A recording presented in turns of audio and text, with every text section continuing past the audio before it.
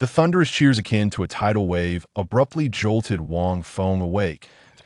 In a state of slight confusion, he surveyed his surroundings, only to find himself on a basketball court.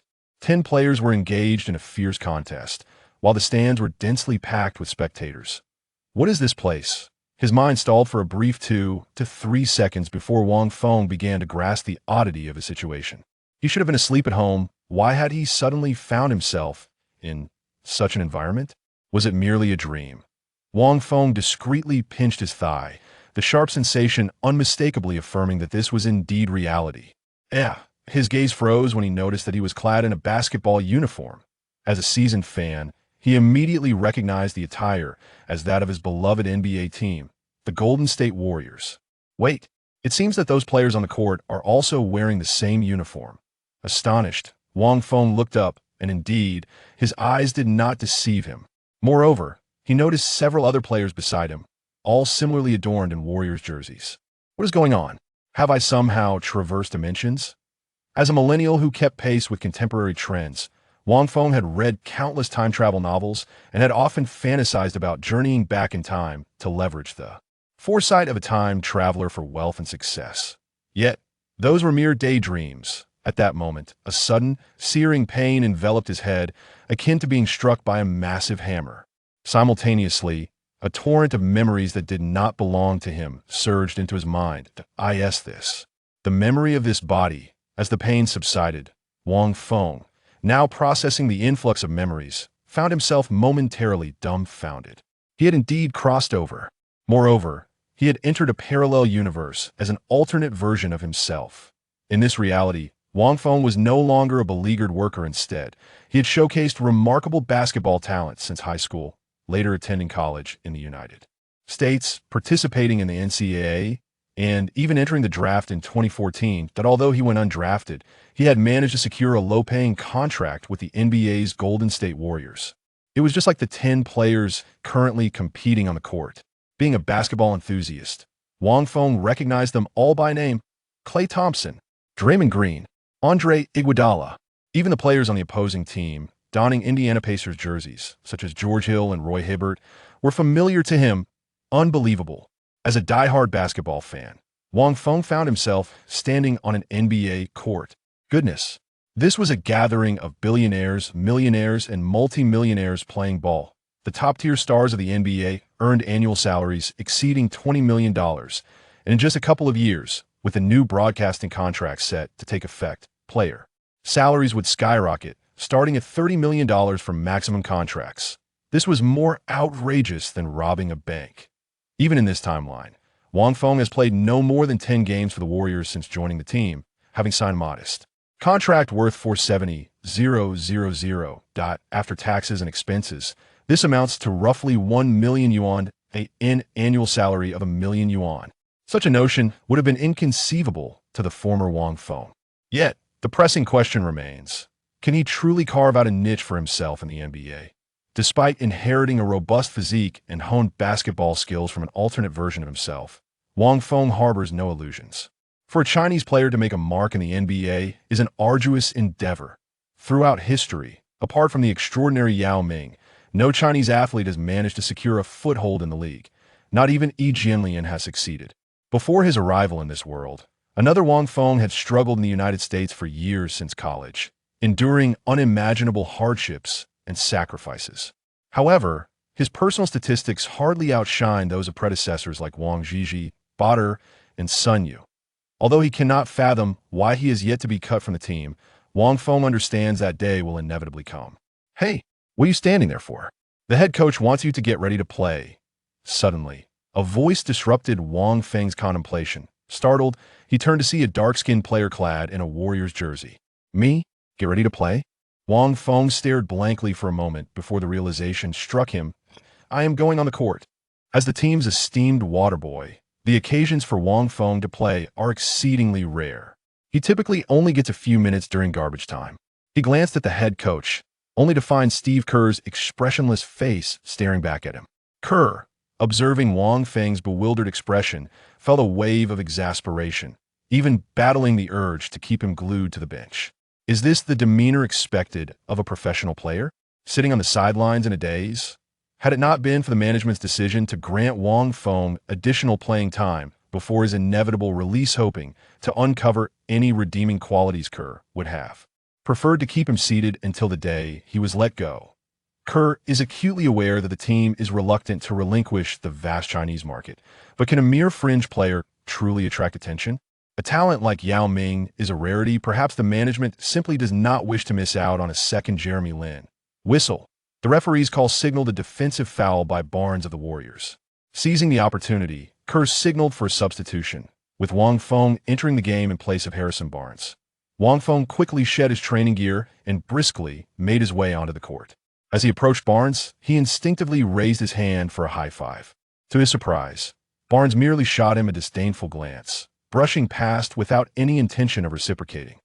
Wang Feng paused, a slight frown creasing his brow as a surge of indignation welled within him. What was the meaning of this? Time was of the essence.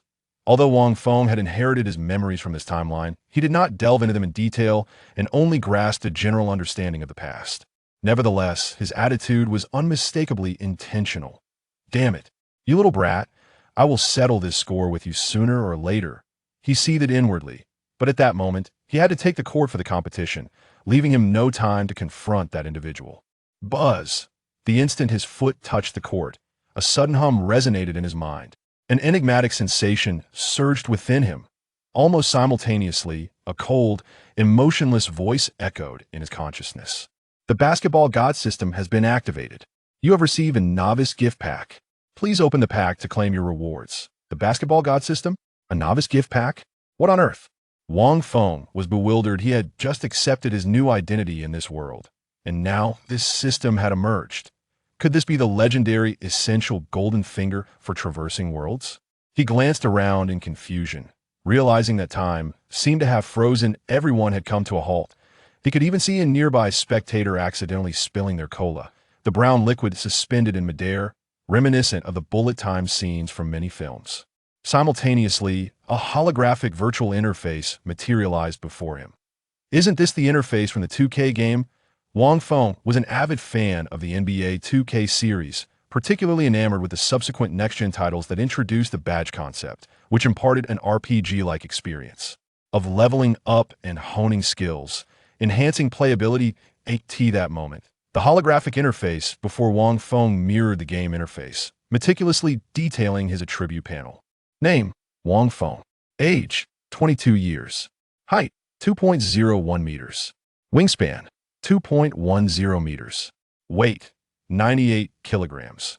Following this were a plethora of ability metrics, displayed in a fashion strikingly similar to that of the 2K games. However, it's utterly dismal. Gazing at his attribute panel, Wang Feng felt a sense of exasperation.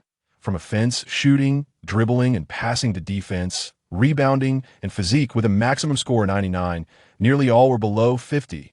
Only a few attributes occasionally exceeded that threshold.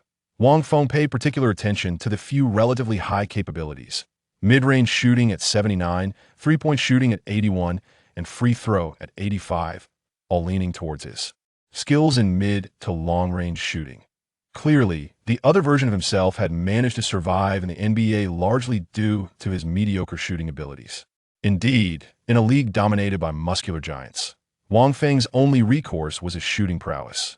Even so, with an overall rating of merely 51, it was insufficient to thrive in a league teeming with formidable talent. What did a total score of 51 signify? In the 2K game, when playing in career mode, even a newly created character would start with initial attributes of at least 60. Furthermore, players who could secure consistent playing time on the court rarely fell below 70, except for a few uniquely skilled specialists.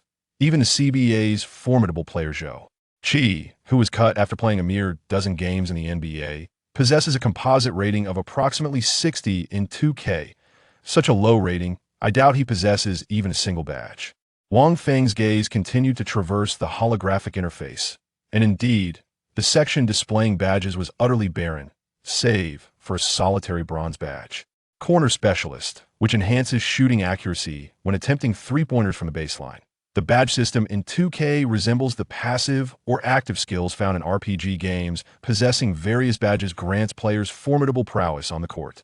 Ah, did I not just hear a voice mention a reward of a novice gift pack? What does that entail? With a mere flicker of thought, the holographic display transformed, illuminating with a dazzling radiance, and 5 vibrantly colored badges materialized before him.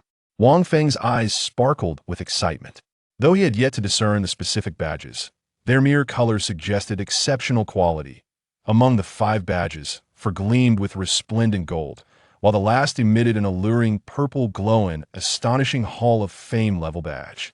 Those familiar with 2K are aware that badges are ranked from lowest to highest as bronze, silver, gold, and the pinnacle, purple, corresponding to the novice, professional, all-star, and Hall of Fame difficulty levels respectively. To think a novice gift pack could yield a purple Hall of Fame badge? How generous! As the highest tier of badges, the elite players in the game, including LeBron James, Kevin Durant, and Stephen Curry, possess no more than 5 purple badges each. The majority of players do not even own a single purple badge. Beep successfully opened the novice gift pack, receiving a 3D player package that includes the gold badges, Death Grip, Interceptor, and Double Team Master, along with the purple badge. Defensive Menace. Beep. Host attributes are insufficient to activate the badges. Initiating Novice Protection Mode badges will be forcibly bound to the host, and the requisite attribute values will be automatically elevated to the minimum requirements. Beep. Host already possesses the Bronze Corner Specialist badge. The badge will undergo fusion and upgrade, elevating its level to purple.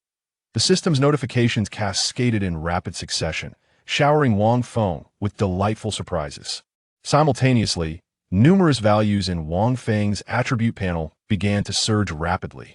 Speed, 87. Agility, 89. Strength, 55. Vertical, 60. Stamina, 81. Steel, 88. Ball defense, 85. Off-ball defense, 82. Defensive awareness, 90. Rebounding, 86. Thanks to these enhancements, Wang Feng's overall rating soared from 51 to a striking 70. While a rating of 70 may not seem particularly high, it is noteworthy that this score derives almost entirely from defensive attributes, which is rather formidable. Moreover, the evaluation of ability is merely a numerical representation on the court. Players become even more formidable with the enhancement of badges. Wang Feng has yet to witness a player with an overall rating in the 70s possessing 2 purple badges and 3 gold badges. In fact, many players rated 80 or even 90 lack even a single ultimate purple badge. As the 5 badges completed their binding, the virtual interface vanished and the cacophony resumed, allowing the previously frozen crowd to move freely once more. Wang Feng's entrance went unnoticed, and no one paid heed to an obscure player likened to a mere water cooler. Yet, Wang Feng was already brimming with fervor. With the system at his disposal, the world is at his command. These 5 badges will herald his astonishing debut on the NBA stage. Chapter 2. Another encounter? Since Barnes was called for a defensive foul, the Pacers now have possession with a sideline inbound. Standing at 2.01 meters. Wang Feng primarily plays as a swingman, alternating between small forward and shooting guard. He now takes the court, replacing small forward Harrison Barnes, which means he'll be matched up against the Pacers' small forward. Back in 2015, the Indiana Pacers boasted one of the league's elite small forwards, Paul George. However, during this period, George suffered the most severe injury of his career, sidelining him for the entire season. Without their star player, the Pacers' performance plummeted, barely clinging to a spot around 10th place in the Eastern Conference. By no means could they be considered a strong team, let alone compared to the Warriors at their current level.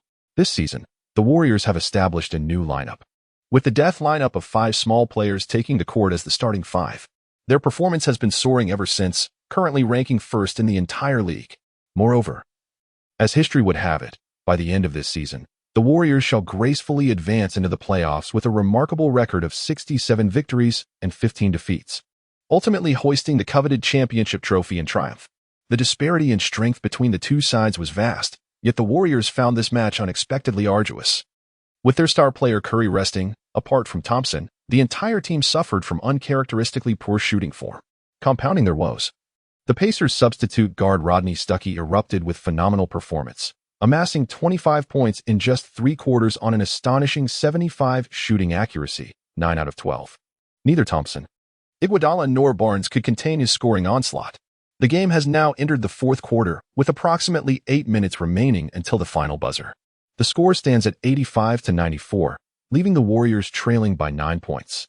The game duration remains ample, and a 9-point deficit is hardly insurmountable. With the Warriors' formidable offensive firepower, should their shooting touch return, they possess every opportunity to equalize and ultimately overtake the score. The Pacers center, Roy Hibbert, inbound the ball from the baseline, passing it to the team's point guard, George Hill, stationed at the top of the key. Hill dribbled the ball a few times before swiftly delivering it to the red-hot Rodney Stuckey. As the shooting guard, Stuckey would typically be matched up against his counterpart, Klay Thompson. However, with Stephen Curry resting, Thompson assumed the role of the Warriors' primary offensive weapon and naturally conserved his energy rather than expending it defending the opponent's most potent scorer. Thus, the daunting task of guarding Stuckey fell upon the small forward. The primary defender against Stuckey had been the starting small forward Barnes. Yet Stuckey managed to rack up 25 points over 3 quarters right over Barnes' head. Now, as Wang Feng entered the game as the backup small forward, he naturally found himself matched up against Stuckey.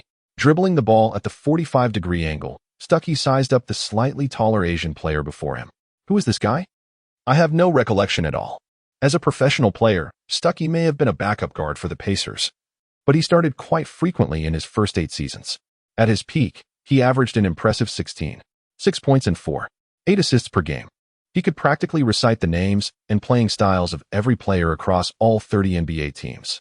Yet, the man standing before him now, Wang Feng, was someone he genuinely couldn't place. Probably just a bench warmer. Stuckey thought to himself dismissively. Today he was in scorching form, not just against some unknown rookie. Even facing defensive stalwarts like Barnes and Iguodala, he hadn't shown the slightest hesitation. Having competed in the league for 9 seasons, Stuckey's performance has gradually declined, particularly this season. His statistics have hit the lowest point since his rookie year, and his standing within the team has also diminished. Now, with this rare opportunity of being in excellent form, he must seize every chance to score more points and prove his worth. At this very moment, a novice stands before me. How could one possibly let slip such a rare and precious opportunity? Without the slightest hesitation, Starkey dribbled the ball deliberately before abruptly driving past Wang Feng's right flank with a forceful breakthrough. As a player specializing in explosive offensive maneuvers, Stuckey possesses exceptional speed and remarkable explosive power. His initial acceleration is truly lightning fast. The youthful Barnes had previously managed to barely keep pace with him, but the aging Iguodala would be left behind in a single stride. However, to Starkey's astonishment, the moment he initiated his move, Wang Feng swiftly sidestepped with remarkable agility, cutting off his path of advance. Such breathtaking speed. Starkey's heart skipped a beat. This fellow's lateral movement was actually swifter than Barnes had been earlier. Caught off guard, he had no time to react and collided directly with Wang Feng. Only then did Starkey realize with astonishment that Wang Feng's strength far exceeded his expectations. The impact struck him like a collision with an unyielding wall, his body instantly losing equilibrium, teetering precariously on the verge of collapse. The whistle blew immediately. The referee on the sideline raised his hand, signaling Wang Feng's blocking foul. Damn it! Wang Feng was somewhat speechless, yet overwhelmingly delighted. Could the numerical bonuses provided by the system truly be this remarkably effective? After inheriting the memories and physique of another self, he possessed an almost instinctive mastery over this body. Thus, he knew with absolute clarity that his original self, whether in terms of speed, strength, or explosive power, was far inferior to the astonishing prowess he had just demonstrated. Had it been before, the opponent's breakthrough would have likely left him in the dust. One must remain vigilant, for the slightest misstep could result in a foul. Standing by the sidelines with arms crossed, Cole observed the scene and couldn't help but freeze momentarily. As the head coach, he possessed an intimate understanding of every player on the team, including Wang Feng from China. Apart from a marginally commendable mid- to long-range shooting ability, the player's overall performance was utterly abysmal in all other aspects. Offense is lackluster, defense even more so. A frail physique devoid of resilience, struggling even to receive passes under intense defensive pressure. Yet just moments ago, against an opponent with vastly superior physical attributes, Wang Feng unexpectedly gained the upper hand in their physical confrontation, which somewhat surprised Cole. Perhaps it was mere coincidence. He happened to anticipate his adversary's movement precisely, and by chance, the opponent was off balance during the clash. With such thoughts in mind, Cole dismissed it as inconsequential. The pedestrian continued to inbound the ball from the sideline. And after several passes, the basketball found its way back to Stuckey's hands. Although the referee had just called a blocking foul, Wang Feng had genuinely managed to keep up with Stuckey's drive, which left the seasoned NBA veteran feeling somewhat humiliated. This guy probably hasn't even played a handful of games in his entire career. What a complete rookie. If I can't even get past him, how can I survive in this league? Stuckey holds the ball at the top of the key, his piercing gaze locked onto Wang Feng with unrelenting aggression. Anyone could discern his intentions at a glance. Meeting Starkey's gaze, Wang Feng actually chuckled in amusement. This fellow wants another confrontation with me? How splendid. Wang Feng was at a loss for ways to showcase himself. Chapter 3. A Graceful Defense. A clean three-pointer. Wang Feng had just acquired a complete set of defensive badges, elevating his defensive prowess to the absolute pinnacle of the league. To comprehend that even those athletes who have been honored with the Defensive Player of the Year award may not necessarily possess 3 golden badges coupled with a purple defensive skill badge. Gazing at Stuckey, who was poised to break through with the ball, Wang Feng recalled a golden badge skill he possessed, Death Coil. Defenders can execute quicker closeout maneuvers, proving more effective when jostling or laterally shadowing ball handlers. This skill specifically enhances perimeter defense, exclusively activating against opposing guards driving to the basket. When Stuckey drove to the basket just now, it was precisely this golden badge skill that activated, enabling Wang Feng to react with such lightning speed to keep up and gain absolute dominance in the physical confrontation. In the realm of 2K games, numerous elite defensive players possess this skill, with Leonard being the most renowned among them. His Death Coil ability reaches the pinnacle purple tier. Although Wang Feng's Death Coil badge is merely golden, 1 tier lower than Leonard's, even the effects of this golden insignia are more than sufficient to restrain the vast majority of players in the league. Even an all-star caliber elite player cannot easily break free. How much more so for a mere role player gradually relegated to the bench? At this moment, Stuckey had already adjusted his footing. With a probing step forward, he burst past Wang Feng's left side like lightning, summoning every ounce of his strength. Stuckey's speed surpassed even his previous attempts. But the moment he started, Wang Feng immediately shadowed him like a phantom. This time, he didn't confront his opponent head-on. Instead, he subtly closed the distance between them while covertly exerting force, gradually maneuvering his adversary toward the weaker perimeter. How could this be possible? Starkey widened his eyes in disbelief. How could this rookie keep up with his movements not once, but twice? You must realize that even Iguodala and Barnes appeared to move in slow motion before him. In a state of shock, Stuckey had somewhat lost his composure. He abruptly halted and launched into an immediate jump shot. Amidst the intense physical confrontation, his form had already deteriorated. How could such a shot possibly find its mark? Moreover, Wang Feng possessed a supreme violet badge that perpetually radiated its formidable defensive aura. Players adorned with this badge possess the remarkable ability to significantly diminish their opponent's shooting accuracy whenever they successfully contest a shot.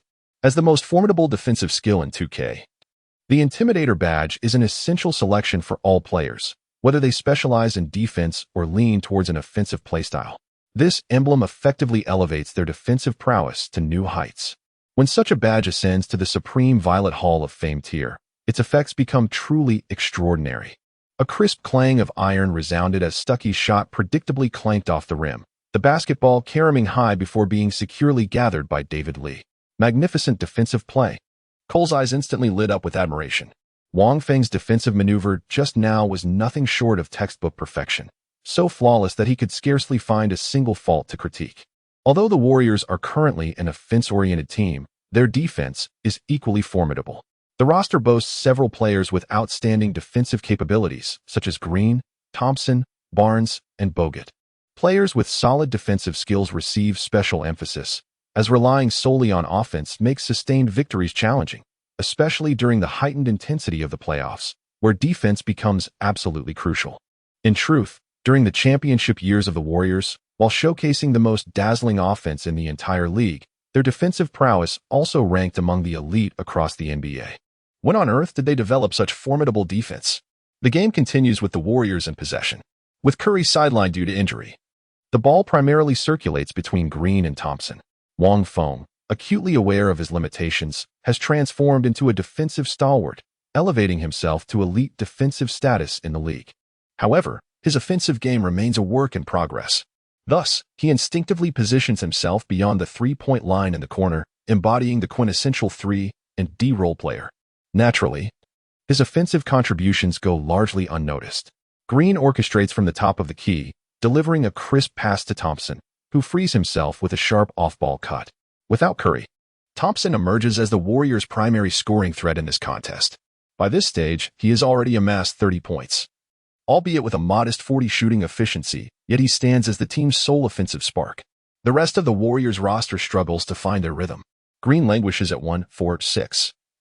Iguodala manages a mere 4 for 11, and even Harrison Barnes, whom Wang Feng replaced, shoots a dismal 3 for 11. As Thompson receives the pass, his defender fails to close out in time. Without hesitation, he rises for the jumper swish. The score tightens to 87-94, narrowing the deficit to just 7 points. The Pacers launch their offensive play.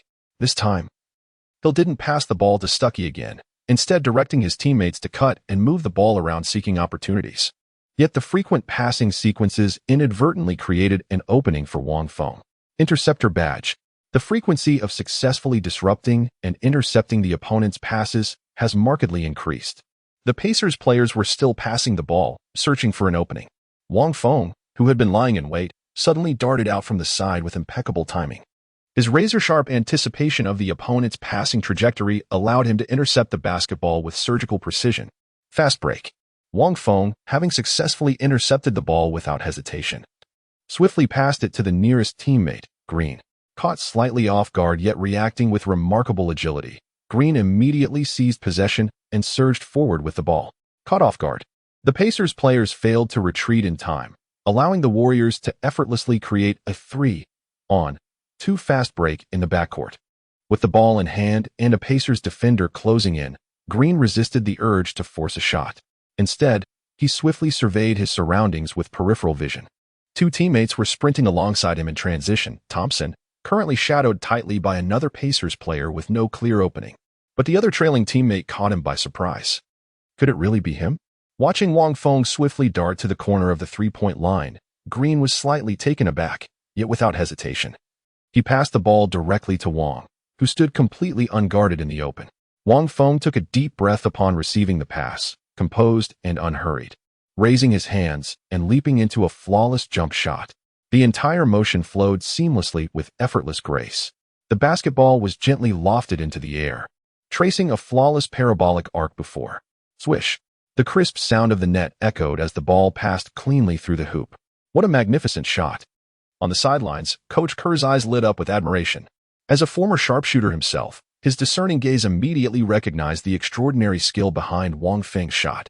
When it comes to the coordination and perfection of movement, Wang Feng's recent shot was in no way inferior to any member of the Splash Brothers. Be it Curry or Thompson, Cole was aware that Wang Feng possessed a certain proficiency in three-point shooting, but never to such an extraordinary level. Could this be the result of his relentless training? A corner three-point specialist. A long-range mid-range shot or three-pointer launched along the baseline will receive a shooting bonus. Wang Yi's badge level is also the highest tier, the illustrious Purple Hall of Fame grade. Even the greatest three-point shooters in today's league, such as Curry and Thompson, merely receive a golden rating for corner three-point shooting in the game. Certainly, a legendary three-point shooter like Curry possesses far more than just one shooting badge. Although Wang Yi couldn't recall clearly, he suspected that throughout basketball history, only a handful of players could boast the supreme Purple Hall of Fame level badge in the corner three-point specialist category. After all, players adorned with the illustrious Purple Hall of Fame badges are invariably the league's most elite athletes, possessing exceptionally formidable abilities.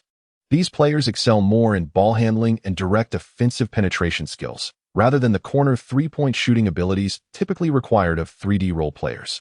Just like Curry, Thompson, or even the legendary retired shooter Ray Allen, their corner three-point shooting abilities are not lacking. Yet they typically train only up to the Golden All-Star level badge before it suffices. Their primary focus remains on other offensive methods not confined to the corner three-point line. In terms of shooting skills, Curry possesses 2 Purple Hall of Fame badges, Sharpshooter and Deep Range Deadeye. The scope of application and effectiveness far surpass those of the Corner Specialist badge. Chapter 4, Objective. Seizing Barnes' starting position. At this very moment, the scoreboard displays 90-94 between the two competing teams. In that fleeting minute when Wang Feng took the court, the point gap narrowed to a mere 4. The Pacers were visibly rattled. Possession was once again entrusted to Stuckey, whose shooting touch was undeniably scorching. Confronted by Wang Feng's defense, Stuckey abandoned his initial plan to drive past him. Instead, he executed a series of deceptive maneuvers culminating in a step-back three-point attempt. However, his elaborate dribbling display failed to create separation from the tenacious defender. As Stuckey elevated for the jump shot, Wang Feng closed out with impeccable timing, his legendary Hall of Fame-level defensive intimidation badge activating once more. The result was an air ball from beyond the arc, a testament to Wang Feng's defensive mastery. This defense possesses a certain sophistication. At this moment, the players on the field began to realize that Wang Feng, this unknown rookie, was far more troublesome than they had anticipated. At this very moment, the Pacers are being relentlessly chased down precisely because he has successfully shut down Stuckey multiple times in succession. The Warriors regained possession, and this time Thompson and Green executed a pick-and-roll play. Green rolled to the basket, received the pass, and drew a foul on the Pacers center Hibbert. He made one of 2 free throws, narrowing the deficit to just 4 points. The Indiana Pacers, who had been relentlessly chased down in points, could no longer remain composed and called for a timeout.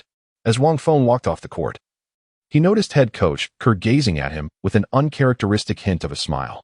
Solid defense. Keep up the momentum. Upon hearing these words, Wang Feng couldn't suppress a grin. Clearly, through his defensive efforts just now, he had successfully earned the head coach's admiration. This marks an exceedingly crucial initial step. Yet at the same time, he caught sight of Barnes' expressionless, dark countenance. Indeed, Barnes was rather displeased at this moment. Throughout the match, his shooting touch had been abysmal, with a field goal percentage failing to even reach 30%. Moreover, in defending against Stuckey, he performed like an utter imbecile, essentially allowing the opponent to effortlessly bypass him and score with ease. Yet within mere minutes of Wang Feng taking the court, he successfully thwarted Stuckey's offense repeatedly, aiding the team in narrowing the point gap. As a rival of equal standing, Barnes had never perceived Wang Feng as a genuine threat, merely regarding him with contempt as an utterly incompetent rookie. However, Coach Kerr's unsolicited praise ignited within Barnes an acute sense of jeopardy. What on earth was happening with this fellow? The brief intermission passed swiftly. The players merely wiped away their sweat, took a few sips of Gatorade, and listened to their coach's tactical reminders before promptly returning to the court. Typically at this juncture, Wang Feng would be substituted out, remaining on the bench until the final whistle. Yet this time was different. Kerr kept Wang Feng on the floor while Barnes remained seated on the sidelines. What an opportunity this was. Wang Feng's heart swelled with exhilaration. Yet he remained acutely aware that his performance in this match would profoundly determine his standing within the Warriors team, perhaps even his very future with them. After inheriting the memories of another version of himself, Wang Feng began to sense that the Warriors had likely lost all patience with him. If his performance failed to improve soon, the fate awaiting him would undoubtedly be termination. With the basketball god system and those formidable defensive badge skills, Wang Feng had no worries about making a living in the NBA. But the problem was, this was the Golden State Warriors. In the year 2015, the Golden State Warriors were ascending to prominence. This year's playoffs will witness the Golden State Warriors marching triumphantly all the way to the finals, where they shall ultimately conquer the depleted Cleveland Cavaliers and hoist the championship trophy in glorious victory. What an unparalleled honor it would be to claim a championship ring with the Warriors, and to follow it up with another in 2016. Simply extraordinary. Steph Curry erupted with an unstoppable performance, leading the Golden State Warriors to a staggering 73-win season that shook the basketball world, shattering Michael Jordan's Bulls' legendary regular season record. Had they not suffered that heartbreaking finals collapse against LeBron James' miraculous comeback, it would have been the most awe-inspiring season-long spectacle in NBA history. To have the privilege of accompanying the Warriors and forging these 2 glorious years, even if Wang Feng merely occupies the role of a supporting player, he would still bask in the abundant spoils of victory. It presents nothing but advantages without a single drawback. Of course, Wang Feng could never be content with merely sitting on the bench like Bader or Sun Yu, collecting a championship ring as a peripheral figure. He aspired to carve out a more substantial role within the team's tactical framework. He even ascended to become a pivotal figure. To achieve this ambition, the primary objective is to usurp Harrison Barnes' starting position. Is Harrison Barnes formidable? Undeniably so. As a professional basketball player, Barnes was selected as the 7th overall pick in the first round of the NBA draft. During his rookie season, he earned a spot on the NBA All-Rookie First Team. Among all the rookies of that era, he stood at the pinnacle of excellence. According to historical records, in the summer of 2016, the Golden State Warriors chose to pursue Kevin Durant rather than renew Harrison Barnes' contract. Consequently, the Dallas Mavericks, formerly known as the Dallas Mavericks, offered Barnes a maximum contract worth $94 million over 4 years. Although Barnes' career statistics in the NBA averaged merely around 12 points and 5 rebounds per game, and he never made it to the All-NBA or All-Defensive teams. With virtually no individual accolades to his name, yet among the league's 400-plus professional players, he stands as an exceptionally outstanding athlete, one of the most admired and aspired to figures by many of his peers. Had it been the former Wang Feng, he wouldn't have been worthy to even tie Barnes' shoelaces. But now everything has changed. Reborn with the basketball god system coursing through his veins, with 5 badges enhancing his abilities, Wang Feng has ascended to become an elite 3D player whose prowess is formidable even across the entire league. Barnes has secured a stable starting position with the Warriors not due to his offensive prowess, but primarily because of his commendable athleticism and relatively swift lateral movement. Within the Warriors lineup, he contributes significantly to team defense through solid help defense capabilities, thereby elevating the squad's overall defensive performance. Additionally, his three-point shooting accuracy meets the acceptable standard, ensuring reliability in open shot situations. In essence, Barnes' role in the Warriors leans towards that of a 3 and D player. Interestingly, Wang Feng currently possesses the ability to fulfill this role equally well, if not surpass it with even greater proficiency. Wang Feng's open three-point shooting is already quite decent, with his three-point ability rating exceeding 80. Now equipped with the Purple Hall of Fame-level corner specialist badge, his corner three-point prowess alone places him among the league's elite shooters, rivaling even the likes of Curry and Thompson. Moreover, although he currently lacks the time to delve deeper into the basketball god system, given its grandiose name, it's inconceivable that its capabilities would be so limited. According to the conventional tropes of basketball novels, Wang Feng, aided by the system, undoubtedly possesses the potential to become a legendary superstar in history. However, those are tales for another time. Now, Wang Feng only needs to accomplish one thing to fully demonstrate the capabilities of his 5 badges before head coach Cole. After making a comeback, the Pacers shifted their offensive strategy, transitioning their focal point from perimeter player Stuckey to their formidable interior duo of Roy Hibbert and David West, a pairing considered elite even by league standards. In contrast, the Warriors, despite boasting top-tier perimeter talent, possessed one of the league's weakest interior defenses. David West received the ball and immediately initiated a post-up against Draymond Green. Though Green is an exceptional defender, the disparity in height and weight made defending against a skilled post player like West particularly challenging. West dribbled a few times to establish deep position near the basket, gathered the ball with both hands, and prepared to spin for a shot, when suddenly, a player appeared before West at the perfect moment, forming a pincer movement with Green to trap him. That player was none other than Wang Feng. West was exceptionally formidable during his prime, even earning the honor of being selected as an all-star. But now with advancing age, his pace has gradually slowed. Suddenly confronted by a double team and Wang Feng's tight defense, he became flustered and nearly lost possession of the ball in the chaos. As he barely managed to pass the ball to his teammate, the shot clock was rapidly winding down. The helpless Pacers player had no choice but to force up a heavily contested shot, only to be met with the resounding clang of iron off the rim. What a magnificent display indeed. Green was quite taken aback, never expecting Wang Feng to take the initiative to double team and pressure. Wang Feng was originally guarding Stuckey, the Pacers' hottest shooter at the moment. Abandoning his assigned player to double team someone else was a considerable risk. Yet Wang Feng did exactly that, and the outcome was surprisingly excellent. This demonstrates Wang Feng's profound expertise in defensive coordination and double-teaming strategies. This is entirely attributed to the effect of Wang Feng's other golden all-star level badge, the double-team master. In terms of defensive double-teaming, Wang Feng has now developed an exceptional instinct, enabling him to discern the optimal moments for trapping opponents. His double-teaming causes such significant disruption that the targeted player finds it extremely difficult to make successful passes under pressure. Chapter 5. The standard 3D player template. While his defensive performance stood out remarkably, on the offensive end, Wang Feng would simply station himself in the corner, motionless, as if idling in place. Wang Feng never expected to receive the ball during offensive plays. Given his standing within the Warriors, opportunities to even touch the ball were rare.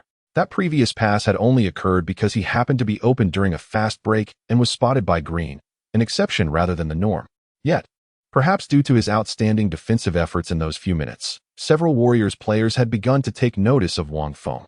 When Klay Thompson found himself double-teamed by Pacers defenders, he hastily spotted Wang Feng standing wide open beyond the three-point line in the corner.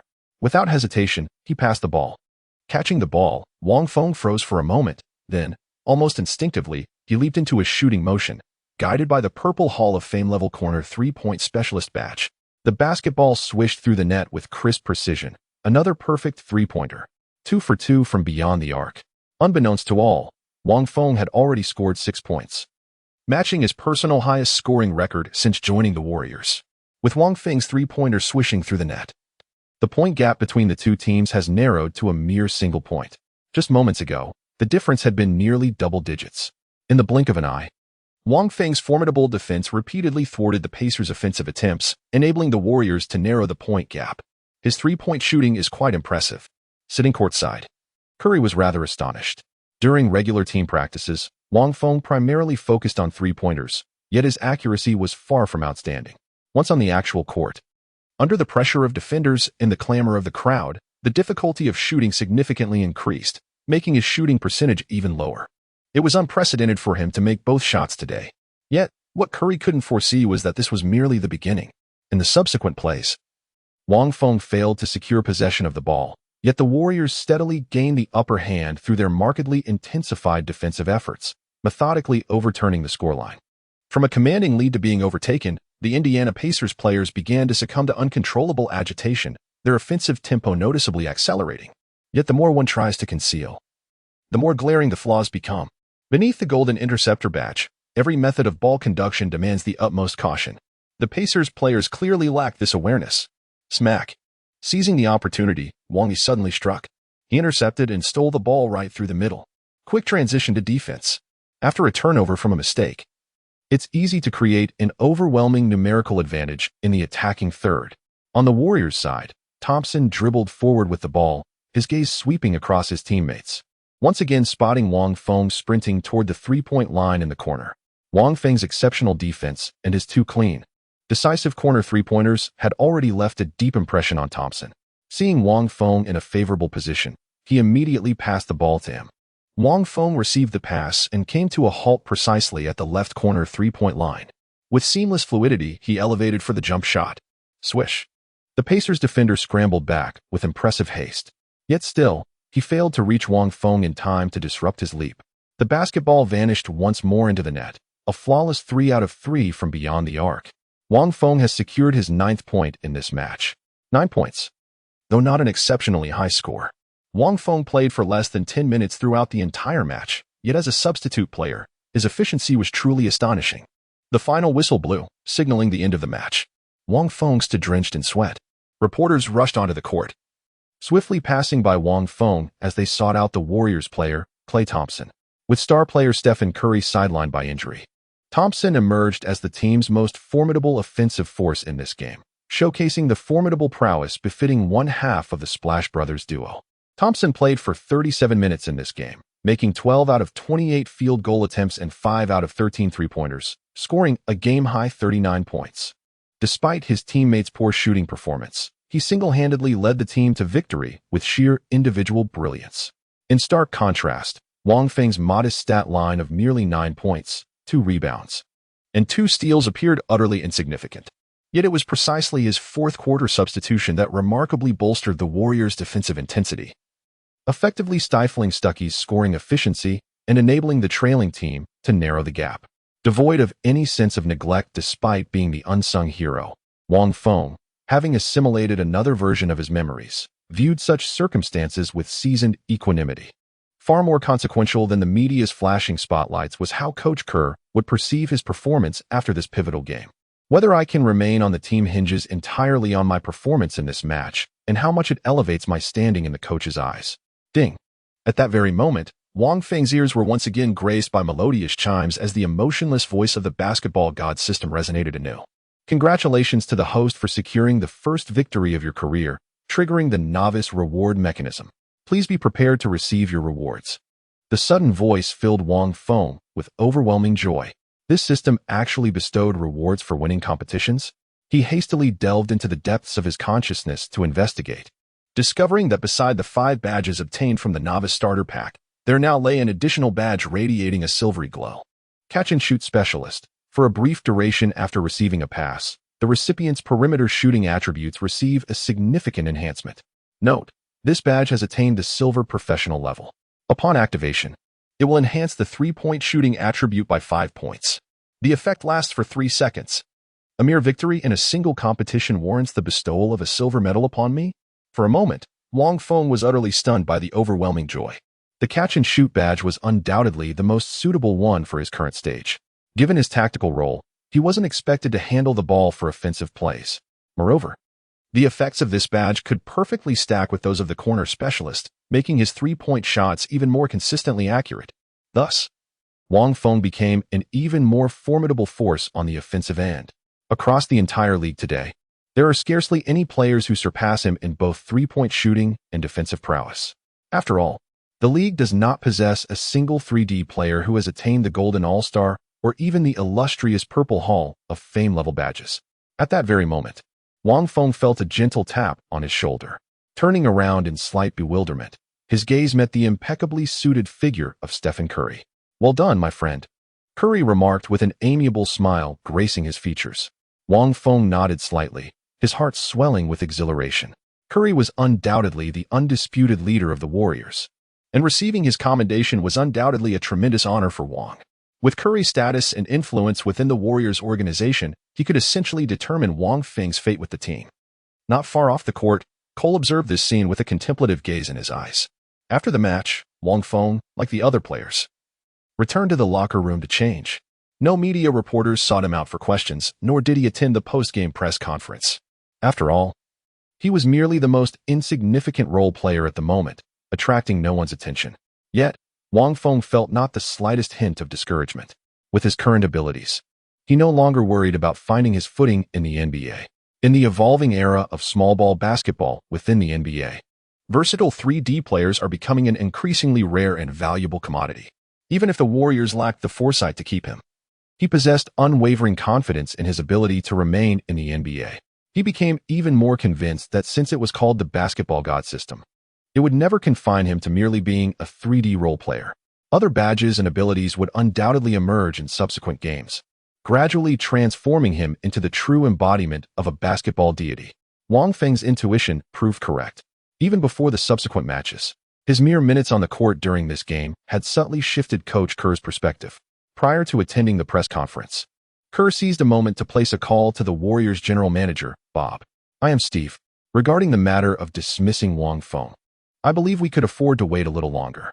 During this match, he has demonstrated certain distinctive qualities that have piqued my interest. If properly harnessed, he might very well evolve into a formidable asset for our team." Chapter 6. The key arrives. With a weary sigh, Wang Feng wiped the beads of perspiration from his brow, gazing upon the once chaotic room now immaculately pristine. Though both versions of Wang Feng from parallel timelines were fundamentally the same person, their divergent experiences had forged two starkly contrasting personalities.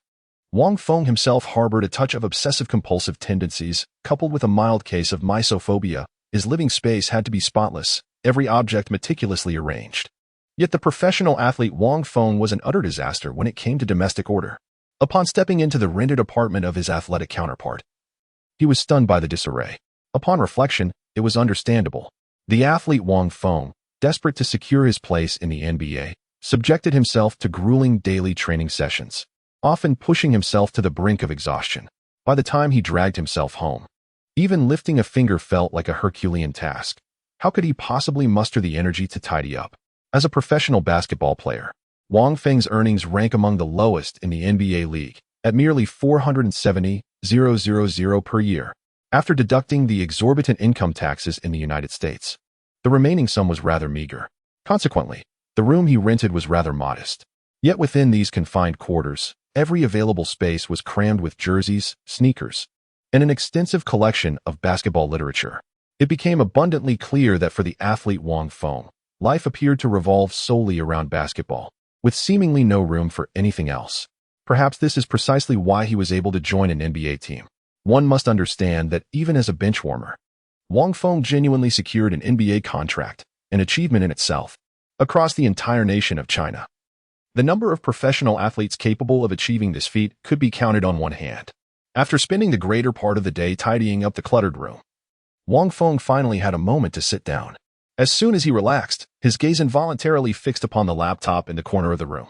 Unlike the athlete Wang Feng he once was, the current Wang Feng was a quintessential internet addict, embracing a laid-back lifestyle without a second thought.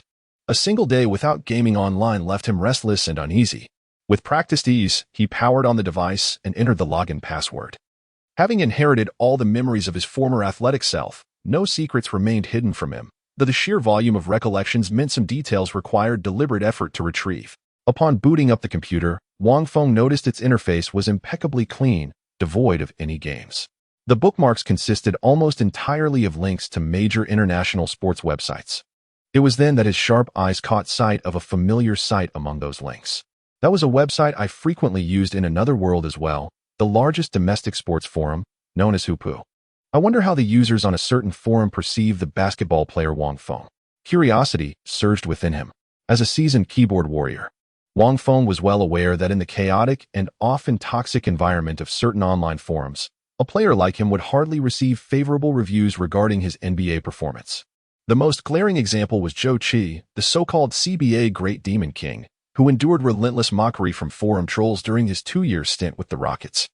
Through Yao Ming's connections, he managed to sneak into the NBA, becoming a glorified benchwarmer, shamelessly clinging to the Rockets for meals, drinks, and training. After 2 unremarkable years in the NBA, Zhou Qi was cut by the Rockets and returned to the CBA, only to face an avalanche of scathing criticism. Wang Feng's current predicament is quite similar to what Zhou Qi faced 2 years later, with the only difference being that Wang lacks Zhou's notoriety. After all, he entered the NBA straight out of college without ever playing in the CBA. Logging into his familiar sports forum account, Wang Feng typed his own name into the search bar. Instantly, a flood of posts appeared before him. Didn't he expect my name to carry this much weight? Raising an eyebrow in mild surprise, his gaze settled on the most prominent, most discussed thread at the top. How long can Wang Feng last with the Warriors? Clicking into the post, he was met with a dense wall of text. Clearly, the author was a seasoned fan with some basketball knowledge, dissecting Wang Feng from every angle and reducing him to utter worthlessness before concluding, by the end of the regular season, the Warriors will inevitably cut him. The post was so meticulously argued and sharply opinionated that it had amassed countless replies, many of them mocking Wang Feng for overestimating himself. Figures. Instead of humbly honing his skills in the CBA, he rushes off to the NBA to embarrass himself. Wang Feng must be delusional if he thinks NBA teams will take Chinese players seriously just because of Jeremy Lin. I have witnessed Wang Feng's performance on the basketball court. Given his current skill level, I doubt he could even comprehend the intricacies of playing in the CBA. Lacking both physical prowess and technical finesse, what exactly is he capable of achieving? Wang Feng scrolled all the way down to the most recent posts at the end of the thread. Regarding the match between the Warriors and the Pacers, Wang Feng delivered quite an impressive performance on the court. He consistently contained the red-hot Stuckey on the Pacers' side, while going a perfect 3-4-3 from beyond the arc for 9 points. Without his contributions, we might very well have lost this game. However, beneath this comment, someone immediately retorted with disdain. Nonsense. What does the Warriors' comeback have to do with Wang Feng? Starkey is merely a bench player, incapable of maintaining consistent shooting form. Wang Feng simply had the fortune of encountering him during an off night when his touch had gone cold. How many times have the Warriors staged such dramatic comebacks in the dying moments this season? Just routine maneuvers. Before leaving, the man couldn't resist adding one more sentence with lingering dissatisfaction. Getting cocky after defending against a few role players, if you're so capable. Why not try guarding the stars? The Warriors are facing the Knicks in the next game. Why don't you assign him to guard Anthony? He'll get absolutely demolished. The Knicks. Anthony, really? Wang Feng took a deep breath. The deeply ingrained nature of a veteran keyboard warrior and professional troll within him could no longer be restrained. The keyboard beckoned.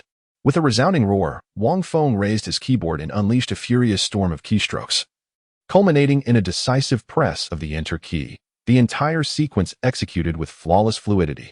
You're nothing but a keyboard warrior, only capable of venting online. Talking about beating someone to a pulp? Have the courage to face me on the court. Let's see if Wang Feng can truly make you regret your words. Forget it. Arguing with an online troll like you is pointless. Let me ask you this. What if Wang Feng completely shuts down Anthony in the next game? After posting a counterattack thread, Wang Feng felt instantly refreshed and invigorated. However, the next moment left him utterly dumbfounded. To his shock, his username was prominently displayed as Wang Feng, accompanied by a gleaming golden verification badge, certifying him as Wang Feng, current NBA professional player. Damn it! Wang Feng stood frozen in disbelief. He had forgotten. This was not his own computer, but belonged to the athlete Wang Feng. He had just posted using Wang Feng's account. Chapter 7. A high-stakes gamble? Does that platform actually have verified accounts for public figures, similar to Weibo's authentication system? Wang Feng was genuinely uncertain. But this world was merely a parallel dimension after all. Not every detail could possibly mirror his original timeline. Perhaps this version of Jihu had introduced such features specifically to boost user engagement. How utterly disastrous! Wang Feng suddenly sensed impending trouble. What is the essence of keyboard warriors? Lurking in the shadows while presumptuously criticizing and commanding. They boast without action, merely taunting you relentlessly. Will you submit or not? Once your ID number is exposed, can you still be considered an online troll? That's just a man facing confrontation head-on. It is quite common for celebrities to secretly create alternate accounts to engage in online disputes with their detractors. Kevin Durant, one of the most prominent stars in the league, is particularly notorious for this practice. However, even the most cautious individuals occasionally slip up. Durant himself was embarrassingly exposed for wasting time arguing with critics under a pseudonym. Nevertheless, such behavior is typically confined to anonymous accounts. No public figure would ever stoop so low as to openly confront their detractors using their verified identity. But Wang Feng had just inadvertently done exactly that. Indeed, upon refreshing the post interface, a flurry of replies instantly appeared below. Brilliant! My goodness! Wang Feng personally steps into the fray. Magnificent! Finally witnessing the man in flesh. A legendary showdown. Wang Feng vows to utterly annihilate Anthony. Wang Feng. At this point, deleting comments is no longer an option. He was well aware of how swiftly users on certain forums would screenshot and preserve evidence. Any attempt to erase remarks would only exacerbate the situation.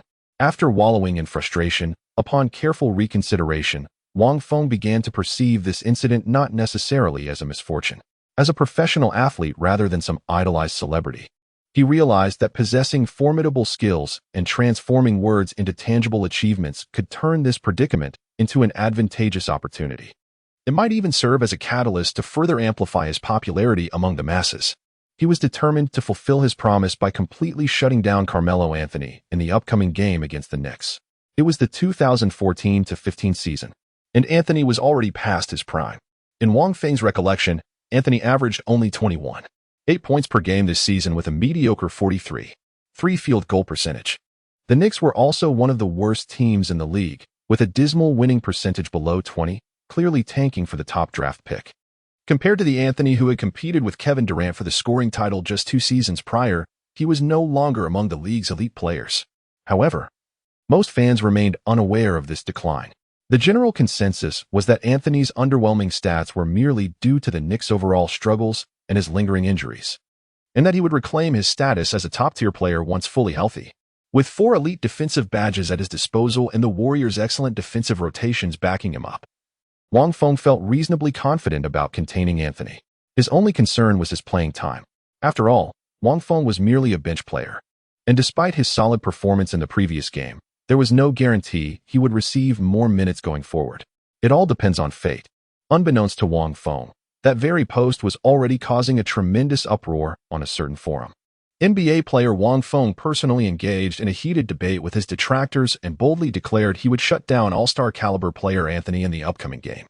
This is undoubtedly an earth-shattering scandal that has drawn hordes of curious onlookers clamoring for details. The screenshot of Wang Feng's reply was widely shared across various websites by numerous netizens.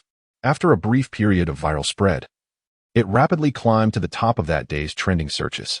Has Wang Feng lost his mind? This is the prevailing sentiment in the minds of most. Guard against Carmelo Anthony? He is an elite NBA superstar, a scoring champion, a perennial all-star starter, and formidable force. What significance does someone like Wang Feng even hold? A bench warmer who can't even secure consistent playing time could be cut from the team at any moment without surprise. What makes you think you can lock down Anthony? With mere words? Damn, I'm about to go viral. Swiftly, The netizen from Hupu who had commented on Wang Feng also witnessed the artist personally responding to his critique. Overwhelmed with irrepressible excitement and euphoria, he could scarcely contain his exhilaration. He paid no heed to Wang Feng's words. Yet this was undeniably the golden opportunity to propel himself into the limelight. Without a moment's hesitation, he immediately retaliated against Wang Feng. What's the point of challenging me to a duel? I'm not even a professional player. You inquire how to completely shut down Anthony in the next match? It's elementary. If you could truly lock him down, I would literally stream myself consuming excrement. In an instant, this post on a certain forum exploded with unprecedented fervor. A netizen furiously challenged Wang Feng. If you can completely shut down Anthony in defense, I'll live stream eating feces. Sensational. Wang Feng engaged in a high-stakes wager with the online community. The loser must consume excrement. Astounding. NBA player Wang Feng made a bet. Vowing to live stream himself consuming excrement should he lose. The viral nature of the internet has been demonstrated to its fullest extent, with this piece of news spreading like wildfire across the entire web within a single day. It has even begun to transcend its original sphere of influence, capturing widespread attention beyond its initial audience. Many basketball bloggers have shared their perspectives on this matter. Regrettably, it seems Wang Feng is inevitably going to face severe criticism. A seasoned basketball analyst from a prominent forum bluntly stated, as one of the league's most elite scorers, Carmelo Anthony is renowned as an offensive kaleidoscope, mastering virtually every scoring technique with remarkable versatility both inside and outside the paint. Throughout the league, no defensive player dares claim they can completely shut down Anthony, let alone Wang Feng, who's hardly known for his defensive prowess. Speed, strength, height, defensive awareness, from any perspective, Wang Feng possessed no advantage to contend against Anthony. Regrettably, I was also rather intrigued to witness how Wang Feng would live stream himself consuming excrement. The internet often amplifies absurdity to hyperbolic extremes. Wang Feng never actually uttered such a statement. It was the opposing side that initiated the claim. Yet, after relentless exaggeration and viral distortion, later spectators ceased to care about the origin of the promise. They embraced it as Wang Feng's own vow, eagerly awaiting the spectacle of his humiliation. The Warriors will face the Knicks in a highly anticipated matchup at Oracle Arena, their home court, in just 1 day's time. In this match, the injured Curry will return to the lineup, completing the team's full roster, while Wang Feng remains firmly seated on the bench. His outstanding defensive performance in the previous game has earned him no preferential treatment whatsoever. Yet Wang Feng harbors no unease. The basketball god system and those elite badges are the very foundation of his confidence. Chapter 8. Wang Feng vs. Anthony. The Golden State Warriors starting lineup consisted of Stephen Curry, Klay Thompson, Harrison Barnes, Draymond Green, and Andrew Bogut. In stark contrast, the New York Knicks starting roster was in complete disarray. Among the 5 players taking the court, Wang Feng barely recognized 3 of them. Only the starting small forward Carmelo Anthony and Tim Hardaway Jr. were familiar faces. The 2014-15 season was undoubtedly the most turbulent period for the Knicks. A relentless series of trades had left the team's roster fractured and depleted. Former All-Star small forward Amare Stoudemire was traded away, along with solid role players like J.R. Smith and Iman Shumpert. The constant upheaval in the lineup sent the Knicks' performance plummeting. The previous season, they had barely missed the playoffs, finishing 9th in the Eastern Conference. This season, however, they sank straight to the bottom of the league, with a win rate below 20. It is worth noting that in the timeline Wang Feng originates from, Carmelo Anthony should have been injured during this period. However, in this parallel universe, while Anthony did sustain an injury, it was far less severe than in the original timeline. After merely a week of recuperation, he resumed playing for his team. Nevertheless, the injury seemed to have affected his performance, and consequently, the Knicks' record failed to improve despite Anthony's availability. At this stage, the Warriors and the Knicks are not even in the same league, rendering this match scarcely noteworthy in the eyes of American audiences. Yet, across the vast Pacific and China, countless fans flooded into sports live streams the moment the game began, eagerly anticipating the spectacle. 666. Can't wait to see Wang Feng eat his words. How shall we proceed? Shall we commence directly, or follow the customary formalities? The photographer, lighting technician, and sound engineer are all in position. The stage is set. Let the performance begin. A flood of comments and bullet screens surged in like a tidal wave, overwhelming many live streams to the point of crashing them. Amidst this chaos, the competition commenced. As anticipated by Wang Feng, The Warriors swiftly seized control of the game from the outset. The Splash Brothers, Curry and Thompson, took turns launching relentless assaults, effortlessly dismantling the Knicks' already porous defense. Within mere minutes, the point differential rapidly expanded into double digits. In stark contrast to the Warriors' seamless tactical coordination, the Knicks players operated as isolated individuals, including Anthony, resorting to inefficient isolation plays for scoring. By the conclusion of the first quarter, the score stood at 33-18, with the Warriors commanding a 15-point lead. The match itself was rather uneventful, yet the flood of spectators in the live stream grew increasingly vocal with their commentary. Where's Wang Feng? Why isn't Wang Feng being fielded? I demand to witness Wang Feng facing off against Anthony. I insist on watching a live broadcast of someone consuming excrement.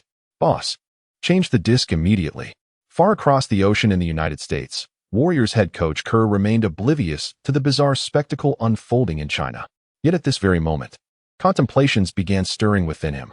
Though merely one quarter had elapsed in the game, he was already certain this match was as good as secured. Cole's gaze swept across the bench before finally settling on Wang Feng. In the previous match, Wang Feng's exceptional defensive performance had taken him by pleasant surprise. Precisely for this reason, he decided to grant Wang Feng more playing time, a development the management team would undoubtedly welcome. Wang Feng, warm up. You're going in for the second quarter. Seated on the bench, Wang Feng was momentarily taken aback upon hearing the call, but swiftly regained his composure. With an agile leap, he sprang up from the substitute seats. Understood, coach. He responded with alacrity. Wang Feng never anticipated that his moment to step onto the stage would arrive so swiftly. Yet he had long been thoroughly prepared for this very instant. As the second quarter commenced, both teams made slight adjustments to their lineups. On the Warriors' side, Thompson and Barnes were substituted, making way for Iguodala and Wang Feng to take the court. The protagonist finally makes his grand entrance. As Wang Feng finally stepped onto the court, the eagerly awaiting fans across various live streams erupted in excitement. They had been anticipating this moment for so long. What's happening to him? Could it be nerves? Perhaps the thought of having to consume excrement after the match has rendered them too apprehensive to take the field. At the sight of Wang Feng standing frozen in place for several seconds upon his entrance, many livestream viewers couldn't help but mock him in the comments section. Little did they know, the moment he stepped onto the stage, a system notification had echoed in Wang Feng's ears. Ding. Mission initiated. Defeat Anthony. Mission condition. Achieve a higher individual score than Anthony by the end of the match. Task completed. Reward. 10 attribute points to allocate, and 1 random bronze badge awarded. A torrent of words left Wang Feng utterly dumbfounded. Scoring higher than Anthony across the entire match? This seems almost inconceivable. With the badge in hand, limiting Anthony's scoring prowess still gave Feng a glimmer of confidence. But surpassing Anthony's point tally? Easier said than done. Even a starved camel is larger than a horse. Even the current Anthony still maintains an average of over 20 points per game. He frequently delivers performances of 30 or even 40 points in a single match. And what about Wang Feng? Merely a bench player averaging mere minutes on the court, even when Anthony's shooting was off, he still managed to score in the double digits. How could one possibly surpass that within such limited playing time? The system's rewards are simply too generous. 10 freely distributable attribute points, presumably for player stats, plus a bronze badge as an additional prize. No matter what, even if it seems impossible, I must do it. For the sake of mission rewards, I'll give it my all. Upon taking the court, Wang Feng found himself matched up against Anthony, an inevitable confrontation given both played the small forward position. Yet Anthony barely acknowledged the rookie before him, not even granting him a proper glance. The Knicks' dismal season had already extinguished the All-Stars' competitive fire, with playoff hopes long dashed. Now, Anthony cared only about padding his stats, at least creating the appearance that he'd given his all while teammates faltered. This unknown Warriors rookie presented the perfect scoring opportunity. The stage was set for Anthony to feast. The Knicks player inbound the ball from the baseline, dribbled past half court, and immediately passed to Carmelo Anthony, who actively called for the ball. The moment Anthony took possession of the ball and faced Wang Feng directly, the fans in the live stream erupted with excitement. Here it comes. Here it comes. On the field, Wang Feng slightly lowered his center of gravity. His eyes locked intensely on Anthony as he began to feel the adrenaline coursing through his veins. Anthony, this was the first star player he faced after crossing over. Even though Anthony may no longer be at the peak of his career, a starved camel is still bigger than a horse. He remains one of the most elite players in this league, absolutely not someone to be taken lightly. Wang Feng summoned every ounce of his concentration, his gaze riveted intently upon Anthony. Every movement of the opponent would be countered with immediate reaction. Facing Wang Feng's razor-sharp focus, Anthony appeared somewhat lackadaisical in comparison. With the ball cradled in both hands, he executed 2 probing jab steps before gathering himself for a mid-range pull-up jumper. For an offensive virtuoso like Anthony, mid-range jumpers constituted one of his staple weapons, accounting for a substantial portion of his scoring average while simultaneously representing one of his most effortless scoring methods. Yet this time, his signature move met with unexpected resistance. With intense focus, Wang Feng erupted into action the instant Anthony gathered the ball, leaping skyward with astonishing speed as his arm shot up to intercept Anthony's shooting trajectory. Incredible reflexes. Before him loomed a dark shadow, sending a jolt of alarm through Anthony's heart. His seasoned instincts screamed that any attempt to shoot now would inevitably be blocked by the opponent. Yet at this very moment, he had already leaped into the air, making it utterly impossible to retract the basketball poised for release. In haste, he had no choice but to elevate his shooting arc, launching the ball defiantly against Wang Feng's towering block attempt. The basketball soared past Wang Feng's fingertips just before he could make contact, evading his block attempt. However, the consequence of excessively elevating the shooting angle was Anthony's shot completely missing the mark. An air ball. What a spectacle. The Oracle Arena remained eerily silent. Yet the live broadcast rooms across China's major sports platforms erupted in an instant frenzy. Chapter 9. Defensive Deterrence. Wang Feng successfully blocked the shot. Anthony threw up an air ball. Damn. Has Brother Feng become this formidable now? Even a player of Anthony's caliber could be defended against? Huh. Mere luck. Anthony's shooting touch was off this game. Wasn't it the same when Barnes was defending earlier? What does Wang Feng have to do with it? The live broadcast of the match was abuzz with fervent discussions. On the court, Anthony, who had just missed that crucial shot, finally took a good look at Wang Feng. This rookie, he's got something special. Though it was merely a single play, having battled on the NBA courts for years, Anthony had witnessed countless defensive specialists. Thus, he understood with crystalline clarity Wang Feng's reaction speed. Judgment, agility, and leaping ability in that moment were utterly impeccable, bordering on perfection. This is a formidable defensive player. Even more outstanding than Barnes, who was marking me relentlessly throughout the first quarter. But, so what? Anthony has dominated the league for years. What defensive master hasn't he encountered? If he could be easily shut down, how could he possibly be called the offensive kaleidoscope? The momentum shifted as the Warriors transitioned to offense. With both Thompson and Green off the court, the ball naturally gravitated into Curry's possession, dribbling past half-court.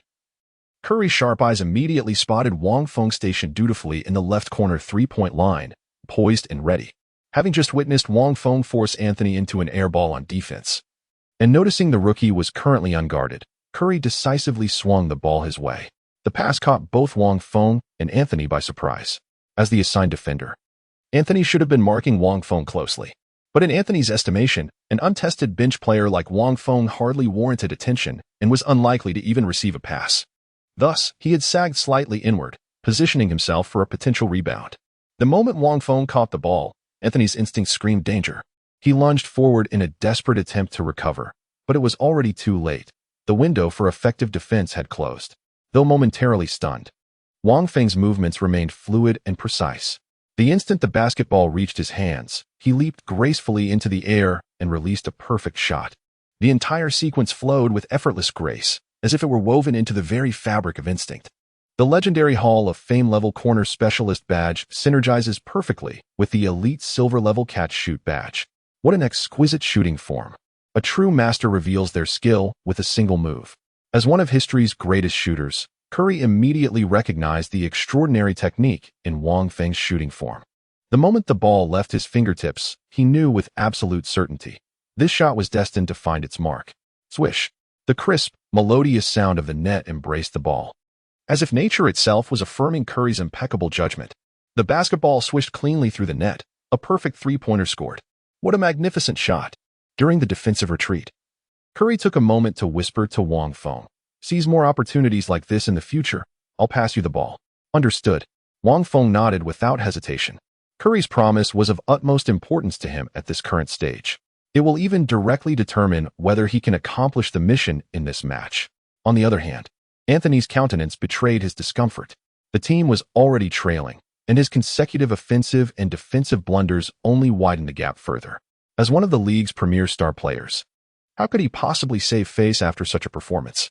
In the next defensive possession, Anthony positioned himself at the top of the arc and immediately called for the ball, signaling his intent to isolate his defender. Witnessing this, the Knicks players swiftly cleared out, creating an expansive stage solely for Anthony and Wang Feng.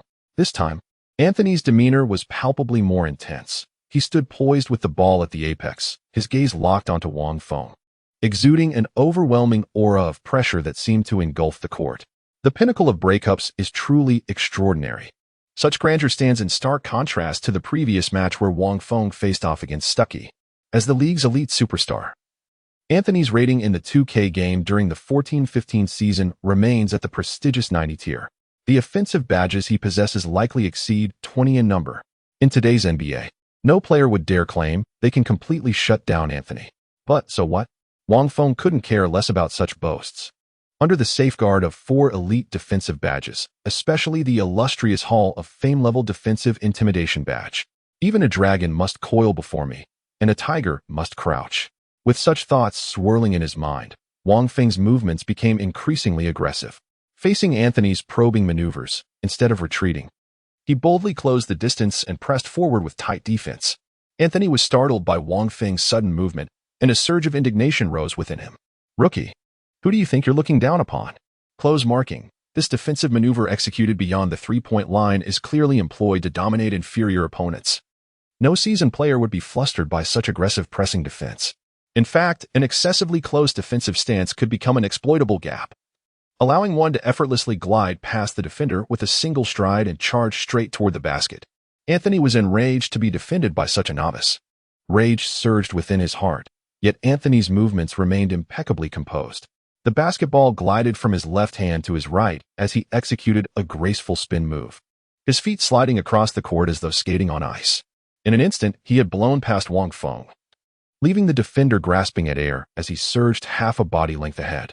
At the same time, he accelerated to full speed, charging toward the Warriors' basket with unstoppable momentum, poised to retaliate with a thunderous slam dunk. Yet at this very moment, a persistent figure relentlessly pressed against him from the side, continuously entangling Anthony with physical contact and forcing him toward the weaker side of the basket. The death grip, a golden all-star caliber badge. Wang Feng, relentlessly hounding Anthony, sneered inwardly. Indeed, the Anthony before him was no longer the formidable Melo in his prime. At the age of 31, Anthony was already hampered by the effects of aging and injuries, his explosive power a mere shadow of its former glory. Wang Feng, armed with the golden death coil badge, could barely keep pace with his breakthrough speed. This guy. Anthony was utterly astonished, never expecting Wang Feng to keep pace with him under such circumstances. Did you truly believe this would be sufficient to thwart me? Anthony abruptly halted his stride, the basketball swiftly transitioning from his right hand to his left as he took a step back and launched into a jump shot. A dazzling crossover followed by an abrupt stop and step-back jumper. Wang Feng was utterly outmaneuvered by Anthony's sudden stop and pullback move, left completely flat-footed as he could only helplessly watch Anthony rise for the jump shot. Truly a maestro of offensive versatility. However, Wang Feng's gaze remained fixed on the basketball in Anthony's hands. His shooting form was impeccably graceful, the ball tracing a flawless arc through the air before. Clang. The crisp clang of hammer on metal caused Anthony's faint smile to stiffen abruptly. Damnation. His craftsmanship was utterly off today. An almost completely open mid to long range shot actually missed. Yet, Wang Feng couldn't help but smile. Was it Anthony's pure shooting touch? In his view, that wasn't the case at all. The true reason behind Anthony's shooting inaccuracy stems from his sole elite purple defensive badge, defensive intimidation. Chapter 10. Tony's thunderous dunk. The effect of the defensive intimidation badge is that when a player contests an opponent's shot, it significantly reduces the opponent's shooting accuracy. The so-called defensive interference is not merely limited to blocking shots when opponents attempt to score. In reality, anyone who has played basketball understands that often just having someone stand in front of you, even without extending their arms, can exert psychological pressure on the shooter, leading to rushed and inaccurate attempts. For professional players, while the impact of such interference may be negligible to the point of insignificance, it does not mean it ceases to exist entirely. The legendary defensive prowess of the Purple Hall of Fame has reached such an extraordinary level that merely by standing in front of a ball handler, Wang Feng can significantly diminish their shooting accuracy without even lifting a finger.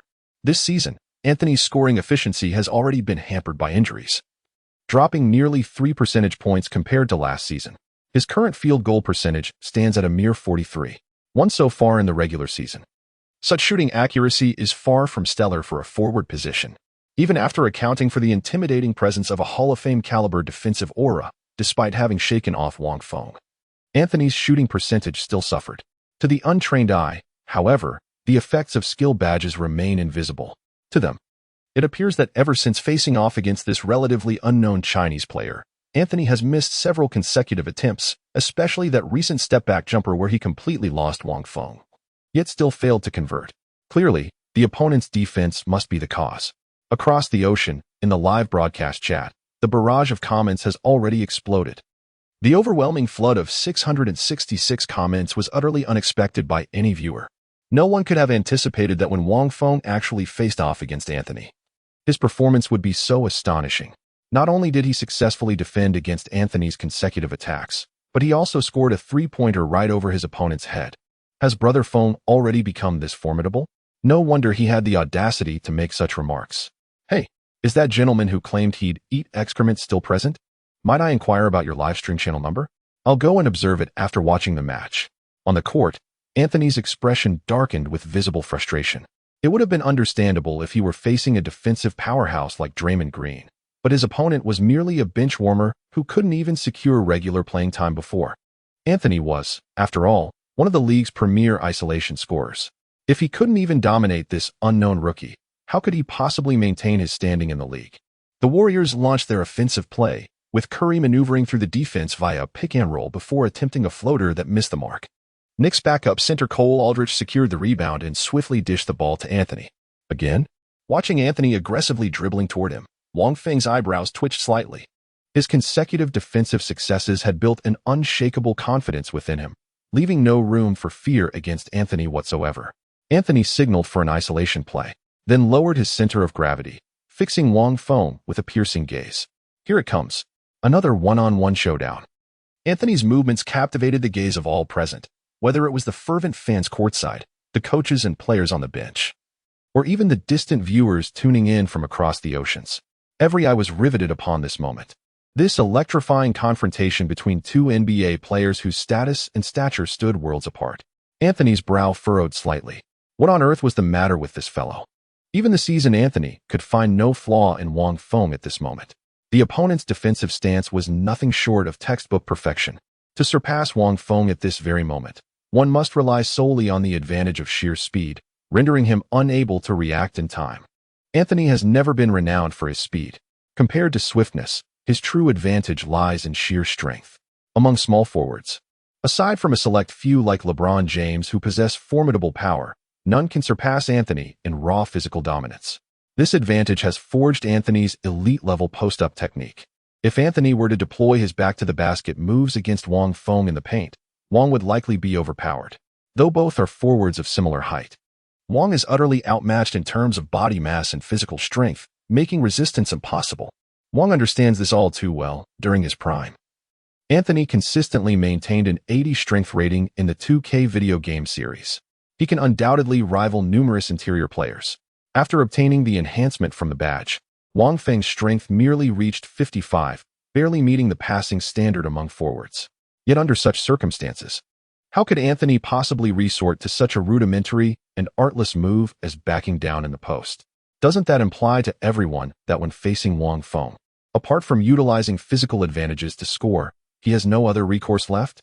This is even more humiliating than missing a shot. Kid, don't flatter yourself thinking it's your defense. I'm simply having an off day with my shooting rhythm. A novice like you would be effortlessly defeated by any technique I employ.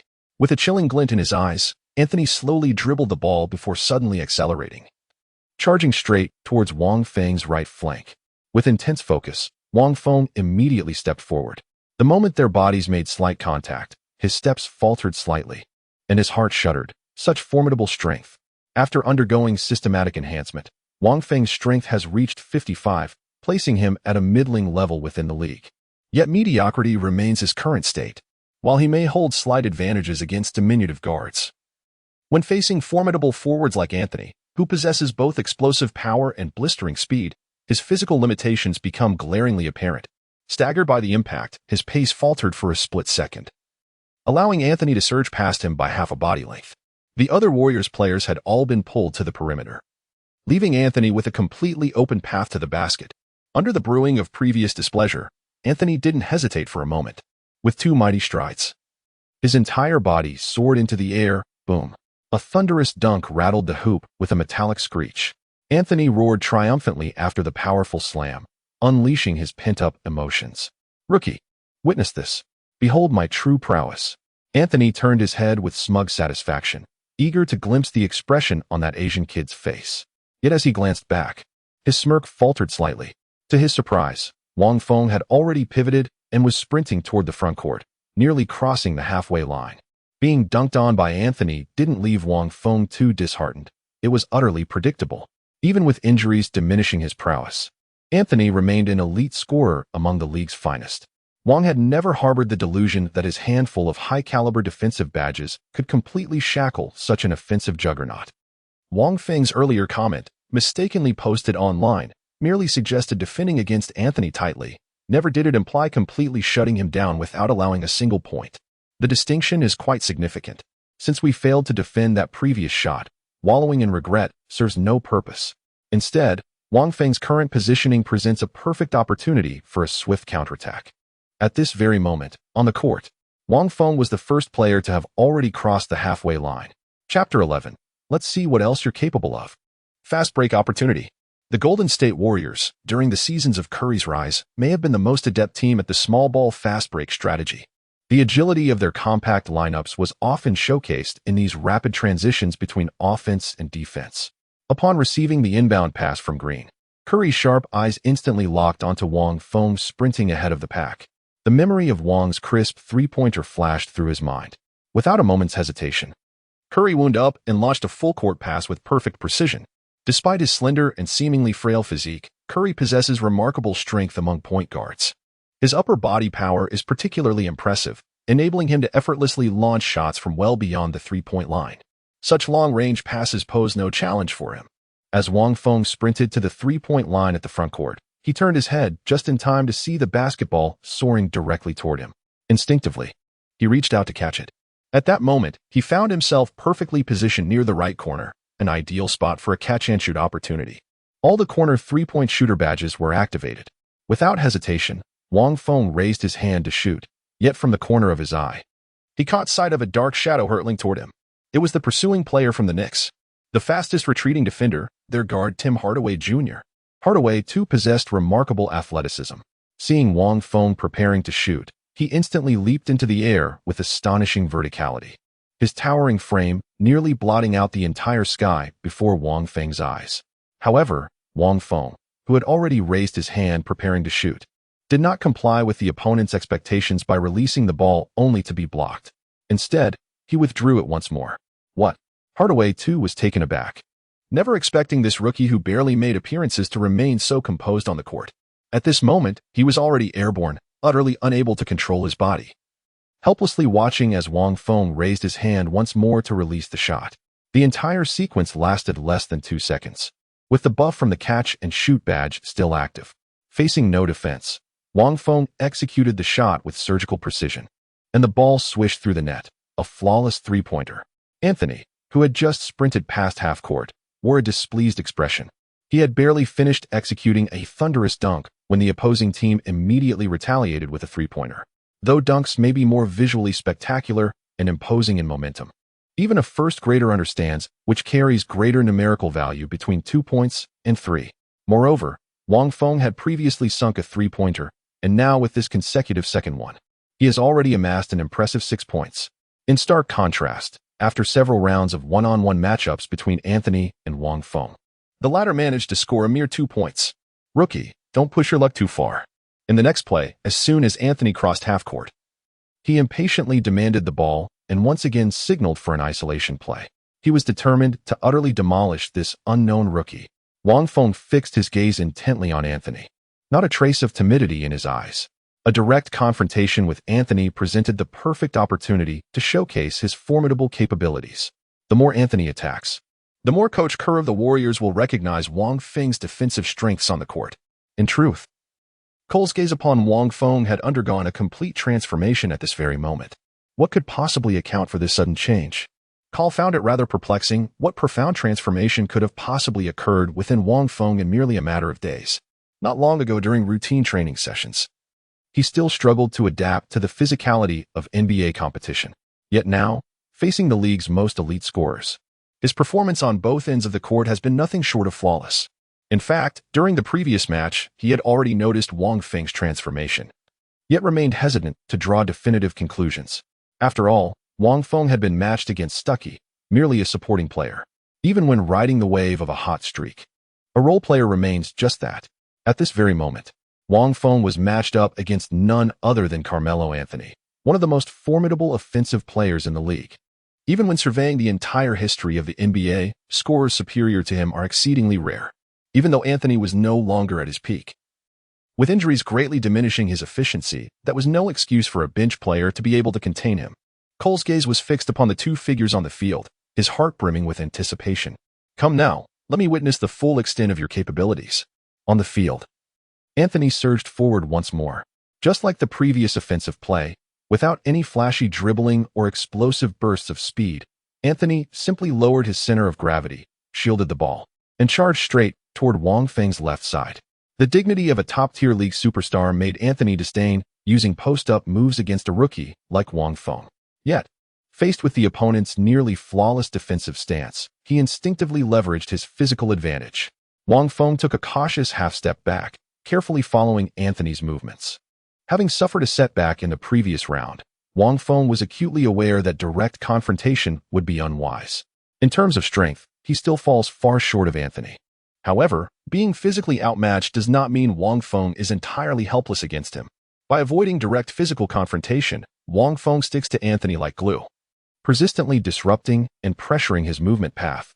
The golden badge, death coil, effect, defenders can execute swifter closeout maneuvers, proving more effective when engaging in physical confrontations or lateral containment against ball handlers.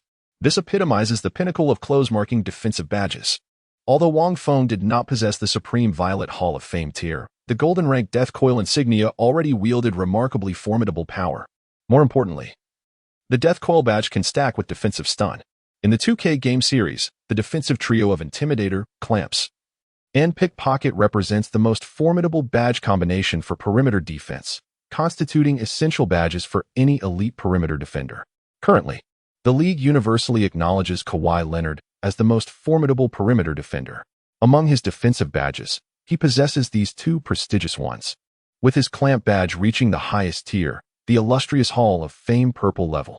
Wang Feng's Death Coil badge may be one tier lower than Leonard's, yet his defensive intimidation reaches the illustrious purple Hall of Fame caliber. The simultaneous activation of both badges yields an effect that is, in reality, scarcely inferior to that of Leonard's. At this very moment, Anthony, dribbling the ball with intent to break through, felt nothing but sheer frustration. Wang Feng clung to him like an unshakable shadow, so annoyingly persistent that for a brief moment, he couldn't even conjure up a decent strategy to shake him off. Even his breakthrough path was subtly forced by Wang Feng's pressure to veer towards the weaker side. Unacceptable. If this continues, I fear being forced beyond the shooting range. Anthony gritted his teeth, abruptly halted his steps, and executed a sudden pull-up jump shot from his stationary position. To his astonishment, Wang Feng appeared to have anticipated his thoughts. Without pausing his stride, he leapt upward in perfect synchronization, his palm materializing directly before Anthony's eyes like an impenetrable curtain, obliterating his field of vision entirely. Chapter 12. The opportunity arrives. Damn it. With his vision completely obstructed, Anthony couldn't discern the position of the basket at all. Relying solely on instinct, he launched the ball toward where he presumed the hoop would be. A hasty release without visual confirmation, compounded by the intimidating aura of the purple defensive intimidation badge, resulted in an egregiously errant shot, another airball, his second consecutive shot that failed to touch rim, net, or backboard. This was already the second airball Anthony had shot under Wang Feng's relentless defense. On the court, the players watched in astonishment as Wang Feng single-handedly defended against Anthony.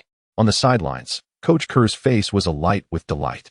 Who would have imagined Wang Feng's defensive prowess had reached such formidable heights? Anthony, now fully focused and determined, is capable of defending against anything. Admittedly, the current Anthony has lost his explosiveness due to injuries, relying solely on skill, experience, and touch to play the game. Yet even so, how many players in the league possess offensive capabilities superior to the present-day Anthony? Wang Feng demonstrated such remarkable defensive prowess against Anthony, proving he could hold his own against any elite scorer in the league with equal excellence. The Warriors have never lacked scorers. What they truly desire are players with exceptional defensive prowess rather than mere offensive firepower. The small ball strategy has constrained the team's interior defense and rebounding capabilities, making perimeter defense increasingly crucial. Beyond the team's cornerstone Curry, whether it's Thompson, Green, Iguodala, or Barnes, all possess exceptional defensive prowess. Now, they have gained another player, Wang Feng. In terms of defensive capabilities alone, Wang Feng surpasses Barnes considerably. Barnes' defensive prowess primarily stems from his inherent physical advantages, exceptional height, long arms, and outstanding athleticism with explosive power. While these attributes suffice against mediocre role players, they prove inadequate when facing the league's elite scorers. From this perspective, Wang Feng clearly demonstrates superior defensive skills, as evidenced by his effective containment of Anthony's offensive maneuvers. Even Cole's lips trembled slightly. Even now, looking across the entire Warriors team, Wang Feng is undoubtedly the strongest perimeter defender. Defense and offense are fundamentally different. On the offensive end, any player can experience a blazing hot streak, where every reckless shot miraculously finds its mark, transforming them into an invincible warrior. However, defense tells a different story. There are no illusions or pretenses here. A discerning eye can immediately gauge a player's defensive prowess with crystal clarity. In those few possessions where Wang Feng defended against Anthony, he demonstrated an exceptionally sophisticated understanding of one-on-one defense. Facing a versatile scorer like Anthony, whose offensive arsenal is as vast as it is unpredictable, Wang Feng's instincts were razor-sharp, his reads impeccable. Although it has only been 2 games, Kerr can already conclude that Wang Feng's defensive prowess may become a crucial component of the Warriors' defense. Could he be the missing piece on their path to the O'Brien Trophy? Kerr pondered for a moment before shaking his head slightly. Not enough, still not quite sufficient. While Wang Feng's defense surpasses Barnes, the latter possesses superior scoring abilities. This season, Barnes has been averaging an impressive 10.1 points per game, outperforming bench contributors like Iguodala and Livingston, establishing himself as one of the team's pivotal scoring assets. More importantly, Barnes could not only defend the perimeter and provide help defense with double teams, but also flexibly shift to the power forward position when the Warriors deployed their death lineup small ball unit, guarding opposing big men in the paint. While Wang Feng demonstrated solid perimeter defense, his physical frame and strength clearly indicated limitations in interior defense. Additionally, his scoring consistency paled in comparison to Barnes' reliable offensive production. Swish.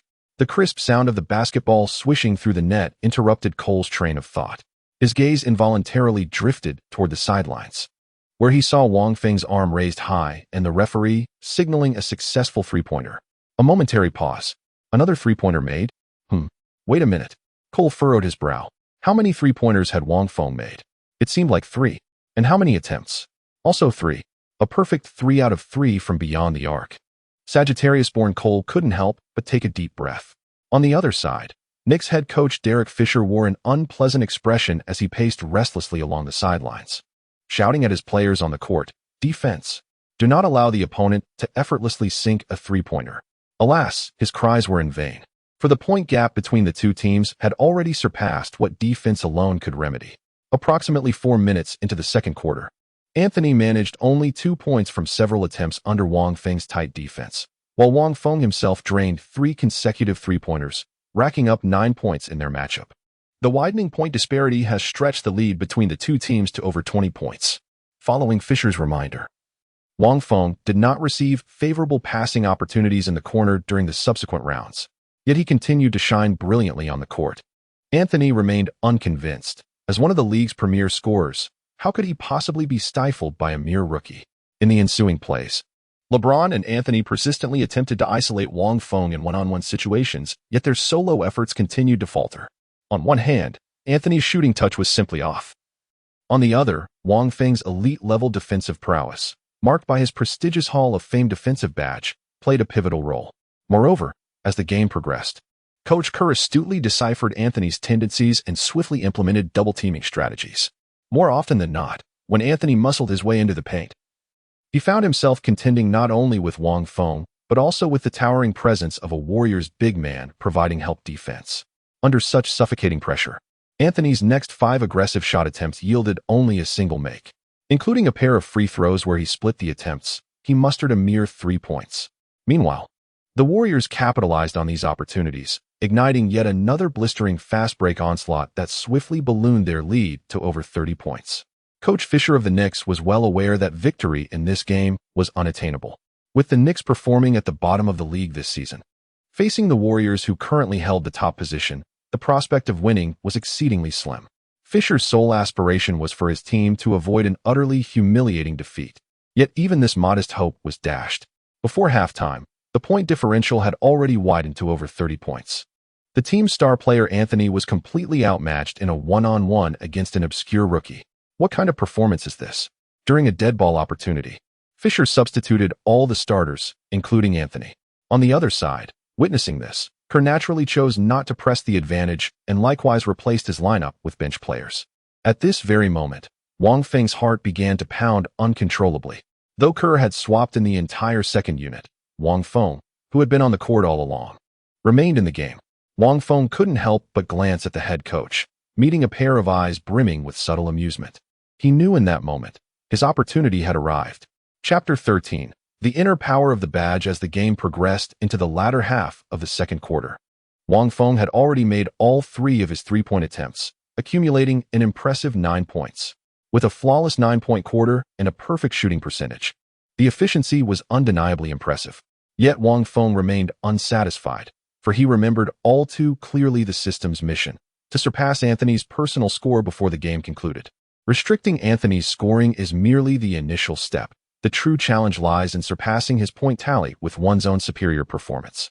Although Anthony's shooting was rather inconsistent during the first quarter, when Wang Feng had yet to take the court as the Knicks' primary offensive weapon, he managed to score quite a few points over Barnes. Even after being benched, his personal tally still stood at an impressive 16 points. A mere 16 points in the first half may seem modest for a prolific scorer like Carmelo Anthony, yet for Wang Feng, this marks an unprecedented milestone.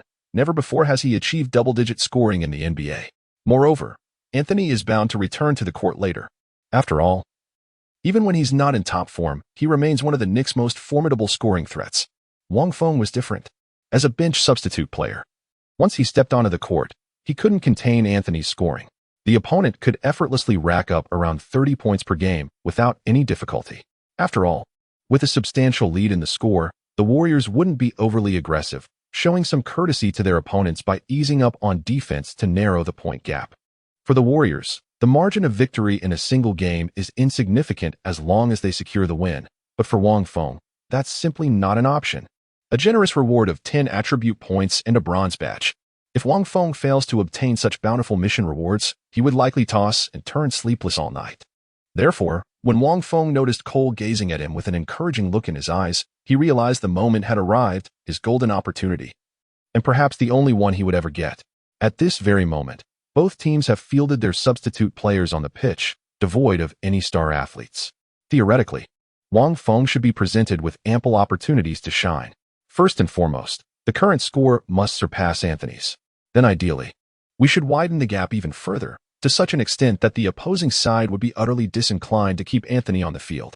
Wang Feng's eyes flickered with determination as he reached a conclusion in his mind. The game resumed with both teams fielding their bench players, who understood the unspoken reality. The match was effectively over, as evidenced by Knicks coach Fisher's surrender by substituting all starters.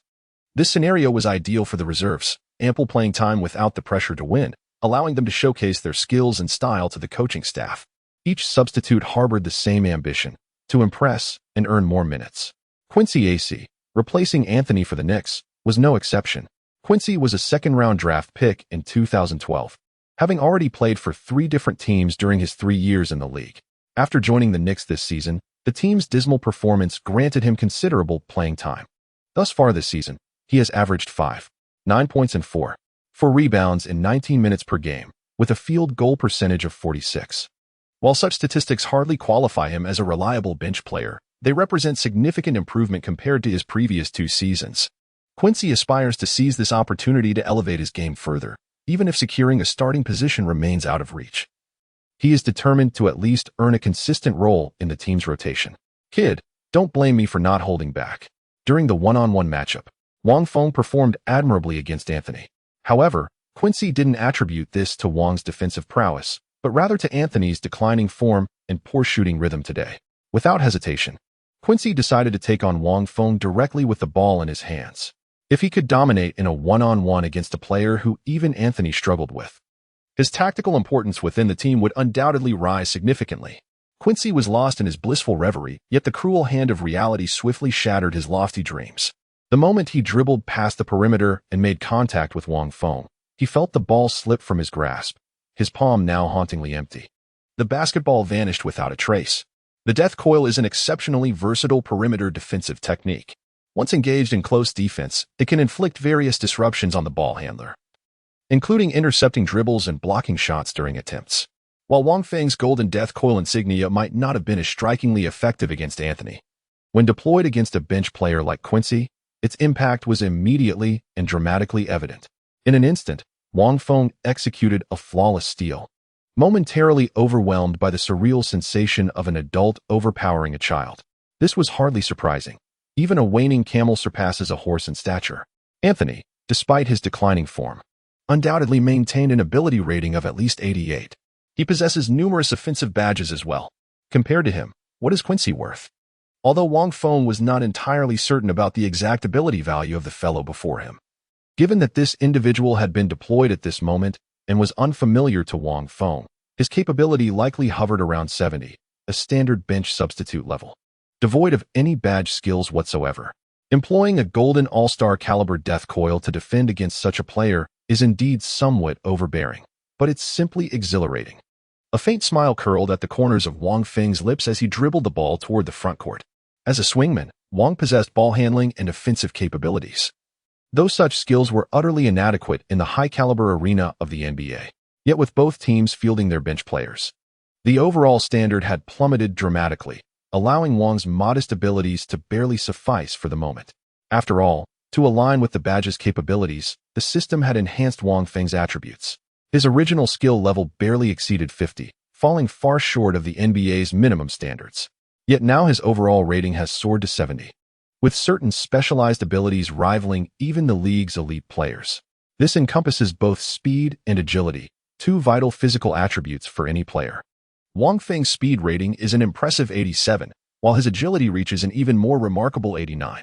This was also the primary reason he could react swiftly when facing Anthony previously.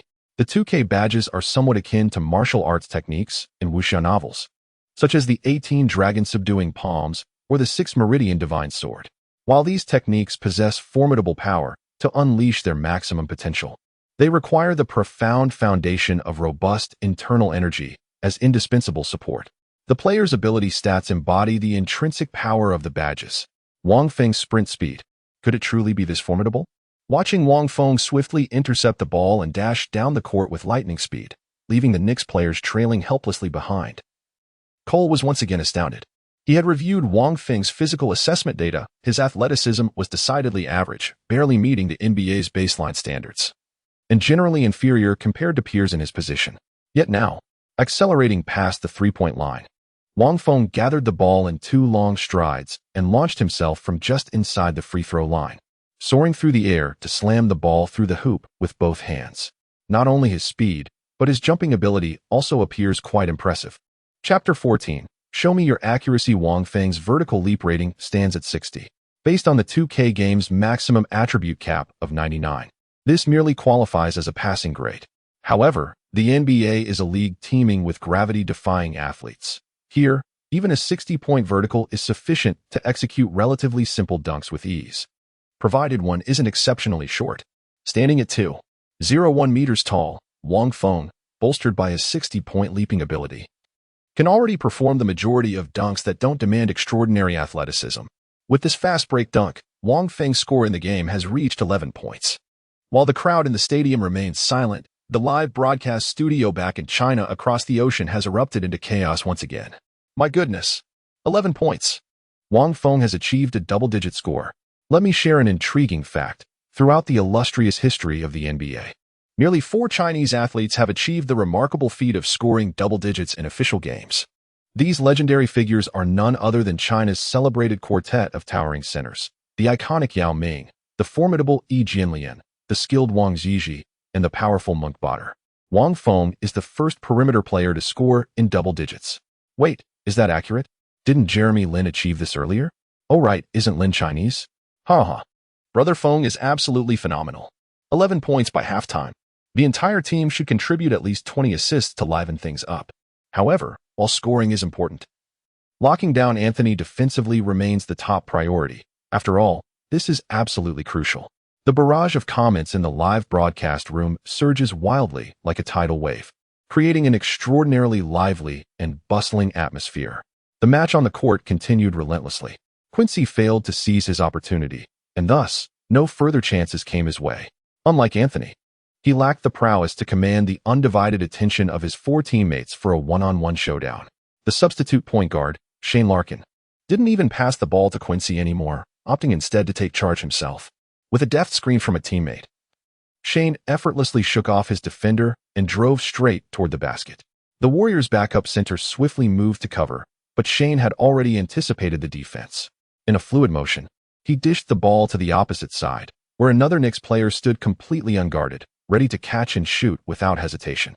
Yet at this very moment, a pair of enormous yellow hands materialized out of nowhere, intercepting the pass with effortless grace and claiming possession of the ball. Could it be him again? Sean stared at Wang Feng, who had suddenly appeared out of nowhere, his mouth involuntarily agape. This guy again. Everywhere he goes. The golden interceptor badge. Effect. Enhances the ability to intercept passes, significantly increasing the success rate of disrupting and stealing the opponent's passes. The interceptor badge is not a skill employed against the ball handler, but rather a steal executed by intercepting the passing lane. This is precisely the opportune moment for its utilization. Adorned with the golden all-star level badge, Wang Feng could disrupt or intercept any pass within a reasonable proximity.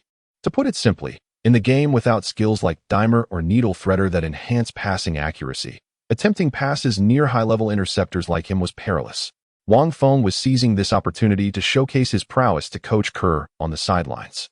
Exceptional one-on-one defense, impeccable help defense, and acute instinct for steals, coupled with a remarkably consistent long-range shooting ability. Cole stood with arms crossed, observing Wang Feng on the court, his eyes gleaming with growing admiration. What a gem, especially for a team like the Warriors, whose core strategy revolves around small ball tactics. How could they have failed to notice the multitude of brilliant qualities Wang Feng possessed all along? Fortunately, the management team did not give up easily. Otherwise, losing such an exceptional championship piece would have been truly regrettable. Compared to his dazzling defensive prowess, Wang Feng has relatively little to showcase on the offensive end. The system enhanced his abilities, but most of the improvements manifested in defense and physical attributes, with almost no changes on offense. In terms of badges, his only 2 offensive badges are a purple corner specialist and a silver catch shoot, neither of which allows for self-created offense. Excluding the occasional fast break opportunities from steals, Wang Feng mostly had to camp in the corner, waiting for a pass from his teammates. And wait he did, for a full 2 minutes. Finally, the Warriors' backup point guard, Barbosa, drove into the paint, drew a double team, and in a hurried glance, spotted Wang Feng standing in the corner. He whipped the ball over. Catching the pass, Wang Feng took a deep breath. The 2 badges in his mind lit up almost simultaneously. He rose for the shot, swish. Another 3-pointer. 4 for 4. His 14th personal point. Again, witnessing this scene, Cole fell into deep contemplation. In those few minutes, he had observed numerous defensive plays from Wang Feng, yet on the offensive end, apart from that fast break dunk moments ago, all he saw were 3-point attempts from the corner. Recalling the previous game, the 3 3-pointers Wang Feng made also seemed to originate from the corner.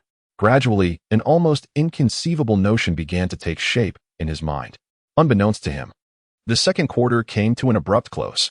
The scoreboard glared starkly between the 2 teams, Warriors 71, Knicks 39, a staggering 32-point lead in favor of Golden State. The players from both teams retreated to the locker rooms.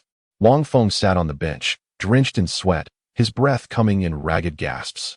Though only 1 quarter had elapsed, In his fervent desire to showcase his abilities, he had held nothing back, contesting every possession with relentless determination. On the defensive end, he undertook the gritty, thankless tasks, not only marking his assigned opponent but also leveraging the dual badges of interceptor and double-team maestro to provide relentless help defense. Covering for his teammates' lapses. The toll on his stamina was immense, and were it not for the system elevating his endurance to 81, he would have surely crumbled under the strain. Yet his efforts were not in vain. "Wang Feng, are you holding up?" Cole approached Wang Feng and initiated the conversation. As Cole spoke, the gazes of the players in the locker room swiftly turned towards them. In the eyes of Curry, Green, and others, there was a look of understanding. Wang Feng's performance in the second quarter had been evident to all. His display certainly warranted the head coach's admiration. However, not far away, Barnes' expression darkened considerably. He did not look at Wang Feng, keeping his head lowered with an expression of quiet reserve. "I'm perfectly fine, no issues whatsoever." Wang Feng was momentarily taken aback before quickly responding, "That's good to hear." Cole nodded slightly, a faint smile gracing his features. "You'll continue playing in the second half. Your specialty is three-point shooting from the corner, isn't it? I shall devise some elementary tactics for you. Let me observe the precision of your shooting." Chapter 15. How many three-pointers did he sink? Just how deadly was Wang Feng's corner three-point shooting? Only Wang Feng himself knows the answer to this question. With the boost from the purple corner three-point shooter badge, even though Wang Feng's original three-point attribute was merely 81, his three-point shooting percentage still reached an exceptionally impressive level. In the absence of defensive pressure, with both the corner specialist and catch-shoot badges activated simultaneously, Wang Feng possesses over a 90% probability of delivering the basketball flawlessly through the hoop, even with defenders swiftly retreating to guard, as long as the interference isn't too significant. The shooting accuracy won't be substantially affected. Since Cole had already stated it so clearly, Wang Feng naturally accepted with pleasure. The corner three-pointer had significant limitations. Once opponents noticed this tendency of Wang Feng, they would undoubtedly focus their defense on it. The opportunities to utilize this move and rack up points would be scarce, so he must seize every chance. The second half of the game commenced swiftly, with Wang Feng initially seated on the bench to recuperate some stamina before taking to the court. In his absence, the Warriors bench players performed at a level comparable to the Knicks, resulting in a steady back and forth that maintained a roughly 25-point differential. After approximately 3 minutes, Coach Kerr glanced at Wang Feng and gave a subtle nod, signaling his readiness to return.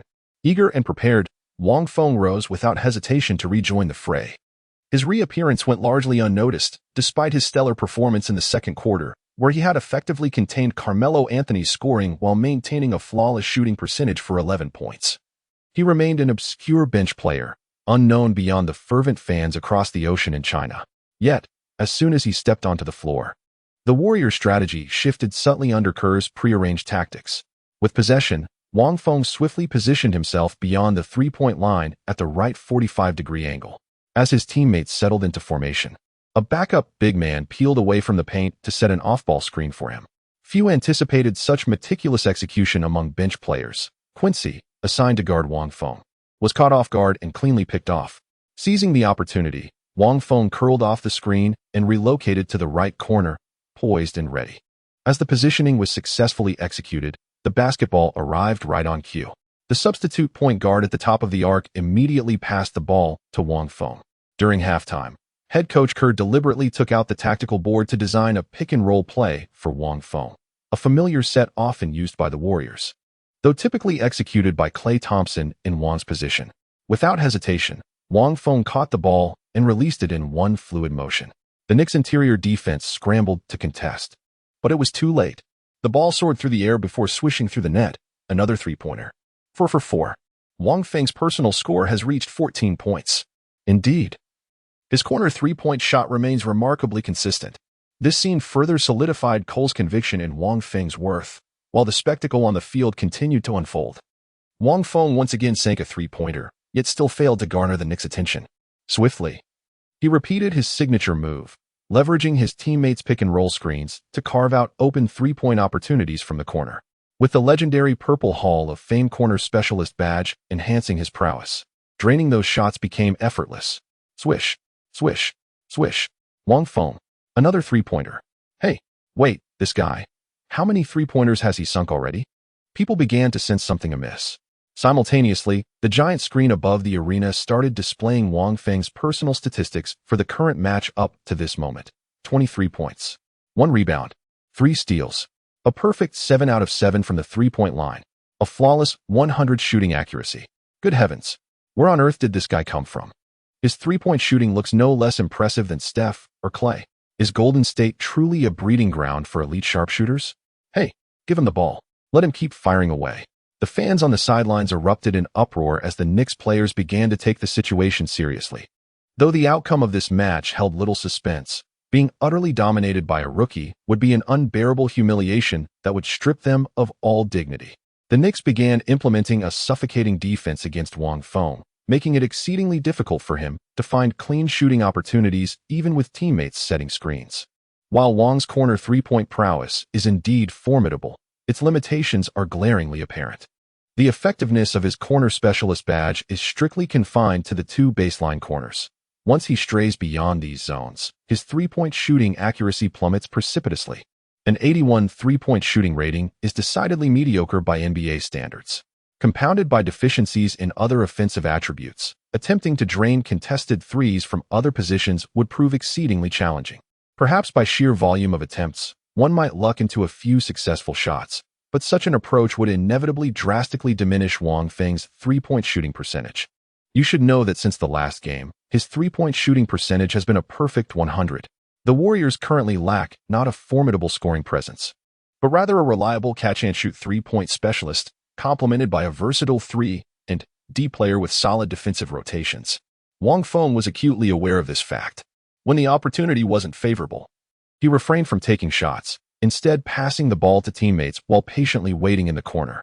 This display caught Coach Kerr's attention, earning him additional merit points.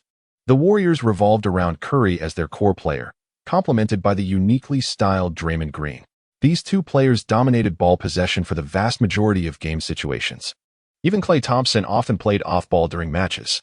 Precisely the type of 3 and D player Kerr desired, someone who didn't demand possession yet could reliably knock down open shots when receiving passes. As the third quarter drew to a close, Wang Feng was substituted out and did not return for the fourth period. Coach Cole had seen enough. Wang's performance that night had utterly captivated him. Moreover, the final quarter held little significance for either team. Wang's relentless barrage of efficient three-pointers during the third had widened the gap to nearly 40 points before anyone realized. On the Knicks side, Anthony had utterly lost any desire to continue humiliating himself on the court. Both teams finished the final quarter with their full bench rotations. Buzzer sound as the final whistle echoed through the arena. Anthony and his Knicks teammates rose from the bench with palpable urgency, hastening toward the locker room tunnel.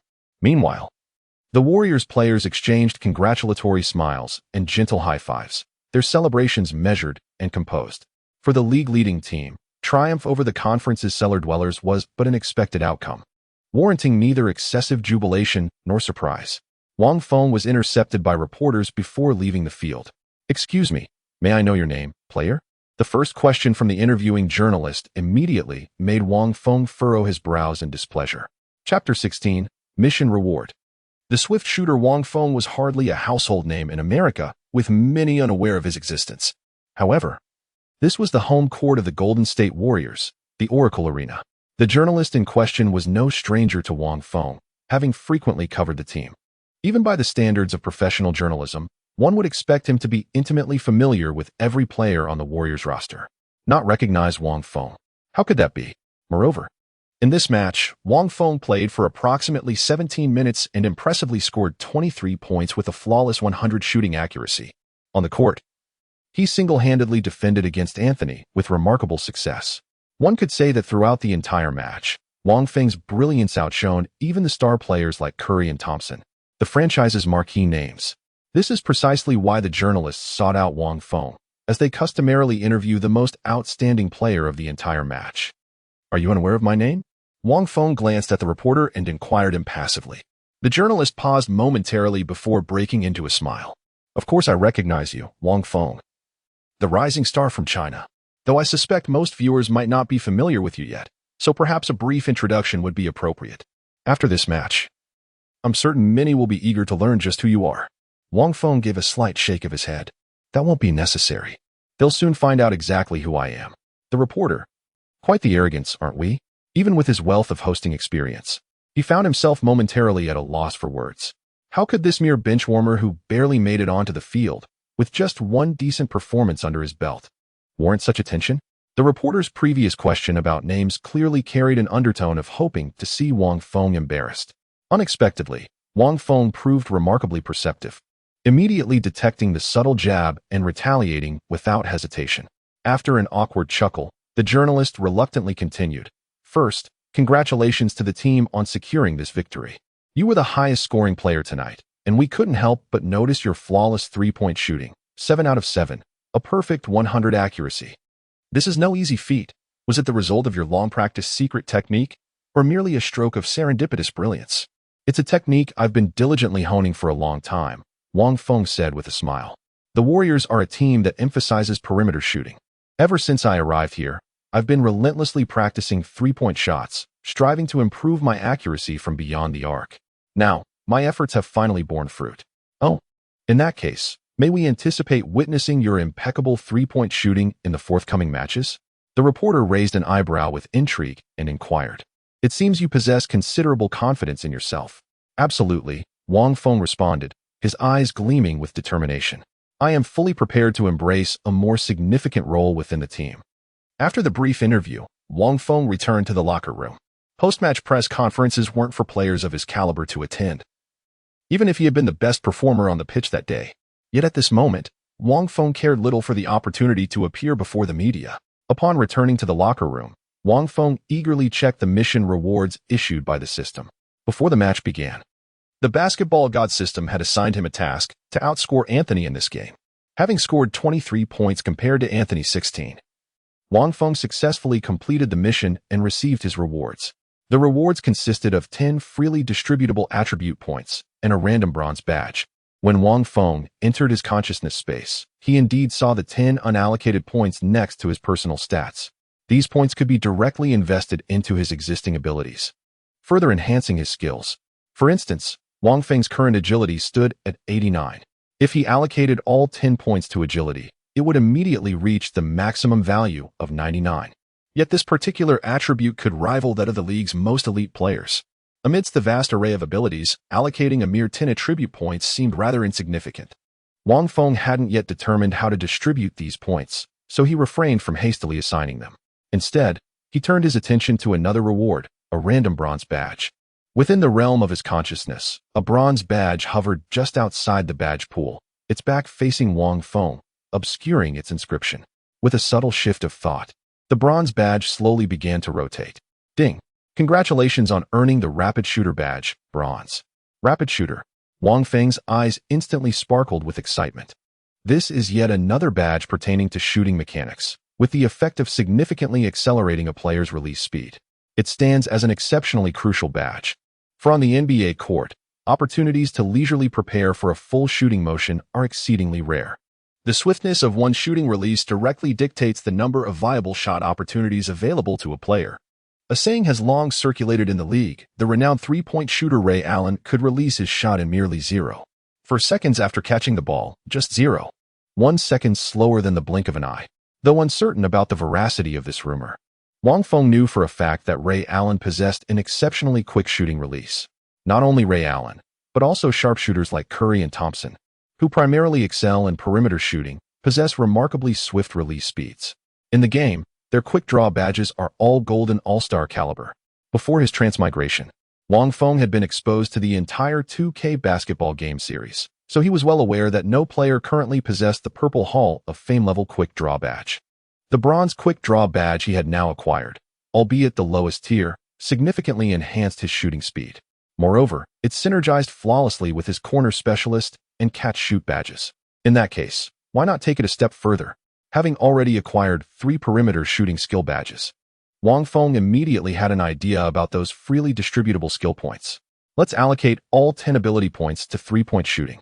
Wang Feng's current three-point shooting attribute stands at 81 points, merely average within the league.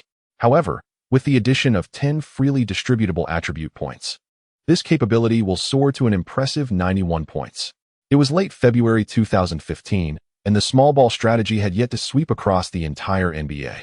Although with the accelerating pace of the game, An increasing number of teams began emphasizing the importance of perimeter shooting. Players with three-point shooting ratings exceeding 90 remained exceedingly rare. Within the Warriors roster, both Curry and Thompson boast three-point shooting percentages well above 90. However, excluding the Splash Brothers, across the entire league, players who can meet this standard are scarcely a handful. Wang Feng's three-point shooting ability has reached an impressive 91, signifying that his long-range prowess is no longer confined to the corner positions, even from other spots on the court, without any additional badge enhancements. With such an elite three-point rating of 91, he can consistently sink the vast majority of his shots. Chapter 17. Activating the badge channel at this thought. Wang Feng acted without hesitation, immediately allocating all 10 of his freely distributable attribute points to enhance his three-point shooting capability. Wang Feng wasn't entirely certain about the exact mechanics, but with a mere thought, those 10 attribute points were instantly allocated to his three-point shooting ability. Ding! The host's three-point shooting proficiency has surpassed the threshold of 90. The point allocation limit has been activated. When any attribute reaches 90, further enhancement through free distribution points will be prohibited. Only daily training and achievement challenges can facilitate further improvement. Detected that the host's three-point shooting ability has reached 90. The badge acquisition channel for this category has been unlocked. Please review the details carefully. The system's consecutive notifications left Wang Feng momentarily stunned before he processed the information. Three-point shooting ability. 90 points. One free distribution point has been refunded. Staring at the remaining free point, Wang Feng fell into contemplation. It seemed that simply stacking attributes to their peak through point allocation, as in a game, was no longer feasible. He wondered how effective daily training and achievement challenges would be in boosting his abilities. However, what intrigued Wang Feng more was the badge acquisition mode unlocked by the system after his three-point shooting reached 90. With a slight shift in focus, his consciousness transformed, transporting him to the badge wall. There, he could see his original 6 badges, along with the newly acquired bronze quick draw badge, neatly arranged in rows. 3 of them, corner specialist, catch shoot, and quick draw, were grouped together, while the defensive badges occupied a separate column. This categorization mirrored the system in the game, where badges were typically divided into 4 major types: finishing, shooting, playmaking, and defensive. Currently, Wang Feng's badges belong to the shooting and defensive categories. Yet, with his three-point shooting now at 90, the shooting badge section had undergone a new transformation. Beneath the 3 gleaming badges, several empty badge slots had appeared, though no badges occupied them yet. Their names were clearly displayed below. Spot-up shooter. Gain a shooting accuracy boost when taking a shot after remaining stationary for at least 5 seconds. Deep range deadeye. Extends the player's effective shooting range. Pick popper. Grants a mid to long range shooting boost for a few seconds after setting a screen. Deadeye. Reduces the negative impact of defensive closeouts on jump shots, including mid-range and three-point attempts. 4 new badge slots had emerged in total. When Wang Feng focused on any one of them, the method to unlock it automatically surfaced in his mind. For instance, to activate spot-up shooter, he needed to make 50 spot-up shots in official NBA games. Does this mean I can actively grind for badges by completing in-game achievements from now on? Wang Feng was exhilarated by the revelation. Although completing system-assigned missions may randomly yield badge rewards, actively grinding for badges, much like in 2K games, proves significantly more efficient. Wait a moment. If badges that haven't been obtained can be acquired through grinding, then can already obtained badges be upgraded? At this thought, Wang Feng immediately turned his gaze back to his 2 relatively low-level badges, the silver catch shoot and the bronze quick draw as expected. The conditions for upgrading the 2 badges automatically surfaced in his mind. Catch shoot. Silver, gold, all-star level, requirement. Score 500 points in the playoffs through catch-and-shoot attempts. Quick draw, bronze, silver, professional level, requirement. Complete 30,000 shooting attempts during daily training. Perfect. The badges can indeed be upgraded. Yet amidst the delight, he also discovered that the difficulty of upgrading the badge was directly proportional to its level. To elevate the rapid shooter badge to silver, one merely needed to complete 30,000 shooting attempts routinely. Though this number seemed substantial, by maintaining a regimen of 500 shots per day, the goal could be achieved within 2 months. Should one intensify the training volume slightly, the timeline for completion might even be expedited further. The conditions for upgrading the catch and shoot badge to gold are significantly more stringent. You must score 500 points through catch and shoot plays during the playoffs. To fulfill this upgrade requirement, one must first comprehend the formidable challenge of accumulating 500 points during the playoffs. Assuming each playoff series extends to the full 7-game limit, a total of 28 matches would be contested. To reach the 500-point milestone within a single postseason, a player would need to maintain an astonishing average of 18 points per game across all these encounters. The question is, which team can battle through a series of Game 7s to reach the finals? Even if such a player exists, who could possibly average 18 points per game relying solely on catch-and-shoot as their singular offensive weapon? Such upgrade conditions are impossible to fulfill through just one playoff run. Even 2 or 3 would present an immense challenge. Indeed, Golden All-Star caliber badges are not so easily obtained. Though golden badges are not the pinnacle, players who possess them in the league are still relatively few. As for the most elite Purple Hall of Fame tier badges, Wang Feng deliberately examined his few golden badges, yet unlike the others, their upgrade conditions did not automatically surface. Are purple badges unobtainable through this method? A flicker of disappointment crossed Wang Feng's mind, but he soon dismissed it. Even in the 2K games, superstars like LeBron and Durant possess only a handful of purple badges. How could they possibly be farmed so effortlessly? Wang Feng possesses both the defensive intimidation and corner three-point shooter purple badges, a stroke of fortune so delightful it could make one smile even in their dreams. After all, even Kawhi Leonard, the most elite player in the league, possesses merely a single purple badge. Forget these unnecessary thoughts for now. The priority is to acquire all obtainable badges through training, maximizing my potential to the fullest. Strive to surpass Barnes as soon as possible and secure that coveted starting position with the Warriors. Wang Feng made a resolute and impassioned decision. Meanwhile, across the vast ocean in the live broadcast studio, though the match had concluded, the heated discussion showed no signs of abating. Wang Feng astonishingly scored 23 points with a perfect shooting percentage. Could this be a record-breaking performance? Magnificent. With such an outstanding performance, Brother Feng's position in the Warriors seems quite secure now. I had been deeply concerned that he might be cut by the Warriors and left without a team. As he remains the sole representative of Chinese basketball in the NBA, I sincerely hope Wang Feng can achieve greater success and establish himself firmly in the NBA. Enough with the exaggerated praise. Rather than that, I'm much more eager to witness that brave soul from a certain forum fulfill his promise. Is there a kind soul who could share a portal? I wish to witness the live spectacle of excrement consumption. Chapter 18. Trending online within merely an hour after the competition concluded, a flood of users surged into a certain online forum. Instantaneously, countless threads filled with spectators eagerly awaiting live broadcasts cascaded down the screen like a roaring waterfall. Wang Feng delivered an outstanding performance in the NBA game. Coupled with that highly entertaining and dramatic post full of unexpected twists, which propelled the incident's popularity far beyond anyone's anticipation. Wang Feng boldly declared his intention to completely shut down Anthony. Wang Feng dominated the one-on-one against Anthony, scoring an impressive 23 points. Wang Feng made a bet with a forum poster to livestream eating feces if he lost. These keywords even trended on social media, drawing hordes of spectators, both informed and uninformed, into the fray. Of course, on certain forums, the original poster who boldly claimed they'd eat shit live if Wang Feng could actually defend against Anthony had already vanished without a trace.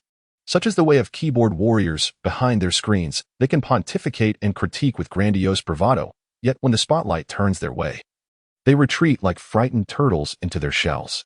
Wang Feng himself paid little attention to the matter, as it was merely an accidental misunderstanding. He had intended to fire back with a few sharp words online and be done with it, never expecting that his verified status on the forum would expose his identity. Now, as a minor public figure, he found himself under relentless scrutiny, his every word and action magnified under society's unforgiving lens. One such mishap was enough. He had no desire to invite further complications. Yet what Wang Feng didn't anticipate was that this very incident would unexpectedly catapult him into sudden, blazing fame across the nation.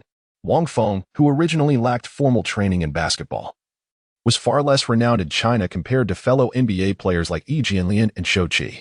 On the court, he remained largely unnoticed, a substitute player perpetually on the brink of being cut.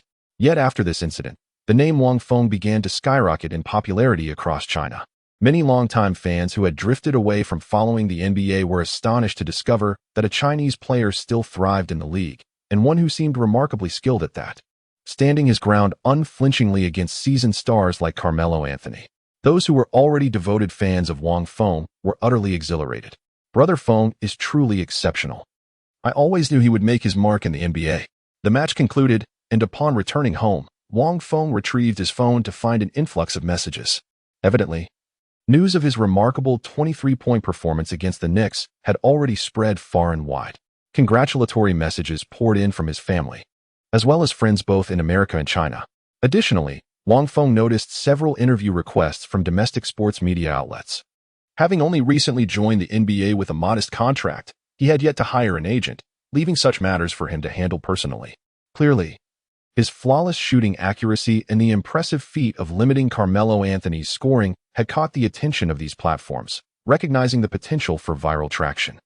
Unlike those groomed through traditional pathways, Wang Feng had no prior experience in China's professional leagues, and his NBA journey had thus far been unremarkable. As a result, his presence had remained relatively understated until now. If one could seize this opportunity to further elevate their own prominence, thereby attracting investments from potential advertisers, it would undoubtedly be an advantageous endeavor without any drawbacks. However, Wang Feng hesitated momentarily, refraining from responding to these sports portal websites. Now was not the time to engage in such trivial distractions. Wang Feng understood all too clearly that this was a crucial moment for him to vie for the starting position in the team. Every single opportunity must be firmly grasped. Harris Barnes is no mere insignificant extra, though Wang Feng may not hold the man in high regard. He must grudgingly acknowledge that a player capable of securing a max contract in the league is certainly no pushover. While Wang currently rides the momentum of high-level badges rewarded by the system's beginner package, delivering impressive performances in consecutive games, one must consider Barnes has already completed 3 full seasons with the Warriors by this point in the campaign. The opponent is well-versed in the Warriors' tactical system and playing style, intimately familiar with key players like Curry, Thompson, and Green, having long since earned the head coach's complete trust. Wang Feng understood clearly that even though Kerr currently held him in high regard, it would never be enough to replace Barnes as the starting player for the Warriors, unless he could perform even better. 2 days after the game against the Knicks, the Warriors will embark on an away journey to face what could currently be considered the strongest opponent in the league, the Cleveland Cavaliers. In the 2014-2015 season, LeBron James made his triumphant return to Cleveland, forming a formidable new Big Three alliance alongside Kyrie Irving and Kevin Love, once again launching an assault on the championship title. If all goes according to historical precedent, the Cavaliers will dominate the Eastern Conference and ultimately face the Warriors in the finals. This championship series will unfold as a tragic solo act starring LeBron James, with key players like Kevin Love and Kyrie Irving sidelined. The Cavaliers will present a heartbreaking spectacle of resilience, fielding only 7 healthy players for rotation throughout entire games, a desperate last stand of Warriors.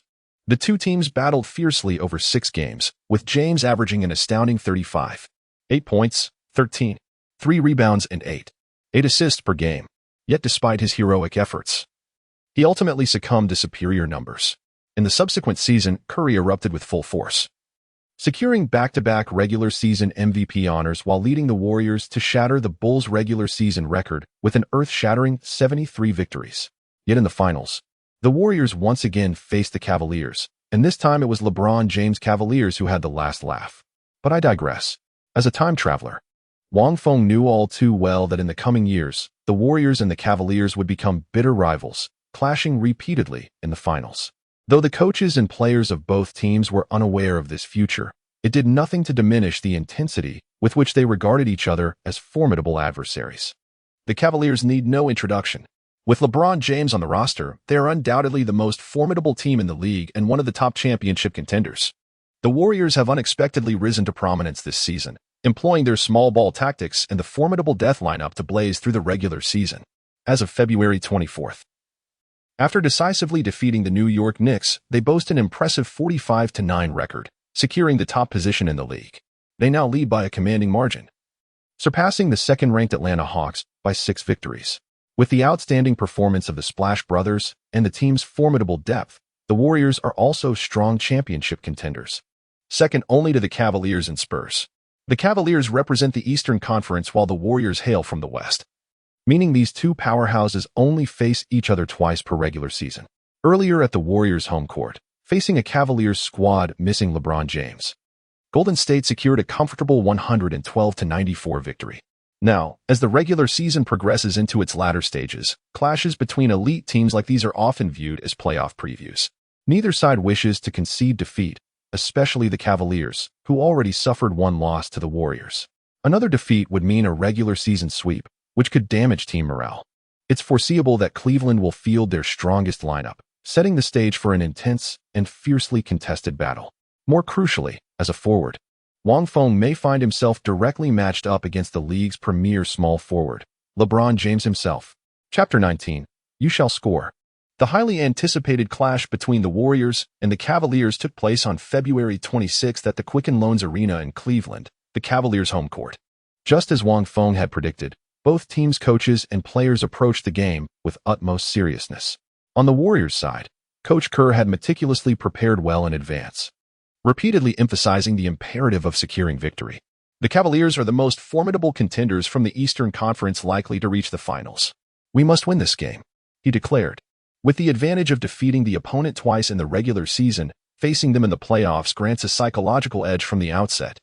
Head coach Kerr placed immense emphasis on this match, and the entire team was brimming with determination to secure victory. However, as the game commenced, events unfolded contrary to expectations. The Splash Brothers, Curry and Thompson, who serve as the Warriors' most formidable offensive weapons, found themselves mired in an uncharacteristic shooting slump from the outset, repeatedly missing their attempts. Meanwhile, on the opposing side, LeBron James exhibited formidable dominance, amassing 13 points in the first quarter alone and adding another 11 in the second, culminating in an impressive halftime stat line of 24 points, 3 rebounds, and 4 assists. Whether it was Barnes, Green, or Iguodala coming off the bench, none could effectively contain James' dominance on the court. As the tide turned, the halftime score stood at 61-48, with the Warriors trailing by 13 points on the road. While the deficit wasn't insurmountable, the team's struggles on both offense and defense left Coach Kerr deeply unsettled. He found himself at a loss for solutions to rectify their predicament. Curry and Thompson's shooting touch can only be regained gradually, while James, in the entire league, is there any player capable of effectively defending against James? In the locker room, Cole's gaze involuntarily swept across the players, lingering momentarily on Wang Feng before he sighed and shook his head. The past 2 games had left an indelible impression of Wang Feng's stellar performance, particularly his exceptional one-on-one defense, which even surpassed that of Green and Iguodala. Yet, entrusting him with guarding James still filled Cole with little confidence. James was no Anthony. Though both emerged from the same draft class and their offensive prowess at their peaks was comparable, their playing styles diverged drastically. Anthony, despite his formidable strength, preferred relying on finesse and shooting, earning him the moniker offensive kaleidoscope. James, however, was an entirely different beast.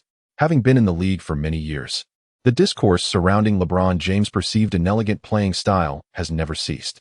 His most proficient and efficient scoring method is leveraging his overwhelming, almost tyrannical strength to bulldoze his way to the rim for high-percentage shots. Against James, the vast majority of perimeter defensive tactics prove utterly futile.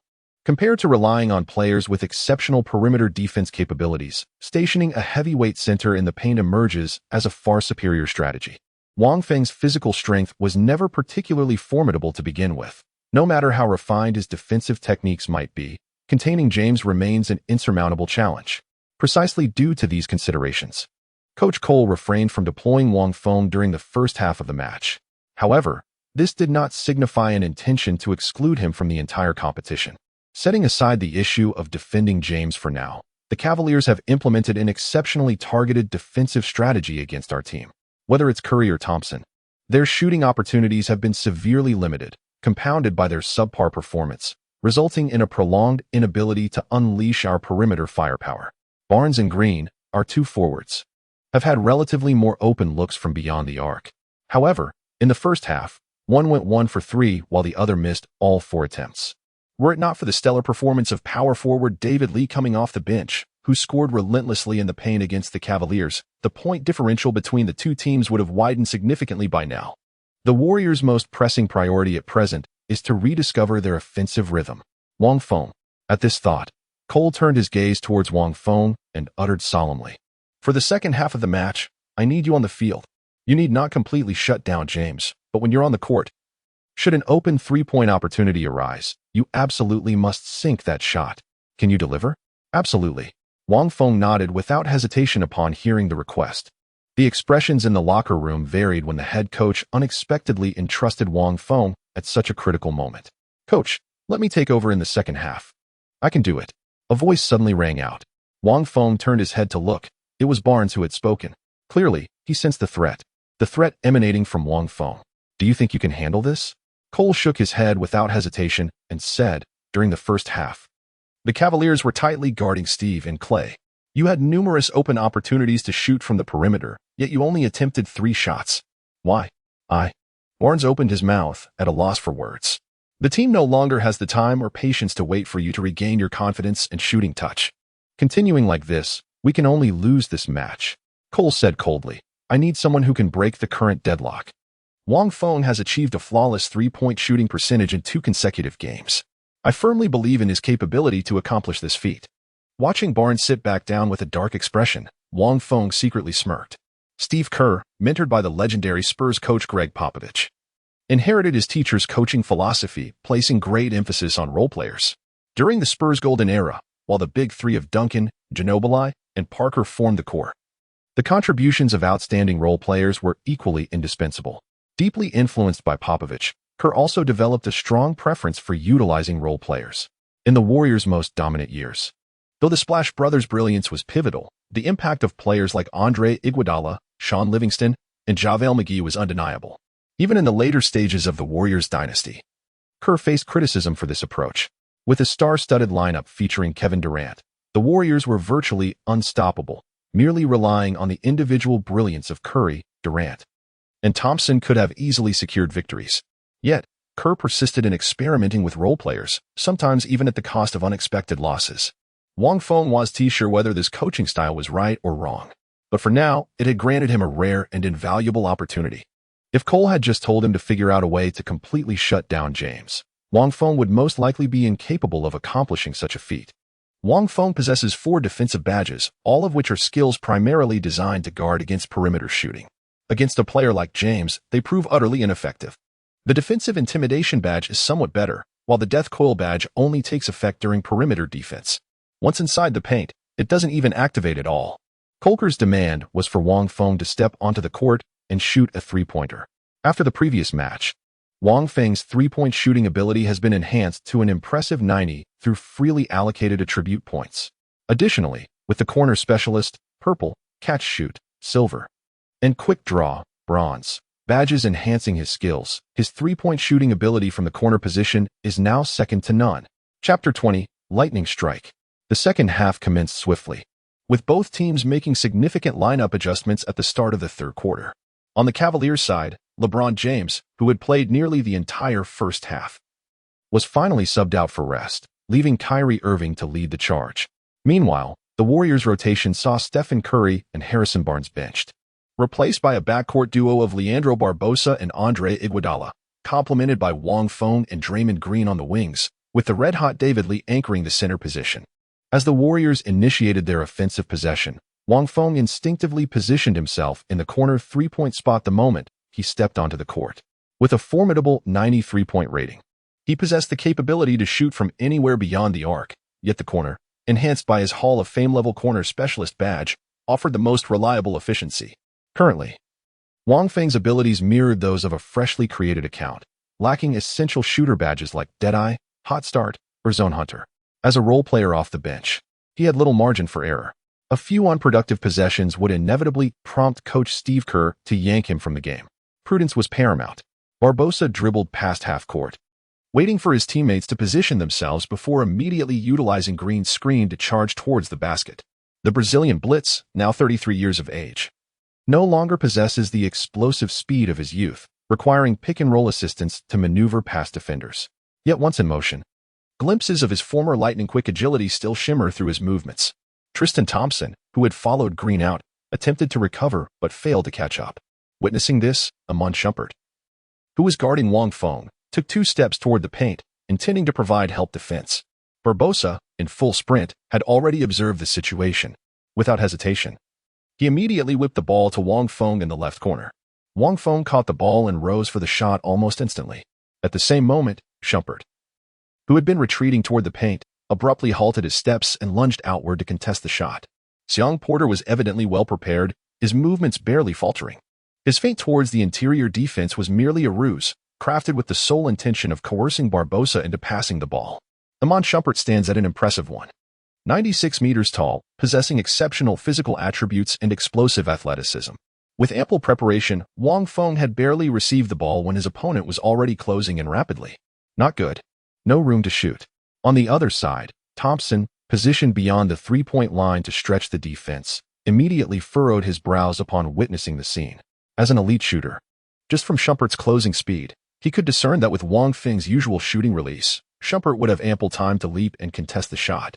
Meanwhile, Green, having executed the pick and roll, was already maneuvering towards Wang Feng's direction, poised to receive the pass and reorganize the offensive play. At that very moment, Shumpert, in his rapid defensive pursuit, suddenly froze with widened eyes.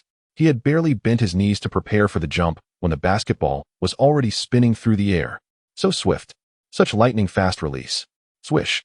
The basketball traced a flawless parabolic arc through the air before swishing through the net with perfect precision. A flawless three-pointer. The quick draw badge accelerates the player's shooting release speed, though merely a bronze insignia within the realm of 2K games. The possession of a badge versus its absence constitutes an entirely distinct and profound dichotomy. However, badges like quick shooter, even at the lowest bronze tier, are remarkably rare among active NBA players today. Chapter 21, Three-Pointer Streak. Wang Feng's sudden display of skill barely registered with the Cavaliers players. However, on the Warriors bench, Curry and even Coach Kerr wore expressions of stunned disbelief. As elite shooters themselves, they were masters in the art of shooting. A true expert recognizes brilliance at a glance. Wang Feng's shooting accuracy in the first two games was impeccable, though his release speed could hardly be described as swift. He could only take his shots with composure when facing completely uncontested opportunities. Yet that last shot was entirely different. The release was astonishingly rapid. Is Wang Feng's shooting speed truly this rapid? Cole was utterly astonished. Although Wang Feng's shooting speed still lagged slightly behind Curry and Thompson, his ability to seize that split-second opportunity, despite it not being ideal, and release the shot ahead of them was remarkable. In fact, Wang Feng's three-point shooting speed could easily rank among the elite in the entire league today. Why did he not reveal such a skill earlier? Of course, Kerr had no idea that Wang Feng's quick draw badge was a reward from the system after the previous game. With only a day between the two matches and the exhausting cross-country travel between conferences, Kerr hadn't scheduled any intense training sessions. Even Wang Feng himself had merely tested the badge's effects briefly during warm-up shooting drills. Wang Feng's face broke into a faint smile as the three-pointer swished through the net. The badge worked wonders, even if it was merely a bronze one. On the Cavaliers' side, they paid little heed to this offensive play. As possession shifted, Kyrie Irving stood poised with the ball at the top of the key. With LeBron off the court, the mantle of ball handling naturally fell upon Irving as the team's point guard. Among all floor generals in the league, Kyrie Irving ranked among the elite, a maestro of offensive creation with lethal perimeter shooting and devastating penetration skills. When Barbosa charged into the paint, he desperately needed Green's screen to shake off Irving. Yet the youthful and vigorous Irving required no assistance whatsoever when facing Barbosa. With a mesmerizing series of dribble fakes, he effortlessly destabilized Barbosa's defensive stance through masterful footwork and abrupt changes of pace, then drove straight toward the basket unimpeded. With a swift glance from the corner of his eye, Irving spotted a figure charging toward him as he drove toward the basket. Moving too fast to identify the opponent clearly, he recognized only the Golden Warriors jersey, undoubtedly a defender rushing to assist. Unfazed, Irving subtly decelerated his sprint, allowing the approaching shadow to close the distance before abruptly accelerating again. Pressing against the defender's body, he pivoted gracefully mid-stride, elevating into a smooth fadeaway jumper. The entire sequence of movements flowed seamlessly, with a posture as graceful as a painting, strikingly reminiscent of Kobe Bryant. Yet, at the very moment the shot was released, a sudden pang of unease struck Irving's heart. Oh no, this shot is going to miss. The fadeaway jump shot with a pivot turn is an immensely challenging move, one that demands exceptional rhythm and timing. The instant Irving released the ball, he sensed the rhythm was off. It was an exceedingly peculiar sensation, as though one were entirely out of sorts. Yet just moments ago when I turned around, it felt perfectly fine. Why did the rhythm falter precisely at the instant of releasing the shot? At this moment, Irving finally had the opportunity to observe the Warriors player who had rotated over to help on defense. Before his eyes stood an Asian player with golden-toned skin. Could this be the very same athlete who had just sunk that remarkable three-pointer?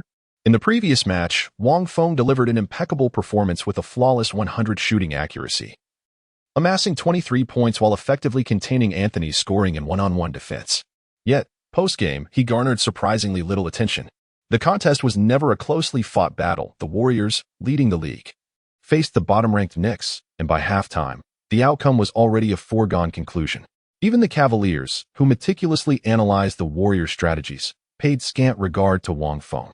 Their head coach speculated that Wang might not even make the roster for such high-stakes clashes.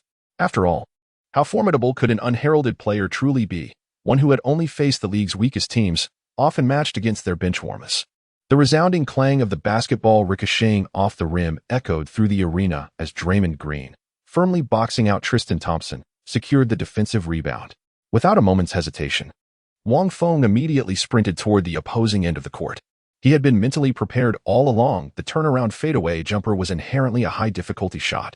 Even Kobe Bryant, who famously favored this move, didn't boast an exceptionally high success rate with it.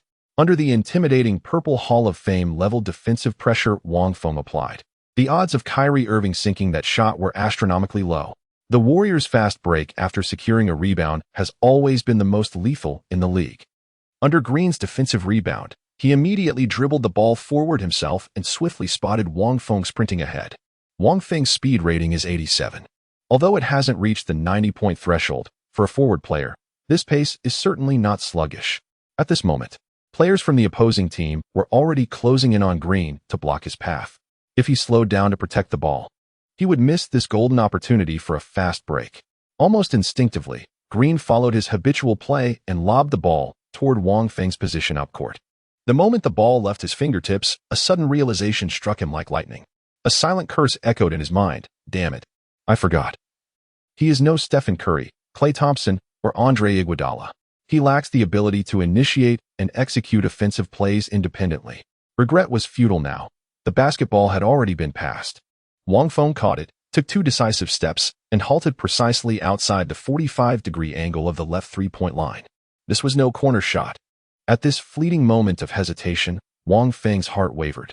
Without positioning himself at the baseline corner, his three-point specialist badge would remain dormant. This implies his three-point shooting accuracy will significantly deteriorate. Yet the current opportunity is exceedingly rare. The Warriors' transition offense was lightning fast, catching the Cavaliers somewhat off guard. Wang Feng found himself matched up against Shumpert once more. Unfamiliar with Wang's capabilities, the rapidly retreating Shumpert instinctively kept giving ground, attempting to prevent the already full-speed Wang from driving straight to the basket. Realizing Wang Feng had halted beyond the three-point line, he suddenly grasped the impending danger. He immediately planted his feet and attempted to close the defensive gap. However, due to his rapid backward momentum, the distance between them now exceeded 2 meters. This opening was far wider than the previous one. No matter what, such a rare opportunity would be a waste to let slip by. With gritted teeth, Wang Feng immediately leaped into action.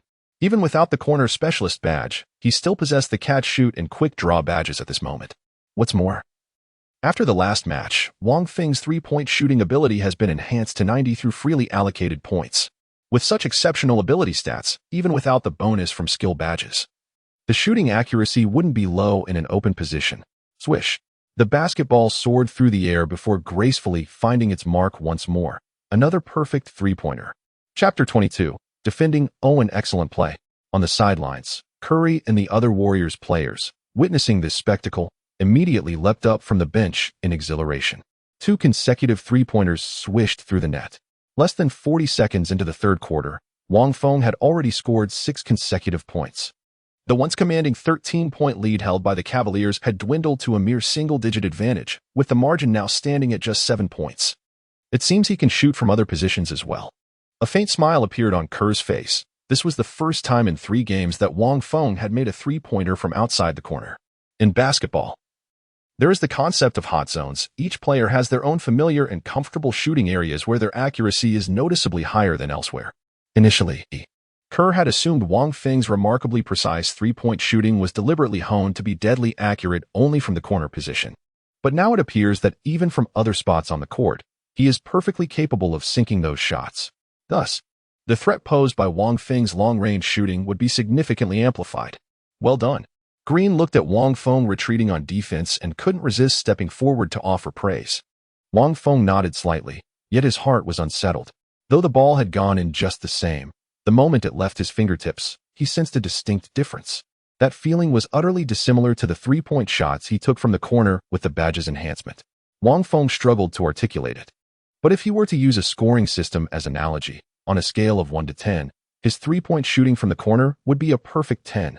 Yet that three-pointer just now, Wang Feng could only score a mere 6 out of 10, even with the same perfect swish.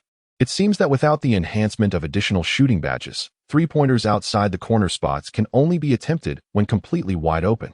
Wang Feng silently contemplated. This is to be expected. Elite shooters like Curry possess at least 15 shooting badges, the majority of which are Golden All-Star caliber. Not to mention the occasional Purple Hall of Fame tier. In comparison, Wang Feng's badges still appear rather meager. Maintain a steady rhythm. Most of the opponents are substitute players. Let's strive to convert this offensive opportunity. On the sidelines of the court, David Blatt, the European head coach of the Cavaliers, shouted to Irving as he dribbled past half-court. Irving slowly advanced the ball to the front court, his brow involuntarily furrowing. Before him now stood not the veteran Barbosa, but Wang Feng. Just moments ago, Wang Feng proactively requested to switch defensive assignments with Barbosa. His new matchup against Shumpert was evidently far more manageable than guarding Irving. Barbosa understood that Wang Feng's initiative stemmed from a desire to further showcase his capabilities in front of the coach, so he readily agreed. After all, he had been struggling to contain Irving, constantly getting exploited in isolation plays. Having someone willingly take on the challenge of defending Irving was an absolute relief. Yet, Irving felt slightly irked. This guy, could it be that because I missed that last shot due to a cold streak, he mistakenly believes his help defense made the difference? Narrowing his eyes slightly, Owen fixed his gaze upon Wang Feng, his expression gradually turning icy. Let me enlighten you about the vastness of heaven and earth. Though Irving's age isn't particularly advanced, having entered the draft in 2011, he has already accumulated 4 solid years of battle experience in the league.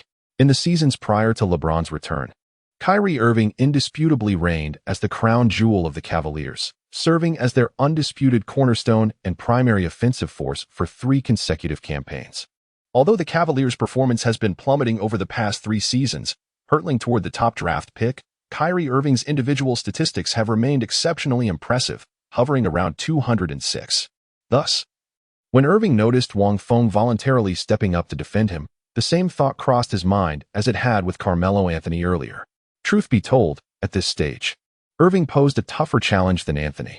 With significantly quicker speed, a silkier shooting touch, and excellence both in driving to the rim and shooting beyond the arc, Irving was a formidable offensive force. However, his 188-meter height and 88-kilogram frame inevitably limited his physicality in matchups. And the type of player Wang Feng feared least? Precisely someone like Kyrie Irving. The presence of 2 formidable defensive badges, Intimidator and Rim Protector, ensured Wang Feng remained unfazed by technically skilled players. However, he found himself utterly powerless against those with sheer physical dominance. Facing someone like LeBron James, Wang Feng stood no chance. A mere nudge during a drive was enough to send him reeling, completely overwhelmed by the opponent's brute strength. Anthony himself belongs to this category, a rare breed of versatile player who combines technical finesse with formidable physical prowess, earning him the moniker offensive kaleidoscope. However, the current Anthony is plagued by injuries, his physique having declined somewhat from its peak.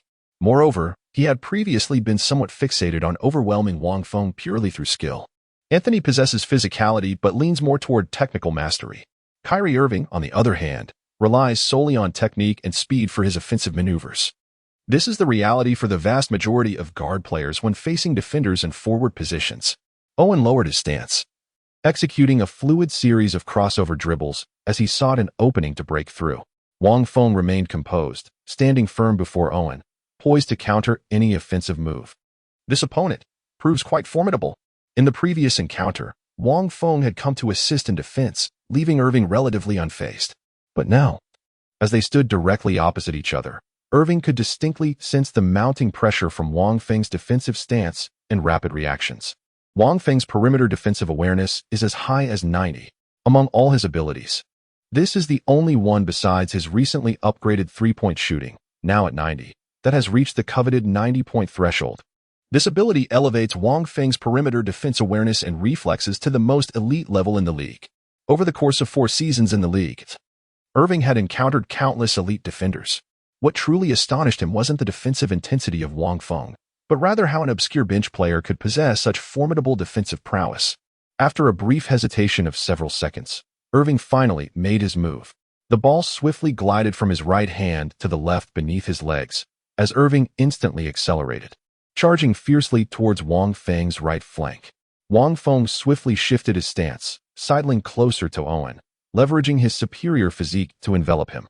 Simultaneously, the death coil insignia took immediate effect.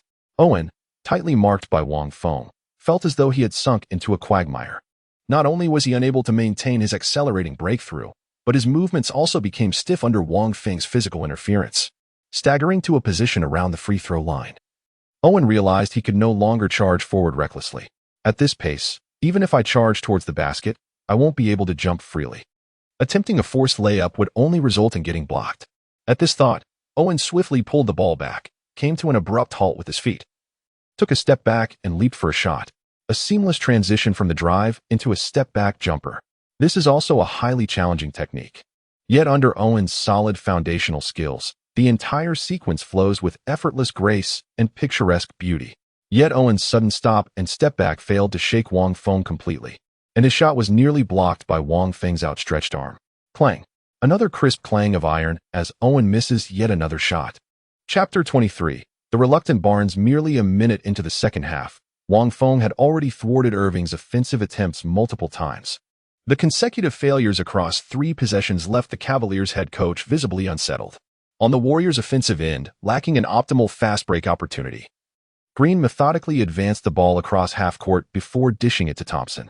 With Curry absent from the floor, Thompson emerged as Golden State's most efficient scorer this season, averaging 22 points per game with a field goal percentage nearing 47%, while his three-point accuracy soared to an impressive 43.9.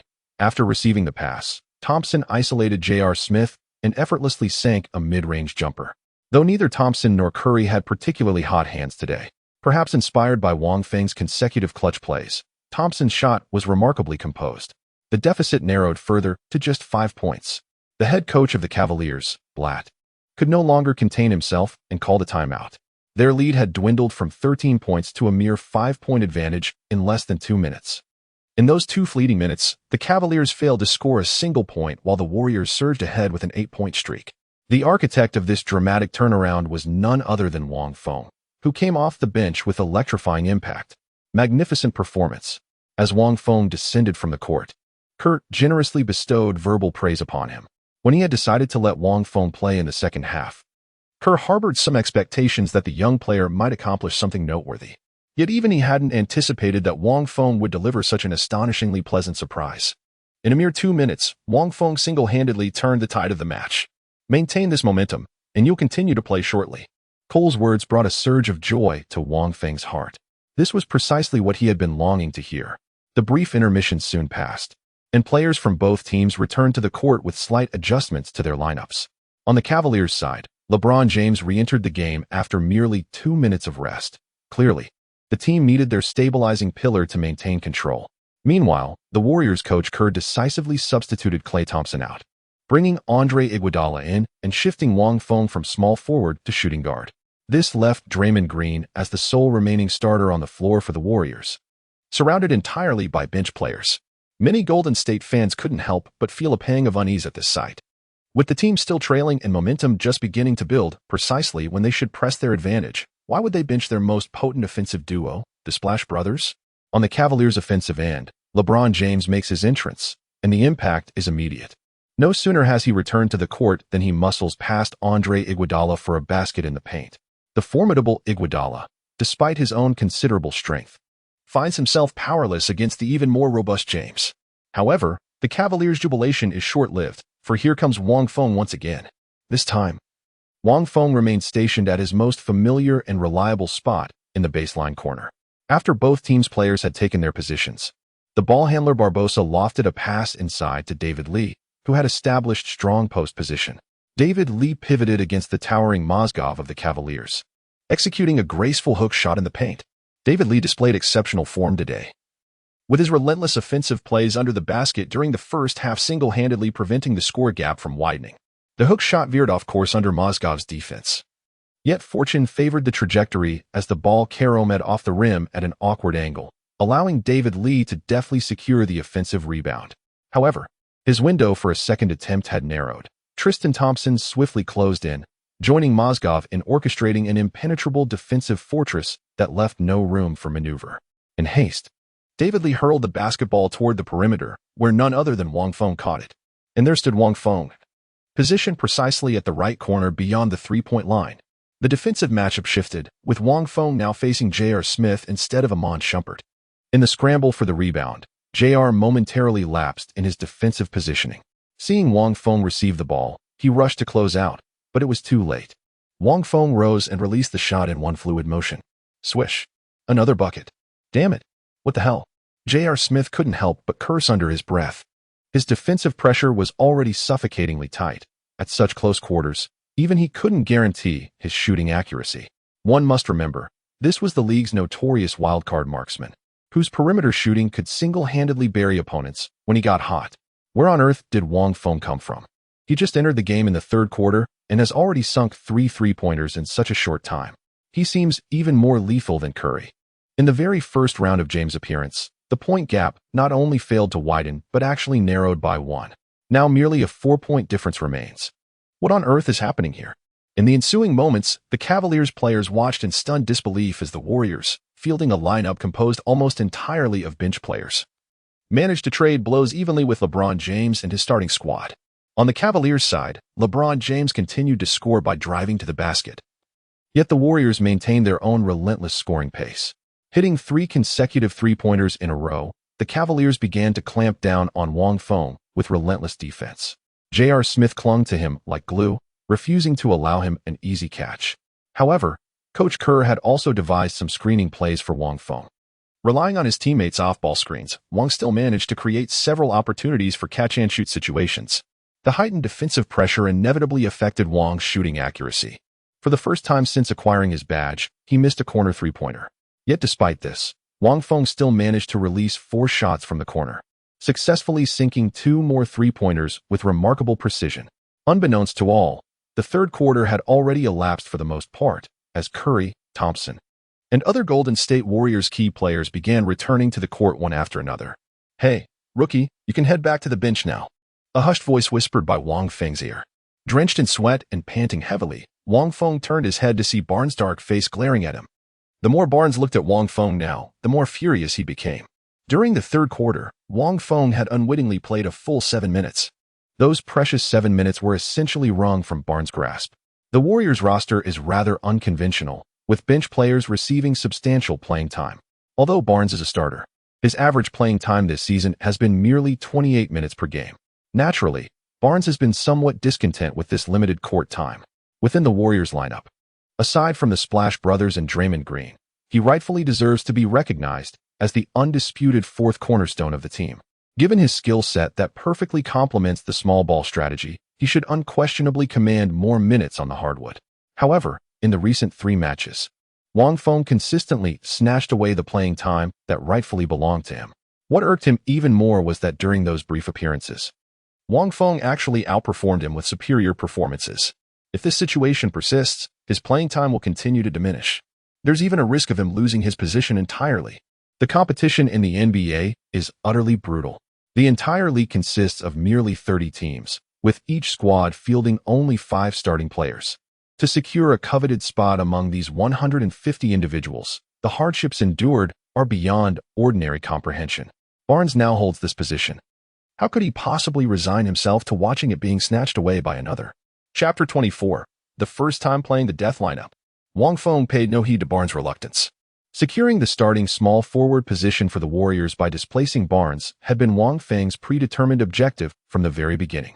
The 2014 to 2015 season marked the ascendance of the Golden State Warriors. Seizing this opportune moment and capitalizing on their championship triumph would prove instrumental in establishing Wang Feng's foothold within the NBA landscape. Setting aside the championship benefits, Based purely on the technical characteristics of Wang Feng's current badges, the Warriors remain the most compatible team for him. Both Splash Brothers, whether it's Curry or Thompson, are players with gentle and selfless personalities, never hesitating to share the ball. Moreover, their extraordinary three-point shooting perfectly stretches the floor, creating opportunities for Wang Feng, whose corner three-pointer is currently his only lethal weapon. The Warriors are absolutely where I must stay. You have no one to blame but your own misfortune. Wang Feng walked off the court, casting an indifferent glance back at Barnes. The game continued relentlessly, having rested for an extended period. Curry, who had suffered from an ice-cold shooting touch in the first half, finally began regaining his rhythm. First, he drained a three-pointer from beyond the arc, then drove fearlessly into the paint, maneuvering around Tristan Thompson for a crafty layup against the bigger defender. The remaining time of the third quarter swiftly elapsed, with the point gap between the two teams now narrowed to a mere 3 points. However, to the Warriors' complete astonishment, at the very beginning of the fourth quarter, one of the Cavaliers' big three, Kevin Love, suddenly erupted without any warning. The game had just commenced when Love effortlessly sank a three-pointer from beyond the arc. Subsequently, he dominated Green in the post with a masterful back-to-the-basket move, adding another score to the tally. James missed the mid-range jumper, but Love grabbed the offensive rebound and scored on the putback. That makes it 7 unanswered points. To make matters worse, the Splash Brothers found themselves relentlessly guarded by the Cavaliers' defense, failing to score in 2 consecutive offensive plays. The point gap was rapidly widening towards double digits once again. Coach Cole stood on the sidelines, his temples throbbing, urgently calling for a timeout. Wang Feng, get ready to go back in. Seated on the sidelines, Wang Feng immediately sprang up from the bench upon hearing this, his face alight with joy. Yes, coach. Today's match had already granted him 7 minutes of playtime. Now the team is in peril, and the head coach has chosen to send him back onto the field at this critical moment, clearly hoping he will once again turn the tide and save the day. To have a substitute player save the team may sound somewhat fantastical, but so what? As long as Wang Feng persists in his efforts, he will undoubtedly ascend to greater heights within the team. Wang Feng and Andre will take the court shortly. Drummond, you'll be covering the center position. We need to accelerate the tempo of the game and regain the initiative. The Warriors players coming off the court, especially Barnes, appeared momentarily stunned upon hearing Kerr utter those words. Green playing center, this was clearly the team's trump card this season. The infamous death lineup small ball formation. In the previous lineup, Barnes played an absolutely pivotal role. In this lineup dominated by undersized players, he was the only one who could barely hold his own at the power forward position, assisting Green in anchoring the paint, boxing out, and grabbing rebounds. Yet now, Coach Kerr has benched him in favor of Wang Feng. Wang Feng in a small ball lineup? What an absurd notion. His slender frame was only suited for playing as a guard or small forward. If forced into the power forward position, it would be a complete mismatch. Any opponent could easily overpower him one-on-one. Yet this was Coach Kerr's decision. Barnes opened his mouth, but no words came forth. Though he considered himself the team's 4th most important player, in the end he remained merely an athlete, utterly lacking the audacity to question or defy the head coach's arrangements. And so, after that brief timeout, Wang Feng strode onto the court alongside Curry, Thompson, and the other starters. That guy was back in the game. Outside the arena, many Cavaliers fans caught sight of Wang Feng stepping onto the court, their expressions subtly shifting with recognition. His performance in the third quarter had left an indelible impression upon them. An obscure bench warmer, utterly unknown, had astonishingly engaged in a scoring duel with LeBron James himself. Throughout that pivotal quarter, while James amassed 12 points, Wang Feng had remarkably outshone him with 15. And all of them were three-pointers, sinking a full 5 in a row. Moreover, Wang Feng's relentless defense in the third quarter completely stifled Irving's rhythm, limiting him to a mere 2 successful shots out of 8 attempts. This disrupted the Cavaliers' offensive tempo, leaving them solely reliant on LeBron's heroic efforts. Just as the Cavaliers managed to regain their advantage through Love's explosive performance, this formidable defender has returned to the court. No need for panic. Just a bench warmer, merely got lucky before by fluking a few three-pointers. Does he really think he can keep relying on sheer chance? Moreover, our defense has already intensified its efforts, significantly impacting even the shooting percentages of star players like Curry and Thompson. How much more so for a mere substitute player? Taking a deep breath, Wang Feng stepped back onto the court and stood face-to-face with LeBron James. Barnes' assessment was correct, despite Wang Feng's 2. 1-meter stature being comparable to his own, the limitations imposed by his lighter frame and lesser physical strength rendered him ill-suited to defend against interior players. The defensive badges he possesses are primarily tailored for perimeter players. Consequently, when deployed in a small ball lineup, he can only occupy the small forward position, relegating Iguodala to power forward. Though James boasts strength that rivals, if not surpasses, many interior players, the vast majority of his offensive plays originate from the perimeter. Whenever an offensive play is initiated from the perimeter, the death coil emblem will be instantly activated and take effect.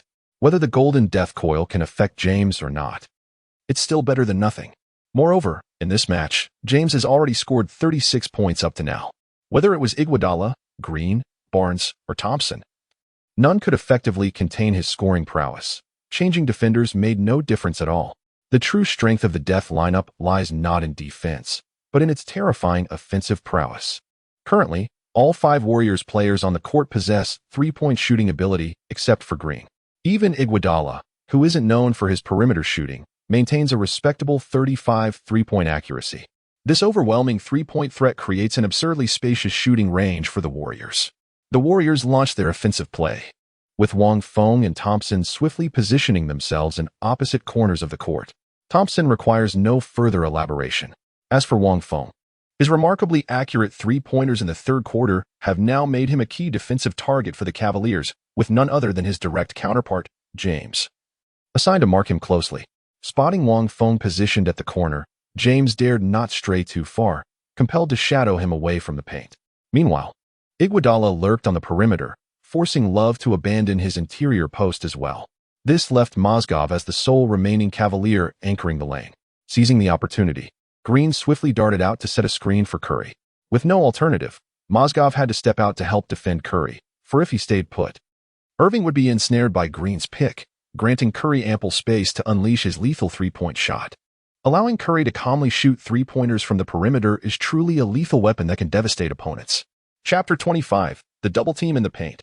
Mozgov epitomizes the quintessential traditional enforcer center, a towering, hulking presence who anchors the paint like an impregnable fortress.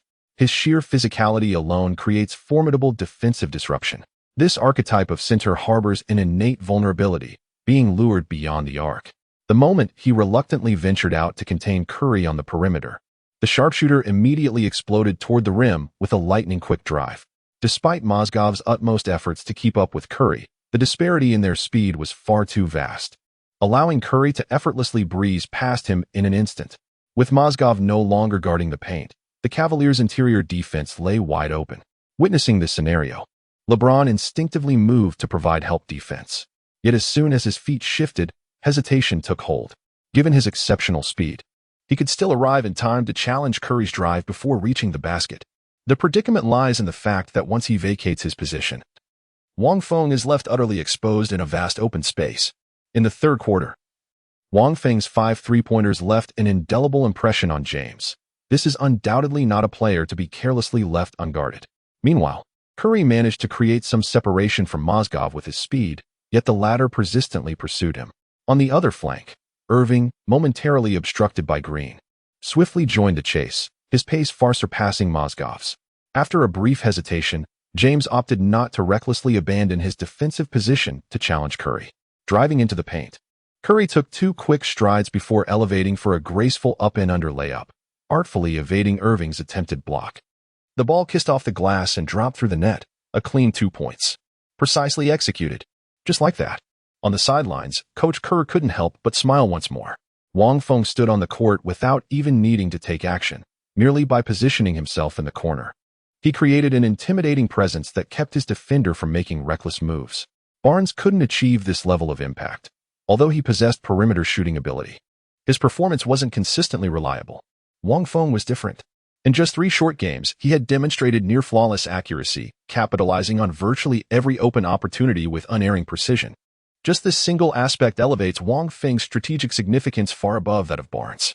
The Cavaliers launched their offense. Wang Feng found himself staring down LeBron James. The moment had finally arrived. He would have to face off against the king himself. LeBron James, the undisputed king of the current NBA era. Although at this stage, the illustrious James has only secured 2 championship titles, both achieved during his tenure with the Miami Heat. Yet in terms of individual prowess, his supremacy remains indisputable.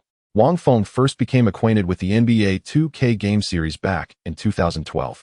From 2K12 and 2K13 all the way until 2K21 before his unexpected transmigration. LeBron James had consistently maintained the highest player rating in the game. Beyond mere attribute ratings, the sheer number of badges James possesses across the game series reaches an almost absurd magnitude. Even the number of Purple Hall of Fame level badges surpassed the total sum of all the badges Wang Feng possessed. Reality and games are distinct. Yet the creation of games inevitably draws inspiration from the actual performances of players in real matches. With a deep exhale, Wang Feng slightly lowered his center of gravity. His eyes intently focused on James. Defending against James is an entirely different concept compared to guarding Anthony or Irving. One must exert 120 of their utmost effort. James glanced at Wang Feng blocking his path, then swiftly shifted his gaze to the court. Without hesitation, James lofted the ball into the paint, where Kevin Love received it and immediately posted up against Iguodala. Wang Feng froze in astonishment. James had unexpectedly chosen not to challenge him one-on-one. Upon careful reflection, this seems perfectly reasonable. Wang Feng had previously demonstrated formidable defensive prowess, rendering Irving utterly incapable of scoring with ease against him. Although James could rely on his overwhelming physical dominance to drive into the paint, there was absolutely no need for that at the moment. The Death lineup boasted formidable offensive firepower, yet their diminutive stature inherently compromised their defensive capabilities under the basket. Kevin Love stands at an impressive height of 2.08 meters, towering over Andre Iguodala, who measures 1.98 meters, granting him a tremendous physical advantage. And he's not the only one. On the other end, Mozgov also possesses a significant physical advantage over Green at the center position. In such circumstances, penetrating the interior would be the most judicious strategy. Though Love primarily functions as a stretch power forward whose scoring prowess lies in long-range shooting, his post-up game remains formidable, particularly when confronted with such a significant physical disparity. Attacking the paint becomes an effortless endeavor.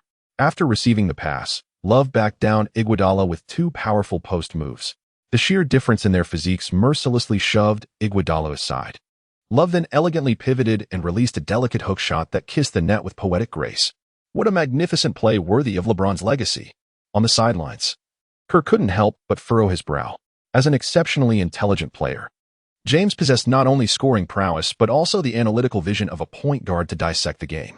He had almost instantly discerned the strengths and weaknesses of the Warriors' infamous Death lineup, immediately formulating targeted counter-strategies. The interior duo of Green and Iguodala proved too feeble after all. The Cavaliers' front court wasn't particularly formidable either, yet they remained unstoppable. Should we consider altering the lineup? Substitute Iguodala and bring in the heavy center. But that would significantly diminish the offensive firepower of this lineup. Cole sank into contemplation, yet the Warriors' offense pressed on. Curry employed the same strategy, continuing to utilize pick-and-roll plays with Green to seek opportunities. This time, Mozgov demonstrated greater wisdom, refraining from rushing forward to defend. Instead, he maintained a measured distance to thwart Curry's potential drive. Yet in doing so, he inadvertently created the perfect opening for a shot. Curry launched a three-pointer from beyond the arc with a graceful leap. Clang! The crisp sound of iron echoed through the arena. As his shooting touch remained frustratingly cold this game, Curry's three-pointer missed the mark, and the Cavaliers seized the defensive rebound, charging forward once more. James held the ball at the top of the key, patiently waiting for Love to establish position in the paint before delivering a precise lob pass. Damn it! Iguodala pressed firmly against Love's back, gritting his teeth as he muttered a low curse. Though his strength ranked among the elite for guards, it paled in comparison to the sheer power of the interior players. In this manner, he could only be relentlessly dominated by the opponent's inside scoring. As expected, Love immediately initiated a post-up play upon receiving the pass. Iguodala strained with all his might to hold off Love, yet his body retreated helplessly in vain. Just then, he suddenly felt the pressure ease. What was this? He froze for a moment, instinctively looking up, only to realize Wang Feng had already dashed from the perimeter to confront Love in the blink of an eye. A double team?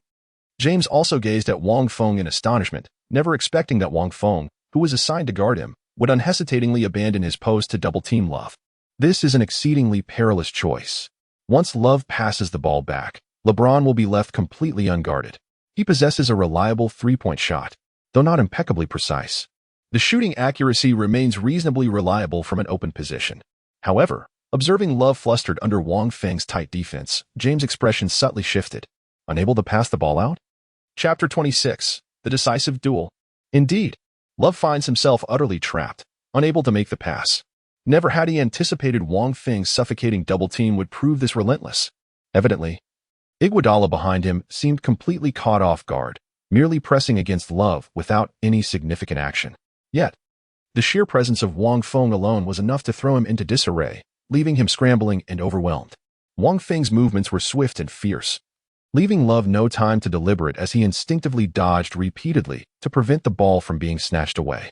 Love attempted to pass the ball directly, but barely had he raised his hand when the basketball in his grasp was nearly intercepted by Wang Feng.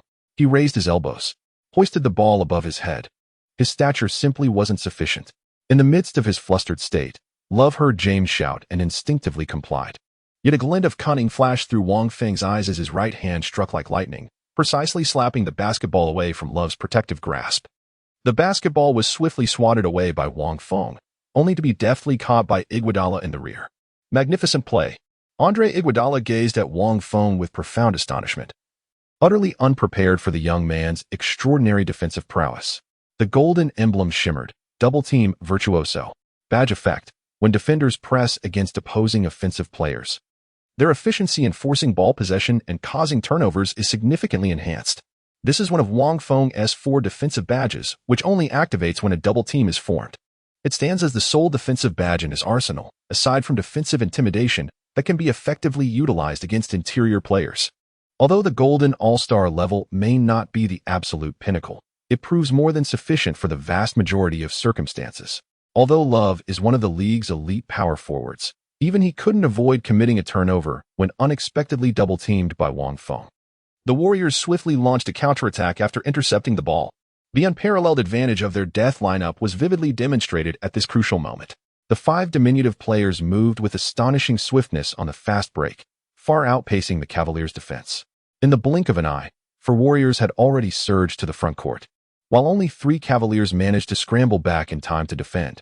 4 against 3, this presents absolutely no challenge whatsoever. With a few swift passes between Curry, Thompson, and others, the basketball effortlessly found its way into the hands of Wang Feng, who had already sprinted to the open corner position. Oh no! The Cavaliers players sensed impending doom, yet it was too late to defend. Wang Feng swiftly raised his hand and released the ball, sinking yet another 3-pointer. Magnificent. This young man. Does he even comprehend the concept of a double team? Cole never anticipated that Wang Feng could still bring him such a delightful surprise at this moment.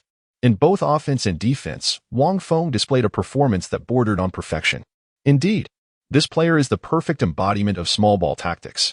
That 3-pointer marks Wang Feng's 6th successful long-range shot in this game, contributing to his personal tally of 18 points.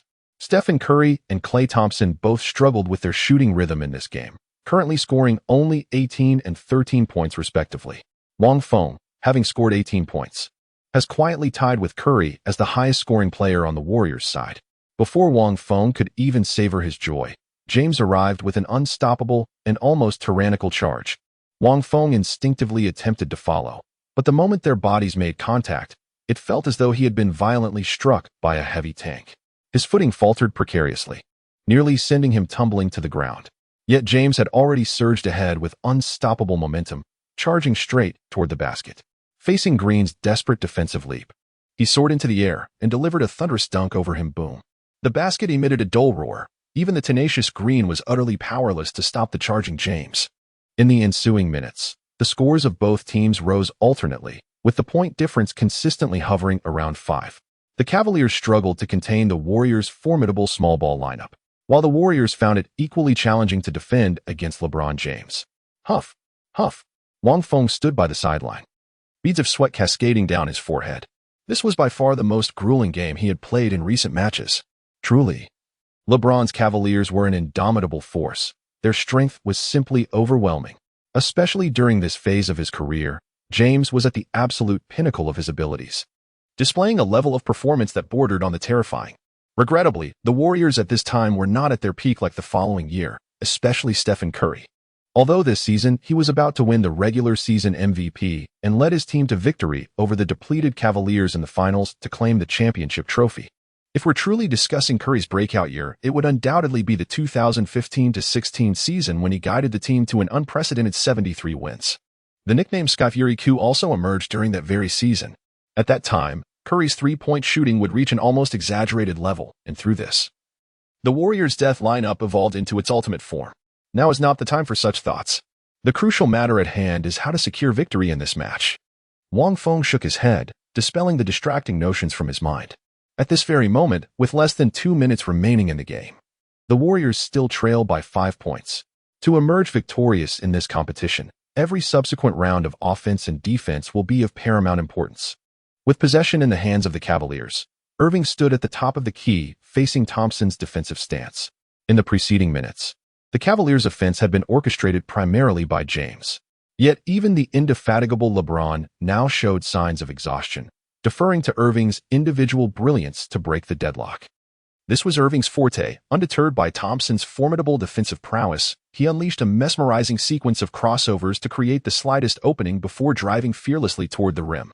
Green swiftly moved to defend, positioning himself in front of Irving, who immediately leaped into the air and passed the ball to Mozgov, who was already open nearby.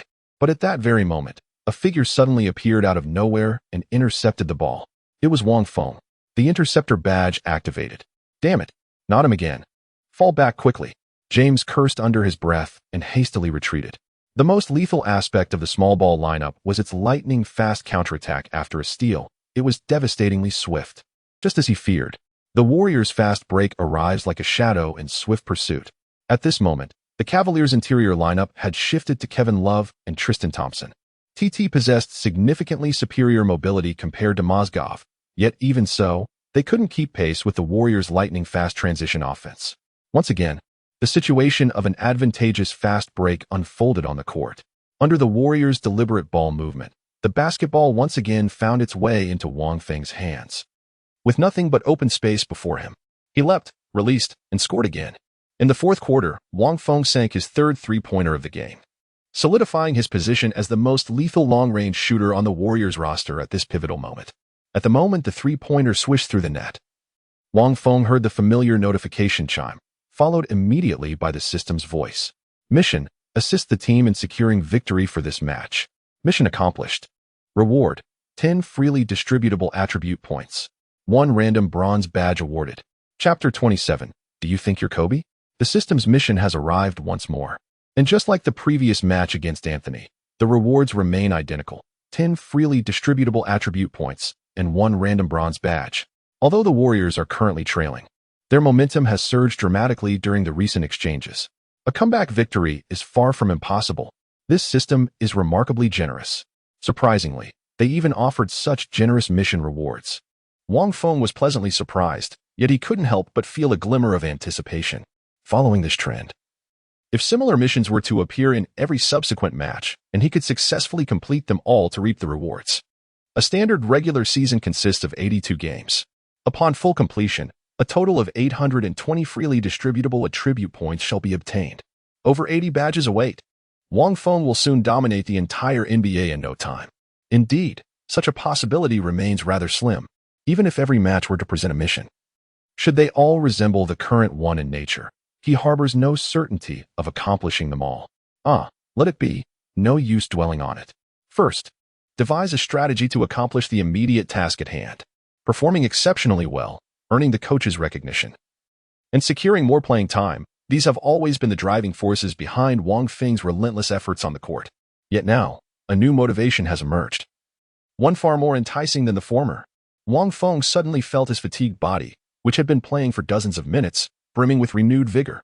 Though on the offensive end, he often merely stationed himself beyond the three-point line in the corner, poised to receive passes for easy baskets without expending much energy.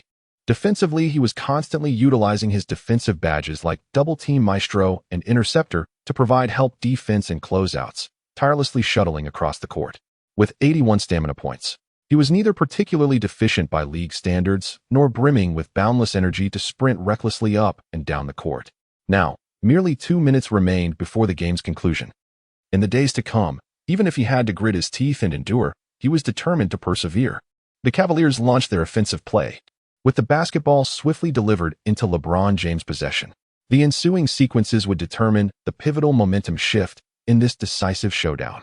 James was acutely aware of this fact, thus decisively choosing to take matters into his own hands. Throughout the entire game up to this point, James had already amassed an impressive 41 points. No one on the Warriors could contain his scoring. Yet at this moment, a figure stood resolutely before James, Wang Feng, determined to seize victory. To accomplish the mission, one must defend the shot. At this moment, Wang Feng trusts neither Green nor Iguodala. The only things he truly believed in were the few gleaming metals that shone brilliantly within the confines of his consciousness. The seconds ticked by relentlessly as James slowly dribbled the ball, his piercing gaze locked onto Wang Feng. Suddenly, with a swift motion, he elevated for a jump shot. Despite possessing an overwhelming physical advantage, James refrained from utilizing his signature drives to the basket. Instead, he opted for a pull-up jumper from beyond the three-point line. For even he had grown weary. Even when Curry and Thompson of the Warriors are having an off-shooting night, other players like Wang Feng, Green, David Lee, and Iguodala step up to contribute offensively. However, the Cavaliers face a different situation. Beyond Irving and Love, they essentially lack reliable supporting players to share the scoring burden. Mozgov and TT managed to score quite a few points, but most of their baskets came from easy finishes at the rim. Relying on James drawing double teams and dishing out assists, James must not only maintain his own high-efficiency offense, but also orchestrate plays to connect his teammates. On the defensive end, he is equally indispensable in plugging gaps and shoring up weaknesses. Even the strongest of men inevitably succumb to exhaustion by the final quarter. LeBron desperately yearned to drive to the basket and finish the play, yet his body betrayed him.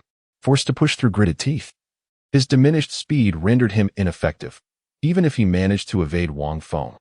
The collapsing defense of Green and others beneath the rim would make any scoring attempt precarious at best. James' judgment and decision-making were exceptionally astute. At such pivotal moments, defensive players tend to fixate their attention on James' drives, making sudden long-range shots remarkably effective. Yet at this very moment, James found himself confronted by Wang Feng, whose focus was razor-sharp and unwavering. Almost the instant James released his jump shot, Wang Feng leaped with all his might, raising his hand to disrupt the shot. Wang Feng couldn't block James' shot, yet the Purple Hall of Fame-level defensive intimidation badge took effect at this very moment. Clang. James' pull-up three-pointer veered off the rim without surprise, a resounding clank. Magnificent. Green secured the rebound with finesse, heralding the Warriors' possession. The orb found its way into Curry's deft hands. Both the players on the court and the bench, as well as the spectators in the stands, found themselves holding their breath in tense anticipation. With merely 1 minute and 30 seconds remaining on the clock, the Warriors still trailed by 2 points. This shot must be scored, at the very least. We must equalize the score. Only then can our team avoid being at a disadvantage in the final moments, and perhaps even seize the upper hand. If this shot misses, and the Cavaliers subsequently score again, extending their lead to more than 4 points with only 1 minute remaining in the game, the chances of a comeback would become exceedingly slim. Curry also sensed the mounting pressure. On the court, the Warriors players were frantically maneuvering for position. Soon, Green emerged from the paint to set a screen for Curry, who swiftly seized the opening behind Green and launched a shot from just beyond the three-point line. At this very moment, all hearts were suspended in throats. Clang. The crisp sound of iron striking sent waves of delight across the faces of the Cavaliers fans in the stands. Splendid. A missed shot. Curry's shooting touch was utterly abysmal in this game. Kevin Love soared majestically to secure the offensive rebound, then swiftly dished the ball to James. No. Beware. The alarmed cries of teammates echoed through the arena. Before Love could react, a golden blur streaked from the flank with astonishing speed, swatting away the basketball he just released mid-shot. Wang Feng. The interceptor badge activated. No one could have anticipated that Wang Feng would suddenly emerge from that very spot at this critical moment. James witnessed Wang Feng snatch the basketball and immediately dart toward the perimeter, causing his pupils to constrict sharply as he surged forward with full force. Yet, despite his desperate sprint, he remained a fraction too slow. Wang Feng dashed beyond the three-point line, positioning himself precisely at the outermost edge of the corner three-point zone. The badge effect was triggered. Subsequently, Wang Feng dashed beyond the three-point line and, under the astonished gaze of all onlookers, leaped into the air without hesitation. He then executed a breathtaking mid-air somersault before releasing the ball in a graceful fadeaway. This was an incredibly challenging shot. Even with James closely guarding him, there was absolutely no way to block it. Helplessly, I could only watch as Wang Feng tipped the basketball into the air. Alas, on the sidelines, Cole witnessed this scene with profound frustration. Wang Feng's interception of Love's pass was an utterly unexpected delight. If Wang Feng had been more astute, he shouldn't have rushed to shoot. Instead, he should have steadied himself, passed the ball to Curry, and orchestrated another 24-second offensive play. This fadeaway three-point shot is incredibly difficult. Do you think you're Kobe Bryant? How can you just recklessly toss it up and still make it? Swish. The crisp sound of the net swishing left Cole frozen in place, his face etched with frustration. Chapter 28. Victory sealed. Who is this young man? Wang Feng's astonishingly difficult shot actually found its mark. Utterly inconceivable. Even for Curry at his peak, maintaining accuracy with such a shooting form would be challenging. Yet Wang Feng accomplished it effortlessly. This crucial three-pointer completely reversed the momentum of the game. The Cavaliers' two-point lead instantly turned into a one-point deficit. With merely 1 minute remaining until the conclusion of the match, a fleeting 60 seconds, if one deliberately sought to prolong the tempo, it would scarcely suffice for but 3 offensive maneuvers. For the Cavaliers, hope still lingers. Should they convert this next shot, the momentum shall once again be wrested back into their grasp. Even if they fail to score, as long as they can defend against the Warriors' subsequent attack, there's still a chance for a last-second victory. The Cavaliers call a timeout.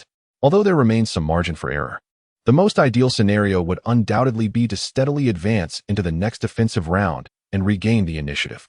Coach Kerr of the Warriors clearly comprehends this principle. Hence, he has already initiated player rotations. Curry is being substituted off the court, making way for center Bogut. The formidable death lineup was dismantled, with Klay Thompson shifting to the point guard position to defend against Kyrie Irving. Andre Iguodala moved to the shooting guard spot, while Draymond Green was elevated from center to power forward. The blue-collar center Andrew Bogut would significantly enhance the Warriors' rim protection capabilities. The only player who remained in his original position was Wang Feng at small forward. The Warriors, who had consistently deployed a small ball lineup, saw their average height skyrocket under Coach Kerr's arrangement. Remarkably, the shortest player on the entire roster became the 6 feet 6 inches Andre Iguodala. This lineup, deprived of Curry's scoring prowess as the offensive spearhead, has seen its firepower significantly diminished. Yet, by the same token, with the absence of Curry's defensive liabilities, the team's defensive capabilities have been remarkably enhanced. Cole's objective was crystal clear: to thwart the impending offensive maneuver of the Cavaliers. The game resumed as players from both teams returned to the court. Wang Feng glanced toward the Cavaliers' side and noticed their lineup had indeed changed. Mozgov was substituted out, with Love moving to the center position while James directly took up the power forward spot. The Cavaliers' frontcourt lineup consists of guards Kyrie Irving and J.R. Smith, along with small forward Iman Shumpert. The situation appears to have completely reversed. While this Cavaliers lineup may not match the speed of the Warriors' death lineup, all 5 players possess perimeter shooting ability, maximizing floor spacing. Moreover, each player has the potential to become an offensive finisher. As expected, the offensive charge was spearheaded by none other than LeBron James. James stood poised at the top of the key, gripping the basketball as he faced the menacing figure of Draymond Green. His original defender, Wang Feng, had been skillfully drawn to the corner by Klay Thompson. Throughout this entire game, Wang Feng had undoubtedly been the most dazzling defensive presence on the Warriors roster. Whether it was James, Irving, or even Love, they all suffered setbacks against Wang Feng. At such a critical juncture, the Cavaliers' head coach certainly didn't want any unnecessary complications to arise. Green's defense is undoubtedly formidable, and he is highly likely to be selected for the all-defensive first team this season. However, compared to Wang Feng, he is merely a familiar opponent we've faced before, someone we know to some extent. But Wang Feng, a player who seemingly emerged out of nowhere, how can one possibly decipher his playing habits based on a single game? The unpredictability is simply overwhelming. James faced off against Green in isolation, not rushing the attack but patiently allowing the 24-second shot clock to tick away. Finally, as the remaining offensive time dwindled to approximately 10 seconds, James at last initiated his move. James charged toward the basket with Green slung over his shoulder, the sheer force of his momentum rendering Green utterly powerless to resist. Bogut reacted instantly, rushing forward without hesitation to assist in defense. Yet at that very moment, James made the unexpected decision to pass the ball. The one receiving James' pass was Love, who had stealthily retreated to the left 45-degree three-point line. Oh no. Bogut moved to assist Green in defense, leaving Love wide open after receiving the ball. Without hesitation, he leaped into the air, poised to take the shot. At this very moment, a figure suddenly appeared within Lu Fu's line of sight. It was Wang Feng again, standing at an impressive 2.08 meters. Love possesses an extraordinary vertical leap that renders even Wang Feng's jumping reach utterly inadequate. Moreover, in his full sprint, he hadn't even had the chance to leap, rendering him utterly inconsequential before Love. Yet Wang Feng, fully aware of this fact, charged forward without the slightest hesitation.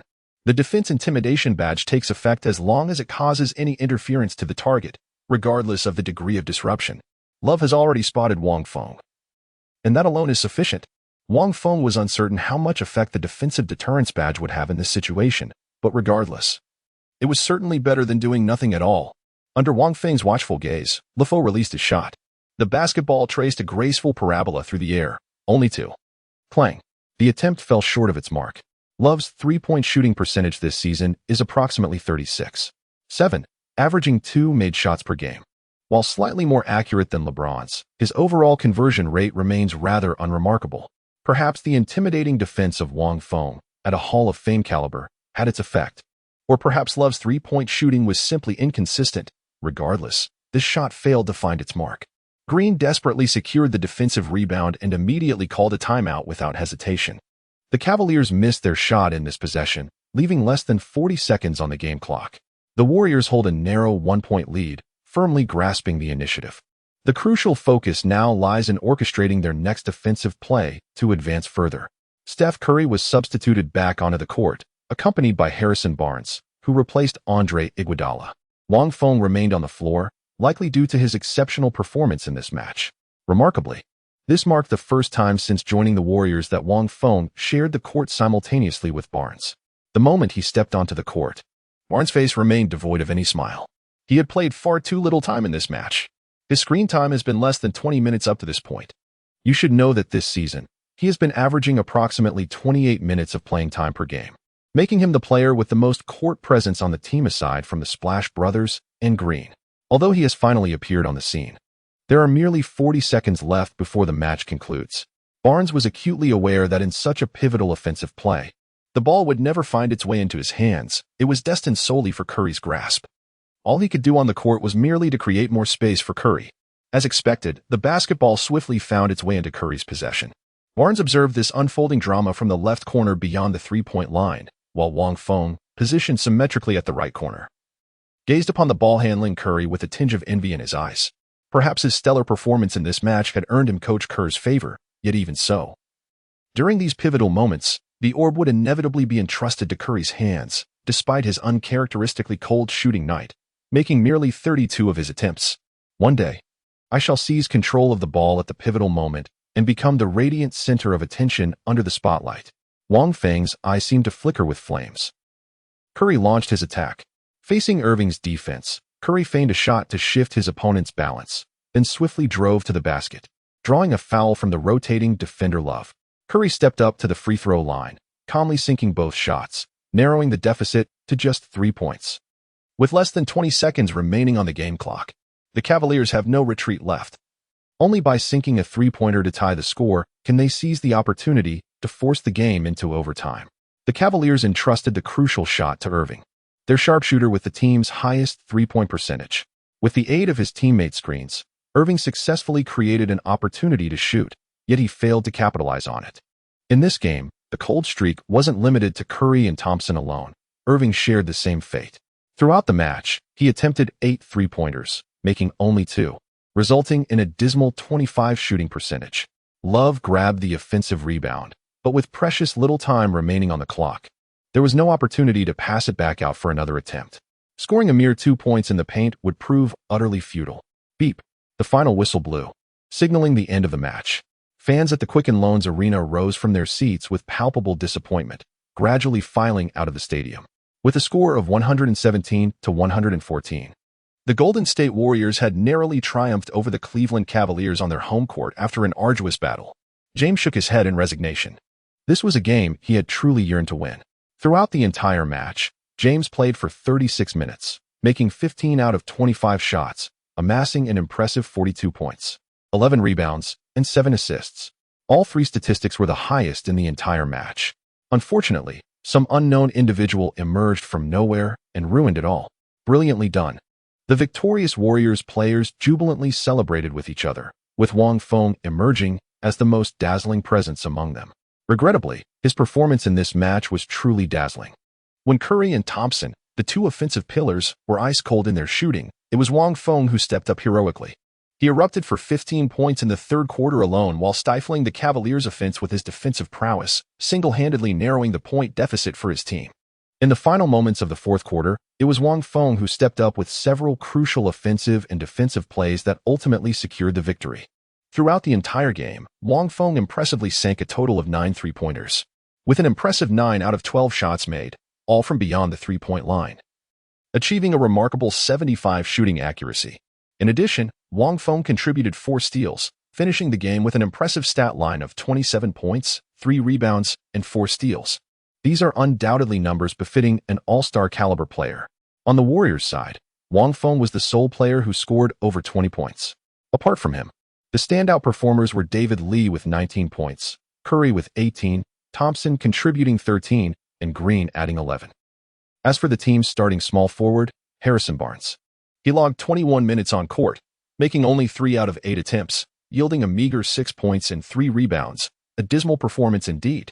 Gazing at Wang Feng, who was surrounded by his Warriors teammates like the moon amidst a constellation of stars, Barnes' expression darkened like stormy waters.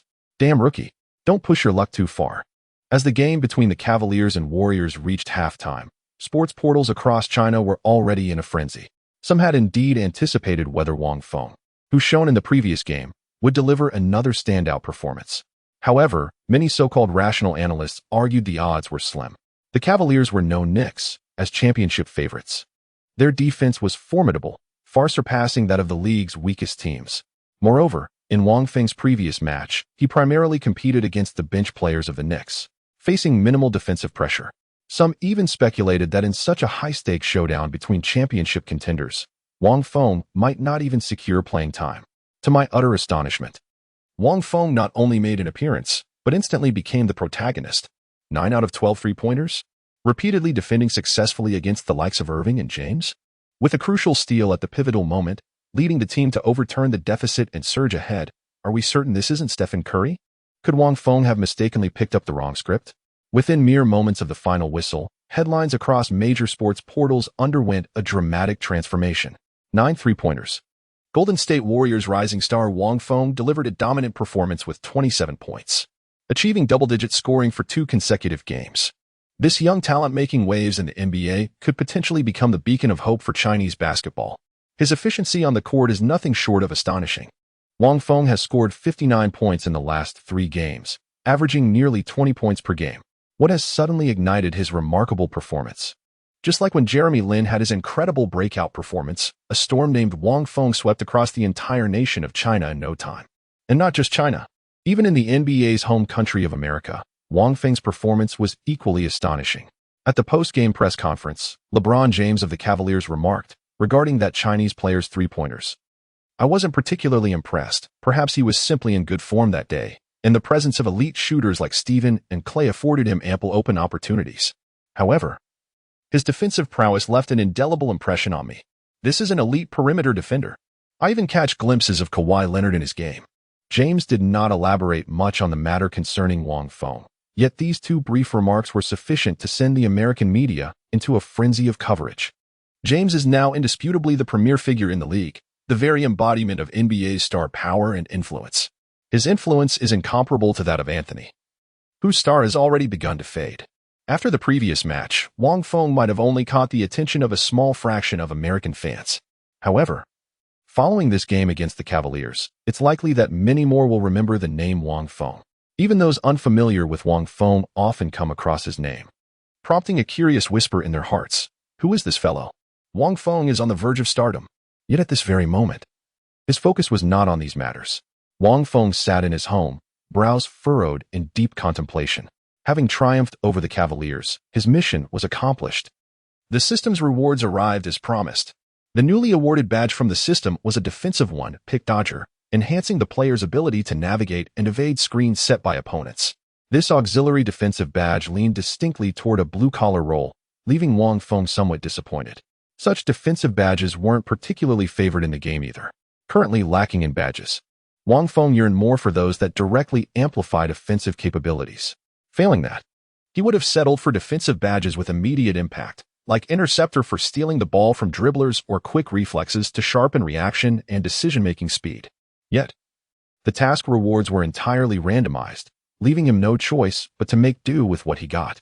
In contrast, what truly troubled him now was how to allocate those 10 freely distributable attribute points. I-4-0-0-0, Word Chapter, Chapter 29. Ability enhancement. Within Wang Feng's consciousness existed a holographic virtual interface, reminiscent of a 2K-style game, displaying his digitized template. He had scrutinized this template numerous times before, with an overall rating barely surpassing 70. Apart from a few passively enhanced attributes from acquiring the Grand Prize badge, the majority remained pitifully inadequate. After completing his previous mission, Wang Feng received 10 freely distributable attribute points, all of which he allocated to his three-point shooting ability. This single-minded investment propelled his three-point proficiency to an impressive 90 points. Alas, once the ability score reaches 90, it becomes impossible to further enhance it using free attribute points. This is precisely the dilemma Wang Feng currently faces. Many of his current ability scores are downright disastrous and pitiful to behold. No matter where these 10 attribute points are allocated, they seem woefully inadequate. Indeed, it might be wiser to prioritize strengthening those abilities that are already relatively high. Wang Feng shifted his gaze toward his more impressive stats. Speed, 87. Agility, 89. Stamina, 81. Steals, 88. On-ball defense, 85. Off-ball defense, 82. Rebounding, 86. Mid-range shooting, 79. Free throws, 85. These represent the few passable attributes Wang Feng currently possesses, predominantly in defensive capabilities. This is largely attributed to the 4 defensive badges included in the system's beginner reward package. As for mid-range shooting and free throws, Wang Feng didn't even glance at them before dismissing the idea. He understands his role within the Warriors team perfectly, a quintessential 3-and-D player, solely responsible for three-point shooting and defense. There are moments when he doesn't even have the privilege of touching the ball. At this stage, squandering precious free attribute points on unnecessary offensive skills would be nothing short of disgraceful profligacy. First, maximize speed and agility. After careful consideration, Wang Feng concluded that this point was indisputable. Speed and agility are of paramount importance for a defender. Without sufficient swiftness, when facing the league's elite guards, they could effortlessly bypass Wang Feng with merely a single step. Wang Feng's current speed is 87, and his agility is 89. Even if he were to increase them to the maximum value of 90, it would only require expending a mere 4 free attribute points. With speed and agility both at 90 points, though not yet reaching the pinnacle within the league, one has undoubtedly stepped into the hallowed halls of mastery. As these two abilities reached 90, Wang Feng noticed the badge wall in his consciousness beginning to transform. Several new badge slots emerged in the defense section, each clearly inscribed with titles such as Ball Thief Badge and Swift Reaction Badge. These newly appeared slots were all related to speed and reflexes, evidently stemming from the enhancements in his speed and agility attributes. By accomplishing the achievement tasks of the badges, one can obtain and activate these insignias. Speed and agility consumed 4 of Wang Feng's freely distributable attribute points. After much deliberation over the remaining 6 points, he finally made his decision. First, he allocated 2 points to enhance his interception ability from 88 to 90. The remaining 4 points were entirely allocated by Wang Feng to his ball-handling defensive capabilities. Wang Feng's on-ball defense rating was originally 85, which improved to 89 after enhancement, just 1 point shy of reaching 90.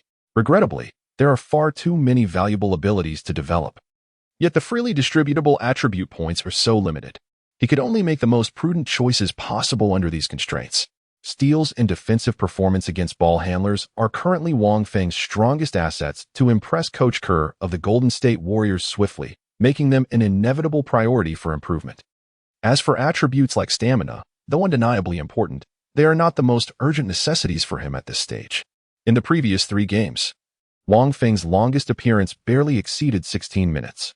With his current stamina rating of 81, it was more than sufficient. He harbored no illusions, nor did he naively believe that after just 3 games, his standing within the team would skyrocket, propelling him straight into the starting lineup to inherit Harrison Barnes' former role with 30 minutes of playing time. For now, steadily eroding Barnes' influence within the Warriors through his on-court performance would suffice. After the intense showdown with the Cavaliers, the Warriors finally had a rare moment of respite. Their next match would be an away game against the Boston Celtics on March 1st, leaving them with 2 precious days of rest. To celebrate their hard-fought victory over the Cavaliers, Coach Kerr granted the team half a day off, dedicating the remaining time to rigorous in-house training sessions. The shrill screech of sneakers abruptly halting on the polished hardwood floor echoed intermittently across the court. Standing courtside, Kerr observed dozens of players drenched in sweat, their relentless drills unfolding before his watchful gaze. Yet amidst this familiar scene, peculiar thoughts quietly took root in his mind. How utterly bizarre. An assistant coach approached Cole, scratching his head while holding a clipboard. "Head coach, as per your request, I've conducted a new physical assessment report on Wang Feng. The last time we evaluated him was several months ago, right after he was drafted by the team." Handing the clipboard to Cole, the assistant shook his head in bewilderment. Is this really the same person? Over half a year's time, how could such tremendous changes occur? What on earth is happening? Kerr gazed at the various data recorded on the clipboard pertaining to Wang Feng, judging solely by the numbers. If someone claimed these physical test results belonged to Barnes or Green, Kerr wouldn't have doubted it for a second. Had Wang Feng's physical attributes truly reached such an astonishing level? It appears that the NBA training environment has significantly contributed to his improvement. Shaking his head, Coach Kerr harbored no suspicions. Wang Feng had always been an inconspicuous presence on the team, like a phantom in the shadows. Even as the head coach, Kerr frequently overlooked Wang Feng, retaining no particularly vivid impressions of him. Therefore, Kerr attributed Wang Feng's sudden transformation to the progress he'd made during his half-year stint in the NBA. After all, concepts like traversing parallel dimensions or acquiring system cheats were beyond the realm of imagination, no matter how creative one's mind might be. Thus, Cole was even more satisfied, which fully demonstrated that Wang Feng's outstanding performance in the competition was not due to luck, but rather his genuine and formidable capabilities. On the training ground, Wang Feng was practicing 3-point shots. Swish, swish, swish. At the corner 3-point line, Wang Feng was virtually unstoppable, each shot accompanied by the crisp swish of the net. His movements clean and precise, drawing the gaze of numerous surrounding players who paused to watch. Clang. After sinking dozens of consecutive shots, finally one basketball veered off the rim. Phew. Wang Feng exhaled deeply, his face lighting up with satisfaction. "Hey, rookie, pass the ball over here." At that very moment, a basketball rolled over from the distance, accompanied by an irritating voice. Wang Feng narrowed his eyes slightly and turned his gaze toward the source, only to see Barnes standing with arms akimbo, watching him with a faint sneer upon his face. "Come assist me with some backstroke training." Chapter 30 Stepping Stones. NBA teams naturally employ several professional trainers who often oversee players' daily training routines. However, trainers are merely trainers, while they possess specialized knowledge and conditioning. Their innate talent and capabilities remain limited. At times, their effectiveness falls short compared to actual professional players. For instance, when practicing interior offense, the defensive pressure exerted by seasoned athletes better simulates the intensity of real NBA games. Players like Wang Feng, who occupy bench roles, often shoulder another significant responsibility within the team, assisting in the training of their teammates. Yet, when Barnes deliberately sought out Wang Feng, his intentions were far from merely securing a sparring partner, wanting to crush me in training to prove to the coach that he's stronger than me. A faint smirk curled at the corner of Wang Feng's lips as he picked up the basketball from the ground and strode toward Barnes' direction. He couldn't have asked for anything better. This individual likely fails to comprehend the profound transformation I have undergone. Very well. Let me enlighten you about the true nature of reality. Moreover, what you wish the head coach to witness aligns perfectly with my own perspective. Seeing Wang Feng obediently walk over without uttering a word, Barnes couldn't help but freeze momentarily. Wang Feng's conjecture was correct. Barnes indeed intended to suppress him through training. In the previous 3 matches, Wang Feng had averaged nearly 20 points per game. He performed far more brilliantly than Barnes, which made him feel an overwhelming sense of threat. Yet even now, Barnes refuses to believe that Wang Feng, who had previously been too mediocre to make the starting lineup, could suddenly become so formidable. Whether facing Anthony, Irving, or even James, he actually managed to hold his own. How is this possible? Excellent. Let the show begin. The trainer, observing both Wang Feng and Barnes in position, stood beyond the three-point line and bounced the ball to Barnes, who had his back against Wang Feng. Today, Barnes was practicing post-up offensive techniques. Although primarily a small forward on the court, he often found himself playing power forward in the death lineup. Upon receiving the pass, Barnes executed a convincing shoulder fake before spinning into a fadeaway jump shot, his movements appearing relatively fluid. This season, Barnes averaged nearly 10 shot attempts per game, with mid-range jumpers accounting for about 60 of his attempts. His shooting percentage stood at 48.2, establishing him as a reliable scoring option.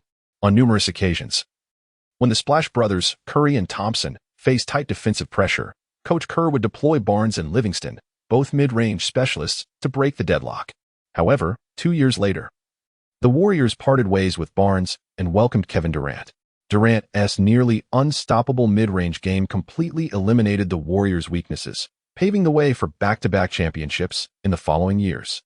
If it weren't for the team being plagued by injuries in the third year, allowing Ming Long to seize an undeserved advantage, the achievement of 4 championships in 5 years would have been utterly indisputable. To digress slightly, in summary, while Barnes' mid-range shooting may not be an urgently needed skill for the Warriors, it remains an essential capability that will undoubtedly prove valuable in crucial moments. However, at the very moment Barnes released his shot, a golden palm abruptly materialized in midair. It was Wang Feng. Barnes' intentions were far too transparent, and this was fundamentally a post-up drill. Wang Feng, ever vigilant, defended with impeccable timing, his palm obstructing Barnes' entire line of sight with surgical precision. The illustrious Hall of Fame-level defensive intimidation has been activated. Bang! Bang bang! The trainer froze in astonishment. Barnes had just airballed a shot from merely 13 feet away, barely a step inside the free-throw line. At such close range, even with immediate defensive pressure, such a complete miss seemed utterly inconceivable. No worries, try again. Perhaps you're just not in the groove yet. Take a moment to find your rhythm. The coach shook his head and picked up another basketball to pass to Barnes once more. At this moment, Barnes' expression darkened slightly, his gaze involuntarily drifting toward Wang Feng, and there he saw it. A face of utter calm, yet in those eyes lingered a faint, mocking amusement. What do you think you are? Daring to challenge me one-on-one? Wang Feng remained silent, yet the meaning was unmistakably conveyed through his piercing gaze. A surge of fury erupted within him. Who the hell do you think you are? Damned rookie. Barnes, his head flushed with blood, continued to receive the ball with his back turned, but his movements grew noticeably more aggressive, even raising his elbow blatantly while calling for the pass. Playing dirty, are we? A cold glint flashed in Wang Feng's eyes as he advanced toward Barnes instead of retreating from his swinging elbow, pressing his entire body against him. The deadly entanglement. Wang Feng's death coil badge may not be the supreme Purple Hall of Fame tier, yet even its golden all-star caliber is far beyond what a player of Barnes' stature could possibly withstand. To put it bluntly, while Barnes served as the starting small forward for the Warriors, his performance metrics during the 2014 to 2015 season hovered around a modest 80, occasionally dipping below that threshold. As the most elite defensive badge, the death coil effect is truly exceptional. Once entangled, players find it exceedingly difficult to break free from that tenacious, adhesive-like defense. The sole vulnerability of this badge lies in its function as an exterior defensive skill, rendering it incapable of activation within the interior lines. However, the positions of Wang Feng and Barnes were somewhat ambiguous at that moment. The spot just one step inside the free-throw line wasn't recognized by the system as the interior, so the death clamp badge instantly activated.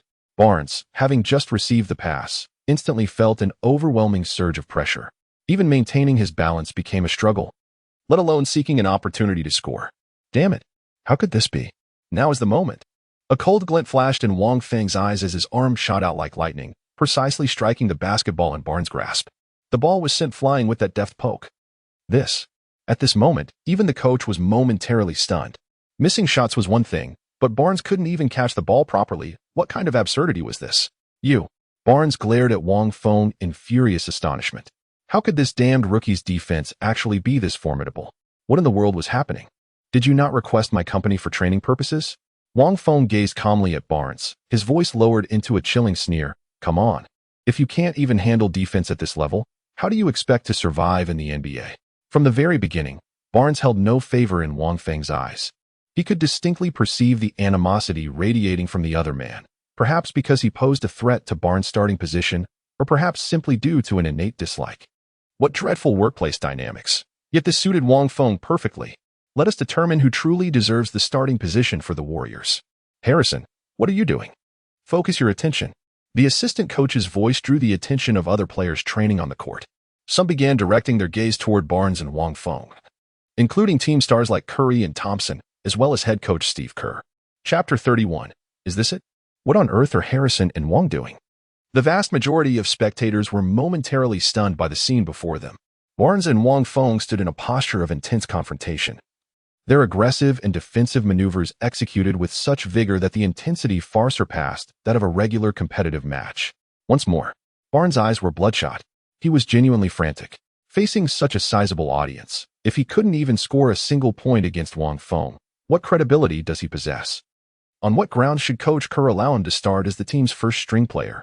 Once again receiving the pass, Barnes this time eschewed any post-up techniques. He simply dribbled with sheer force, muscling his way toward the basket. Barnes' strength may not be elite among small forwards, but compared to Wang Feng, who only possesses average abilities, he still holds a slight advantage, swiftly maneuvering his way to the basket. Hey Harrison, what exactly are you doing? The assistant coach frowned and reprimanded sharply. Barnes' training focus today is mid-range offense, not post-up plays under the basket. Barnes typically occupies the power forward position, frequently matched up against taller and more robust interior players. How on earth did he manage to back them down into the paint? But Barnes, already blinded by rage, cared little for such trivialities. Scoring against Wang Feng was all that mattered to him now. Barnes, jostling his way under the basket, abruptly lowered his shoulder to shove Wang Feng aside, then leaped off both feet simultaneously, poised to execute a thunderous two-handed dunk over his opponent. Arriving beneath the basket, Wang Feng found that apart from the intimidating defensive presence, all his other defensive badges had lost their effectiveness. Even the relentless defensive tenacity could no longer be activated. While the defensive intimidation proved remarkably potent against jump shots, it remained utterly powerless to thwart a thunderous dunk. In other words, he currently possesses no badge enhancements and must rely solely on his fundamental capabilities to desperately defend. Yet even so, Wang Feng did not retreat in the slightest. At this critical juncture, retreat was absolutely not an option. With intense focus, Wang Feng leapt into the air the very instant Barnes took off, his hand firmly pressing down on the basketball. In that fleeting moment, the two engaged in a mid-air duel. It was a pure contest of explosive leaping power and core strength. In these aspects, Barnes originally held the superior advantage. Yet the moment they made contact, Barnes was stunned to discover he couldn't possibly slam the ball into the hoop. Get down from there. Wang Feng let out a thunderous roar, veins bulging violently along his arms.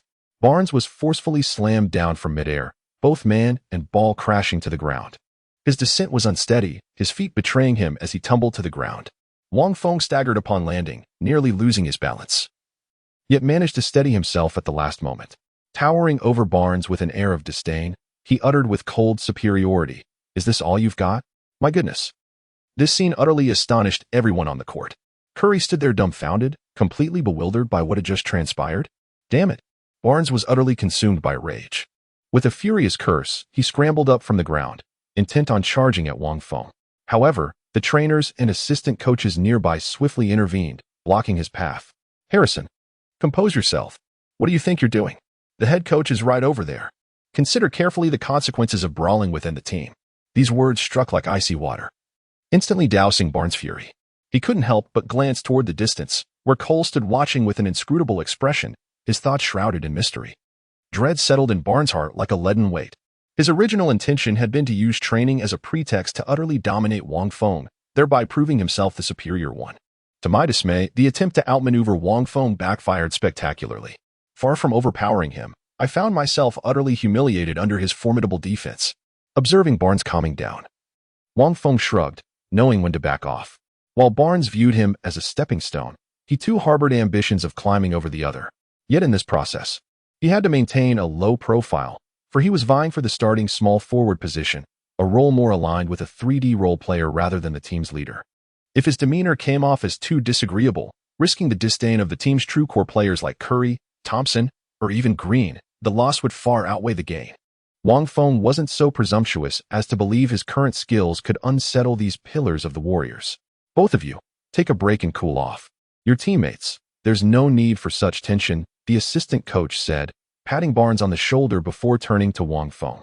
With a sidelong glance at Barnes, Wang Feng moved to another court to continue honing his three-point shots. What's going on? What happened between them? The minor altercation quickly subsided. Yet the Warriors players' thirst for gossip remained unquenched. Apparently, Harrison took the initiative to seek out Wang Feng, requesting his assistance in honing his post-up techniques. However, Wang Feng thwarted his offensive attempts multiple times in succession. Frustrated, Harrison resorted to muscling his way under the basket for a forceful dunk, only to be emphatically swatted away by Wang Feng. Damn, seriously? That intense? Wang Feng's defense is truly formidable now. He didn't flinch when facing Anthony, Irving, or even James before. Harrison has really bitten off more than he can chew this time. How could things possibly be that simple? Green listened to the crowd's animated discussion, shaking his head with an air of worldly wisdom. Do you really think Harrison specifically requested Wang Feng's assistance for his training without reason? It was evident that in the previous few matches, he had already sensed the looming threat posed by Wang Feng. Wang possessed a more precise and efficient three-point shot, superior perimeter defense, and greater prowess in steals, help defense, and double teaming.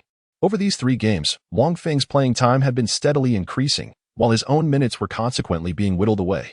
If this trend continued, his position as the team's starting player would be in jeopardy. Though Green and Barnes had fought side by side for the Warriors for 2 years, the bond between Green and Barnes paled in comparison to the camaraderie shared by Curry and Thompson. Both were rookies in 2012, but Barnes was the 7th overall pick in the first round while Green was selected 35th in the second round. Despite their similar height and weight, they initially played overlapping positions, with Green serving as Barnes' backup, creating a competitive dynamic between them. This season, with Kerr's arrival, things changed. Green was moved to the power forward position, taking on the role of a point forward. Not only did he secure a starting spot, but his playing time also increased to 32 minutes per game. With their positions no longer overlapping, the rivalry between them faded. Unfortunately for Barnes, just as he lost Green as a threat, Wang Feng suddenly emerged as a dazzling new presence on the court, averaging nearly 20 points per game over 3 matches. His performance outshone them all. Even Green, his average points per game this season merely amount to 11.7. Faced with such a formidable and rapidly rising competitor, it would indeed be astonishing if Barnes remained completely indifferent. Chapter 32. Increased screen time. The altercation between Wang Feng and Barnes during training did not escalate into a significant incident. Both players exercised restraint, acutely aware that neither held the status of the team's star core players. They lacked the standing to display arrogance before the head coach, and any escalation risked being branded as troublemakers, potentially relegated to the bench indefinitely. Such an outcome would have been utterly unacceptable to both Wang Feng and Barnes. For Wang Feng, having the upper hand over Barnes during training was already a victory in itself. There was no need to press the advantage aggressively as long as he continued to showcase his strengths on the official court. Surpassing Barnes to become the Warriors' starting small forward would merely be a matter of time. The passage of 2 days was but a fleeting moment, and soon the Warriors boarded their private jet bound for Boston to face the Celtics. During the 14-15 season, the Celtics were in the midst of a resurgence under their young head coach, Brad Stevens. Having endured a disappointing previous season, Stevens had begun crafting a winning system with their modest roster, elevating the team's performance. This transformation kept their win rate hovering around 50, placing them in the middle of the Eastern Conference standings, roughly 6th or 7th. Yet, the Celtics, still in the early stages of their revival, were no match for the surging Warriors. With a narrow 106-103 victory on the road, Golden State secured the win by a mere 3 points. Stephen Curry, shaking off his lackluster performance against the Cavaliers in the previous game, delivered an outstanding display, scoring 37 points on an efficient 14 of 22 shooting, leading his team to triumph. Yet the most dazzling performance on the Warriors team was not Curry's, but Wang Feng's. Coming off the bench once again, Wang Feng played for 20 minutes in this game, shooting an impressive 5 out of 7 from beyond the arc, contributing 15 points and 6 steals. The Celtic frontline lacks players of exceptional prowess. Wang Feng, aside from his 3-point shooting from the corner, has devoted all his experience to defensive rotations and help defense. The Golden All-Star caliber interceptor proves remarkably effective with his speed, agility, and steal ratings all reaching the 90-point threshold. Moreover, the Celtics are inherently a team that thrives on intricate passing plays and off-ball movement to create scoring opportunities. This style of play naturally presented Wang Feng with numerous chances to anticipate passing lanes and execute steals. Compared to the previous game, where he scored an explosive 27 points, Wang Feng only managed 15 points this time. However, his efficiency remained astonishingly consistent as always, with an impressive 5 out of 7 three-pointers made. The shooting accuracy has soared beyond 70. Many interior players don't even achieve such efficiency in close-range shots under the basket. In stark contrast, Barnes played for 29 minutes, attempted 16 shots, made only 6 with a meager 37.5 field goal percentage, and scored 17 points including free throws and three-pointers. Despite taking more than double the shots compared to Wang Feng, his point tally barely surpassed Wang's by a mere 2 points. This scenario was precisely what Wang Feng relished the most. Evidently, after the training incident, Barnes had grown genuinely desperate, resorting to excessive shot attempts on the court in a futile attempt to flaunt gaudy statistics and validate himself. With 16 shot attempts, it nearly matched the number of shots taken by the team's second option, Klay Thompson, in this game. As a result, the Warriors' offensive rhythm was disrupted, which ultimately contributed to the narrow 3-point margin between the two teams. After the game in the locker room, Coach Kerr openly reprimanded Barnes in front of all the players. However, since the team had secured the victory, his tone wasn't particularly harsh, just a gentle reminder. Yet, in the very next game on March 2nd, when the Warriors faced the Brooklyn Nets in a back-to-back away game, Barnes' playing time was significantly reduced. He logged only 25 minutes on the court, while Wang Feng's minutes increased to 26, surpassing Barnes for the first time. Alas, the Warriors suffered defeat in this match. Apart from Curry and Wang Feng, nearly the entire team seemed to have transformed into actors on the court. Klay Thompson made a dismal 3 out of 17 shots, scoring a mere 7 points with a woeful 17.6 field goal percentage. Draymond Green managed only 1 out of 5 attempts, hitting a paltry 20. Barnes, in his limited 25 minutes of play, went 2 for 7, achieving a 28.6 shooting accuracy. While the starters collectively faltered, the bench players delivered somewhat respectable performances. Andre Iguodala and Sean Livingston both scored in double digits with over 60 shooting accuracy, one contributing 14 points, the other 12. Similarly, Wang Feng, coming off the bench, sank 4 out of 6 three-pointers, adding 12 points to the tally. However, as Wang Feng continues to participate in more games, the opportunities for him to take uncontested corner three-pointers are dwindling.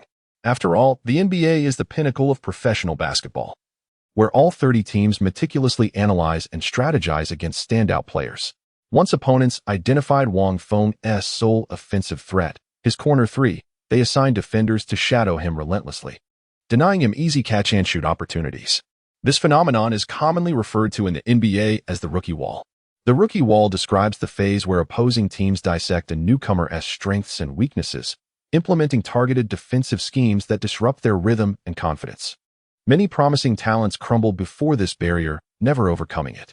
Yet, some gifted players rise above, refining their skills and emerging even stronger. Wang Feng's situation, however, is slightly different. From the tactical perspective of the Warriors team, Wang Feng doesn't need to disrupt the status quo at all. Having an opponent allocate a player to guard Wang Feng in the corner throughout the game is precisely what the Warriors desire. After all, Wang Feng is far from being a key player in the Warriors lineup. The Warriors' primary scoring force has always been the Splash Brothers duo of Curry and Thompson. Wang Feng effectively contains the opposing defenders and creates space, which benefits the Warriors' offense without any drawbacks. Isn't this precisely the role of a 3D player? On the defensive end, he serves as the vanguard, tasked with guarding the opponent's most formidable scorer. Offensively, his role is elegantly simple, merely requiring him to convert open three-point opportunities with precision. The defeat against the Nets was primarily due to the poor shooting performance of key starters like Thompson. Although Wang Feng received fewer opportunities to shoot, he still managed to score 12 points with an impressive 66 three-point shooting accuracy 4 out of 6, which can hardly be considered an underperformance. On the defensive end, he even managed to contain former All-Star Joe Johnson, the Nets' second leading scorer this season, limiting him to a dismal 1-for-9 shooting performance with merely 3 points, 4 rebounds, and 2 assists. After back-to-back away games, the Warriors finally returned to their home court to face the Milwaukee Bucks. In this matchup, the Splash Brothers miraculously rediscovered their shooting touch simultaneously, scoring 27 and 25 points respectively. With the Splash Brothers regaining their form, Wang Feng became the direct beneficiary of their resurgence. Chapter 33. Seizing the starting position. When the Splash Brothers are both in scorching form, that is when the Warriors become most formidable. The spacing and gravity exerted by these two elite perimeter players is simply unparalleled. At this critical juncture, every team faces an agonizing dilemma, whether to focus their defensive efforts on containing Curry or neutralizing Thompson. With only 5 players permitted on the court simultaneously, even the most formidable defensive squads cannot possibly deploy 5 elite defenders capable of completely shutting down both offensive spearheads. Thus, choices are inevitable. Yet the Milwaukee Bucks found themselves confronted with not one, but 3 distinct options in this match. Guard against Curry, Thompson, yet Wang Feng stands out. With the Splash Brothers heating up from beyond the arc, the Bucks were compelled to allocate extra defensive efforts to contain the duo, inevitably weakening their coverage on other players.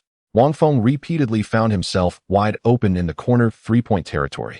Blessed with the legendary Hall of Fame corner specialist badge, he converted every single one of these golden opportunities with flawless precision, a perfect 7 for 7 from downtown, maintaining an immaculate 100 shooting percentage throughout the game. After an interval of approximately 1 week, Wang Feng once again achieved a score of 20 points. The situation unfolded exactly as Wang Feng had anticipated. The Warriors proved to be the most ideal team for him at this current stage of his career. Wang Feng currently lacks versatility in scoring methods, making him highly susceptible to defensive containment. However, the Warriors' tactical system excels at creating optimal spacing on the court, providing him with ample opportunities for open 3-point shots from the corner positions. Fortunately, it was the Golden State Warriors. Had it been any other team, I fear even with the system's badges, it would have been exceedingly difficult for me to make a name for myself in such a short time. Wang Feng felt profoundly grateful. This was the 2014-15 season, the very moment when the Warriors' small ball tactics burst onto the scene. At this point, the team had yet to reach the finals and hoist the championship trophy, nor had they stunned the league with their 73-win season the following year. Naturally, Stephen Curry's revolutionary 3-point shooting, which would redefine the league's trajectory, had not yet become widespread. Thus, the vast majority of teams still underestimated the impact of 3-pointers on securing victories. Had Wang Feng been on any other team, he might not even have gotten the chance to shoot beyond the arc. Thud, thud, thud. In the vast, empty gymnasium, only the solitary echo of a basketball bouncing against the floor could be heard, punctuated occasionally by the soft swish of the net as the ball passed through. Swoosh. Wang Feng released the basketball, watching intently as it swished through the net without touching the rim. He exhaled deeply, wiping beads of perspiration from his forehead. 500 3-pointers successfully made. With a face brimming with delight, Wang Feng couldn't help but shake his head. Making 500 3-pointers, what an astonishing feat. It's truly remarkable how Curry managed to persist through it all. According to Wang Feng's understanding, during the off-season, Curry makes 500 3-pointers every single day. Even amidst the regular season, he maintains a rigorous routine of sinking 250 to 300 3-pointers daily. It is precisely this prodigious volume of shooting practice that enables him to sustain such formidable and consistent firepower from beyond the arc. Wang Feng's 3-point training differed somewhat from Curry's. While the sheer volume of long-range shots provided marginal improvements to his already maxed-out 3-point rating, which couldn't be enhanced further through attribute points after reaching 90. His primary objective lay in activating badges. Upon his 3-point rating hitting 90, several badge slots manifested on Wang Feng's shooting badge wall. These could only be unlocked through daily training and achievements during regular seasons and playoffs. Currently, Wang focused on upgrading his quick draw badge. His bronze-tier quick draw badge required 30,000 complete shooting motions, regardless of accuracy, for silver-tier advancement. Wang ingeniously combined this with his 3-point drills. With his corner specialist badge active, Wang maintained over 95 accuracy on open corner threes when fresh, though his efficiency gradually declined with accumulating fatigue. Overall, he hovered just below 90 accuracy. While draining 500 threes daily, Wang actually attempted significantly more shots. At this pace, he'd fulfill the upgrade requirements in slightly over a month, elevating his quick draw badge from bronze to gleaming silver. Not only that, but practicing 500 3-point shots daily constitutes an exceptionally high-intensity training regimen. This rigorous routine would significantly boost Wang Feng's 3-point shooting experience points.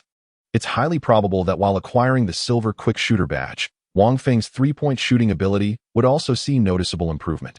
Unlike other players who could only train blindly, Wang Feng could visually track his own progress, making his motivation incomparably higher. Unbeknownst to Wang Feng, a solitary figure lingered outside the gymnasium, intently listening to the sounds within. This was none other than Steve Kerr, the head coach of the Golden State Warriors.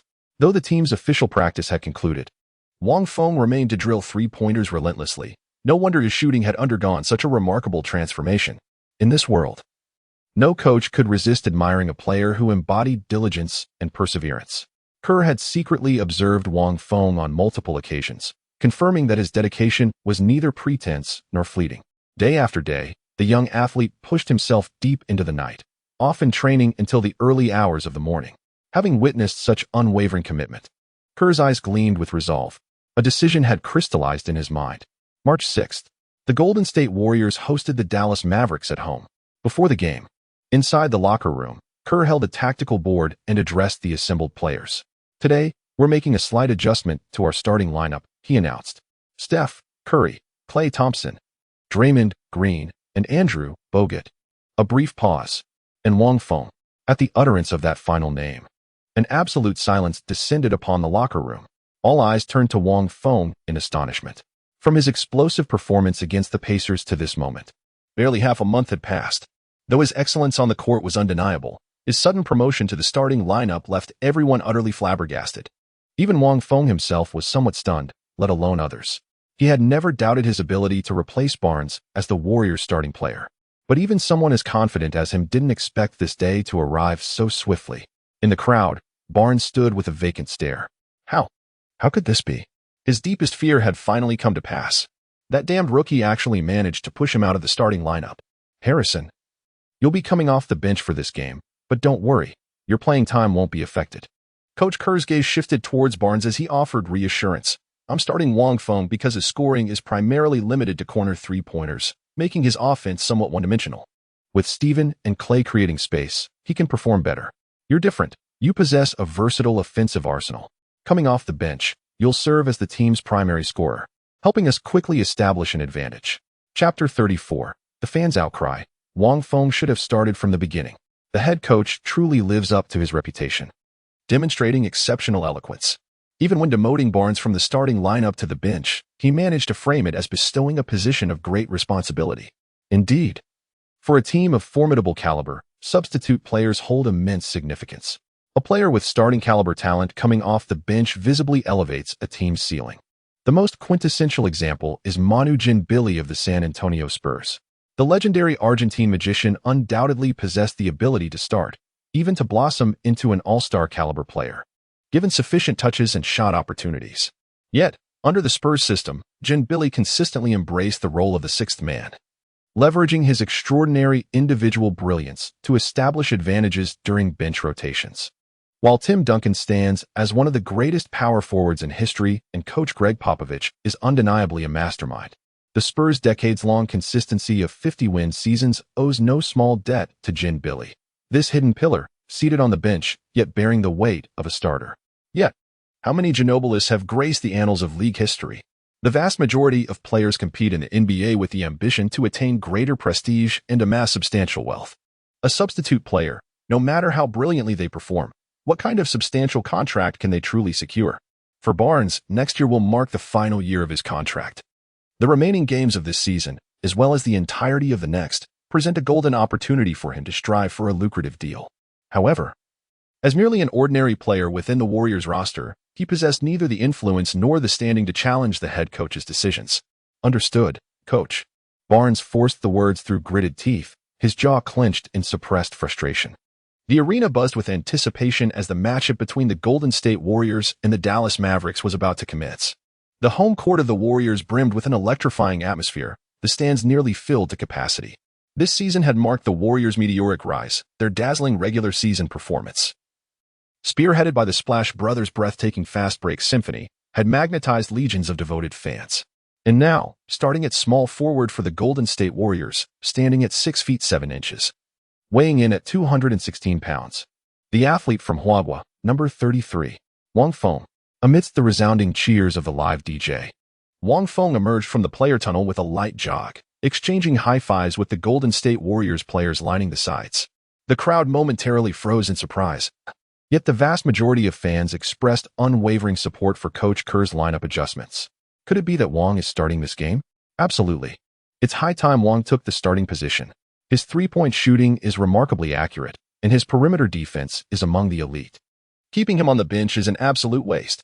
That incompetent Harrison should have been relegated to the substitutes bench long ago. Observe his recent performance. A field goal percentage below 35 on average.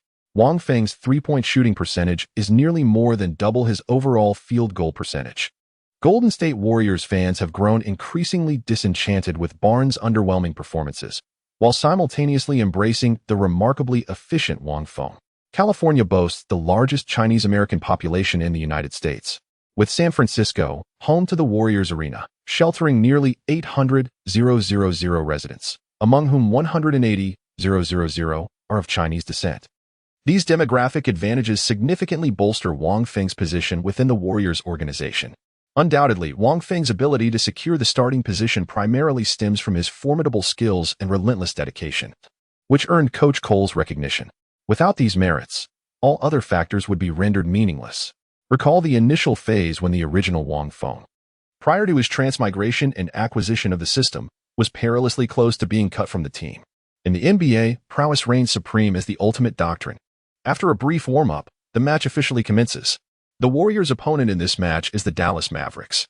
The 2011 championship team, the Dallas Mavericks, has gradually declined over time. With an aging roster, their core player Dirk Nowitzki is now 37 years old, and the original championship lineup has largely been dismantled.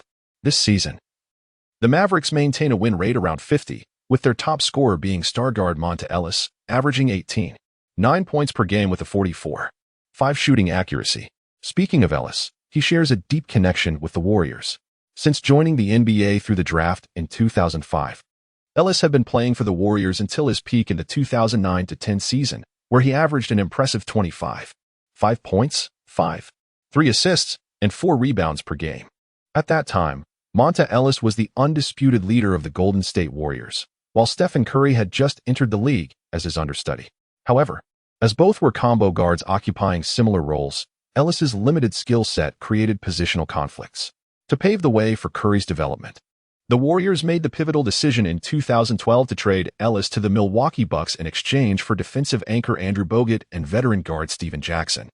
Freed from Ellis's shadow, Curry rapidly blossomed in the subsequent seasons, with his statistics soaring to new heights. In merely 2 years, he has transformed into a leading contender for the regular season MVP, a testament to his meteoric rise.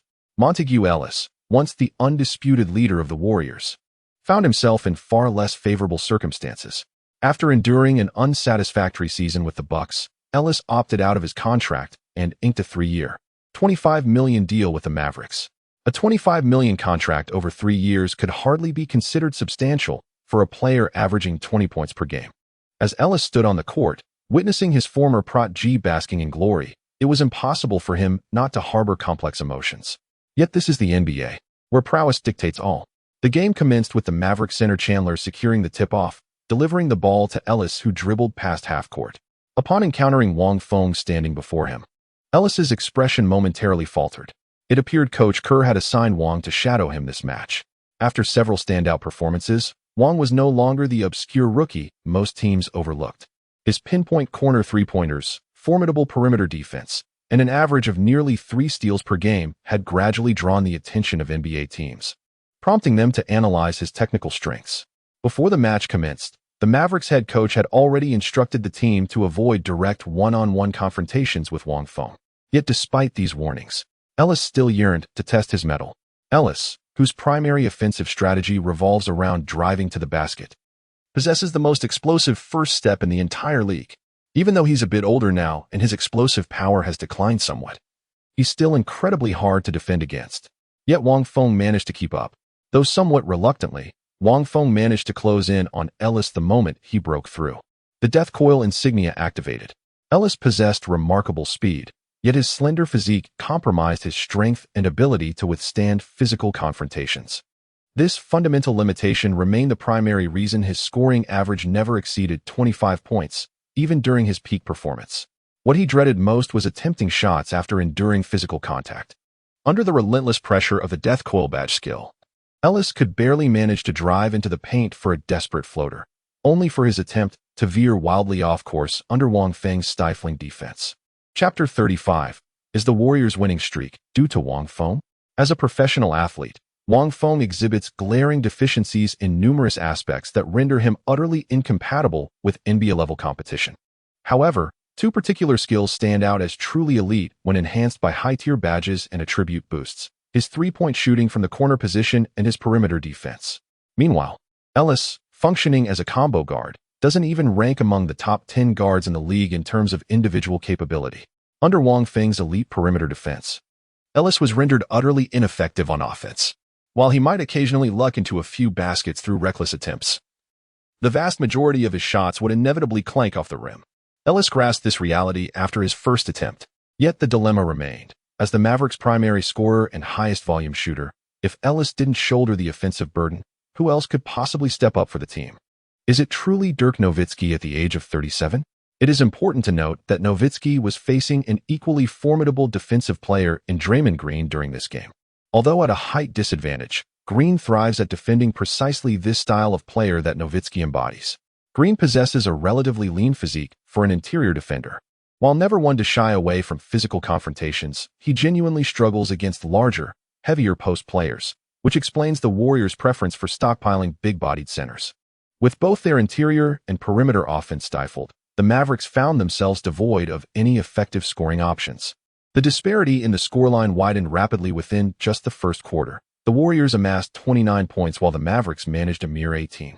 Wang Feng, making his starting debut, performed with remarkable vigor, swarming on defense, doubling down aggressively, and injecting relentless energy on the court. He sank 2 three-pointers and recorded 2 steals in the opening quarter alone. By the second quarter, the Mavericks' resistance crumbled further. At one point, the entire team went scoreless for 3 consecutive minutes. Seizing this golden opportunity, the Warriors unleashed a relentless offensive surge, decisively widening the point differential to over 30. At the conclusion of the first half, the score between the two teams stood at a staggering 71-40. The match had lost all suspense before even reaching the third quarter. The Warriors fans were thoroughly satisfied, though it wasn't a fiercely contested game. Witnessing their beloved team dominate so decisively on home court was nothing short of pure delight for any devoted supporter. The final score at the end of the game was 112-89. Curry led all scorers with 26 points, while Thompson also contributed 22 points. Wang Feng started the game and played approximately 25 minutes. Though his playing time wasn't particularly extensive, he maintained an efficient performance. He made 4 out of 7 three-point attempts, finishing with 12 points, 4 rebounds, and 4 steals. Under his relentless defensive pressure, Monta Ellis seemed disoriented throughout the entire game, making only 2 of his 14 shot attempts for a dismal 14.3 shooting percentage. On the other side, Barnes, who came off the bench, played close to 30 minutes, his longest stint in recent games. With the match entering garbage time early, Barnes naturally became the primary scoring option upon substitution, receiving ample opportunities to shoot. He went 6 for 13 from the field, contributing 16 points and 5 rebounds, a commendable performance. This validates Kerr's judgment. At this stage, Barnes is better suited for a bench role than starting, at least when Wang Feng is in the lineup. However, whether Barnes shares this sentiment remains uncertain. Throughout the game, he wore a grim expression, not even cracking a smile after sinking shots. Following the effortless victory over the Mavericks, the Warriors' season record has quietly climbed to 49 wins and 11 losses, on the verge of securing 50 victories in a single season. Last year, the Warriors' entire regular season record was merely 51 wins and 31 losses. Now, with 22 games remaining in the regular season, they are already on the verge of matching last season's performance. The Warriors are in absolutely phenomenal form, virtually unrivaled across the entire league. Now, the Warriors have set their sights on a new ambition, shattering their franchise's regular season record. It is virtually a foregone conclusion that the Warriors will enter the playoffs with the best regular season record.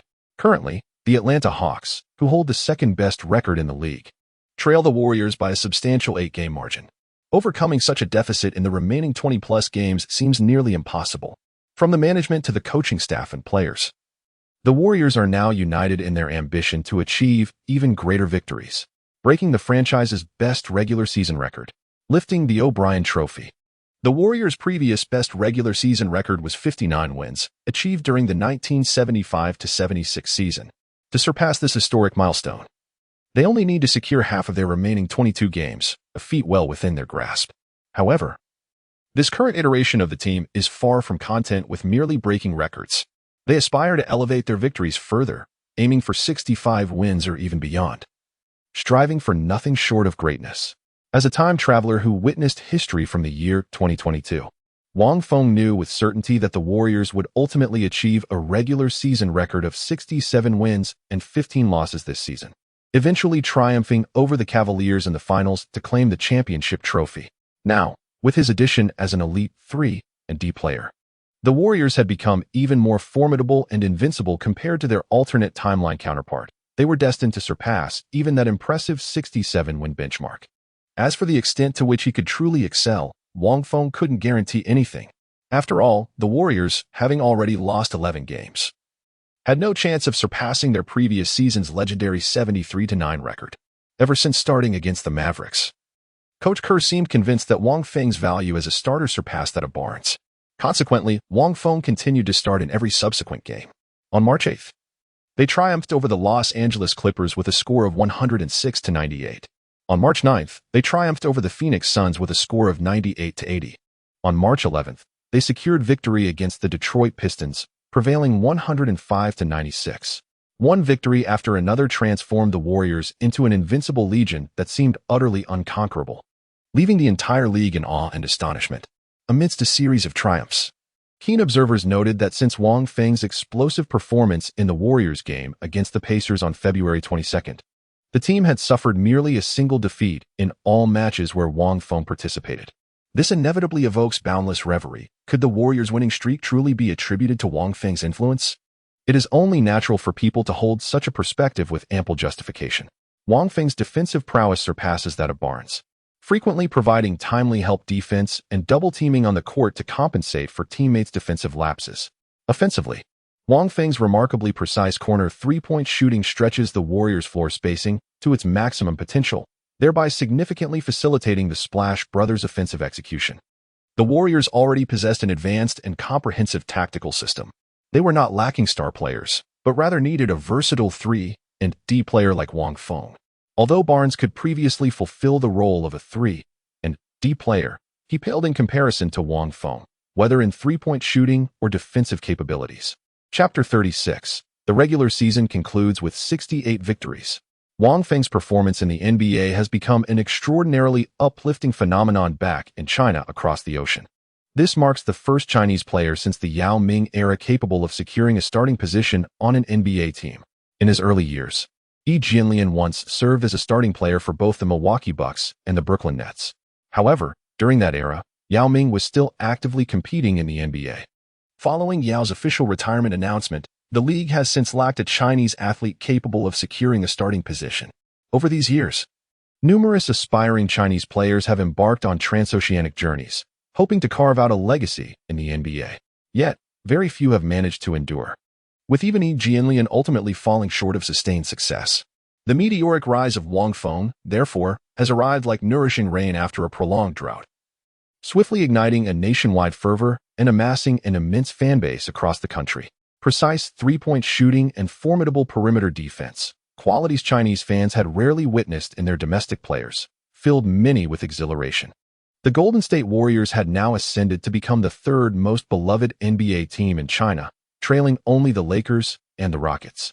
Many fans have begun speculating about how many victories the Warriors will secure this regular season and what outstanding performances Wang Feng might deliver in the playoffs. His sudden popularity in China has attracted a flood of media outlets, websites, and advertisers desperately seeking collaborations, inundating him with endless calls that have become a nuisance. While Wang Feng is naturally pleased by the financial opportunities knocking at his door, he recognizes this isn't the ideal moment. Though he has successfully displaced Barnes as the Warriors' starting small forward, within the team hierarchy he remains largely insignificant, merely a role player functioning as a utility piece. In such circumstances, his star power remains woefully inadequate, casting doubt on his current commercial appeal. With the basketball god system at his disposal, Wang Feng is destined to ascend as a top-tier superstar in the league, perhaps even etching his name into legendary status. He harbored no concerns about his ability to earn money, yet aspired to amass wealth with greater ease. The foremost step was to elevate his own worth and standing. Not to mention the distant future, in just 2 more months, he will proudly claim his first championship ring as a starting player. Assist the team in securing the NBA championship. This makes him the first Chinese player in history to achieve such a feat. A stark contrast to those who merely ride the bench and claim undeserved titles. Moreover, Wang Feng possesses unwavering confidence. When the playoffs arrive, he is certain to perform even more brilliantly than during the regular season. A few days prior, through rigorous daily shooting drills, he had successfully upgraded his quick shooter badge from bronze to silver, further enhancing his release speed. The sheer volume of practice also contributed to an increase in Wang Feng's three-point shooting ability. As previously mentioned, once a skill rating surpasses 90, it can no longer be improved through freely allocated points. Only consistent training and competitive play can push it higher. Since becoming a starter, Wang Feng secured steady playing time. Off the court, he dedicated himself to sinking at least 500 three-pointers every night before heading home, a relentless routine he maintained for nearly half a month. Through relentless perseverance, Wang Feng's three-point shooting ability has now risen to 92, marking an improvement of 2 points. While a 2-point enhancement may appear modest at first glance, any attribute that ascends beyond the 90 threshold makes further progress an endeavor of Herculean difficulty. It is truly not difficult to comprehend, amidst the vast constellation of NBA players who dedicate countless hours to shooting drills daily. How many can truly attain the celestial precision of Curry's three-point mastery? The league has never lacked training fanatics. There are plenty who shoot more three-pointers daily than even Curry himself. However, such matters are not determined by mere practice alone. Nor does reality operate like a game governed purely by statistics. Talent, that innate gift, remains the paramount factor for NBA players. Regarding this matter, Wang Feng has recently made some new discoveries. The emergence of the basketball god system not only provided him with badge packages and various mission rewards, but also seemed to have completely digitized his physical attributes. This digitization, of course, does not refer to the exaggerated concepts seen in science fiction films. Rather, Wang Feng already possessed an attribute panel within his consciousness that meticulously recorded all his basketball-related statistics. Precisely because of this, Wang Feng appears to be unconstrained by so-called innate talent limitations. Similar to creating a player in 2K games, as long as he engages in continuous training, he can enhance his abilities until reaching the maximum value of 99. In 2K games, there are often players with rather distasteful tendencies who relentlessly grind for points or outright use cheat codes to max out all their custom players' attributes to 99. Such creations become truly monstrous entities on the virtual court. Scoring, defending, rebounds, assists, he excels in every aspect, capable of accomplishing nearly everything single-handedly on the court. Wang Feng now essentially possesses an unfair advantage, and judging by the current circumstances, there might genuinely be an opportunity to achieve maximum attributes across the board. Yet this seems rather excessively exaggerated, does it not? Of course, for Wang Feng at this stage, such matters remain merely fanciful musings. As of now, his overall capability rating barely exceeds 70 points, falling short of even the league average. Regarding badges, the number he has mastered amounts to a mere 8. In 2K games, players with abilities rated above 95 generally possess over 40 badges. As a legendary superstar of historic caliber, James possesses an astounding collection of 60 badges. For Wang Feng, the path ahead remains long and arduous. As the regular season draws to a close, the Warriors face mostly weaker opponents. Apart from 3 challenging matchups against the Los Angeles Clippers, Atlanta Hawks, and San Antonio Spurs, the remaining games pit them against bottom-tier teams languishing at the league's basement: the Lakers, Timberwolves, 76ers, Pistons, and Nuggets. Having already shattered their franchise record for best season performance and riding an unstoppable momentum, how could these struggling squads possibly withstand Golden State's dominance? Like slicing through melons and chopping vegetables, these teams fell one after another without any resistance, effortlessly defeated by the Warriors. The Warriors' regular season victories continued to accumulate: 60 wins, 62 wins, 65 wins, 67 wins. On April 15th, during the Warriors' final regular season game, amidst the deafening cheers of home fans, the team effortlessly defeated the Denver Nuggets 133-121, solidifying their final season record at 68 wins and 14 losses. A remarkable 68 victories in the regular season. This achievement nearly drove the Warriors fans into a frenzy. One must realize, even when viewed across the entire history of the NBA, this record stands proudly within the top 3. Truly unparalleled. Only the Chicago Bulls' 72 victories and the Los Angeles Lakers' 69 triumphs. The Golden State Warriors shattered the regular season win record this season, elevating it by a staggering 9 games. How could the devoted fans of this team not be utterly ecstatic? Chapter 37, The Playoffs. First round elimination of the Pelicans. The entire Golden State Warriors team was thoroughly satisfied with their final record of 68 victories, except for Wang Feng. As a time traveler, Wang Feng knew precisely how formidable this Warriors squad should have been. During the 2014 to 2015 season, they were originally destined to secure 67 regular season wins before triumphing over the Cleveland Cavaliers in the finals to claim the championship trophy. Yet now, despite his presence making the Warriors roster even more impeccable, they had merely managed one additional victory. This substantiates Wang Feng's presence. Yet his contribution to the Warriors' elevation remains confined within these parameters. The rationale behind this is rather unequivocal. While Wang Feng's performance exhibits commendable aspects, he ultimately occupies the role of a specialized 3D player at present. He furnishes the team with enhanced perimeter defense, delivers consistent three-point shooting from open positions, and stretches the court spacing. Nevertheless, he does not constitute the team's cornerstone. The ceiling of this Warriors team is determined by none other than Stephen Curry. In the 2014 to 2015 season, Curry was in his ascendant phase, though he was about to claim his first MVP trophy. He hadn't yet reached the astronomical heights of his legendary Skyfucker performance in the following season. After the conclusion of the regular season, Curry's average statistics for this season settled at 23. 8 points, 7 assists, and 3 rebounds per game. These figures are undeniably impressive, with his scoring ranking 6th in the league for the current season. However, his 8 points per game marked the lowest average among regular season MVPs in the past decade.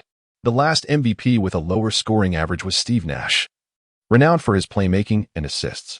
Curry's 2015 MVP accolade was largely attributed to his team's outstanding performance, leading many to question whether he truly deserved the honor or merely benefited from the team's success. This skepticism intensified when the finals MVP was awarded to Andre Iguodala, who averaged only 3 points per game in the championship series. Fortunately, Curry delivered the most emphatic rebuttal in the following season. The 2015 to 2016 season witnessed the meteoric rise of Skyfucker Curry. That legendary season saw him attempting an average of 11 three-pointers per game with an astonishing 45 for accuracy, culminating in a record-shattering 402 three-pointers made, averaging 31 points, 7 assists, and 4 rebounds per game. He spearheaded the Warriors to an earth-shattering 73-win season, eclipsing Michael Jordan's Bulls' previous record of 72 regular season victories. With his divine performance, Curry became the first unanimous regular season MVP in history. The only regret was the Warriors narrowly losing to LeBron James' Cavaliers in the finals. James achieved his redemption while Curry missed the chance to further cement his legendary status. But I digress. With Wang Feng on the roster, the Warriors only managed one more victory than without him, a clear testament to the gap between elite role players and top-tier superstars in terms of impact. Yet Wang Feng felt no discouragement, for he understood his current limitations. To have reached this level with an overall rating barely above 70 already exceeded his expectations. After all, Rome wasn't built in a day. He still had plenty of time ahead. Wang Feng traversed time in early March 2015. By the conclusion of the final regular season game on April 15th, nearly 2 months had elapsed during which he participated in 29 matches. Across these 29 games, Wang Feng averaged approximately 24 minutes of playtime per game, attempting around 6 shots and converting 4 of them. Nearly all his attempts originated from beyond the three-point line, where he maintained an astonishing 66 shooting accuracy, surpassing even the likes of Curry and Thompson. With his remarkably accurate three-point shooting, Wang Feng averaged around 12 points per game, making him the third highest scorer on the Warriors team, trailing only Curry and Thompson and slightly surpassing Green's average of 7 points per game. Moreover, with his golden interceptor badge and exceptional base attributes of 90 in speed, agility, and steals, Wang Feng averages an impressive 5 steals per game. Were it not for his limited playing time, he might even contend for the league steals title. In just 25 minutes per game, he contributes 12 points, 5 steals, and 3, 2 rebounds while shooting an outstanding 66 from the field. Such efficiency would be the envy of any team. How fortunate the Warriors are to have acquired a top-tier 3D player seemingly out of nowhere. It is widely known that in recent years, the value of versatile 3D players has skyrocketed, with even moderately skilled individuals commanding contracts worth tens of millions. Wang Feng is currently on a base salary contract, and due to his unsuccessful draft participation, his contract terms are lamentably meager. At that time, the Warriors offered Wang Feng a 2-year contract, commencing in July 2014 and concluding in July 2016. The total value amounted to $940,000, averaging $470,000 annually, the league's minimum salary at the time. Little did the Warriors management anticipate that this seemingly modest investment, initially intended merely to penetrate the Chinese market, would yield such an extraordinarily bountiful return. The Warriors management has yet to approach Wang Feng regarding contract negotiations. However, given Wang Feng's stellar performance, it's inevitable that the Warriors will initiate discussions for an early contract extension once the playoffs conclude. For teams with disappointing regular season records, the season's end marks the beginning of vacation. Players can now indulge in leisurely pursuits, basking on sunlit beaches or casting fishing lines into tranquil waters, embracing a life of serene contentment. Yet for the top 8 teams in both the Eastern and Western conferences, this is merely the opening act of a far greater challenge. The Warriors, who secured 68 victories, will face their first playoff match in 3 days, hosting the New Orleans Pelicans at home. Having just rebranded from the Hornets a year prior, the Pelicans, led by the formidable Anthony "the Brow" Davis, achieved a commendable record of 45 wins and 37 losses this season, clinching the 8th seed in the Western Conference. This marks the Pelicans' triumphant return to the playoffs for the first time since the departure of Chris Paul several years ago. Anthony Davis delivered an impeccable performance during the regular season, averaging 24 points, 10, 2 rebounds, and 9 blocks per game, showcasing the brilliance of an elite power forward. For the Pelicans management, merely making it to the playoffs this season would have been a gratifying achievement.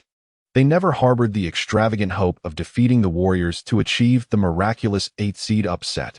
In contrast, nurturing the growth of their young prodigy Brow, maintaining the team's operations, and recruiting formidable players to further strengthen the roster are the pressing matters they must now contemplate. In the opening game of the series, the Warriors effortlessly secured victory on their home court, 116-99. Anthony Davis dominated the paint with an imposing performance, amassing 35 points, 7 rebounds, and 4 blocks. However, the Warriors showcased balanced scoring with 6 players reaching double digits. Stephen Curry led Golden State with 31 points, followed by Klay Thompson's 22, Draymond Green's 12, Andre Iguodala's 10, and Harrison Barnes' 11. Meanwhile, Wang Feng seized his opportunities splendidly, draining 5 of 7 3-point attempts to contribute 15 points to the scoreboard. The disparity in strength between the two teams was vast, leaving absolutely no room for suspense. The subsequent 3 matches yielded identical outcomes: 101, 87, 123, 119, and 109, 98. For consecutive victories, a clean sweep of 4 o'clock, the Warriors advanced seamlessly to the second round. Chapter 38, Second Round. Facing the Grizzlies, Wang Feng felt nothing particularly remarkable about eliminating the Pelicans. It's often said that the intensity of the playoffs is on an entirely different level compared to the regular season, but Wang Feng genuinely didn't perceive much difference. Perhaps the Pelicans' caliber was simply too low, or perhaps the current Warriors were simply too formidable, sweeping the series 4-0 with ease. The Warriors didn't have to wait long before their second-round opponent emerged. The 4th-seeded Portland Trail Blazers faced the 5th-seeded Memphis Grizzlies, only for the Grizzlies to dominate the Blazers. The final score of 4-1 wasn't a complete sweep, but the difference was negligible. In truth, the Grizzlies had a better regular season record than the Trail Blazers. But due to the playoff seeding rules, they were relegated to the 5th seed in the West. And in the playoffs, the Grizzlies clearly elevated their game beyond their regular season performance. The reason was simple. The Grizzlies were a team built around their dominant interior duo. The formidable black and white Bears combination of Marc Gasol and Zach Randolph stood as one of the league's most elite frontcourt pairings. With heightened defensive intensity in the playoffs, perimeter shooting percentages inevitably suffered, making reliable interior scoring even more crucial compared to the regular season. The Warriors, on the other hand, were a team centered around perimeter players, with their interior game long considered their weak point. Yet against the Grizzlies, the Warriors held a distinct advantage: speed. Gasol and Randolph are both heavyweight interior players with sluggish mobility, often becoming liabilities during rapid transitions between offense and defense. Meanwhile, the Warriors with their death lineup small ball configuration boast the fastest fast break offense in the entire league. In the opening game between the two teams, the Warriors gave the Grizzlies a harsh lesson, capitalizing on their absolute dominance in the paint. Gasol and Randolph repeatedly scored through post-ups. On the Warriors' side, only their blue-collar center Bogut struggled to hold the fort alone, and he was soon benched due to accumulating too many fouls. At this critical juncture, Coach Kerr decisively switched to the small ball death lineup. "Oh, you think you're strong inside? Well, let's see how you handle a track meet." The move paid off instantly. Gasol and Randolph demonstrated remarkable efficiency in post-up plays. Yet their lack of agility became glaringly apparent during transition defense against the Warriors' nimble small ball lineup, frequently failing to retreat promptly. They left their backcourt exposed in precarious 3-on-4 defensive scenarios. In the end, both Gasol and Randolph scored an impressive 20 points each, yet the Grizzlies suffered an 86-101 defeat. This game, characterized by numerous fast breaks and transition opportunities, unexpectedly made Wang Feng the primary beneficiary. Throughout the match, he repeatedly found himself wide open in the corner, receiving passes for uncontested shots. With his Hall of Fame-level purple badge for corner three-point shooting, complemented by silver badges in catch-shoot and quick draw, Wang Feng was virtually unstoppable, barely missing a single attempt. He made 8 attempts from beyond the arc, sinking 7 of them, and finished the game with 21 points, second only to Curry's 22-point performance. Even Curry required a staggering 18 attempts to amass merely 22 points. In the second game, the Grizzlies evidently made tactical adjustments, significantly bolstering their perimeter defense. The Grizzlies' perimeter defense is formidable indeed. Starting point guard Mike Conley has been selected to the all-defensive team before, while shooting guard Tony Allen stands as one of the league's elite perimeter defenders, having earned 6 all-defensive team honors throughout his illustrious career. The defensive tactics of the Grizzlies proved remarkably effective, limiting Curry's shooting percentage to a mere 36.8, while Thompson barely scraped by with 40. Nevertheless, the Warriors managed to emerge victorious in this grueling contest, edging out a narrow 94-92 win. The triumph was largely attributed to the stellar performance of their bench players, who rose to the occasion with exceptional contributions. The Warriors' bench was already considered one of the most formidable in the league, boasting former All-Star Andre Iguodala and mid-range maestro Sean Livingston. By the end of the regular season, they further strengthened their depth by adding former starting player Barnes to the rotation. However, Barnes remained deeply resentful about being demoted to the bench. He never exchanged a single word with Wang Feng, neither during practice nor in games, deliberately refusing to pass him the ball. Yet, his skills remained undeniable. In fact, coming off the bench allowed him even more opportunities to shine than when he was a starter.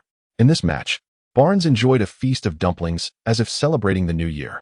With his scorching hot touch, he came off the bench and torched the Grizzlies' second unit with his lethal mid-range jumpers. For the entire game, he shot an efficient 8 out of 12 from the field, finishing with 22 points and 6 rebounds including free throws. The Warriors' highest scoring player on the team, Barnes, who had finally managed to savor the taste of victory, felt an overwhelming sense of vindication.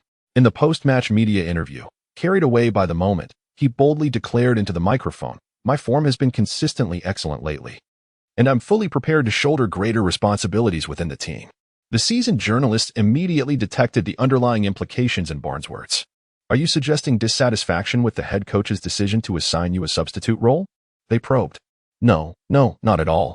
I didn't mean it that way," Barnes hastily explained with a dismissive wave of his hands. "I fully understand the head coach's intentions. The sixth man is a crucial piece of a team's puzzle, bearing significant responsibilities. I completely agree with the coach's approach. The outstanding performance our team has achieved this season is undoubtedly linked to the head coach's thoughtful arrangement of each player's position and duties." Though Barnes spoke these words, the reporter remained visibly skeptical. Nearly a day later, news of Barnes' alleged dissatisfaction with his role on the team had spread everywhere. Barnes immediately sought out Kerr to clarify. His original statement had been maliciously twisted by the reporter. Yet despite his explanation, Kerr's displeasure was evident. In the ensuing Game 3 of the series, Barnes' playing time was drastically reduced, logging fewer than 20 minutes for the entire game. Nevertheless, the Warriors still emerged victorious.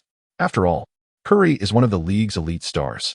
Even with opponents deploying targeted defensive strategies, it was impossible for him to remain ineffective for 2 consecutive games. Following his dismal 2-for-11 three-point shooting in the previous game, Curry staged a powerful comeback in this one, sinking 6 of 10 from beyond the arc and racking up 31 points to lead his team to yet another win. With this victory secured, the Warriors now lead the series 3-0, virtually guaranteeing their advancement to the Western Conference Finals. This differs somewhat from the alternate timeline.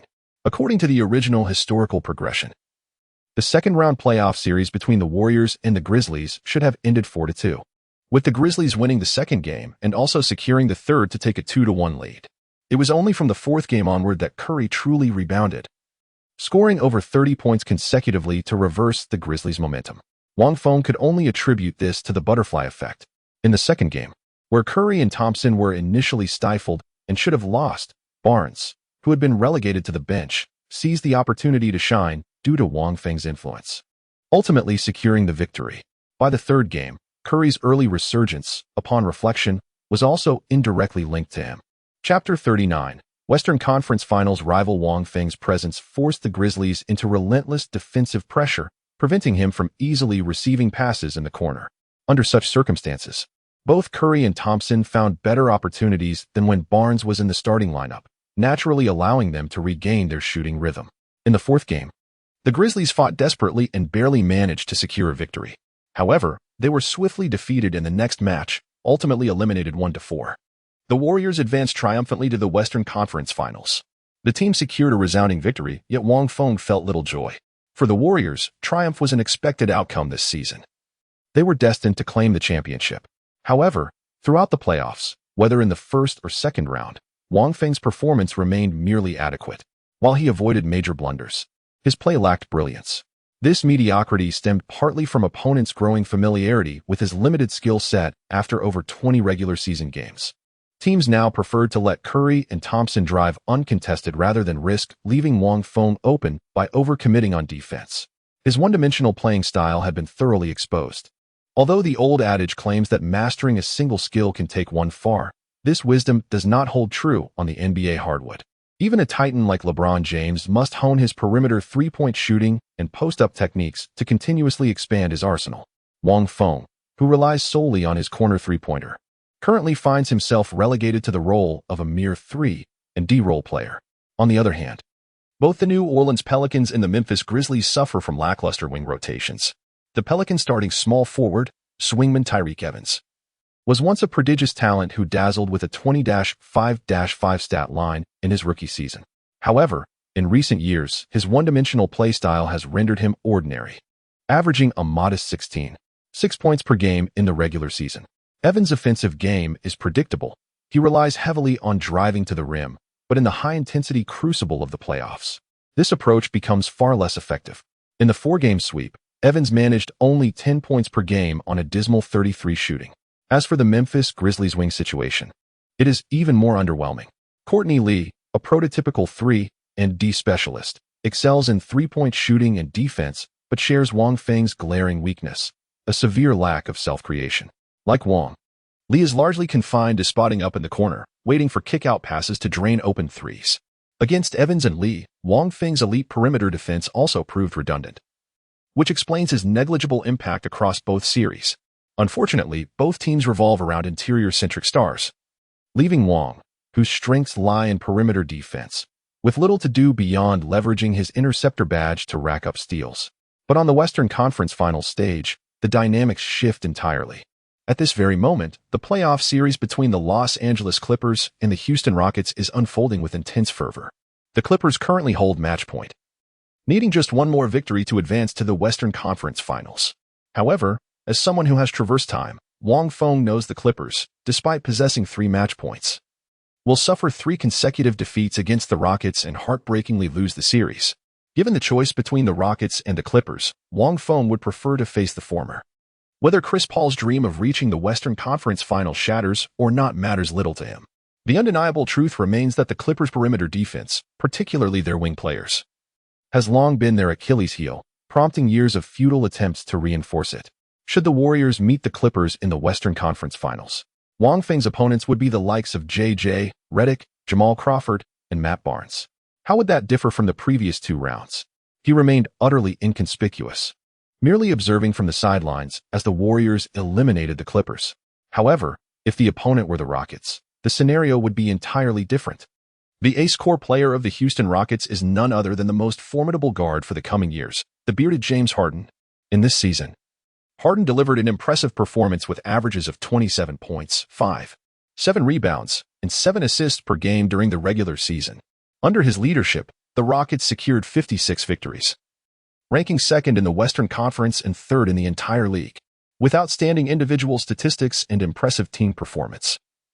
Harden has emerged as a formidable contender for the regular season MVP, posing the most significant challenge to Curry's dominance. In terms of team performance, Curry holds an absolute advantage. Yet when it comes to individual statistics, Harden clearly outshines him. Wang Feng, being a time traveler, is aware that Curry will ultimately secure the regular season MVP this season. However, with the season awards yet to be announced, many still believe Harden has a significant chance to claim the MVP title.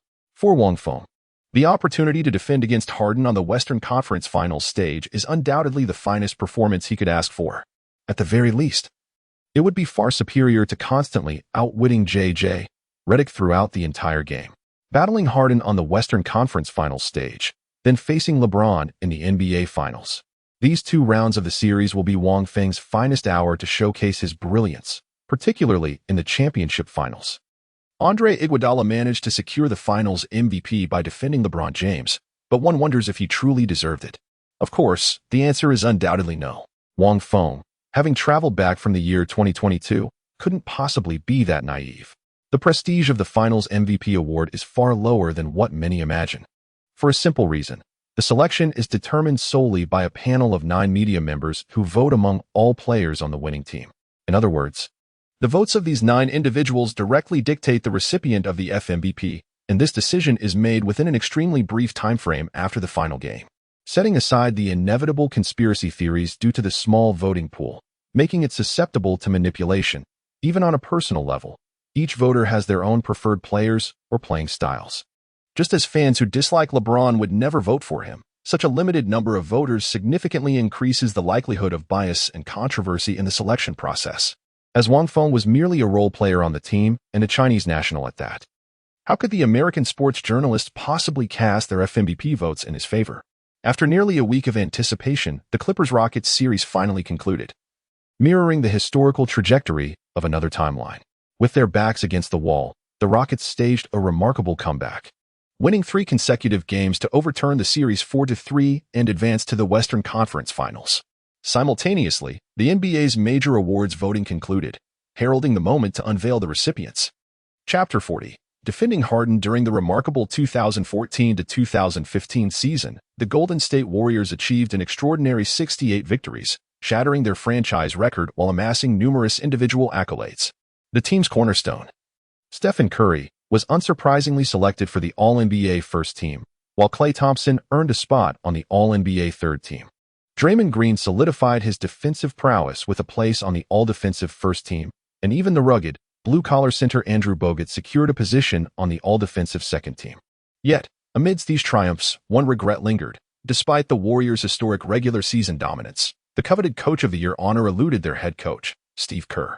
Instead, it was bestowed upon Mike Budenholzer of the Atlanta Hawks, who led the Eastern Conference with an impressive 60-win campaign. However, the most anticipated accolade of the season, the one that captivated the basketball world, was undoubtedly the Most Valuable Player award. In the end, it was Stephen Curry who had the last laugh over James Harden. Although Curry's individual statistics were slightly inferior, the substantial gap between the Warriors and Rockets records left little room for debate. The regular season MVP title rightfully belonged to Curry. When the league announced its seasonal awards, Wang Feng found himself entirely irrelevant.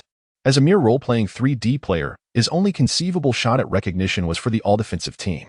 Yet, his attendance this season was far from stellar. Even accounting for the games played before his unexpected journey through time, he hadn't logged more than 40 appearances. How could he possibly be considered? This season has unfolded as expected, and I have now firmly secured my position as the starting player for the team. If I can ride along with the Warriors to clinch a championship ring in the end, that would be considered a monumental success. As for these honors, there will be ample opportunities in the future. The season awards have been distributed, and the Eastern and Western Conference Finals are now underway. In the East, the Cleveland Cavaliers face off against the Atlanta Hawks. Although the Hawks secured the top seed in the Eastern Conference during the regular season, they stand little chance against LeBron James and his Cavaliers. In an alternate timeline, the conference finals between these two teams ended in a decisive 4-0 sweep in favor of the Cavaliers, despite Kevin Love being sidelined by injury and Kyrie Irving playing only 2 games with a mere 25 minutes of action. It was LeBron James, leading the charge single-handedly, who dominated the series. One must acknowledge that during these years, LeBron James has been nothing short of a titan on the court, unstoppable, unmatched, and without a worthy adversary in sight. Meanwhile, on the other side of the court, the Western Conference Finals featured a showdown between the top 2 MVP vote-getters, Stephen Curry and James Harden. Regarding the trajectory of the Golden State Warriors versus Houston Rockets series, the overwhelming majority favored the Warriors. Given their stellar 68-win regular season record and clearly more well-rounded roster compared to the Rockets. Even so, fans generally anticipated a fiercely contested battle, as the Rockets had displayed remarkable resilience in their series against the Los Angeles Clippers, leaving a lasting impression. However, reality unfolded in stark contrast to expectations. In Game 1 of the Western Conference Finals, the Warriors delivered a decisive lesson to the Rockets. Or perhaps, it was Wang Feng who gave Harden a proper lesson. The Rockets epitomize a single-core team structure, with James Harden serving as the solitary nucleus around which the entire tactical system revolves. Before the match, Cole was delivering a speech in the locker room. Whether we can smoothly secure this series against the Rockets, Wang Feng, you are the pivotal piece. Cole's gaze shifted toward Wang Feng, prompting Curry and the others to also turn their attention to him. In this match, I don't need you to sink a barrage of 3-pointers from beyond the arc, nor do I require you to rack up an impressive score. Assisting your teammates with defensive rotations isn't your concern either. You have one singular mission: completely shackle Harden. Do everything possible to minimize his offensive efficiency. Wang Feng was momentarily taken aback, then immediately nodded without hesitation and declared with conviction, "Understood. I shall accomplish this." In the playoff series against the Rockets, Wang Feng had already intended to proactively challenge Harden to make his presence known. After all, coasting all the way to a championship ring would have been far too passive and uninspiring. Coach Kerr's strategic arrangement perfectly aligned with his ambitions. In the 2014-2015 season, James Harden had already established himself as one of the NBA's elite players, boasting a 2K rating exceeding 90 as a bona fide superstar. Yet Wang Feng remained utterly undaunted. With the system's assistance, he was destined to dominate the entire league in the future. How could one possibly retreat just because the opponent is Harden? On the contrary, Wang Feng, who had remained rather inconspicuous throughout the first 2 rounds, was precisely seeking someone to make an example of. Harden, you can only blame your misfortune. The NBA Eastern and Western Conference Finals have already become the most anticipated playoff series aside from the championship finals themselves. Major media outlets are vying to broadcast live coverage, including China's CTV5 sports channel. Good evening, dear viewers. Welcome to CTV5's live broadcast of Game 1 in the NBA Western Conference Finals, featuring the Golden State Warriors hosting the Houston Rockets. I'm your commentator, Yang Jian. Hello everyone, I'm Yang Yi. Across China, basketball fans tuning in were greeted with this smooth and familiar introductory exchange. Regarding tonight's game, I believe many viewers share my complex emotions, Yang Jian remarked. Yang Yi responded with a wry smile. On one side, we have Wang Feng's Golden State Warriors, while the other features the Rockets, a team we've supported for many years and where Yao Ming once fought valiantly. If possible, I'd wish both teams could advance to the finals. Unfortunately, they must determine a victor in this Western Conference showdown. The winner progresses while the defeated exits the stage. Alas, such is the brutal nature of competitive sports, yet therein lies its irresistible charm that captivates millions, remarked Yang Jian on the sidelines. Both teams had submitted their respective rosters. For the Rockets, the starting lineup featured point guard, Jason Terry shooting guard, James Harden small forward, Trevor Ariza power forward, Josh Smith center, Dwight Howard. Meanwhile, the Warriors countered with point guard, Stephen Curry shooting guard, Klay Thompson small forward, Wang Feng power forward, Draymond Green center, Andrew Bogut. Prior to the match, 15 ESPN columnists made predictions regarding the ultimate outcome of this playoff series, unanimously forecasting the Warriors' triumphant advance to the finals. After all, they had just shattered the franchise's best regular season record, and Curry had also bested Harden in the MVP race. It remained to be seen whether Harden would respond on the court with his basketball prowess to prove himself. As the game commenced, Howard and Bogut jumped for the tip-off. Even with his explosiveness significantly diminished by injuries, Howard effortlessly won the jump ball, tapping it to his teammates. Terry received the ball and advanced it past half-court before immediately dishing it to Harden. At that moment, the two commentators watching the game froze in momentary surprise. "Oh, we witnessed Wang Feng stepping forward to confront Harden. It appears the Warriors head coach has assigned Wang Feng to guard Harden in this crucial match." Chapter 41. Defending with hands behind the back. James Harden's position on the court is shooting guard, and by positional assignment, his direct matchup should have been Klay Thompson. In truth, had Wang Feng not been present, the responsibility of guarding Harden would undoubtedly have fallen to Thompson, who possesses the caliber to be selected for the all-defensive team, a testament to his exceptional defensive prowess. Before Wang Feng's emergence, Thompson was unequivocally the finest perimeter defender on the Warriors roster, far surpassing Harrison Barnes in defensive aptitude. Wang Feng's perimeter defense is superior to Thompson's. More importantly, as a designated 3 and D role player on the team, Wang Feng doesn't need to shoulder offensive responsibilities like Thompson does while defending. Coach Kerr had already outlined Wang Feng's mission before the game. His sole task for this match was to shadow Harden relentlessly throughout the entire game. Gazing at Wang Feng standing before him, fully focused, Harden's brow furrowed slightly. Prior to the playoff series, the Rockets had conducted technical analysis sessions on the Warriors players, including Wang Feng. Professional video analysts had compiled detailed reports on each player. Wang Feng was recognized as an elite perimeter defender, particularly adept at guarding shooters. Any player he marked would invariably see a significant drop in their shooting percentage compared to their usual performance. His speed is remarkable, though slightly trailing behind the elite defenders. Yet his exceptional body coordination allows him to skillfully engage opponents in physical confrontations, effectively disrupting the ball handler's rhythm. He swiftly coordinates with teammates to form a double team. With an exceptionally keen instinct for passing lanes, he often anticipates trajectories early and executes interceptions with precision. Moreover, he possesses distinctive techniques when defending against pick-and-roll screens. Big men with slightly slower footwork find it challenging to completely seal him off, requiring high-quality screens to fully shake his defensive presence. Based on the aforementioned characteristics, my recommendation is that offensive players matched up against Wang Feng should avoid engaging in one-on-one isolation plays, as the success rate would be exceedingly low. Had Wang Feng listened to the Houston Rockets video analyst's scouting report, he would undoubtedly have been utterly impressed. What sounds like the fantastical 2K badges system was meticulously dissected by the analyst using professional basketball terminology.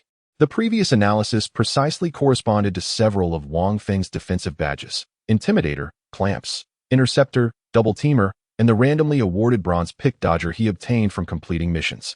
Though the Rockets video analyst delivered an exceptionally detailed report, the coaching staff found themselves deeply troubled. Avoid one-on-one matchups against Wang Feng? How on earth is that even feasible? Even with their toes, they could deduce that the Warriors would undoubtedly assign Wang Feng to defend Harden. As long as Harden's performance was contained, their offensive rhythm would be utterly disrupted. Seeing Howard inside immediately rush out to set a pick for Harden, the Rockets' front court features the duo of Howard and Josh Smith. Unlike the Grizzlies' Twin Towers, both Howard and Smith possess exceptional footwork and agility for big men. With mobility so fluid, they can seamlessly match the pace and rhythm of perimeter players. In stark contrast, the Warriors' Bogut appeared as a lumbering, heavy-footed center. Howard set a solid screen on Wang Feng, seizing the opportunity as Harden swiftly exploited the timing advantage to slash into the paint. But the moment he took a step forward, his peripheral vision instantly caught sight of a figure approaching from the side. Harden's expression froze momentarily as he recognized the silhouette. That person turned out to be Wang Feng. The bronze screen dodger effect may pale in comparison to the golden and purple enhancements adorning Wang Feng's body. Yet the emblem's skills undeniably manifest their tangible existence. In the very moment Howard's screen blocked him, the emblem immediately took effect, enabling Wang Feng to swiftly seize the perfect opportunity to evade Howard and hasten his pursuit of Harden. At this moment, though Harden was already charging towards the paint, Wang Feng maintained a mere half-step distance between them. The death coil and defensive intimidation badges activated simultaneously. Harden charged toward the basket and forcefully leaped for a layup. But Wang Feng clung to him tenaciously, causing his motion to distort slightly. The ball circled the rim once before rattling out with a sharp clang. At that moment, the referee's whistle pierced the air. Wang Feng froze momentarily, watching Harden stagger dramatically before collapsing onto the court, leaving him utterly speechless. The Porcelain King certainly lived up to his notorious reputation. Their physical contact had been nothing more than standard defensive positioning. Yet Harden's theatrical performance was so convincing that even referees would struggle to make accurate calls on such close-quarter encounters every time. Wang Feng thought to himself, this could prove troublesome. While his defensive intimidator badge wasn't particularly concerning, his crucial perimeter defense badge, clamps, required precisely this kind of tight defensive pressure to be effective. Doesn't this play right into Harden's hands? The game had barely begun, not even 20 seconds elapsed. If he keeps getting whistled for fouls consecutively, he might very well be benched shortly. What then of shadowing Harden for the entire duration? At that moment, Wang Feng suddenly recalled how many players later deliberately employed controversial defensive maneuvers to protest Harden's foul-baiting tactics. As the Warriors launched their offense with Curry spearheading their attack, the Rockets' primary offensive weapon remained Harden. With Beverly sidelined for the season due to injury, the Rockets' point guard rotation was reduced to Jason Terry, a quintessential offense-first guard with defensive liabilities, standing at merely height, while already aged 38. How could such a veteran possibly contain the newly crowned regular season MVP? With a masterful change of pace and explosive burst of acceleration, Curry effortlessly blew past Terry. Before Howard could rotate over to help defend, Curry lofted a graceful floater that swished through the net. Against Curry's offensive onslaught, the Rockets had no effective countermeasures. The most Terry could manage was to prevent Curry from comfortably launching from beyond the three-point line, for compared to his mid-range game, Curry's lethal three-point shooting posed the true existential threat. The possession changes hands, offense and defense switch sides. Harden of the Rockets dribbles the ball across half-court with effortless grace, his eyes scanning the court to assess his teammates' positions, only to freeze in bewilderment.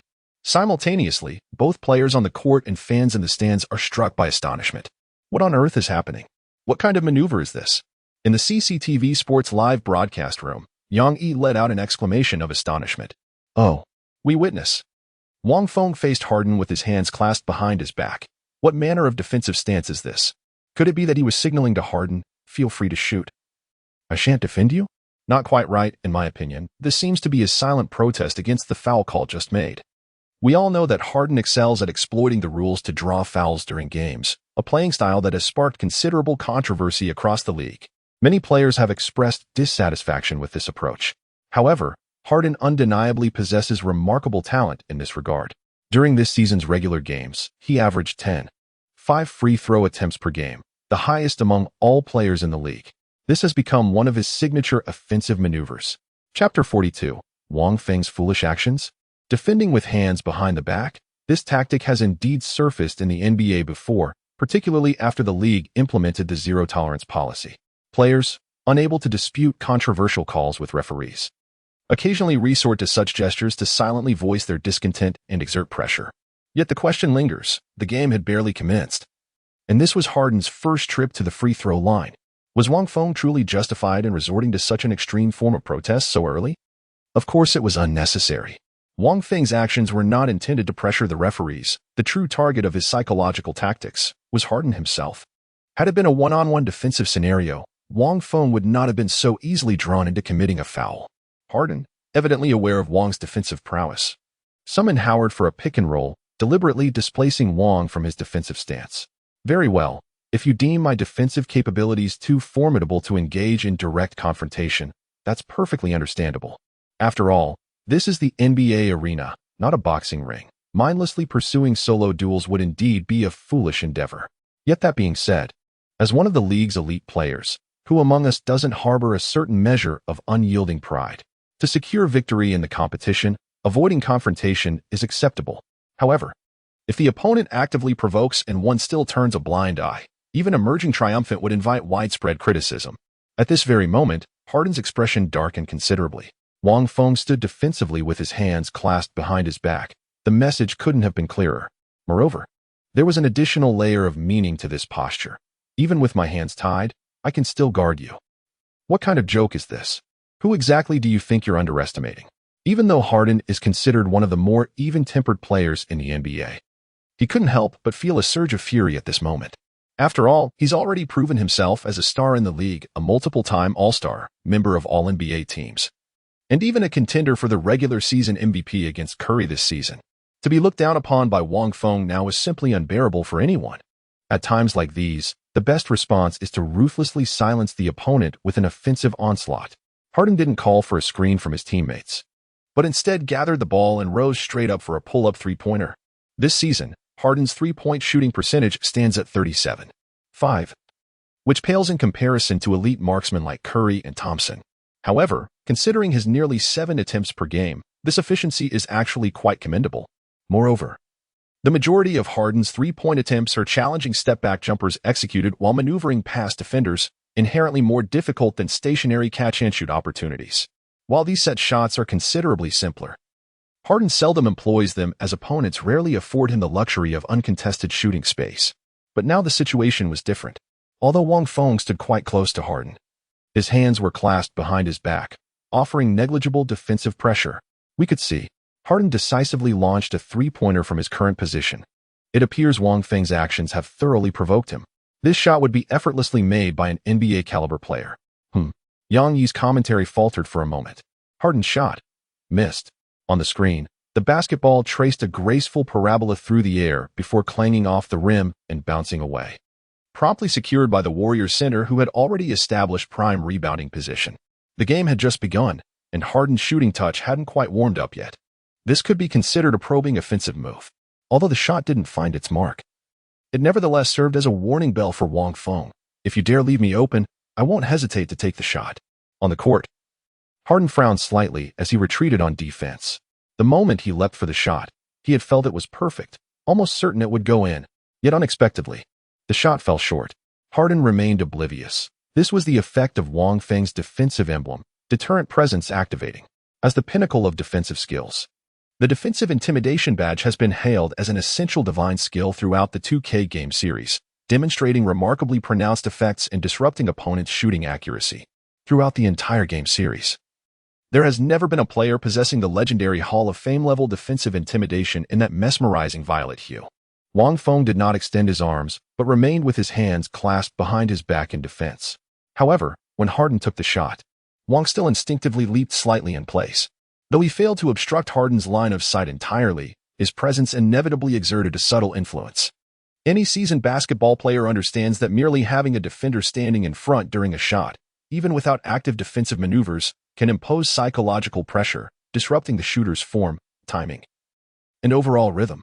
While professional athletes, through rigorous training, may minimize such disturbances to negligible levels, the interference persists, however imperceptible it may seem. At that very moment, the defensive intimidation badge was activated. However, even a purple Hall of Fame-level badge is not invincible, not to mention Wang Feng's lackluster defense. Even if he were to stretch out his arms in a desperate attempt to block, a player of Harden's caliber would still possess the ability to score. It's merely a matter of shooting percentage. This is nothing but a gamble on Wang Feng's part. The effect of the defensive intimidation badge could indeed prove effective.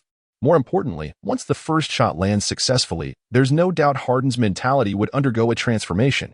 To have a player defend with hands behind their back, no one would feel at ease with such a predicament. Instinctively, he sought to reclaim his dignity.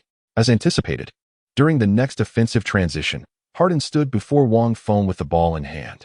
Observing Wang still standing with his hands clasped behind his back, Harden frowned slightly but without hesitation, launched another three-pointer from beyond the arc swish.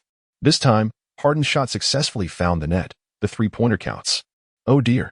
One simply cannot defend like that. The opponent is an all-star caliber shooting guard. Wang Feng must maintain the right mindset and focus on solid defense, remarked another CCTV commentator. Yang Jian. This is the NBA playoffs, a crucially important game. He can't afford to be reckless. If the team loses due to defensive lapses, it could very well displease the coach, potentially costing him the hard-earned starting position. Indeed, on the sidelines, Kerr was already furrowing his brow. Like most, he couldn't comprehend why Wang Feng had chosen to defend Harden this way, especially when he had explicitly emphasized before the game that Wang should do everything possible to contain him. Call had already steeled himself mentally. Even if Wang Feng got utterly dominated by Harden, allowing the latter to drop 30 or 40 points in a single game, he wouldn't utter a single word of complaint. The sheer dominance exhibited by top-tier footballers on the pitch cannot be contained by mere defensive tactics alone. Harden, who can compete with Curry for the MVP title, is also considered this type of superstar in his view. Yet Cole could not tolerate Wang Feng's defensive apathy, which allowed Harden to score prolifically during the match. Wang Feng, what on earth were you doing? Harden felt a slight sense of relief as the three-pointer swished through the net, a cold smirk curling on his lips. Whatever trick you're trying to pull, this three should at least make you realize how foolish your actions are. Yet in the very next offensive possession, as he faced Wang Feng, who still stood before him with hands clasped behind his back, Harden's pupils contracted sharply. An uncontrollable fury surged within him. Urgent family matters have arisen these past 2 days, leading to less frequent updates. My sincerest apologies. Chapter 43. I admit there was an element of gambling. Wang Feng's audacity knows no bounds. Whoever witnesses this scene cannot help but think thus. No matter what, Harden remains one of the league's most distinguished stars, possessing unparalleled offensive prowess. Such reckless play is bound to invite calamity. Wang Feng appeared utterly indifferent, his countenance maintaining that same serene composure. In that case, don't blame me for what comes next. When the opponent's defense is lax, how can one not seize the opportunity to gain advantage? In the ensuing exchanges, Harden relentlessly isolated against Wang Feng, never once calling for a pick-and-roll screen. His offensive repertoire consisted solely of rudimentary drives followed by abrupt pull-up jumpers and stationary step-back shots. Throughout the entire sequence, Wang Feng maintained his hands clasped behind his back, displaying not the slightest intention of earnest defense. Even as Harden repeatedly scored with ease, Wang remained utterly unfazed, his indifference unshaken. On the sidelines of the court, head coach Kerr furrowed his brows deeply, his mounting dissatisfaction intensifying within. Kerr held immense admiration for Wang Feng, whose meteoric rise during the latter half of the regular season had been nothing short of remarkable. It wasn't merely Wang's exceptional perimeter defense or his lethal corner three-point shooting that captivated Kerr. Rather, it was Wang's relentless work ethic during daily training sessions and his composed defensive instincts on the court that solidified Kerr's trust in him as the team's starting small forward. Yet now, on the grand stage of the Western Conference Finals, Wang Feng has committed such an utterly foolish act, which undoubtedly constitutes a blatant provocation against Coach Kerr's authority as the head coach. At this very moment, he was already prepared to substitute Wang Feng off the field at the first dead ball opportunity without the slightest hesitation. At that very moment, Cole froze momentarily, his expression gradually turning vacant. How could this be?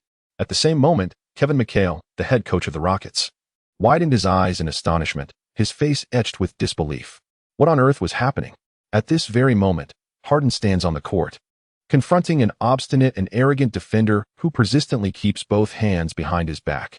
Logically, his offensive efficiency should be remarkably high. Yet after several minutes of intense competition, the score stood at 15-9.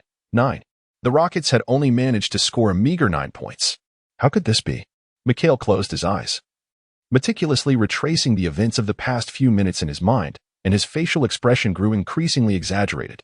Facing Wang Feng's defensive stance with hands behind his back, Harden unleashed a flurry of shots, each with ample space and excellent scoring opportunities. Upon closer inspection, those seemingly excellent opportunities were scarcely seized by Harden. In just a few short minutes, Harden had already attempted 7 shots, yet only 2 found their mark, and it was a three-pointer followed by a two-pointer. A total of 5 points. Even including the initial 2 free throws, it only amounted to 7 points. Scoring 7 points within mere minutes, even considering 7 shot attempts. The efficiency wasn't particularly low after all. Harden's excessive shot attempts have deprived his teammates of offensive opportunities, leaving the other 4 players collectively scoring merely 2 points. And this was after Harden missed the shot, followed by Howard grabbing the offensive rebound and slamming it home with a putback dunk. Harden's relentless offensive maneuvers have utterly disrupted the Rockets' rhythm of play. McHale initially saw nothing amiss with this strategy. Exploiting one's strengths to target the opponent's weaknesses is fundamental wisdom every professional basketball player should grasp. Since Wang Feng opted for a hands-behind-the-back defensive stance, he naturally became the most vulnerable link in the Warriors' formation. Directing Harden to aggressively challenge him was a sound tactical decision. Even if it disrupted the team's offensive rhythm, the payoff would undoubtedly outweigh the cost. Yet now, there exists a perplexing question that utterly baffles everyone. Why is Harden's shooting percentage so abysmally low? He was facing Wang Feng, who didn't even raise a hand in defense. Who could have imagined that James Harden, the second leading scorer in the regular season and one of the league's top superstars, would end up like this? Observing Harden's increasingly agitated expression, Wang Feng couldn't help but smile. His gamble had paid off. The illustrious Hall of Fame tier defensive intimidation badge truly stands as the pinnacle of defensive accolades. Once activated, even against the league's top stars, its impact on their shooting rhythm is strikingly evident. Such an exaggerated effect. How could this be? How is this possible? At this very moment, Harden's state of mind has undergone a transformation, restless, uneasy, humiliated, and seething with rage. He could never have imagined that his performance would be so abysmal when facing an opponent defending with hands behind his back. This was the Western Conference Finals, after all. It was a grand event broadcast live across the entire United States. Every single move he made was witnessed by countless fans nationwide. If this continues, he could vividly envision the scathing critiques and public condemnation that would inevitably follow in the aftermath of the competition. At this thought, Harden grew increasingly restless and agitated. Witnessing Wang Feng's serene expression, as if everything was unfolding exactly as it should, only fueled the flames of his fury beyond containment. Harden abruptly gathered the ball and stepped back, launching a daring three-pointer from a full stride beyond the arc. Wang Feng moved with lightning speed, swiftly closing the distance as his defensive intimidation badge activated. In that moment, a visibly shaken Harden launched a shot that missed everything, not even grazing the rim. It seems Harden needs to seriously recalibrate his mentality. Wang Feng's tactical execution was remarkably successful. Yang Yi stood utterly bewildered, completely clueless about what had transpired, instinctively providing commentary based solely on the unfolding court dynamics. This was undoubtedly Wang Feng's deliberate psychological warfare, though somewhat of a gamble. His bid had paid off. Harden, making his first solo appearance as the core leader advancing to the Western Conference Finals, clearly lacked sufficient experience and appeared overly impatient. Under such circumstances, the Warriors would likely seize this opportunity to steadily widen their lead. Yang Jin chimed in. True to form, Harden launched an air ball, which Green swiftly rebounded, immediately igniting the Warriors' fast-break counterattack. The Rockets' two interior players, despite their remarkable mobility, still lagged slightly in defensive transition speed amidst such relentless back-and-forth sprints. The Warriors effortlessly created an advantageous numerical superiority on the offensive end. After a swift series of passes and cuts, the ball found its way into Wang Feng's hands at the left corner. Oh no. At this moment, Harden, who was defending Wang Feng, lagged half a step behind, leaving Wang Feng with a wide-open opportunity. How could he possibly let such a golden chance slip away? He leapt up and released the shot in one fluid motion. A corner three-point specialist, a catch-and-shoot maestro, a rapid-fire marksman. 3 projectile badges activated simultaneously. The basketball traced a graceful parabola through the air before swishing cleanly through the net. Swoosh. The crisp sound of the net swishing stood in stark contrast to Harden's previous airball. 18-9. The point gap was widening dangerously close to double digits. Mikhail could no longer remain seated and immediately stood up to call a timeout, gazing at Wang Feng, who descended from the court with an unperturbed expression as if nothing had happened. Cole's countenance still bore traces of incredulity. He couldn't fathom how Wang Feng had accomplished it. Yet the evidence was irrefutable. The mission entrusted to Wang Feng was flawlessly accomplished. No, it was even surpassed beyond expectations. Chapter 44. Harden. I reduced my shots? Harden was truly contained by Wang Feng, and in such a controversial manner, even when others find it utterly unbearable to witness.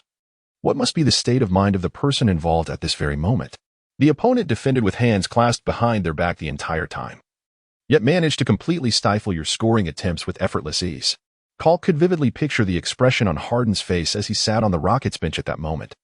Ha ha ha. Hey, young man, you are truly extraordinary. On the Warriors bench, Green was roaring with laughter, his mouth wide open as he kept teasing Wang Feng. Did you all see Harden's expression just now? I'd bet $100 on it. Even if he had consumed excrement, his countenance would not have been so ghastly. How on earth did you accomplish this? What arcane technique did you employ?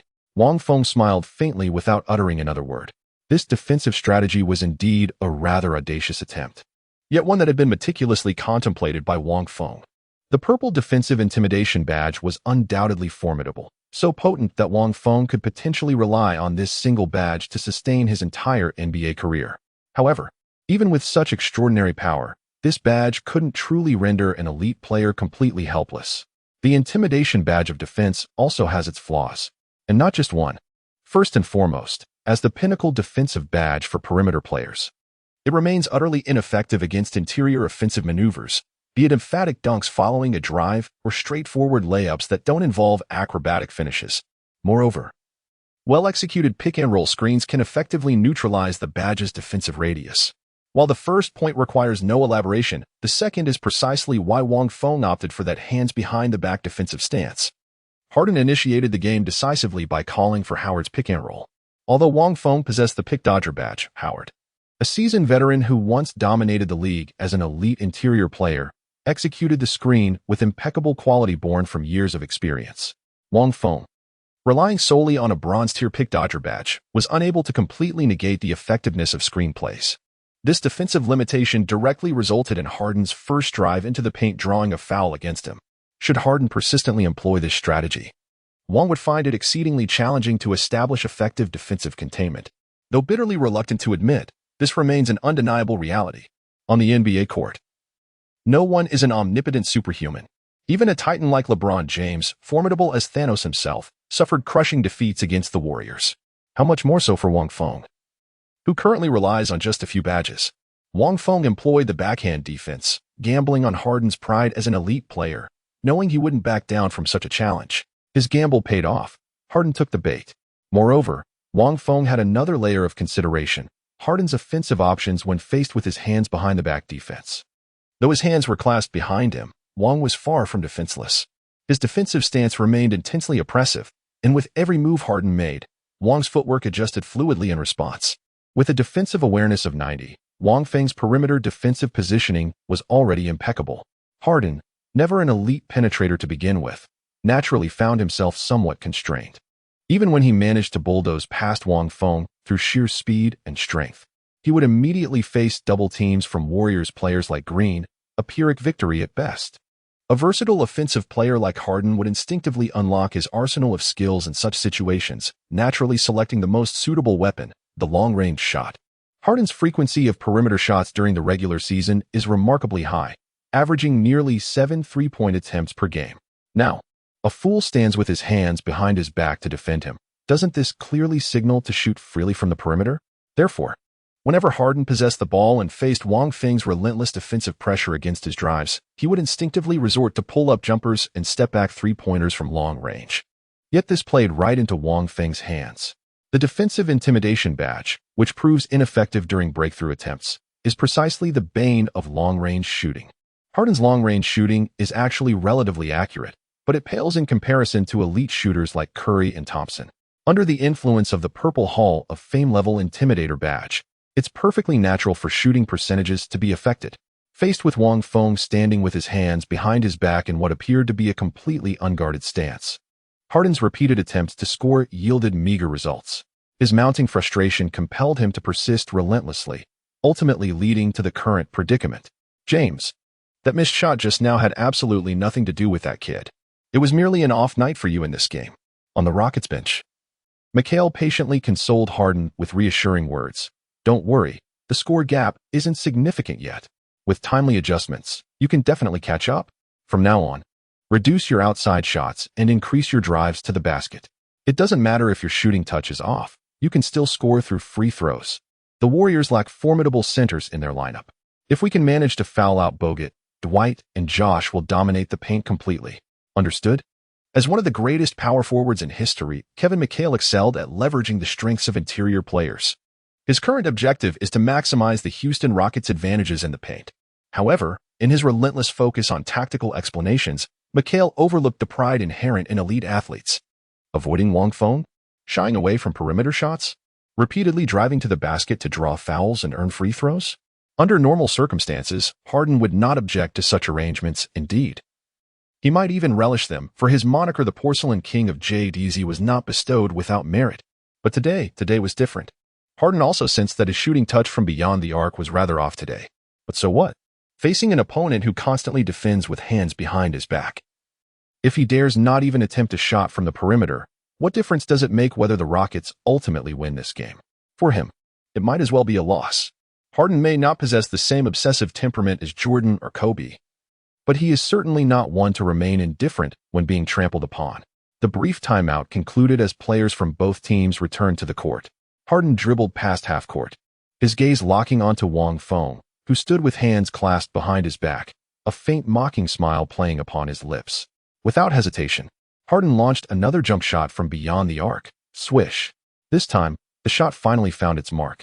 After all, even a legendary Hall of Fame-level defensive intimidation badge cannot completely reduce a player's shooting percentage to zero through mere psychological deterrence alone. However, as he watched the goal, Mikal felt no joy but rather a sinking sensation in his heart.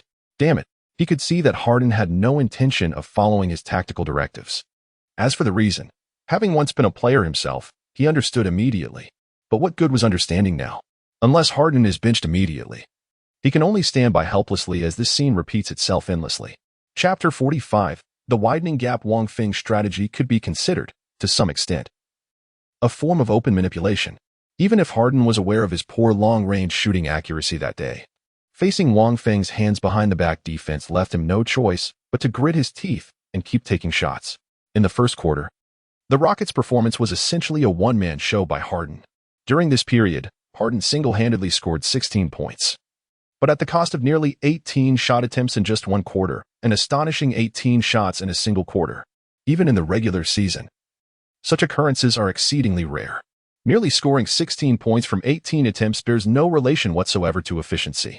Indeed, apart from Harden, the rest of the Rockets players had very few shooting opportunities in the first quarter. Most of the time, they could only score through offensive rebounds and second-chance points. By the end of the first quarter, the score was 36-22, with the Warriors establishing a commanding 14-point lead early in the game. Unbelievable. Wong Feng actually employed an unprecedented defensive strategy, successfully containing Harden's performance and helping his team establish an early lead in the first quarter. Yang Yi shook his head in disbelief, utterly at a loss for words.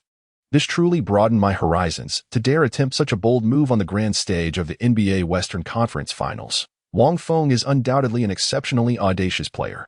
However, after suffering in the first quarter, Harden should have come to his senses by now. Taking a staggering 18 shots in a single quarter is hardly the behavior expected from an MVP-caliber player on a championship-contending team. If Harden can swiftly regain his form in the second quarter, the Rockets still have a fighting chance, especially given their absolute dominance in the paint.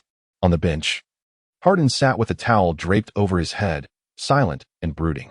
Mikal sighed helplessly and remarked, "James, you must realize it by now, don't you? Your performance today is truly subpar. If this continues, we will inevitably face defeat. Do you not harbor the desire to triumph over Stephen Curry? Do you not wish to demonstrate to the league that you are the more deserving candidate for the MVP title?" Harden remained silent for a moment before finally speaking up. "Coach, I understand now. It was my mistake. In the upcoming games, I'll maintain my composure and contribute to the team's victory." Upon hearing Harden's assurance, Mikal's expression softened slightly. "Very well. I trust in your ability to quickly regain your form. Now, let's discuss the strategy for the second quarter. We're trailing, so we must tighten our perimeter defense. Ensure efficiency in every offensive possession, and minimize the chances of missed shots leading to fast break opportunities for the opponent." Soon, the second quarter commenced.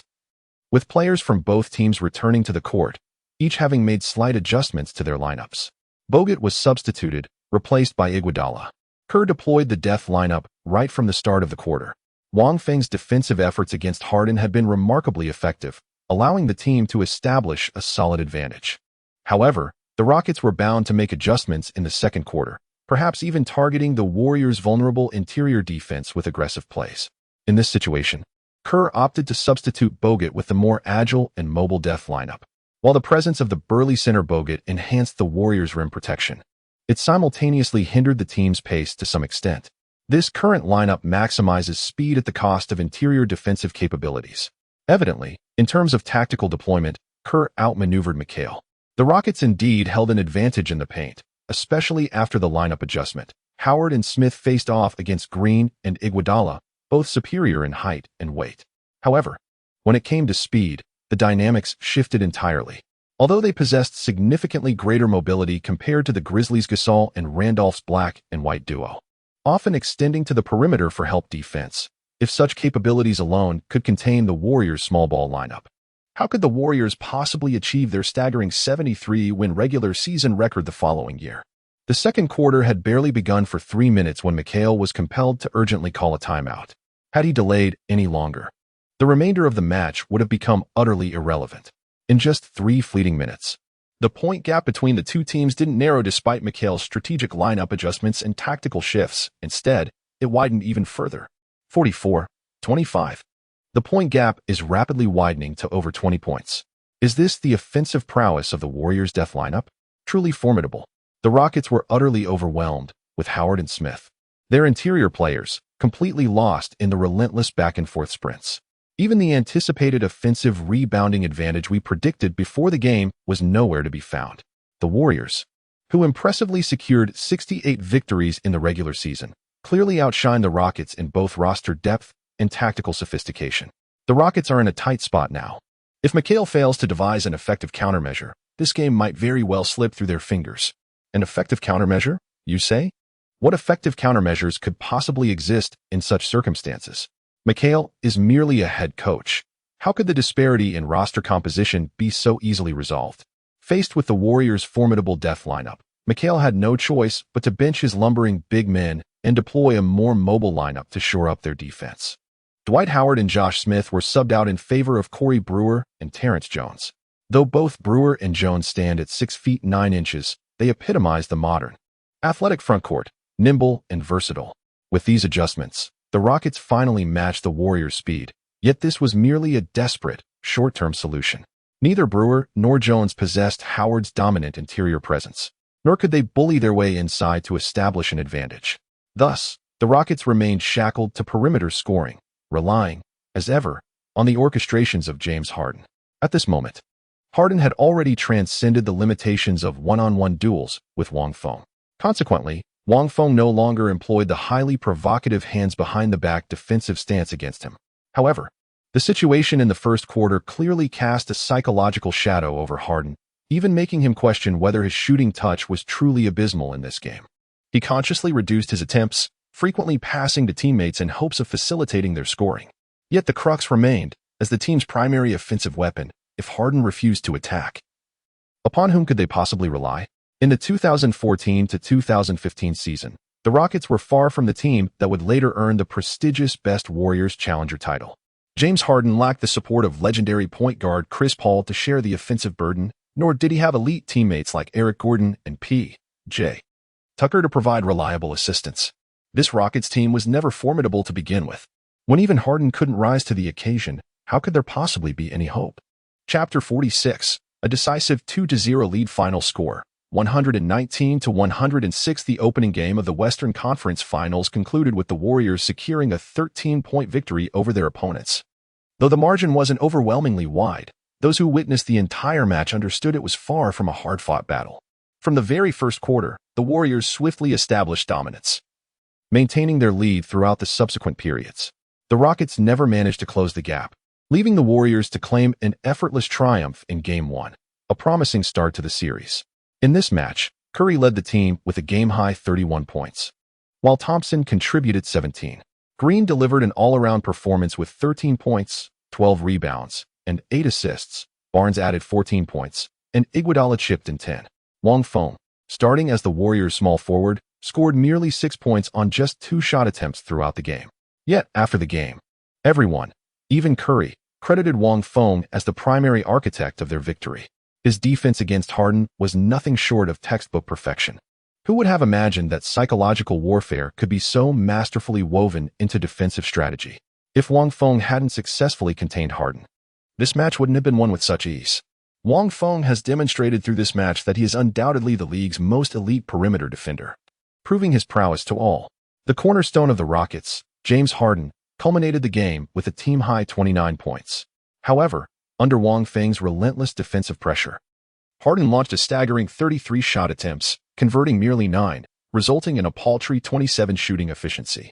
Were it not for the ample free throw opportunities, one might scarcely have attained even 29 points. It was precisely due to Harden's remarkably inefficient performance that the Rockets' overall offensive rhythm was disrupted, allowing the Warriors to secure victory with effortless ease. Though to this day, no one has truly comprehended how Wang Feng managed to accomplish it, especially during the first quarter. Defending Harden with hands behind his back the entire time actually managed to significantly reduce his shooting percentage. The term defensive gaze has existed for so long. Yet today marks the first instance where people have discovered it can actually convey a positive connotation. On Harden's side, He shouldered full responsibility for the loss in this game. Whether he wanted to or not, the burden fell upon him. Anyone with eyes could see his dismal performance. However, his evaluation of Wang Feng, his direct opponent, was rather lukewarm. My performance tonight was indeed subpar, and the fault lies entirely with me, Harden admitted. I had numerous wide-open shots with absolutely no defensive pressure, yet I failed to capitalize. My shooting rhythm was simply off. I'll adjust my form swiftly to prepare for the upcoming games. His words carried an unmistakable implication. My poor showing was due to my own cold streak. What does Wang Feng have to do with it? He didn't even guard me. I simply missed the open shot myself. This is Harden's last stubborn defiance. In any case, at the very least, this excuse serves as a consolation for Harden's devoted fans. Indeed, a player of Harden's caliber would never be stifled by an unknown defender. It was merely an off night for his shooting. A superstar of his magnitude will undoubtedly rediscover his rhythm swiftly, silencing all doubts with a dominant performance. Then, time arrived at May 21st, Game 2 of the Western Conference Finals. Once again at the Warriors' home court, the Oracle Arena. Cheers and screams reverberated throughout the stadium. The series stood at 2-0. The Warriors claimed another victory. In stark contrast to the previous match, the outcome of this game was utterly devastating. 115-80. The Rockets suffered a humiliating 35-point defeat on the road, a complete and absolute collapse. The moment the final whistle blew, Harden flung the towel off his head and strode into the tunnel without a backward glance. Clearly, he had failed to fulfill the promise made after the first game. In this match, Harden played 32 minutes, but managed only 17 points, with a dismal 3-4-16 shooting performance, translating to a woeful 18.8 field goal percentage. The performance was even more dismal than the first match. The sole commendable aspect was his remarkable performance at the free throw line, converting 10 out of 11 attempts, which explains how he managed to score 17 points despite making only 3 field goals. In this game, the Warriors significantly intensified their defensive efforts against Harden. Not only did they assign Wang Feng to shadow him relentlessly, but they also deployed defensive stalwarts like Green and Thompson to provide immediate help defense whenever Wang was beaten off the dribble or caught in a screen. Under such immense defensive pressure, Harden's movements became completely distorted, serving as the primary reason for his abysmal 3-4-16 shooting performance. Under relentless targeting from the opposition, the Rockets were utterly defenseless, completely at the mercy of the Warriors' dominance. Post-game, a visibly dejected Harden barely mustered words during the press conference. What a humiliating slap in the face, after vowing to redeem himself following a dismal 27 field goal percentage last game. His shooting efficiency plummeted catastrophically to a pathetic 18.8 this match. Facing the eagerly awaiting journalists, what could he possibly say? That he would undoubtedly regain his form in the next match? But what if the situation worsens further in the upcoming game? During the press conference, Rockets head coach McHale shook his head helplessly and admitted that the Warriors are indeed a formidable team. They possess a well-balanced roster, a sophisticated tactical system, outstanding team leadership, and excellent role players. There are many aspects we need to learn from them. However, it's still too early to draw conclusions. While the Warriors have their strengths, we too have our own advantages. The series isn't over yet. We'll do everything in our power to maximize our players' strengths and secure victory in the upcoming games. McHale's words were spoken with bravado, yet between the lines, a palpable sense of helplessness seeped through. This Warriors team was simply too formidable, no matter how he racked his brains. He couldn't conceive of any strategy to overcome them. If Harden could maintain the same stellar efficiency as during the regular season, perhaps there might still be a glimmer of hope. But as things stand, the odds seem truly insurmountable. In the Western Conference Finals, the Warriors lead the Rockets 2-0. While the situation mirrors in the East, Mike Budenholzer, who steered the Hawks to the best record in the East and earned Coach of the Year honors, finds his team utterly dominated by LeBron James and the Cavaliers. Even without Kevin Love or Kyrie Irving, James single-handedly dismantled a fully healthy Hawks squad, extending the series lead to 2-0. Though only 2 games have been played in each conference finals, the overwhelming consensus among fans and sports media alike is clear. This year's NBA Finals are likely destined to be a showdown between the Golden State Warriors and the Cleveland Cavaliers. Chapter 47. Eliminating the Rockets. Advancing to the finals as anticipated by most, the Eastern Conference Finals concluded with the Cavaliers decisively sweeping the Hawks 4-0, securing their place in the finals. This marks LeBron James' 5th consecutive finals appearance, with the previous 4 occurring during the Heat's Big Three era. This year, Despite the Cavaliers also boasting a big three lineup, they suffered the loss of Kevin Love in the first round, followed by minor injuries to Kyrie Irving. Essentially, LeBron carried the team single-handedly, further solidifying his undisputed status as the league's premier player. In the Western Conference Finals, the series between the Warriors and the Rockets concluded with a decisive 4-1 victory. During Game 3, as the Rockets returned to their home court, the anticipated surge of momentum failed to materialize. James Harden remained relentlessly hounded by Wang Feng, resulting in an uncharacteristically inefficient performance, shooting below 40 from the field and finishing with only 23 points. Consequently, the Rockets suffered yet another defeat. With the series deficit widening to 3-0, the Rockets were effectively condemned to elimination, as no team in NBA history has ever overturned such a disadvantage. However, after enduring 3 consecutive games of stifling defense, Harden finally erupted in Game 4, delivering a resurgent performance. In the fourth game of the series, Harden attempted 22 shots, making 13 of them, including an impressive 7 out of 11 from beyond the arc. He also converted 12 out of 13 free throws, culminating in a spectacular performance with 45 points, 9 rebounds, and 5 assists. Wang Feng was utterly speechless. Neither he, Green, nor Iguodala could contain the unstoppable Harden in his relentless offensive fury. This outcome was hardly surprising. After all, Harden stands as one of the league's most elite superstars, impossible to shackle indefinitely, even by Wang Feng with his formidable purple-tier defensive prowess. In truth, beyond the opening game, the defensive efforts against Harden were not shouldered by Wang Feng alone. Green and Iguodala swiftly rotated to double-team him the moment he bypassed Wang Feng. Yet, this match merely marked the dying gasp of the Rockets' final stand. Having barely scraped a victory on their home court, the Rockets soon traveled to the Warriors' arena for Game 5. This time, the Warriors left no room for resistance, securing a decisive 104-90 triumph and eliminating the Rockets 4-1, advancing resolutely to the finals. In the previous match, Harden unleashed his full potential and dominated Wang Feng with an explosive performance. However, this game saw him appear utterly drained, managing only 2 successful shots out of 11 attempts, once again delivering a shooting percentage below 20 and scoring a mere 14 points. Although Wang Feng was thoroughly outplayed by Harden in the fourth game, over the course of all 5 matches, Harden's overall performance was visibly hampered by Wang Feng's relentless defensive pressure. Across these 5 games, Harden averaged 25.6 points while being guarded by Wang Feng. While this figure may seem respectable at a glance, as the sole offensive cornerstone of the Rockets, such a performance is undeniably subpar. Moreover, this average still accounts for Harden's explosive performance in the fourth game, where he erupted for a staggering 45 points. What is even more unacceptable is Harden's efficiency. Across 5 games, his shooting percentage averaged a dismal 33.6, an abysmal performance. In comparison, on the Warriors' side, Curry averaged an impressive 31.2 points per game throughout the series, boasting an outstanding shooting percentage of 51.5. Under such an immense disparity, how could the Rockets possibly emerge victorious? Following the Western Conference Finals against the Rockets, whether in the NBA, the United States, or across the ocean in China, evaluations of Wang Feng have soared to unprecedented heights. The most formidable perimeter defender from China, astonishing defensive prowess on the perimeter. Wang Feng is undoubtedly a formidable contender for the Defensive Player of the Year award. The Warriors' effortless victory over the Rockets owes half its glory to Wang Feng's exceptional contributions. In China, Wang Feng has indisputably risen to become the nation's paramount figure, even ascending to the pinnacle of Asian prominence. You should know, this is the first Chinese player since Yao Ming to participate in the NBA playoffs while also shouldering significant responsibilities.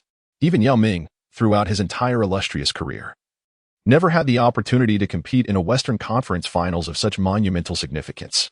Certainly, Wang Feng's role within the Warriors' tactical system cannot be compared to Yao Ming's prime. At his peak, Yao Ming was the undisputed core player for the Rockets, whereas Wang Feng remains fundamentally a 3-and-D specialist. However, Wang Feng is still remarkably young. With the continuous growth of his individual skills and game experience, he possesses immense potential to evolve into one of the league's most elite stars. This is currently the most fervent aspiration that countless Chinese basketball fans hold for Wang Feng. Yet prior to this hope, what captivates everyone's attention is whether Wang Feng can become the first Chinese player to hoist the NBA championship trophy as a starting team member. When facing the league's top player, LeBron James, can Wang Feng's defense remain as consistently effective as ever? The Golden State Warriors face off against the Cleveland Cavaliers. This confrontation was something no one could have anticipated at the start of the regular season. James returned to his hometown and leading his team to the finals came as no surprise to most, with the standard Big Three lineup and James growing ever more formidable. Standing out in a conference lacking dominant powerhouses was hardly difficult, but the Warriors defied all expectations. Who could have foreseen that a team which had barely scraped into the playoffs the previous season, only to be eliminated in the first round, would rise so swiftly and spectacularly this year? Not only did they achieve an impressive 68-win record in the regular season, but they also fought their way through the fiercely competitive Western Conference, overcoming powerhouse teams like the Spurs and Clippers. Before the playoffs commenced, ESPN's championship predictions placed the Cleveland Cavaliers firmly at the top, followed closely by the Golden State Warriors with their impressive 68-win season. However, as the finals approach, the narrative surrounding these two teams has completely reversed. The reason is simple yet disheartening. The Cavaliers have been ravaged by injuries. Kevin Love suffered a malicious foul in the first round, sidelining him for several weeks and ruling him out for the remainder of the playoffs. Kyrie Irving, meanwhile, has been plagued by nagging injuries throughout the postseason, appearing sporadically and managing only 2 games in the Western Conference Finals, leaving his status as an unpredictable variable.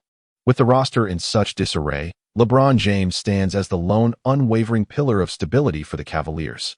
On the Warriors' side, the team is brimming with strength and momentum, exuding an aura of invincibility. Offensively, they boast the formidable duo of Curry and Thompson, while defensively, stalwarts like Wiggins and Green hold the fort.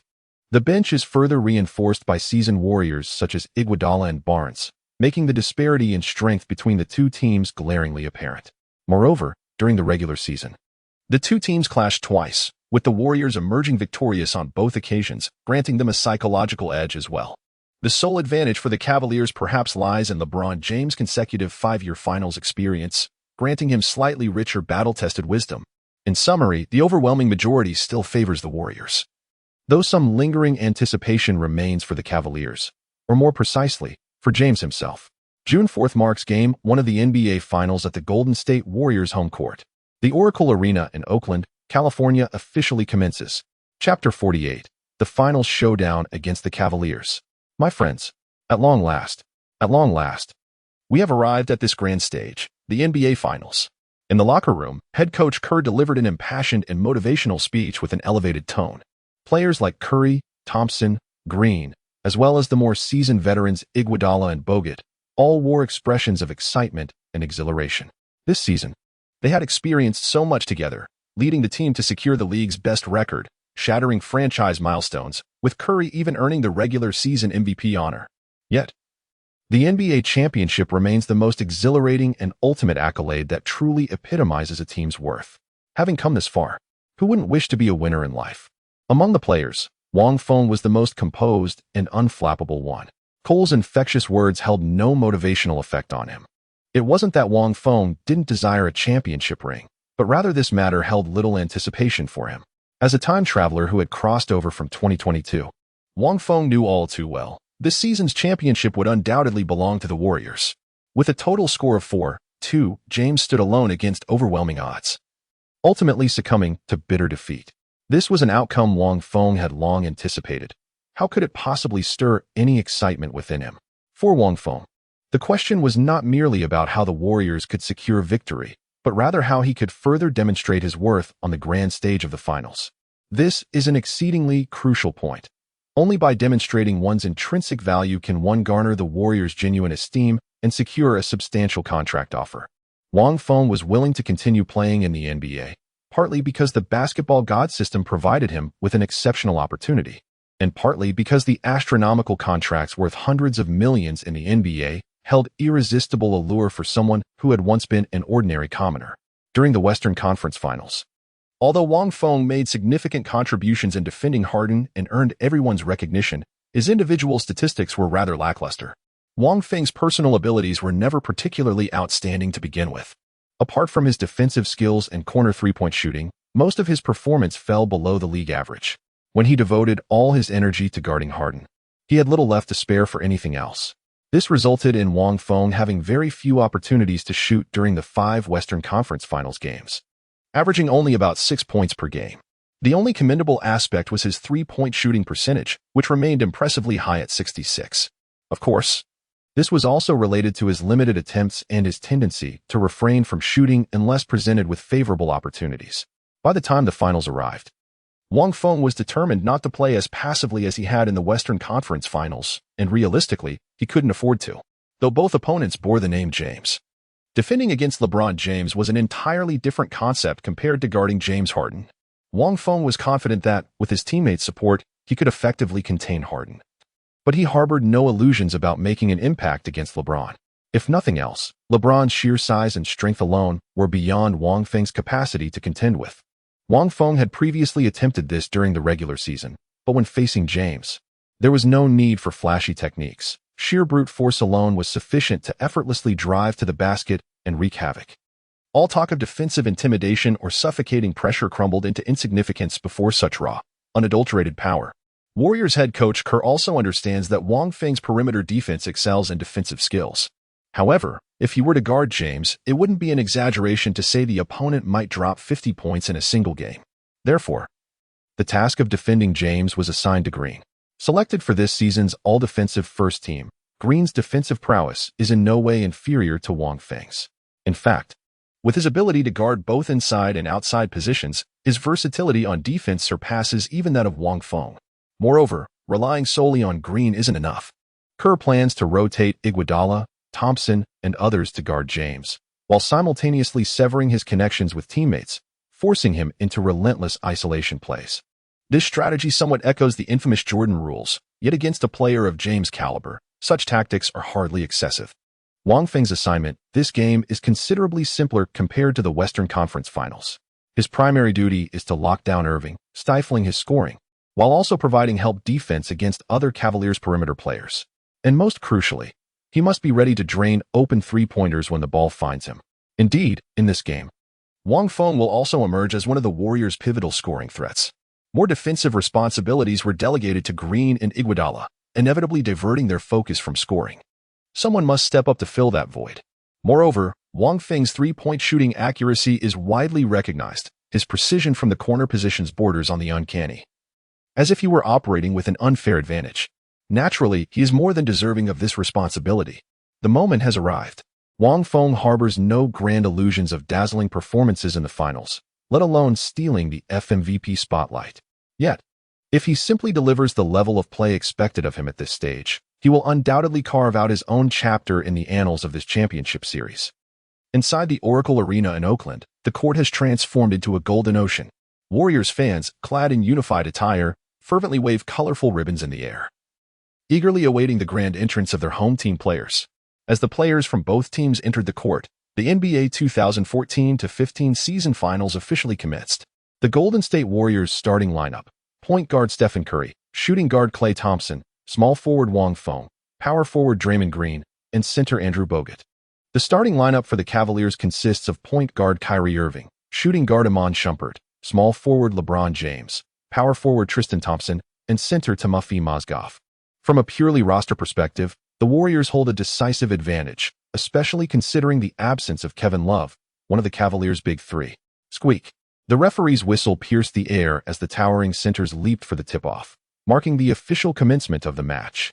The Knights secured possession, and as Irving dribbled past half-court, his brow furrowed slightly upon seeing Wang Feng standing before him.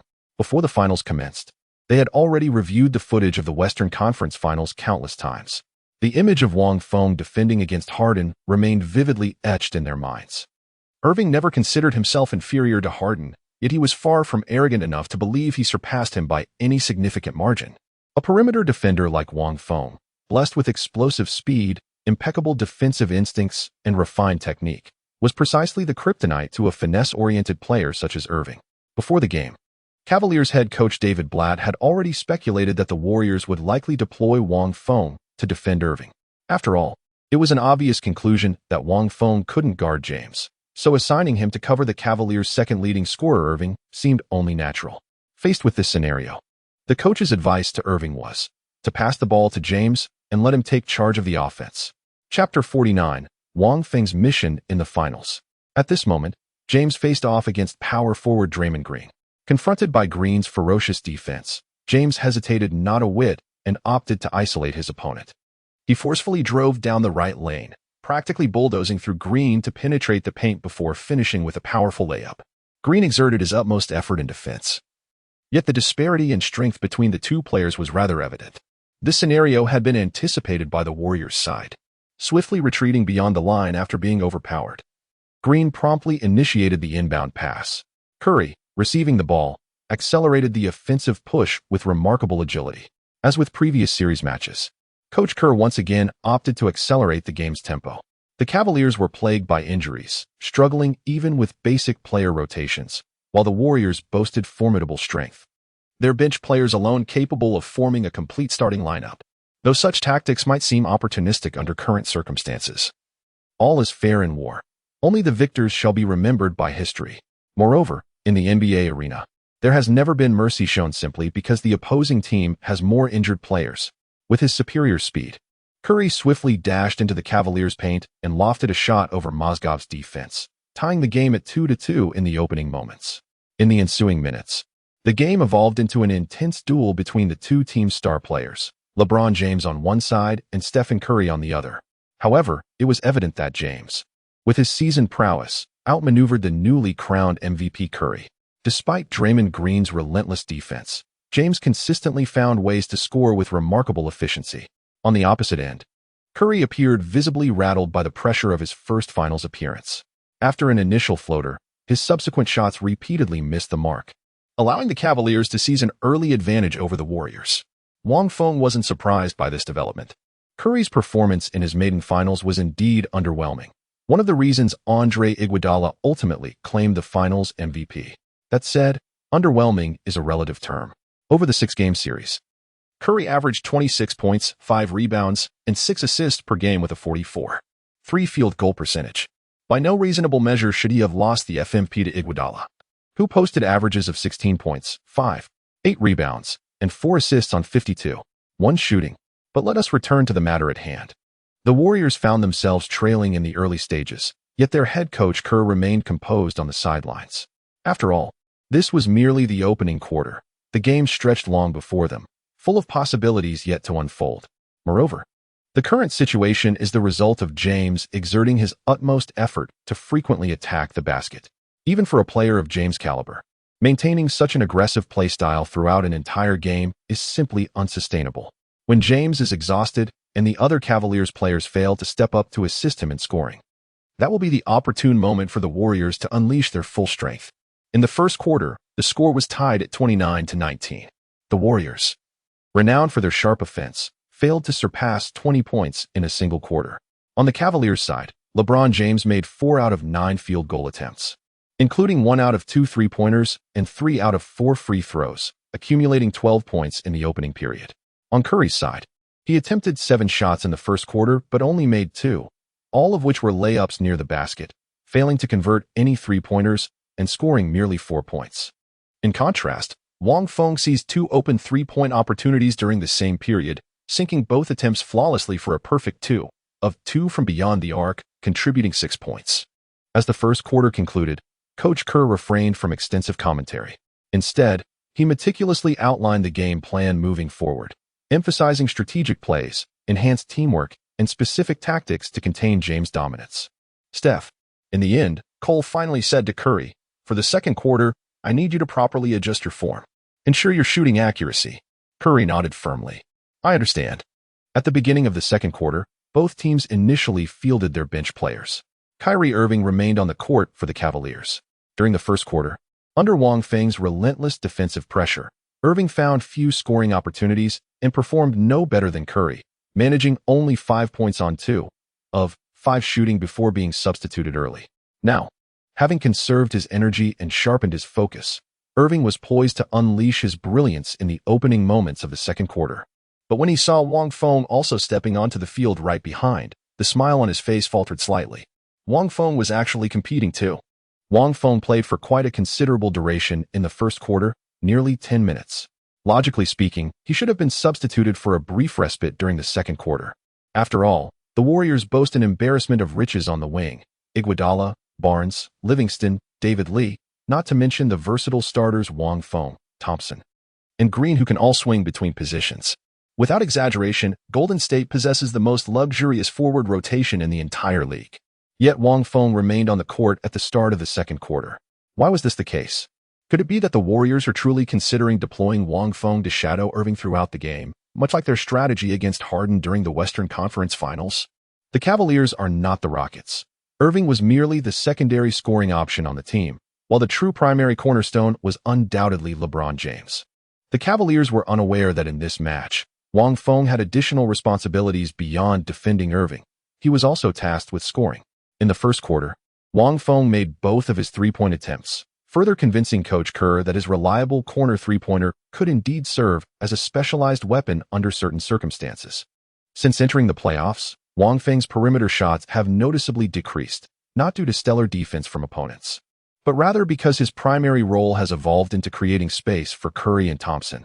After all, compared to Wang Feng's monotonous offensive approach, Curry and Thompson possess a far more diverse and stable arsenal of scoring techniques.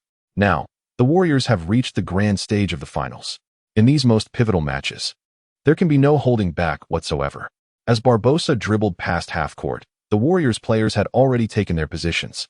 Wang Feng, as always, stood in the corner of the court. Assigned to guard him was the Cavaliers' substitute player J.R. Smith. J.R.'s defense against Wang Feng mirrored the strategies employed by other teams in previous playoff rounds. He clung to Wang Feng relentlessly, perpetually obstructing passing lanes and denying him any opportunity to receive the ball. This level of defensive intensity essentially isolated both players from the flow of the game. J.R. had no chance to provide help defense for his teammates, while Wang Feng was largely reduced to a spectator idling in the corner. Yet this time, the moment J.R. Smith positioned himself in front of Wang Feng, Wang suddenly sprang into action. What? Watching Wang Feng Jr. swiftly dart towards the opposite corner along the baseline, J.R. Smith hesitated momentarily before snapping back to reality and hastily giving chase. Yet as he passed beneath the basket, a towering figure abruptly materialized before him, forming an impenetrable barrier, an off-ball screen. J.R. Smith's heart sank as he turned his gaze towards Wang Feng, who had already sprinted to the opposite corner. At that very moment, the basketball arrived right on cue, delivered perfectly into his waiting hands. Chapter 50, 4 for 4 from beyond the arc. Off-ball screens and picks. Such tactics were typically reserved only for the elite players like Curry and Thompson within the Warriors roster. Wang Feng had merely dabbled in such strategies on rare occasions, and during the playoffs, they were virtually non-existent. Caught off guard, the Cavaliers failed to react in time, leaving a glaring defensive gap exposed. With the ball in his hands, Wang Feng faced an open court. Neither the screen J.R. Smith nor any other Cavaliers player could close the gap in time to defend. The corner three-point shooter, catch-and-shoot specialist, and quick-release marksman badges all activate simultaneously. Wang Feng caught the ball and instantly leaped into action, his movements swift and decisive. The basketball soared directly toward the hoop. Swish. A perfect three-pointer, nothing but net. This marks Wang Feng's third successful three-pointer in the match, elevating his personal score to 9 points, currently the highest among the Golden State Warriors. The leading Cavaliers did not panic over a single three-pointer. As possession shifted, Kyrie Irving of the Cavaliers dribbled the ball across half-court with measured composure, his brow slightly furrowed as he observed Wang Feng before him. With LeBron absent during these crucial minutes, the team's offensive burden now rested squarely upon his shoulders according to their tactical play. Even when facing a top-tier perimeter defender like Wang Feng, Owen's gaze flickered toward the interior, where Tristan Thompson intuitively grasped his intent and promptly emerged from the paint to set a screen. The instant TT shielded Wang Feng, Owen explosively accelerated. The basketball swiftly transferred from his left hand to his right before he drove decisively toward the basket. Irving's speed may not be the absolute fastest among point guards, yet he undoubtedly ranks among the elite echelon. Although his dribbling style primarily relies on rhythm and technique, it would never appear so threatening without the fundamental foundation of speed. However, as Irving dodged past Wang Feng and Tristan Thompson, charging towards the paint, his peripheral vision caught a familiar figure, Wang Feng. So fast. How could this be? Irving was utterly astonished. Tristan Thompson epitomizes the archetypal athletic power forward, whose offensive repertoire predominantly consists of putbacks from offensive rebounds and finishing plays as the roll man in pick-and-roll situations, exhibiting minimal self-creation abilities. Precisely due to this limitation, He has honed the fundamental skill of setting screens to absolute perfection, an art form where defensive players find themselves hopelessly entangled, incapable of swift recovery. Under normal circumstances, defensive players would, but Wang Feng clearly defies convention. At the very moment Tristan Thompson stood in Wang Feng's way, the pick-and-roll dodger was instantly activated. The bronze badge may not be the most impressive in appearance, yet its efficacy is undoubtedly proven. Dodging the screen, Wang Feng pursued Irving relentlessly, trailing by merely half a body length without being completely outmaneuvered. Damn it, what should he do? Should he force his way to the basket for a reckless layup? Should he pass back to Tristan Thompson cutting into the paint? In that fleeting moment, Kyrie's mind raced through a myriad of counter-strategies. Then he caught sight of Sean Livingston, who had rotated over from the opposite side to cover Tristan Thompson. Now, Irving hesitated no longer. Having already drawn the defense of two opposing players, he deftly passed the ball to Tristan Thompson cutting toward the basket, dashing into the restricted area. Irving cradled the ball with both hands and executed a graceful up-and-under move. Livingston leapt immediately to block, but at the very moment of release, Irving deftly pulled the ball back and threaded a precise pass right under Livingston's outstretched arms, delivering it straight to the basket. At the very same moment, Tristan Thompson, who had just set a screen for Irving on the perimeter, had already positioned himself under the basket. With just a single pass received, he could instantly leap from his spot and slam dunk for the score. Yet at this very moment, a golden-hued hand suddenly intervened, decisively intercepting the space between Tristan Thompson and the basketball. It was Wang Feng, golden all-star caliber interceptor. While pursuing Irving with relentless determination, Wang Feng had already anticipated this possibility. Though ostensibly fixated on Irving, he had long been covertly monitoring Tristan Thompson's movements. As expected, Irving, caught in a pincer movement between defenders, opted not to force his way through, but instead delivered a precise pass. A swift counterattack ensued. For the Warriors with the swiftest speed in the league, every steal presents a golden opportunity to launch a fast break counterattack. At the very moment Wang Feng executed the steal, he immediately passed the ball to Iguodala, who dribbled furiously down the court towards the front court. The Cavaliers' defensive transition was noticeably half a beat too slow. Iguodala sprinted down the court, swiftly scanning the hardwood. Only two Cavaliers defenders had managed to retreat in time. Meanwhile, three Warriors players had already charged into the offensive end. Facing Iman Shumpert, Andre Iguodala swiftly executed a sweeping cross-court pass, delivering the ball directly into the waiting hands of Wang Feng, who had already established his position on the opposite side. At this moment, Wang Feng had not yet reached the corner position, yet there wasn't a single defensive player in front of him. How could he possibly let slip such a rare and golden opportunity? Though lacking the coveted purple corner three-point specialist badge, his catch-shoot ability combined with an impressive 92-point three-point rating ensures remarkable accuracy even when shooting from non-traditional spots beyond the arc. The Cavaliers' J.R. Smith, another swift defender, trailed Barnes as he cut to the basket. By the time he saw Wang Feng receive the pass, it was already too late to scramble out and contest the shot. Wang Feng leaped straight up and released the shot in one fluid motion. The basketball had already soared through the air. Irving, who had lost his balance from the challenging pass and collapsed onto the court moments earlier, arrived belatedly. He could only watch helplessly as the ball gracefully swished through the net. Swish. Another perfect shot. For out of 4 three-pointers made, 12 points scored. On the sidelines, the Cavaliers' head coach Blatt could no longer remain seated. With James off the court for less than a minute, the Warriors had already narrowed the gap by 6 points thanks to Wang Feng's consecutive scores. The once commanding 10-point lead has dwindled to a mere 4-point margin in the blink of an eye. How shall we navigate this contest now? Let us temper our pace and prioritize precision in execution. Do not let the opponent easily launch a fast attack. Yet, what can Blatter possibly do? Even the most skilled housewife cannot cook without rice. The Cavaliers are currently plagued with injuries, leaving their rotation players scarce. They simply cannot afford to thrust LeBron into the fray at this very moment. James, who played nearly the entire first quarter, must rest a while longer to regain his optimal energy and performance. Therefore, even as the opposing team relentlessly narrowed the score gap, there was no choice but to grit one's teeth and persevere through the adversity. The Cavaliers launched their offense, with Kyrie Irving forcing up a contested shot from beyond the arc under Wang Feng's tight defense, but the attempt missed. However, Tristan Thompson secured the offensive rebound and muscled his way past Sean Livingston for a tough layup, providing a momentary lifeline for Cleveland's struggling offense. Yet this was merely a fleeting respite. The disparity in roster strength between the two teams remained overwhelmingly vast. The Warriors possess an overwhelming abundance of scoring options. Iguodala, Barnes, and Livingston all demonstrate formidable offensive capabilities. Yet on the Cavaliers' side, several players had already logged extensive minutes in the first quarter, and their stamina was beginning to falter. Chapter 51. Let him shoot. As Andre Iguodala, Harrison Barnes, and others began to unleash their prowess, the Cavaliers quickly found themselves overwhelmed. Their once comfortable leads swiftly evaporated, overtaken by the surging momentum of their opponents. Reluctantly, Blatt had no choice but to sub LeBron in early.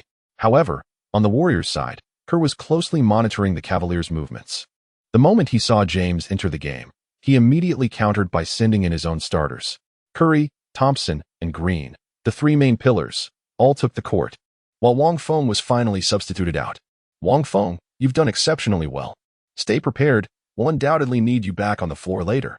Kerr gazed at Wang Feng with approval and remarked, I must admit, Wang Feng's emergence has been a delightful surprise. His contributions on both offense and defense have significantly bolstered the Cavaliers. Without his flawless 4-for-3 shooting that netted 12 points, we'd still be trailing on the scoreboard. And our strategic adjustments wouldn't be as composed as they are now. Wang Feng accepted the towel handed by his teammate, wiping away the sweat before nodding back at Kerr with a smile. To accumulate stats on such a grand stage as the finals, this was an opportunity he had longed for. While statistics may not encompass everything in the NBA, there are moments when they indeed tell the complete story, at least in Wang Feng's perspective. Data manipulation might be scorned by many players and fans, yet it remains the most effective method to genuinely elevate one's market value. To take a step back and examine the top 10 legends in league history, which one among them has not achieved both championship glory and stellar individual statistics, reaping fame and fortune in abundance? Wang Feng was even aware that in a few years, without Kevin Durant's interference, Russell Westbrook would completely unleash himself. He would go on an insane streak of averaging triple-doubles for 3 consecutive seasons, repeatedly redefining people's perception of what it means to stat pad. Wang Feng expressed that the only thing he envies about Westbrook is his boundless possession of the ball and his supreme status within the team, which allows him to act as he pleases. As for selfishly padding stats, he finds it utterly contemptible. That is nothing but sheer envy and jealousy. Wang Feng harbored no lofty ideals, nor did he ever contemplate sacrificing personal interests for the team or championship glory. His current role as a 3D player for the Warriors stemmed purely from his limited capabilities. Though his three-point shooting appeared remarkably accurate, this proficiency was entirely dependent on the enhancement from his Purple Hall of Fame corner specialist badge. Beyond his ability to catch and shoot three-pointers, he is utterly useless on the offensive end. Now that an opportunity to pad his stats has arisen, how could he possibly let it slip away? Even setting aside other considerations, scoring more points in the playoffs would significantly aid his progress in accumulating and activating badges for upgrades. You must understand that once badges reach the silver tier, advancing to gold or higher levels fundamentally requires accumulating playoff statistics to fulfill the upgrade conditions.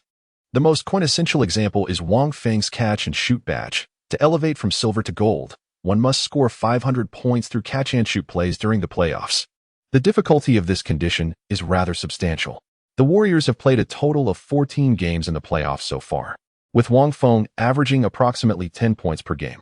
Currently, he has barely accumulated 150 points in the finals against the Cavaliers. Had the series followed its historical trajectory of 6 games, Wang Feng's playoff scoring this season would have precisely reached 200 points.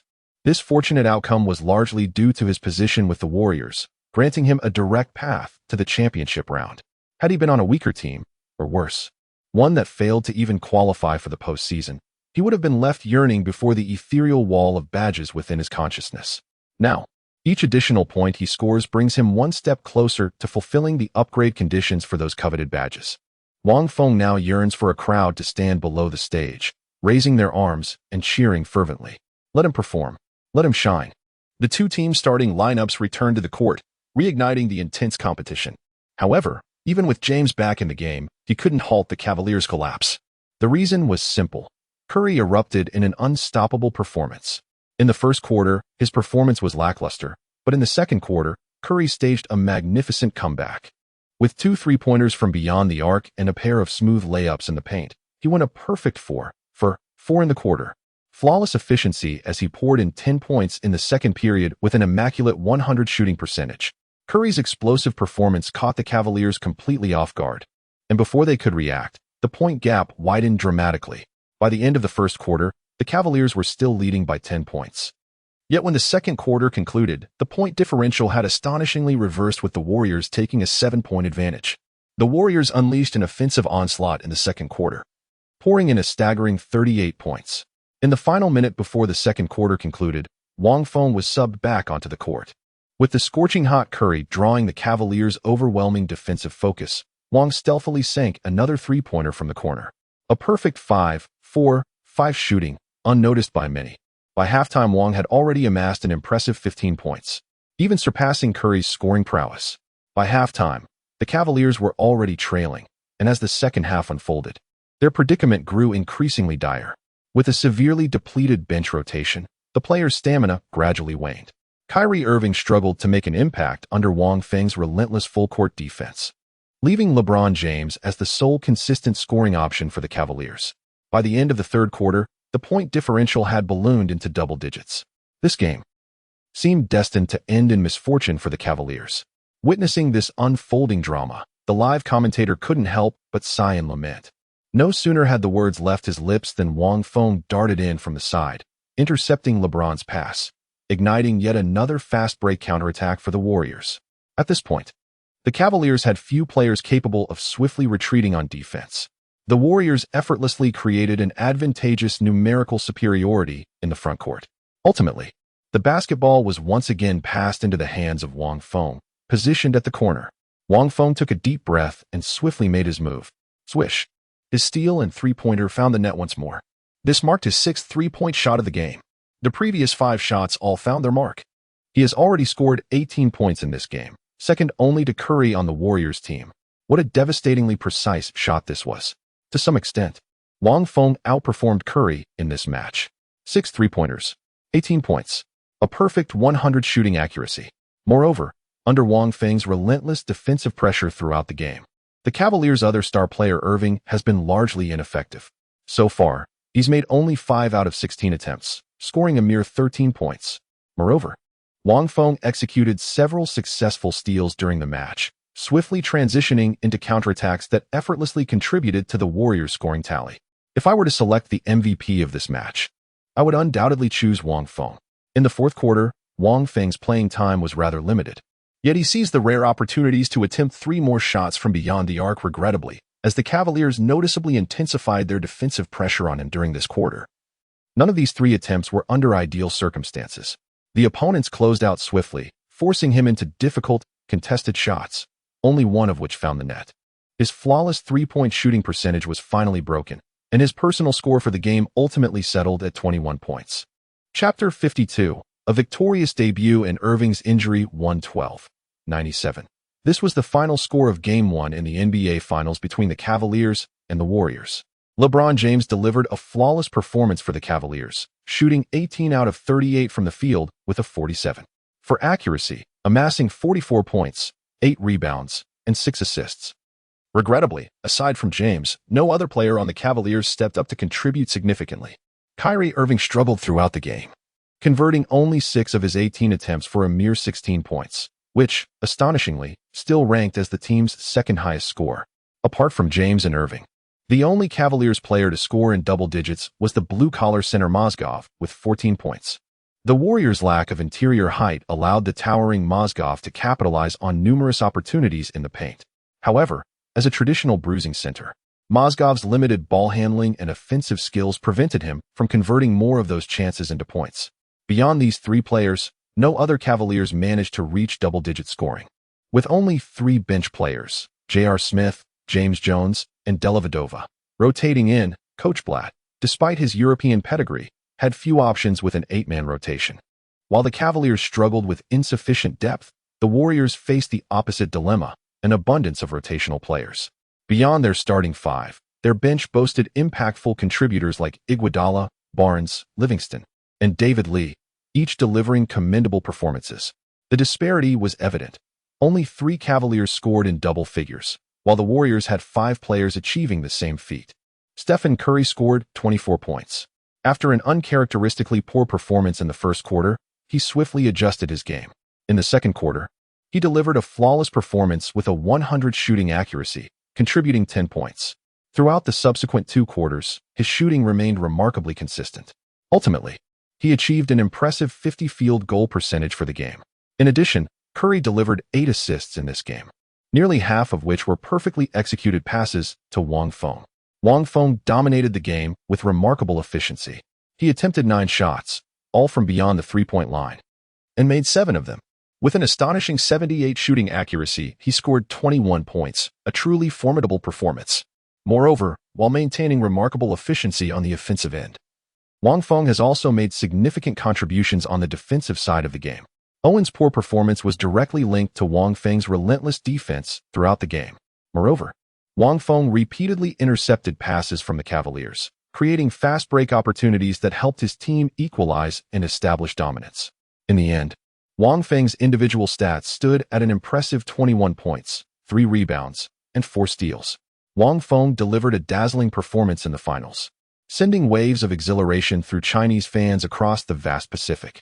This was none other than the NBA Finals. Prior to Wang Feng, no Chinese player had ever competed in the NBA Finals in the history of Chinese basketball. Although veterans like Batel and Sun Dasheng had the privilege of acquiring championship rings, they scarcely had the opportunity to participate in the playoffs, let alone the finals. They spent the entirety of the games warming the bench, at most cheering vociferously from the sidelines, then shifting seats and handing towels when teammates came off the court, essentially obtaining their rings through sheer happenstance without meaningful contribution. Wang Feng, however, is different. From the latter half of the regular season onwards, Wang Feng gradually became an indispensable piece of the Warriors' puzzle. Entering the playoffs, he frequently shouldered crucial responsibilities, such as guarding James Harden during the Western Conference Finals and defending Kyrie Irving in the finals. From the very first playoff game until now, Wang Feng has consistently averaged over 10 points per game. His scoring output ranks only behind Curry, Thompson, and Green, making him the 4th highest scorer on the Warriors roster. Far from being a mere supporting character, every match Wang Feng plays in the finals is now etching a new milestone in the history of Chinese basketball. Many Chinese basketball fans watch Wang Feng's performance on the NBA Finals stage with a profound sense of vindication and pride. Who dares claim that Chinese basketball is inferior? Who presumes to say that Chinese players lack skill? Can a single Yao Ming be dismissed as mere coincidence or an isolated case? Then what of Wang Feng now? He lacks Yao's towering stature and possesses no other extraordinary physical gifts. What more can the critics possibly say? Nearly all Chinese basketball fans fervently hope the Warriors will triumph over the Cavaliers to claim the championship trophy, allowing a Chinese player to earn a genuinely valuable championship ring. The once immensely popular King LeBron James now finds himself with surprisingly few supporters in China, as even his sympathizers no longer pity the injury-riddled Cavaliers' predicament. This season has indeed been disastrous for the Cavaliers. Injuries plagued them from the very start of the playoffs, with multiple players sidelined, as if misfortunes never come singly. After Game 1 of the finals, Kyrie Irving reported discomfort in the inner side of his left knee. Medical examinations revealed a severe injury requiring surgery, which would inevitably rule him out for the remainder of the series. Following Kevin Love's season-ending injury, another member of the Big Three, Irving, was forced off the court, leaving James to shoulder the burden alone. Irving's injury deviated slightly from Wang Feng's recollection. He remembered that in the original timeline, Game 1 had been fiercely contested, going into overtime, where Irving collided with Klay Thompson, fracturing his left kneecap and exiting the game. However, due to Wang Feng's presence, he, not Thompson, had been guarding Irving throughout the match. Moreover, Wang Feng's 21-point contribution led to an earlier resolution, eliminating the need for overtime. Initially, Wang Feng assumed Irving had dodged a bullet. Though suppressed all game, at least he avoided injury. Yet fate proved inescapable. Irving's absence dealt the Cavaliers their heaviest blow yet. Once the news broke, virtually no one believed the Cavaliers stood a chance. Without Irving, the Cavaliers' woes deepened, reduced to a mere 7-man rotation with James as their sole star. If they could still somehow rally to win the championship under these circumstances, James would have to be nothing short of superhuman. At that time, his historical status will rival that of the legendary Qiao Bangzhu. In truth, the year that witnessed James' meteoric rise in historical stature was precisely after the 2016 finals, when he orchestrated an improbable comeback from a 1-3 deficit against the 73-win Warriors to claim the championship. As a transmigrator, Wang Feng understood all too clearly that without Irving, James alone could never carry this depleted Cavaliers roster to victory. In fact, Wang Feng's very presence might even deprive James of next year's legendary finals performance. Cleveland's miraculous 2016 championship comeback had been heavily dependent on luck, and Wang Feng's existence would undoubtedly strangle that slim possibility in its cradle. To this, Wang Feng could only offer a silent apology in his heart, both to LeBron James and the hundreds of thousands of championship-starved fans in Cleveland. But as the saying goes, better you perish than I. Securing 2 championship rings with the Warriors would only bolster Wang Feng's reputation and achievements, so even if he had to snatch them by force, so be it. Wang Feng was determined to seize those 2 championship rings at all costs. Chapter 53. Unrelenting. Wang Feng Owen's injury brought immense relief to the entire Warriors team. In their eyes, with 2 of the Cavaliers' big 3 sidelined, victory in the series and lifting the championship trophy seemed all but assured. Within the Warriors camp, the overwhelming majority, including head coach Steve Kerr and star players like Curry, Thompson, and Green, shared this sentiment. In an alternate reality, it was precisely this mindset that allowed the Cavaliers to seize the opportunity, clinching 2 consecutive victories and leaving the Warriors trailing 1-2. Though the Cavaliers' performance in those games was far from flawless, the Warriors' display was undeniably more lackluster. For 2 consecutive games, the team failed to surpass 100 points. Fortunately, the Warriors' roster depth proved exceptionally formidable, and Coach Kerr demonstrated remarkable adaptability by swiftly abandoning the traditional starting lineup featuring the bulky center Bogut in Game 4. Instead, he boldly deployed the small-ball death lineup from the opening tip to accelerate the pace. Moreover, Iguodala delivered consistently impressive performances in the subsequent matches, enabling the team to clinch 3 straight victories and ultimately lift the championship trophy with a 4-2 series triumph over the Cavaliers. Fully aware of this strategic insight, Wang Feng approached Game 2 with unwavering focus. He did entertain the fleeting thought of deliberately underperforming to prolong the finals, as additional games would undoubtedly bolster his playoff statistics. Averaging 10 points per game for finals appearances would yield roughly 40 points, but stretching the series to 6 or even 7 games would make a world of difference. After careful consideration, Wang Feng ultimately chose not to throw the game. The risks were simply too substantial. Although this season's progression had thus far mirrored the historical timeline from his original reality, Wang Feng's very presence had already fluttered like a butterfly's wings, subtly altering numerous circumstances. He couldn't guarantee whether James might suddenly unleash extraordinary potential in the remaining matches, averaging 50 points per game and single-handedly sweeping the Warriors away in one fell swoop. The Warriors' championship victory in 2015 was truly a nail-biting triumph. Trailing 1-2, if Coach Kerr's lineup adjustments in Game 4 failed to produce miraculous results, the series score would become 1-3. The Cavaliers would undoubtedly gain tremendous momentum. At that juncture, the outcome would remain truly uncertain. For Wang Feng, securing a championship ring with steady hands holds far greater significance than greedily chasing a dozen extra points. Thus, in the second match, Wang Feng did not let his guard down like Cole and Curry. On the contrary, he played with even greater intensity than in the first game. In the opening match, Wang Feng was tasked with relentlessly shadowing Irving while also contributing offensively, leaving little room for defensive rotations and support. However, by the second game, with Irving, the Cavaliers' secondary scoring threat, out of commission, the team had no opponent left who demanded Wang Feng's full defensive attention beyond James himself. Whether it's J.R. Smith, Iman Shumpert, or even Matthew Dellavedova, who was thrust into the starting lineup for Game 2, none of them measure up. During the match, Wang Feng began aggressively assisting his teammates in double-teaming James. Relying solely on Wang Feng's individual strength, he stood absolutely no chance against James in a one-on-one confrontation. However, when it comes to defensive interference and double-teaming, the effect is truly remarkable with the enhancement of the Golden All-Star level double-team maestro badge. In the opening quarter, James was dealt a harsh blow right from the start. His repeated attempts at isolation plays were consistently thwarted by Wang Feng's double-team defense. Forced to pass the ball, LeBron had no other choice. However, both J.R. Smith and Iman Shumpert, who received his passes, were in abysmal shooting form. They squandered numerous open opportunities, missing shot after shot with dismal accuracy. As for the other perimeter player, Dellavedova, Wang Feng knew him inside out, a point guard utterly devoid of outside shooting ability. At least during the playoffs of the 15th season, this held true. In an alternate reality, Delhi saw the most playing time during the 2014-15 season. Yet his three-point shooting percentage languished at a mere 31.6. Even more disheartening was his overall field goal percentage, which barely reached 34.6. As a defender, he could hardly be deemed qualified, with his only commendable trait being his targeted defense against Curry.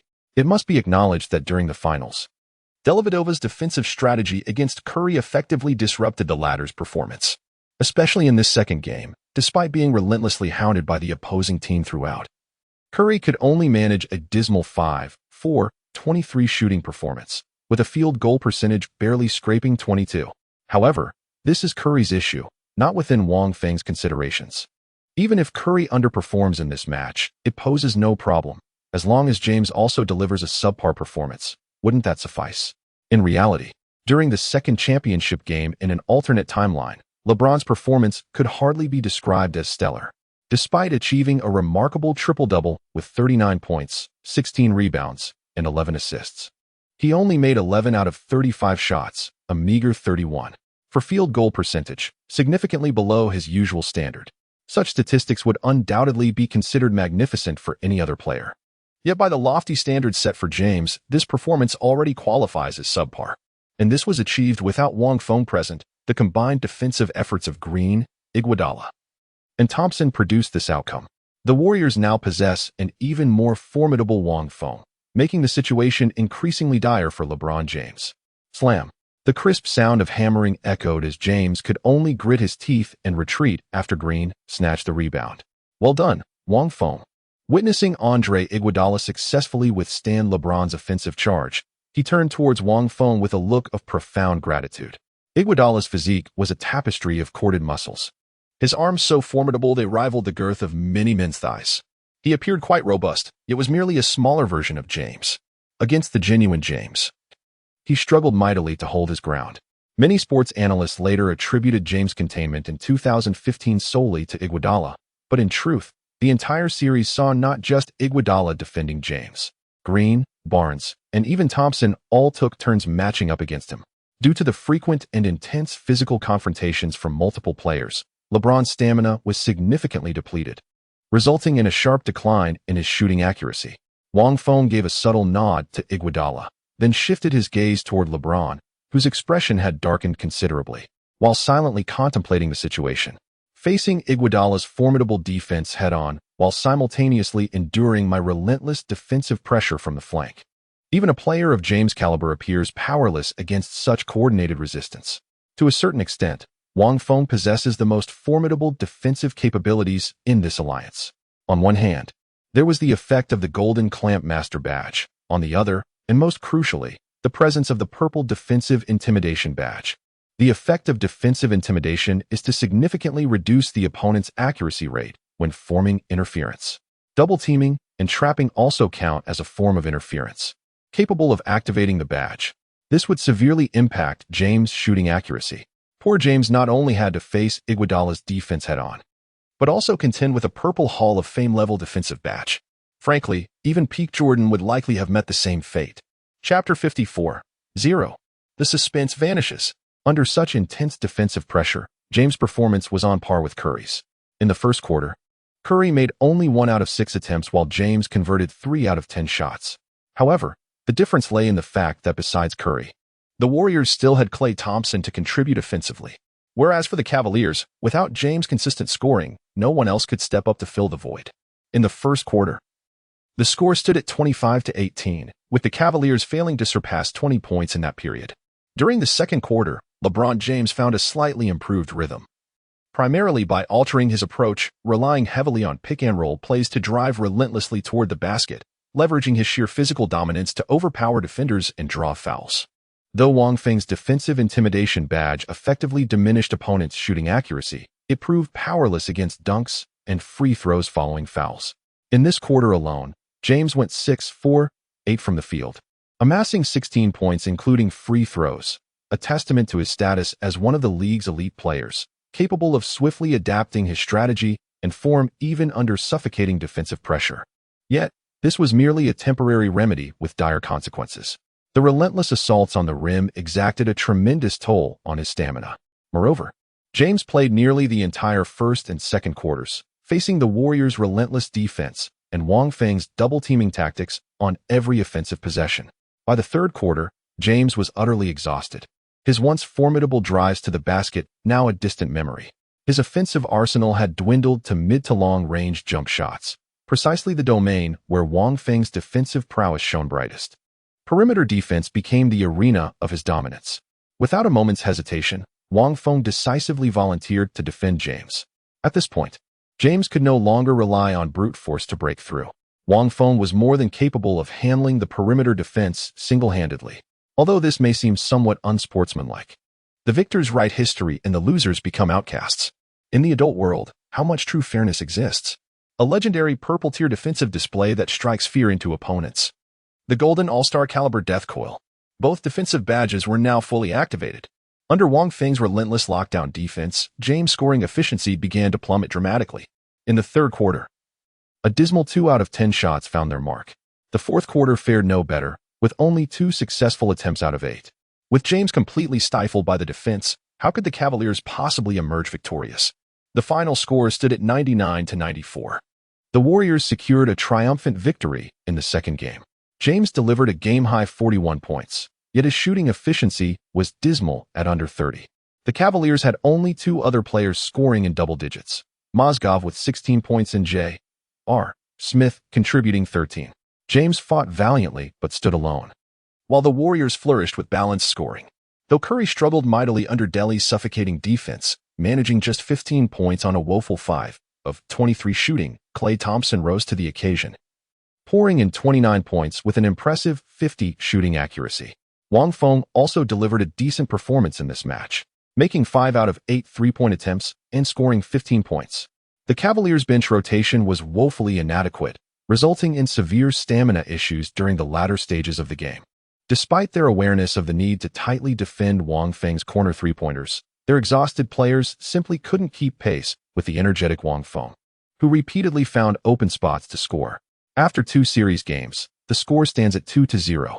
Even the most ardent LeBron James fans couldn't help but feel pessimistic at this point, clinging to the hope that the Cavaliers would perform better upon returning to their home court in Cleveland.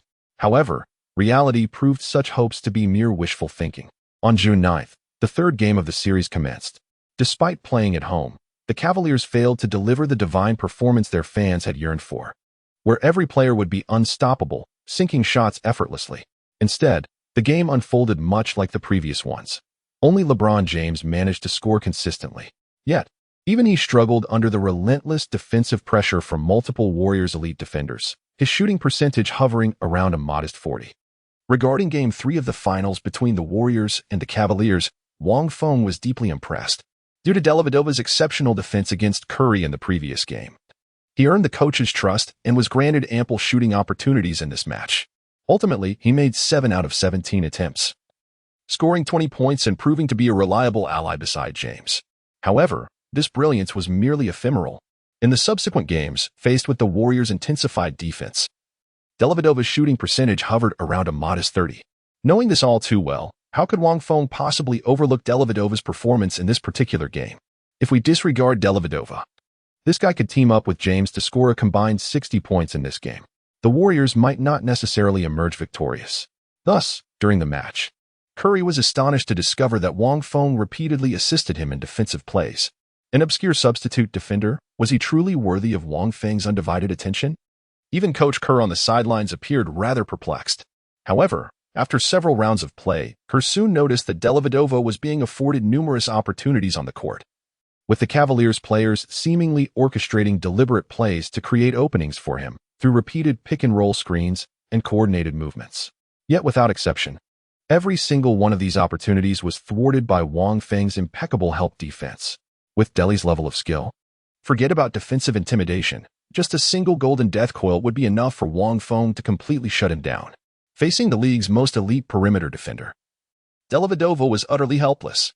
Once again, the situation deteriorated into LeBron fighting a solitary battle without support. Without Delhi's 20 points, the Cavaliers had no choice but to swallow another bitter defeat in Game 3 to 101-88. James once again delivered an impressive 40-point performance, with significantly improved efficiency compared to the second game. His average shooting percentage has also rebounded to over 40. Yet despite these valiant efforts, the outcome remained beyond redemption. With a staggering score of 3-0, this essentially pronounces an early death sentence upon the Cavaliers. Originally, following the historical progression, by the third game of the finals, the score between the two teams should have been 2-1, with the Cavaliers in the lead. However, Wang Feng's emergence completely disrupted this scenario, especially in the latter two matches. Wang Feng effectively extinguished any glimmer of hope for the Cavaliers' victory. In the subsequent fourth game of the finals, a subtle shift in circumstances emerged. The frequency of whistles favoring James notably increased. From the very first quarter, LeBron relentlessly drove to the basket, repeatedly earning trips to the free throw line. His defenders, Green, Iguodala, and Thompson, all accumulated fouls against him. Even Wang Feng, who came over to help on defense, was whistled for a foul. The frequency of these calls was nearly on par with the notorious foul magnate James Harden. Wang Feng understood perfectly well. The alliance was interfering with the competition again. A resounding 4-0 sweep may have been exhilarating for the Warriors, yet it proved detrimental for the league's interests. The NBA Finals, representing basketball's pinnacle competition, ought to deliver breathtaking spectacles and fierce confrontations rather than such predictable, one-sided triumphs. Consequently, during this match, the referee's whistles noticeably favored the Cavaliers. Any Warriors player defending James with slightly aggressive movements would immediately draw foul calls. By halftime, players like Green and Iguodala had already accumulated 3 to 4 fouls each. James alone had scored over 10 points just from free throws, surpassing 30 points by the midway mark. Chapter 55, Championship, Seasonal Rewards. In the latter half of the game, the referees deliberately began favoring the Warriors with calls, a common league tactic to manipulate the game's momentum. Casual fans glancing at the free throw statistics might assume both teams were treated fairly, with nearly identical totals. However, those who truly understand basketball and watch the entire game know the truth. The Cavaliers' free throws came at critical moments, often targeting key Warriors players like Green, Thompson, and Iguodala. When these stars accumulated fouls early, Coach Kerr had no choice but to bench them, preventing frustration and avoiding disqualification. With their core players sidelined, the Warriors struggled on both ends, inevitably falling behind. Conversely, most fouls against the Cavaliers occurred in the third and fourth quarters, by which time they had already built a comfortable lead. The players penalized were often role players like J.R. Smith, James Jones, and Iman Shumpert. More importantly, these fouls frequently disrupted the Warriors' fast breaks, halting their momentum precisely when they needed it most. With the sluggish mobility of the Cavaliers, they simply couldn't keep pace with the Warriors' lightning-fast small ball lineup. Once the Warriors initiated their fast break, it almost invariably resulted in an effective scoring opportunity. At this moment, a player from the Cavaliers committed a foul. The seemingly guaranteed points from the free throw line slipped away, disrupting the Warriors' momentum for a comeback. This completely threw off the entire team's rhythm in the game. With the referee's assistance throughout the game, the Cavaliers barely managed to secure a victory on their home court. In this match, LeBron James astonishingly scored 50 points. There were a staggering 18 free throws alone. On the Warriors' side, Curry regained his form, scoring 27 points on 10 of 20 shooting. However, the Splash Brothers saw Thompson falter this time, managing only 14 points on 6 of 16 shooting. Wang Feng also struggled to find quality scoring opportunities in this game. Through the first 3 finals matchups, the Cavaliers have come to fully realize that although Wang Feng is merely a 3 and D role player, his scoring ability in clutch moments is absolutely explosive. They are now adamant about denying him the ball, especially when he's left open in the corner. In this match, the Cavaliers would rather allow Curry and Thompson to shoot from the perimeter than let Wang Feng receive the ball. In this situation, the shortcomings of Wang Feng's technical skills were instantly exposed. His three-point shooting is remarkably precise, to such an extent that it even surpasses the accuracy of his teammates Curry and Thompson. Yet Wang Feng lacks the ability to drive with the ball, his shots almost exclusively coming from catch-and-shoot situations. Alas, it was an inevitable predicament. Wang Feng's ball handling and shooting capabilities were woefully inadequate, barely surpassing a meager score of 60. Any NBA-caliber player can effortlessly disrupt and impede his ball handling offense. Even Wang Feng's catch-and-shoot ability rating isn't particularly high. It's only due to the enhancement from his catch-and-shoot badge that he achieves such astonishing results. Basketball is by no means a sport where excelling in just one particular skill suffices. although Wang Feng has now enhanced his three-point shooting ability to an impressive 92. With his other fundamental skills remaining subpar, even such a formidable three-point rating proves inadequate. Throughout the entire game, Wang Feng was relentlessly guarded by the opposing team, with the Cavaliers frequently committing fouls to disrupt fast breaks, preventing advantageous offensive opportunities. He managed only 3 shot attempts, making 2 for a mere 6 points. Suffering a defeat in Cleveland didn't leave the Warriors seething with indignation. They understood the league's underlying motives all too well. The NBA, at its core, is a business where profit reigns supreme. Extending the finals by one more game would generate additional revenue and broadcasting fees, an undeniable temptation for the league's management. Yet, such manipulation could only be stretched so far. In the next game, officiating would inevitably return to fair standards. After all, if the NBA were to blatantly rig even the finals, or worse, the championship itself, the league's credibility would crumble beyond repair. Just as anticipated, on June 14th, in the 5th game of the series, the Warriors returned to their home court and effortlessly dominated the Cavaliers with overwhelming force, leaving no opportunity for LeBron James and his team to recover. In Game 5 of the series, LeBron James demonstrated his usual dominance, delivering a triple-double performance with 44 points, 14 rebounds, and 11 assists on 15 of 34 shooting. However, his first finals journey since returning to the Cavaliers came to an abrupt end. Across the 5-game series, James averaged nearly 40 points, 13 rebounds, and 9 assists per game.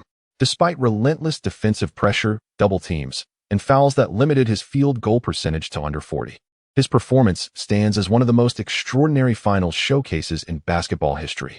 The original Big Three lineup was devastated by the injuries of Irving and Love, leaving James to stand alone like a tragic hero. This represents the most beloved narrative among sports enthusiasts. In the realm of football, we have the legendary Roberto Baggio, while in basketball, we witness the iconic performance of the answer challenging the formidable OK duo in 2001. Although James fell in the finals, his popularity not only remained undiminished but soared even higher than before. Previously, the reputation of the Heat's teamwork had gradually begun to shift. There was simply no denying it. He was overwhelmingly formidable. Who in this world doesn't admire strength? The ultimate victor remains none other than the Golden State Warriors. Boom, boom. Golden ribbons fluttered across the entire court as the deafening cheers of fans reverberated throughout the Oracle Arena. Before the regular season commenced, even the most diehard Warriors fans could scarcely have envisioned that their beloved team would triumphantly battle their way through every challenge, ultimately hoisting the championship trophy this season. All the Warriors players embraced each other in exhilaration, including Wang Feng, who had already anticipated the outcome. This was none other than the NBA championship, the highest honor that many players strive for throughout their entire lives, yet seldom attain. Ding! A crisp, ethereal chime resounded. Even the deafening cheers of the entire stadium's fans, even the passionate embraces from surrounding players, failed to affect him in the slightest. Wang Feng stood frozen in stunned silence. Congratulations to player Wang Feng for winning the NBA 2014-15 season championship. We will now commence the compilation of individual seasonal statistics.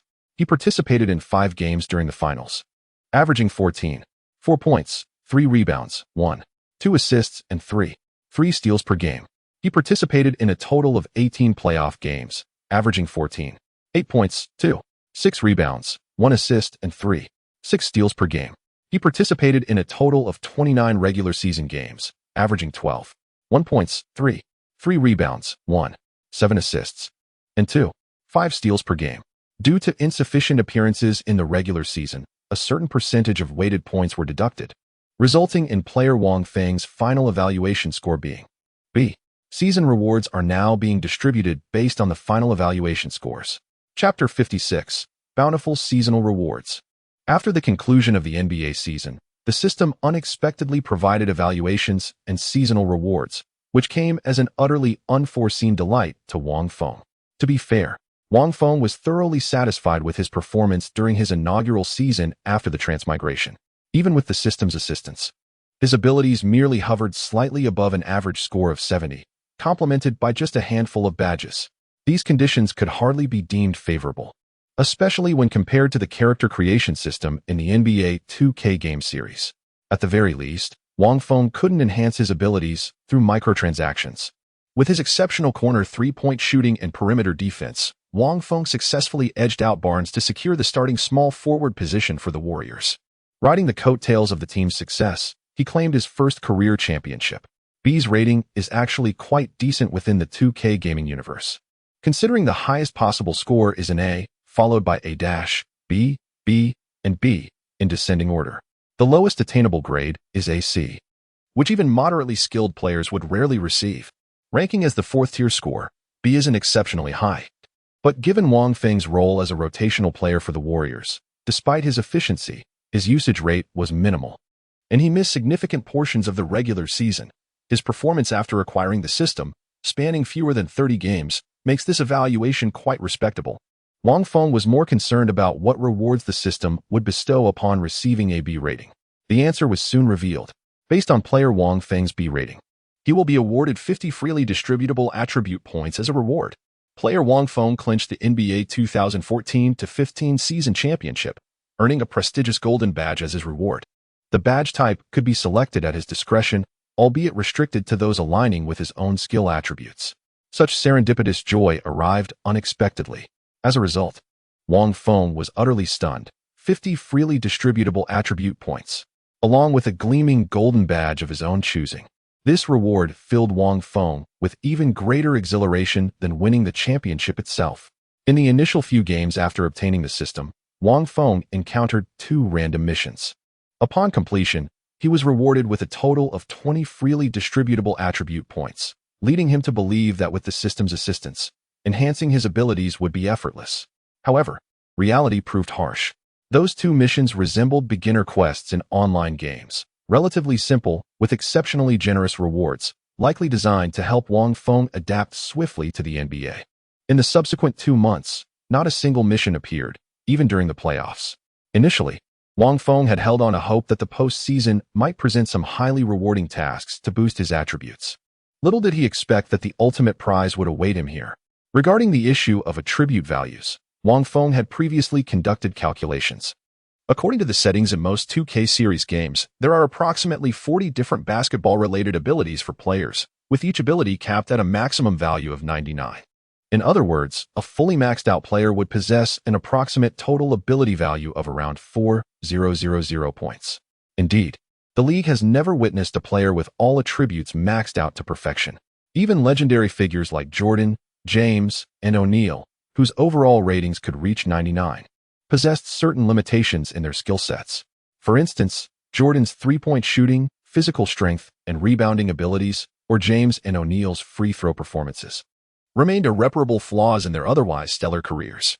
Wang Feng's current overall rating barely surpasses 70, and this is only after factoring in attributes like three-point shooting, speed, and agility, which reach 90 or higher.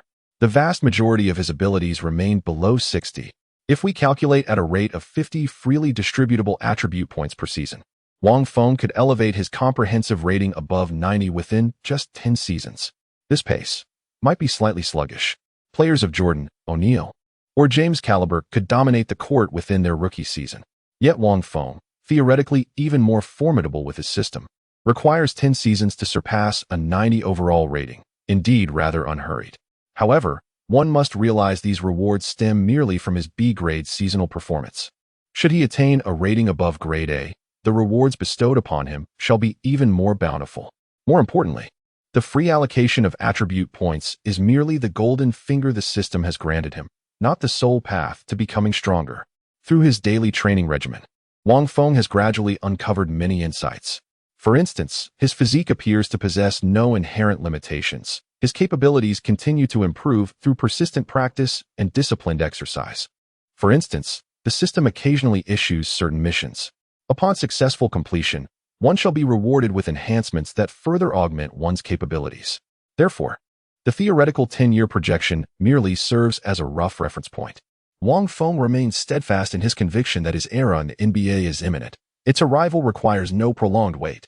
Ladies and gentlemen, we now witness the Warriors players standing upon the championship podium, as the NBA commissioner personally presents them with the 2014-15 season's ultimate trophy, the illustrious Larry O'Brien Championship Trophy.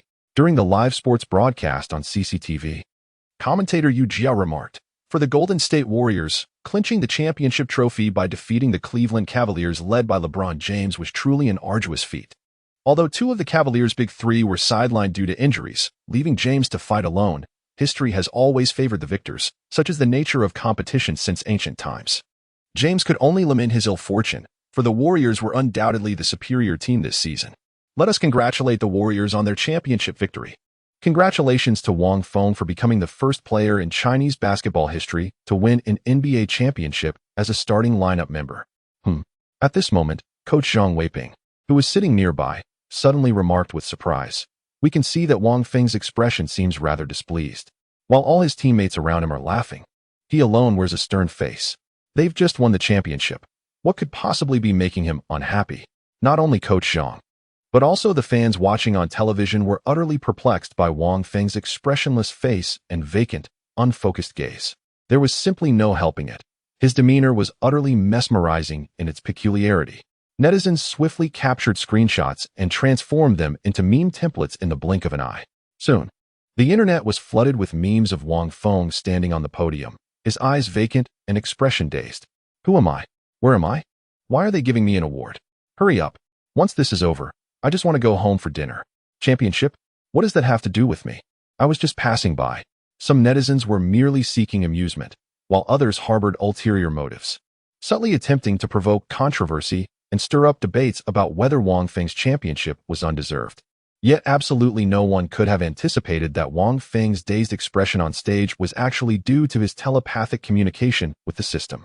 Chapter 57 FMVP. As Wang Feng emerged from the system's consciousness space, the awards ceremony was already nearing its conclusion. The NBA commissioner stood on stage, poised to announce the finals MVP. The recipient of this season's NBA Finals MVP is. Hearing this, Wang Feng immediately became intrigued. He was genuinely curious about who would be awarded this season's Finals MVP. According to the original historical progression, this year's Finals MVP would become one of the most controversial awards in NBA history. The recipient wasn't the Warriors team leader Stephen Curry, who averaged 26 points, 5 rebounds, and 6 assists in the finals, but rather the substitute player Andre Iguodala, who averaged only 16 points per game. According to the journalists involved in the voting selection, Iguodala delivered outstanding performances in the latter games of the finals and effectively contained LeBron James of the Cavaliers, making him the superior contributor for the Warriors. Such claims are utterly preposterous. While Iguodala indeed excelled in those closing matches, even during his peak performances, Curry consistently outscored him. More significantly, James was not solely guarded by him throughout the series, and even if he had been, LeBron still orchestrated a historically remarkable showcase. Under Iguodala's so-called successful defense, James averaged a mere 40 points per game alongside near triple-double statistics. If we follow this line of reasoning, in the absence of Iguodala, would James be expected to average 60-15-10 statistics? Certainly, the timeline in which Wang Feng exists has diverged drastically from the original history. Wang Feng's presence rendered the series between the two teams utterly one-sided. Though LeBron James still delivered formidable performances, the matches were completely lopsided. Andre Iguodala never even had the opportunity to emerge as the savior before the games concluded. Compared to his alternate timeline averages of 16 points, 5, 8 rebounds, and 4 assists, Iguodala's performance in this timeline was significantly diminished, merely 8 points, 4, 3 rebounds, and 2 assists across 5 finals games. Within the Warriors roster, Klay Thompson, Wang Feng, and Draymond Green all outperformed him. If Iguodala were still awarded the Finals MVP under these circumstances, the controversy would be nothing short of absurd. And the Finals MVP goes to Stephen Curry. As expected, the Finals MVP trophy was ultimately awarded to Curry. With the trophy in hand, Curry's face radiated with a brilliant smile. This season was nothing short of perfection for him. The regular season MVP, Finals MVP, and the best record in franchise history. Truly, he reaped both fame and fortune. Wang Feng was also delighted to see Curry win the FMVP. He greatly admired Stephen Curry, both as a fan in his previous life and now as a fellow player. Curry possessed formidable individual skills while maintaining a humble and approachable demeanor. He willingly shouldered responsibilities within the team and generously shared ball possession with his teammates without hesitation. People often speak of the invincibility of the five-star Warriors. Yet upon closer reflection, as the absolute core of the team, How remarkably magnanimous must Curry be to tolerate another player who not only commands more possession than himself, but has also snatched the Finals MVP from him for 2 consecutive years in the playoffs. When Wang Feng traversed time, it was the year 2022. The Golden State Warriors, having endured Kevin Durant's departure and a spate of debilitating injuries, had finally resurged with formidable vigor, securing the 3rd seed in the Western Conference to advance into the playoffs. During this postseason campaign, Stephen Curry, the team's quintessential leader and luminary, astonishingly volunteered to come off the bench in a selfless act of tactical alignment for the greater good of the team. It is exceedingly rare in the annals of league history for a 2-time regular season MVP to come off the bench while still in the prime of their career. Therefore, at least in Wang Feng's perspective, Curry undoubtedly deserves this Finals MVP honor. After the awards ceremony concluded, the valiant warriors of the basketball court retreated to their locker room, where an exuberant champagne celebration commenced with unbridled enthusiasm. The players eagerly grabbed the champagne bottles prepared in advance for their championship celebration, vigorously shaking them before gleefully popping the corks and spraying their teammates. Not only the players, but the entire Warriors coaching staff, including head coach Steve Kerr, were thoroughly drenched in the bubbly shower. "We are the champions." Green grinned broadly, his laughter resounding with unbridled joy, while everyone else reveled in merriment. One individual's smile remained faintly strained, Harrison Barnes. He sat on the locker room bench, his gaze sweeping across the players one by one before finally settling on Wang Feng, who was spraying champagne playfully with Curry and Thompson. His expression was complex. Though Wang Feng's playoff performance hadn't shown as brilliantly as Curry's, it had still been remarkably impressive and eye-catching. In the previous rounds of the series, Wang Feng repeatedly shouldered the crucial responsibility of defending against the opposing team's key players, executing his duties with impeccable perfection. In the championship finals, he repeatedly stepped up during crucial moments to secure victories for his team, averaging the 3rd highest points on the roster. His performance garnered exceptionally high praise from media across all sectors, standing under the spotlight, claiming the championship as the team's starting player. All of this glory should have rightfully belonged to him. "Damn," Barnes muttered a curse under his breath, his frustration immeasurable. From the very first day Wang Feng joined the Warriors, Barnes knew this yellow-skinned kid would become his rival. From the very beginning, he never considered Wang Feng as a worthy opponent, for the young man's skills were utterly inadequate, not only incapable of competing with him, but even struggling to secure a regular spot in the rotation. Yet, to his utter astonishment, midway through the season, just as he had completely let down his guard, this very individual experienced an abrupt and unforeseen rise to prominence. Every match was played with exceptional performance, and sensing the looming threat, it was already too late for him to attempt further suppression. Being replaced by Wang Feng in the starting lineup and relegated to the bench was merely the beginning. Next season will be Barnes' contract year. The moment he recalled his agent's stern warning, an overwhelming sense of urgency gripped him. "Harrison, by any means necessary, you must reclaim your starting position with the Warriors. Next year marks the final year of your contract. Whether you secure a lucrative offer depends entirely on your performance this season. If by then you remain merely a bench warmer, with stagnant statistics showing no improvement from previous seasons, it would be utterly impossible to demand a satisfactory contract offer from the Warriors. Moreover, the Warriors, already equipped with replacements, may not even intend to retain you any longer. Although we could still seek alternatives in the free market, you must comprehend the vast disparity between these options. In any case, you must devise a way to reclaim the leading position at all costs. If one cannot achieve it, then the only recourse is to seek a trade and strive for success with another team. How can I reclaim my position as the starter? Or perhaps, should I proactively request a trade from the team?" Wang Feng, amidst the revelry, seemed to sense something and turned his gaze toward the corner, where his eyes met Barnes in a serendipitous encounter. Chapter 58. Contract Renewal Offer. Wang Feng's gaze met Barnes for a fleeting moment before he averted his eyes. He recognized the resentment in Barnes' stare and understood the turmoil within the man's heart. Truth be told, from the very moment he had devised the plan to usurp Barnes' starting position, he had steeled himself for the inevitable animosity. Moreover, Barnes' initial hostility toward him after his transmigration had absolved him of any lingering guilt over this decision. Being demoted from the starting lineup during a contract year was nothing short of catastrophic for Barnes' career. According to the original timeline, Barnes, having contributed to the team's historic 73-win season in 2016, would have become a coveted free agent. ultimately securing a max contract with the Dallas Mavericks worth $94 million over 4 years. A life of triumph would have been his, far sooner than fate now decreed. But now, the situation has changed. This season, although Barnes has been relegated to the bench, his playing time hasn't decreased significantly compared to when he was a starter, and his personal statistics remain similar to the previous 2 seasons. However, next season, with Wang Feng solidifying his position as the Warriors' starting player, Barnes' playing time and ball possession will be further reduced.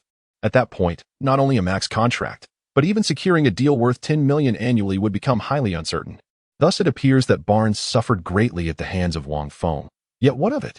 As the saying goes, better to sacrifice others than oneself. The NBA is inherently a fiercely competitive league. Wang Feng didn't seize Barnes' starting position through scheming or trickery, but earned this opportunity through his own formidable capabilities. Moreover, next year marks the final year of Barnes' contract, and the same holds true for Wang Feng. Compared to Barnes, who joined the NBA in the first round of the draft and secured a lucrative 4-year rookie contract worth over $10 million, living a life of comfort and security, Wang Feng's circumstances are far more arduous and challenging. As a failed draft pick, Wang Feng signed a 2-year non-guaranteed minimum contract with the Warriors, totaling less than $1 million. After deducting various taxes and daily expenses, barely anything remained. Even before Wang Feng's transmigration, the original Wang Feng was already teetering on the brink within the Warriors team, facing imminent dismissal at any moment. Now, the crisis has dissipated into oblivion.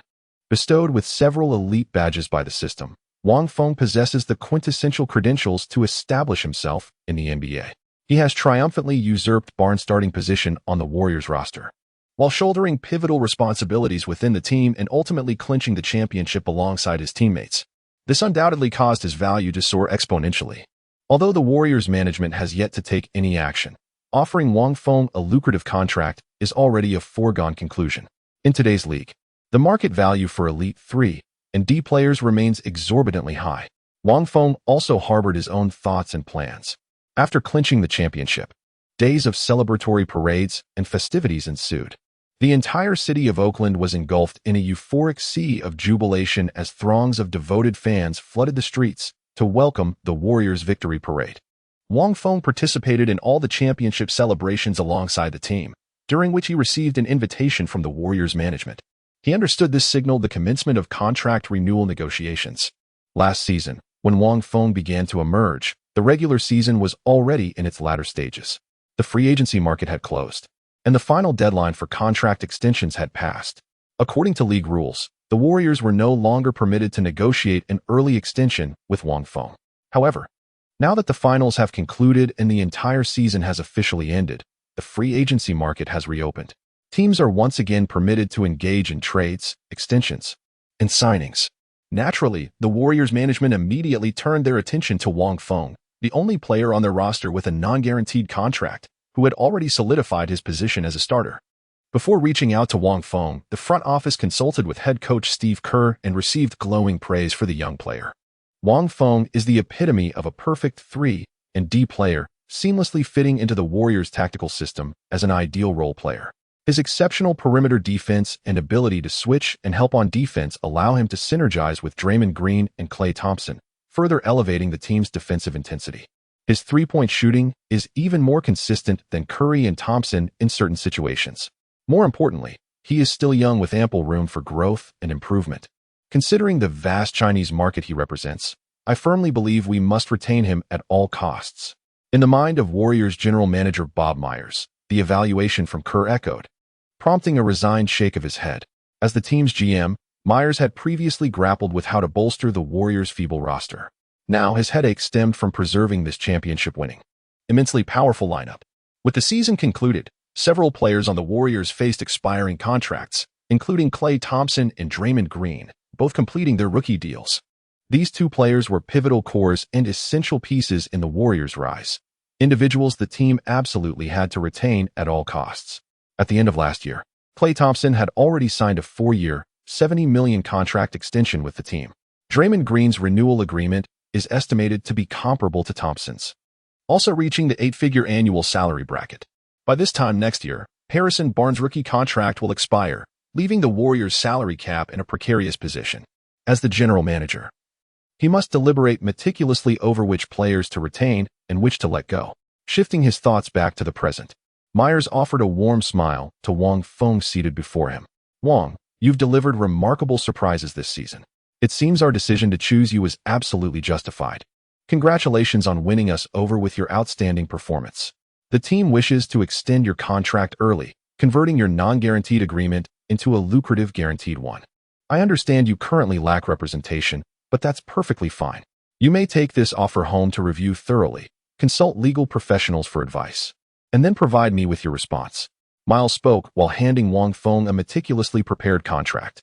Wang Feng accepted the document and skimmed through its contents briefly. He was no legal professional, thus unable to fully comprehend the legitimacy and rationality of most clauses in the contract. Yet that wasn't his primary concern at the moment.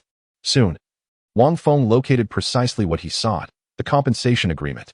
Upon seeing the total sum inscribed, his eyebrows arched in mild surprise. The Warriors organization evidently held him in considerable esteem, presenting a 4-year, $24 million contract, an annual average of $6 million. An annual salary of $6 million may appear modest at first glance, yet it actually approaches the standard for middle-class contracts in the league. Within the NBA, players commanding 8-figure salaries remain the privileged minority, while securing a 4-year deal.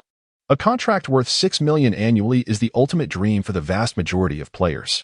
After all, such a contract with a total salary of $24 million, when converted into Chinese currency, amounts to a staggering $150 million. Even after deducting various taxes, one could still amass a small fortune within 4 years. Chapter 59. No early contract renewal? From the perspective of a role player, this is undoubtedly an exceptionally generous contract, spanning 4 full years with sincere intentions. However, for Wang Feng, the weight of this offer falls slightly short. Without delving into other factors, his performance during both the regular season and playoffs alone nearly justifies an average annual salary in the tens of millions.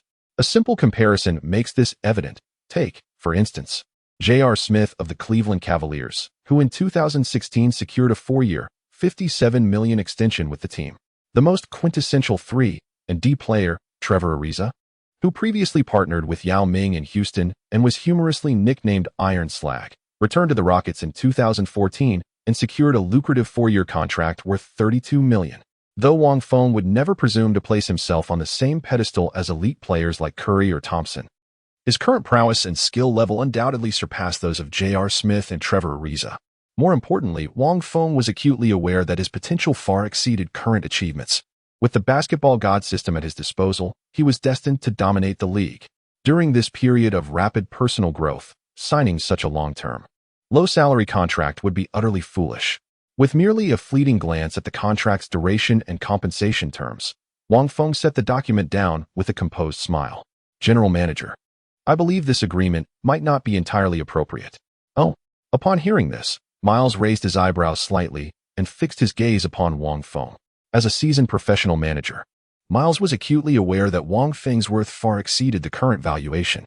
However, in his capacity as the team's general manager, he had to prioritize the franchise's interests.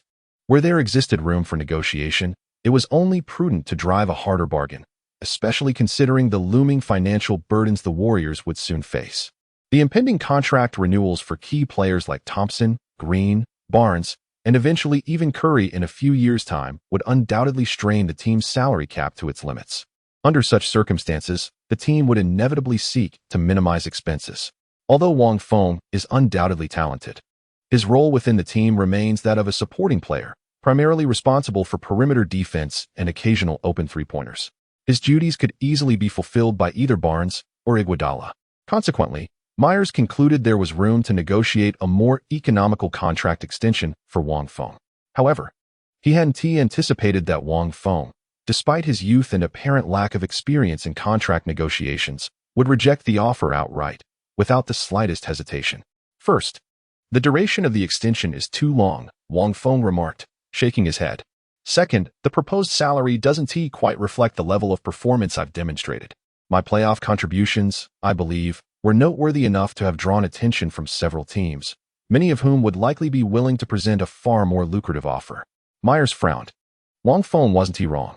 In fact, following the Warriors' championship victory, numerous teams had begun submitting offers, eager to acquire players from the title-winning roster. Among them, Wang Feng had received the most inquiries. As the newly crowned dual MVP, Stephen Curry stands as the unequivocal core and leader of the Golden State Warriors, an untouchable asset that renders any trade inquiries from other teams utterly futile. Similarly, Klay Thompson and Draymond Green occupy comparable positions. Not only would rival franchises struggle to match their market value, but these two pillars remain indispensable to the Warriors' existing system, making them equally non-negotiable in trade discussions.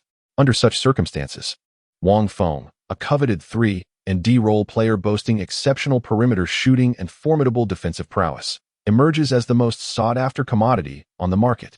Wang Feng's current contract is inherently an unsecured, low-paying agreement with an annual salary barely reaching $500,000, a bargain at such a price. Despite his relatively young age, he possesses immense potential for growth and progress. Backed by the colossal market of China, numerous advantages have made Wang Feng's trade offer surpass the combined value of players like Barnes, Iguodala, Bogut, and David Lee. Some teams were even willing to sacrifice their first-round draft picks for Wang Feng. Even if it's a later first-round pick, it's still a first-round selection. To be honest, even the seasoned Miles, who had weathered countless storms, found his heart stirred upon seeing these offers. He had already steeled himself should Wang Feng dare to demand an exorbitant contract with outrageous terms. He was prepared to walk away and leverage Wang Feng's value for a highly lucrative trade instead. What kind of pricing tier would you prefer for the contract? Miles gazed at Wang Feng and posed this question. However, Wang Feng's response once again took Miles by surprise. "I'd prefer not to discuss contract renewal until my current one expires," Wang Feng stated calmly. "I'm confident that I'll deliver an even more outstanding performance next season, and I hope to secure a more substantial contract as a result." Not planning to renew early, Wang Feng's choice utterly defied Miles' expectations. He had encountered far too many players like Wang Feng, those without guaranteed contracts, yet managing to carve out some value for themselves due to decent form. Even with the most professional agents, these players invariably made the same choice, desperately signing an extended, aging contract. Striving for further improvement? What a ludicrous notion. In the fiercely competitive NBA, who can guarantee they will always have a place on the court? Perhaps only those elite stars standing at the very pinnacle of the pyramid. Seizing the rare opportunity to prove one's worth and securing a lucrative contract is undoubtedly the wisest course of action. Wang Feng must be acutely aware of his current predicament. His 2-year contract will only yield an annual salary of less than $500,000 by next year. If his performance falters next season, he might be benched after just a few regular games, perhaps even permanently losing his spot on the court. By then, he won't be able to secure another 4-year contract worth nearly $30 million. This is truly a high-stakes gamble, a wager valued at $28 million. How could a young man like Wang Feng, barely in his early 20s, possess such remarkable audacity?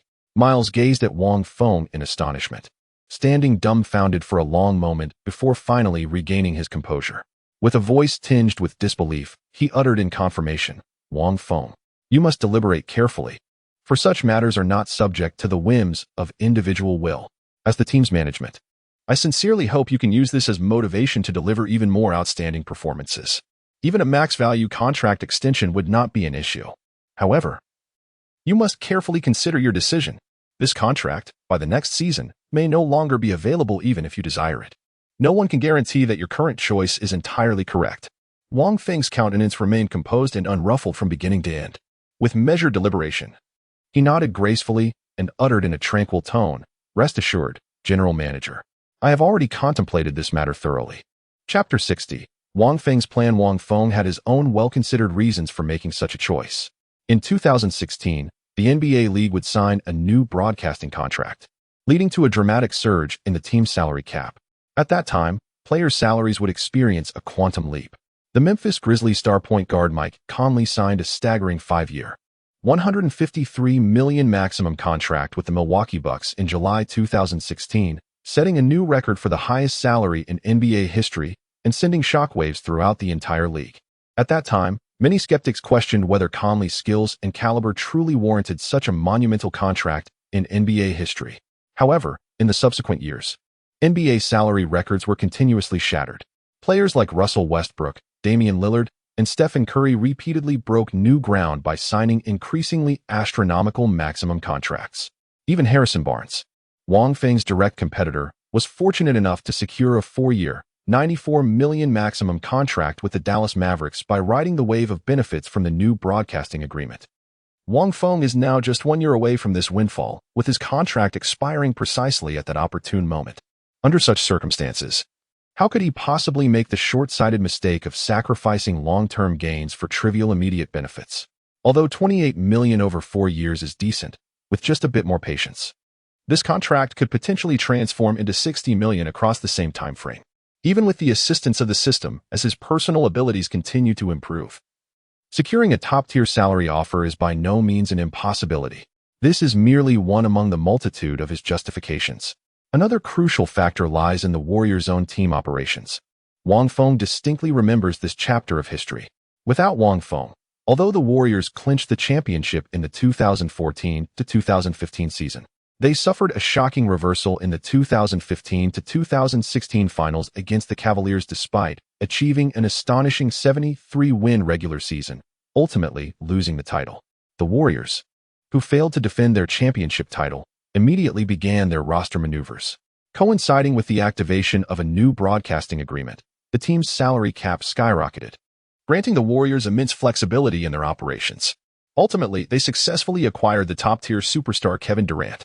Curry, Durant, the two MVP-caliber players in their prime teamed up, forming the invincible Golden State Warriors with 5 All-Stars. They effortlessly defeated all opponents and claimed the championship in the subsequent 2 years.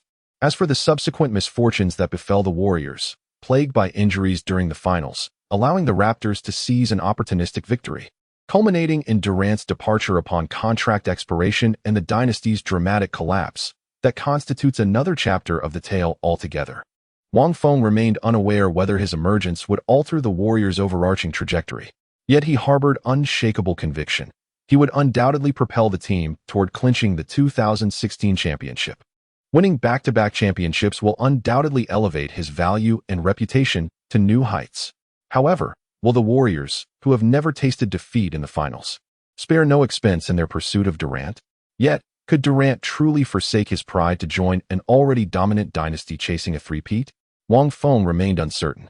From the perspective of the Golden State Warriors, acquiring a superstar whose league status is second only to LeBron James, possessing absolute dominance, would undoubtedly warrant an all-out pursuit.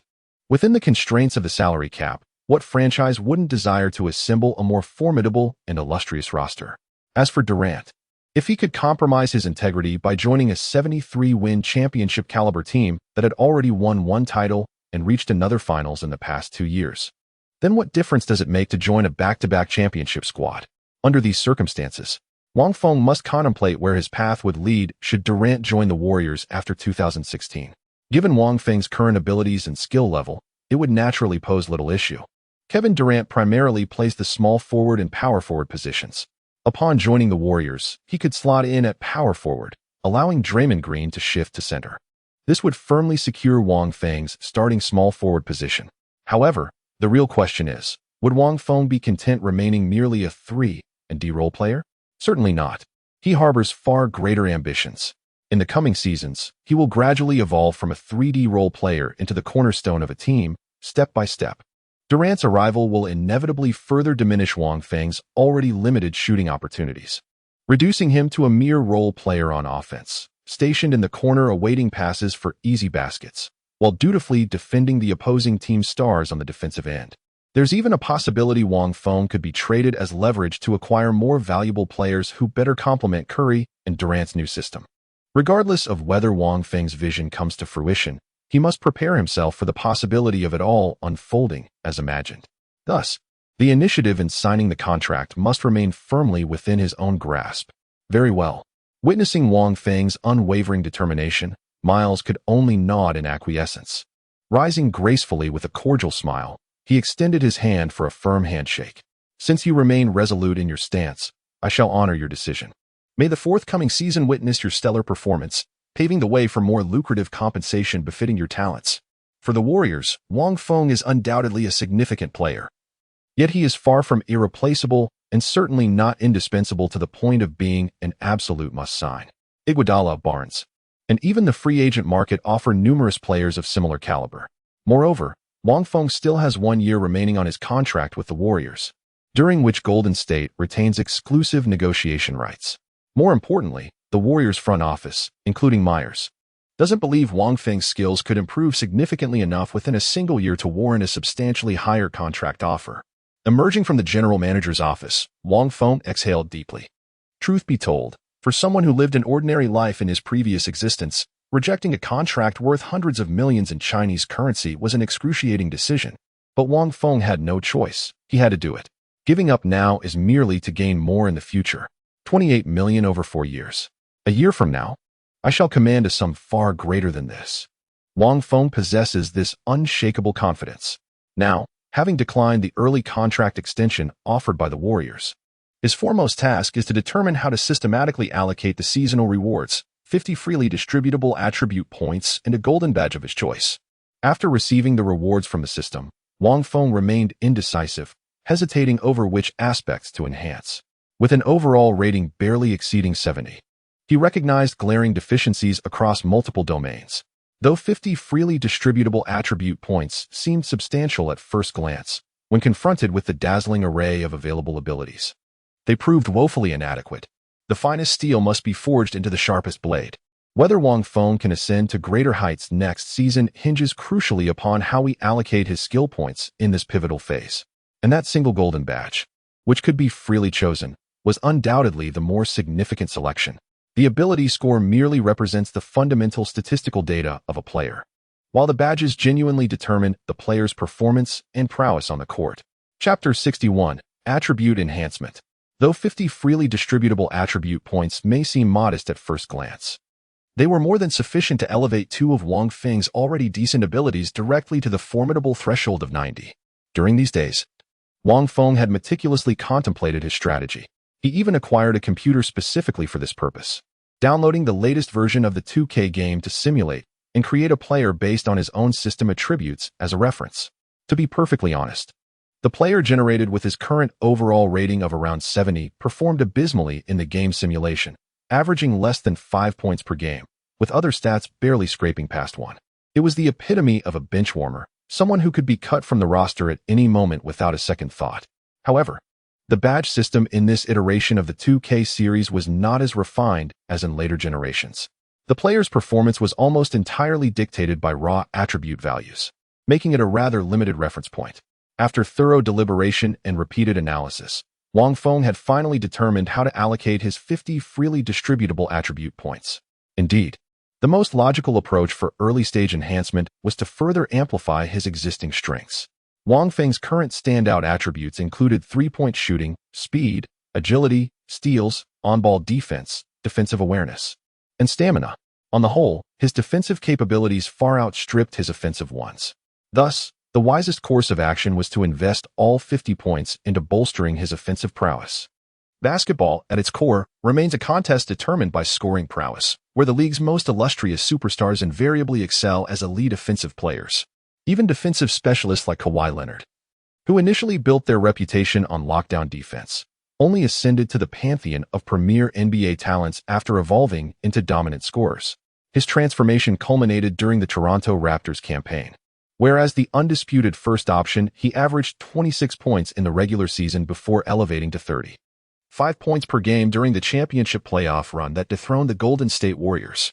Thus, Wang Feng was acutely aware that while solid defense could indeed secure a foothold in the NBA, relying solely on defensive prowess without exceptional offensive skills would relegate him to the ranks of mere role players like Beverly or Bowen, grinders relegated to the gritty, unglamorous tasks of the game. Wang Feng's gaze was firmly fixed upon the 3 abilities he had long since determined: interference resistance, stability, and shooting after receiving the ball. Undoubtedly, these 3 attributes all pertain to offensive capabilities and hold significant importance for Wang Feng as a 3D player. Among them, his catch-and-shoot ability stands the highest. Initially, Wang Feng's catch-and-shoot proficiency wasn't particularly remarkable, hovering around 68, slightly below his overall rating of 70. However, after acquiring the catch-shoot badge and consistently utilizing this skill across over 40 regular season and playoff games, coupled with extensive catch-and-shoot drills during daily training sessions, this attribute has seen steady improvement. Currently, Wang Feng's catch-and-shoot rating has reached 77 points, marking a 9-point increase from his initial level and approaching the coveted 80-point threshold. In contrast, the attributes of stability and interference resistance have remained largely unchanged throughout the season. These mental-related capabilities are aspects Wang Feng doesn't know how to specifically improve through training. Currently, his stability rating stands at 65, while interference resistance is at 59, both significantly below the average total score of 70 points. Wang Feng has decided to allocate all 50 of his freely distributable attribute points to strengthen these three capabilities. After careful deliberation, his ultimate decision was to first allocate 3 free attribute points to enhance his catch-and-shoot ability to 80. Proceed by allocating 31 free attribute points to enhance interference resistance to 90. The remaining 16 free attribute points shall be entirely allocated to enhance the stability stat. Thus, after enhancement, these 3 attributes will rise to 80, 90, and 81 respectively. Wang Feng made this choice based on his own careful considerations. He allocated the fewest enhancement points to catch-and-shoot ability, only strengthening it by 3 points. Primarily because he believed catch-and-shoot would be the easiest skill to improve among the 3 capabilities. It could be further developed through subsequent matches and training sessions. In contrast, abilities like shot contesting resistance and stability, which lean more toward mental attributes, would prove significantly more challenging to cultivate through practice alone. Therefore, utilizing freely distributable points to enhance these areas would be a far more efficient approach. The allocation ratio between anti-interference and stability stems from Wang Feng's analysis of the 2K game series. Anti-interference capability outweighs stability in importance. Interference resistance, as the name implies, directly influences one's capability to shoot accurately under the opponent's defensive pressure. Like legendary shooters such as Jordan and Kobe in their prime, the ability to score against tight defensive coverage from multiple opponents played an absolutely pivotal role. Wang Feng previously searched in the latest 2K series game and obtained an utterly astonishing answer. At that time, NBA 2K16 had not yet been released, and in NBA 2K15, shockingly, not a single active player possessed an off-ball defense rating reaching 90. The vast majority of top-tier football stars possess this particular skill rating hovering around 80. Even LeBron James, universally acknowledged as the league's premier player, possesses a mere 85 in his ability to withstand interference. Certainly, James is not primarily a shooter. His offensive prowess predominantly revolves around attacking the rim. His ability to withstand interference has minimal impact on his overall skill set. However, what truly astonished Wang Feng was the revelation that even elite marksmen like Durant, Harden, and Curry failed to surpass a 90 in this particular attribute. At least during this particular phase, such as the configuration within the 2K gaming universe. As Wang Feng enhanced his anti-interference capability to an unprecedented 90 points in one go, he might have quietly achieved the league's top ranking without anyone's notice, with Wang Feng's current overall rating barely exceeding 70. Claiming the top spot in the league remains a distant fantasy, yet possessing one skill that reigns supreme across the association, this sensation is rather exquisite. In comparison, while composure is also an exceptionally crucial mental attribute that directly determines a player's shooting consistency on the court, for Wang Feng, it holds slightly less significance than the ability to withstand interference. This distinction primarily stems from Wang Feng's specific role within the Warriors lineup. The more frequently a player attempts shots on the court, the greater the necessity for consistency in performance to ensure scoring efficiency. However, for Wang Feng, his number of shot attempts on the court was genuinely limited. The primary offensive core of the Warriors was Curry, averaging 17 shots per game last season. The secondary offensive pillar, Thompson, took approximately 16 shots per game, nearly matching Curry's volume. Beyond these two, the remaining players, including Green, shared the leftover possessions, none averaging more than 10 shot attempts per game. Given Wang Feng's tactical role as a corner three-point shooter, his opportunities to take shots during each game may be somewhat limited. Under such circumstances, the benefits of improving consistency are actually rather marginal. By the same token, even if Wang were to enhance his mid-range shooting or develop skills like pull-up jumpers, the returns would remain modest, since he simply wouldn't be granted sufficient ball possession to utilize these abilities, rendering such refinements rather futile. Chapter 62, The Marksman's Badge. Wang Feng was uncertain whether his attribute allocation was optimal, for there existed a profound disparity between the virtual realm of gaming and tangible reality. Merely replicating the numerical representations from 2K games might not necessarily yield equivalent outcomes in the physical world. However, His deliberate selection of these three particular attributes for enhancement stemmed not only from their perceived maximal impact on his progression, but also from a more compelling rationale, the activation of badges. In addition to the 50 freely distributable attribute points as seasonal rewards, the system also bestows a prestigious golden customizable badge as a championship prize. The significance of the self-selected badge lies in Wang Feng's privilege to freely choose any single badge from the entire collection. However, the prerequisite for this choice is that Wang Feng's capability must meet the conditions required to activate the badge. This differs from the initial novice gift package scenario.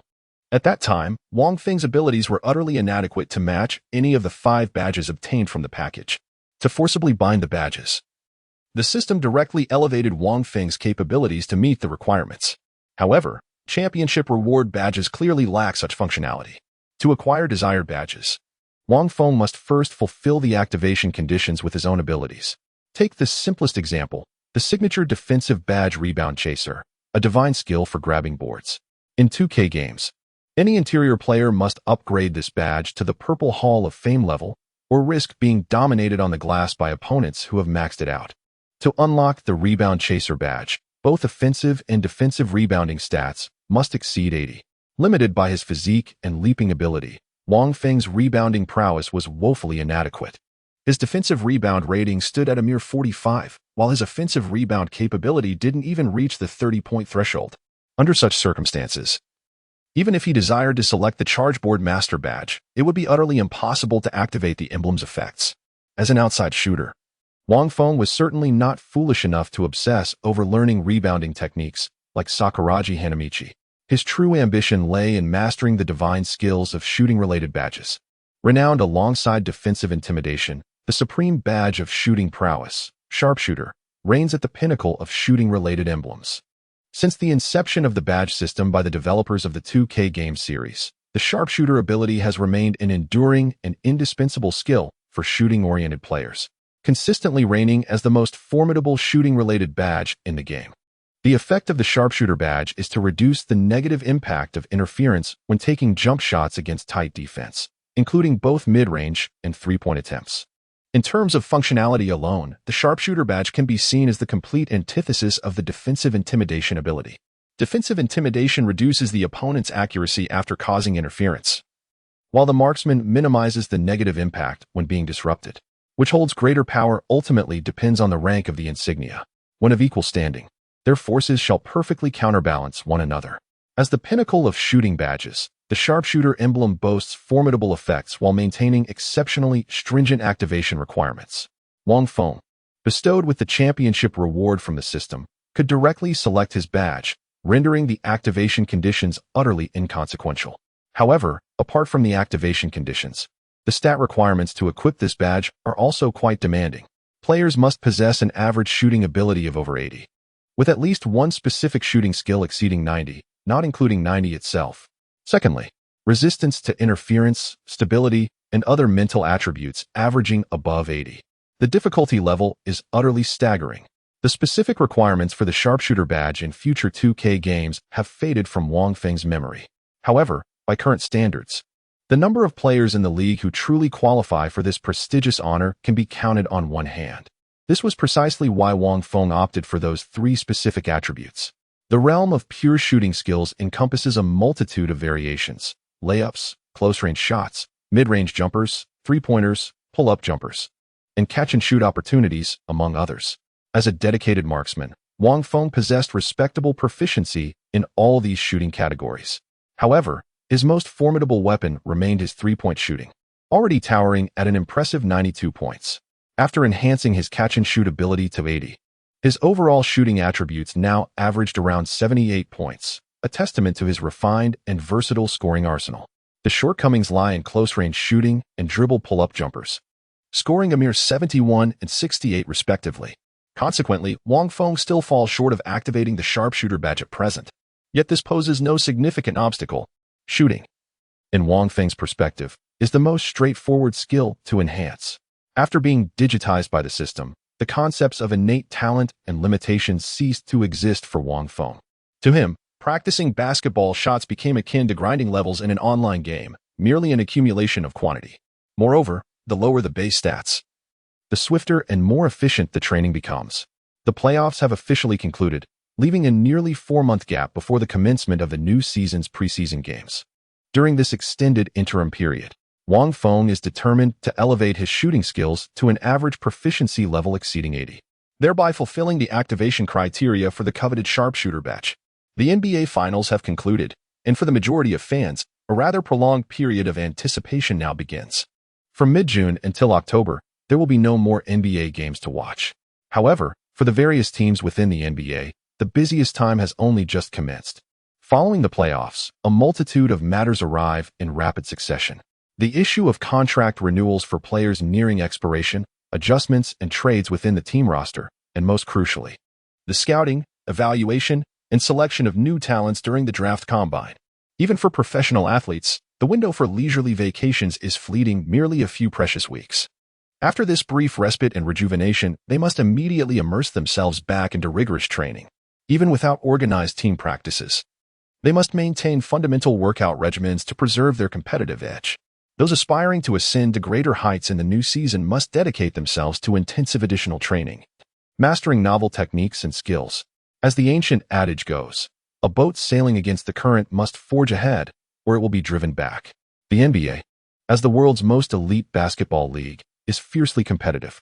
Top-tier superstars like LeBron James, Stephen Curry, and Kevin Durant rarely miss an opportunity to train during their off-seasons. Since everyone is pushing themselves to the limit, Wang Feng naturally follows suit. Moreover, with his abilities quantified by the system, his training regimen becomes even more intense and relentless. Any player who has experienced online gaming would surely understand the sheer delight and exhilaration of endlessly grinding monsters, watching the experience bar gradually fill, until that glorious moment of leveling up arrives.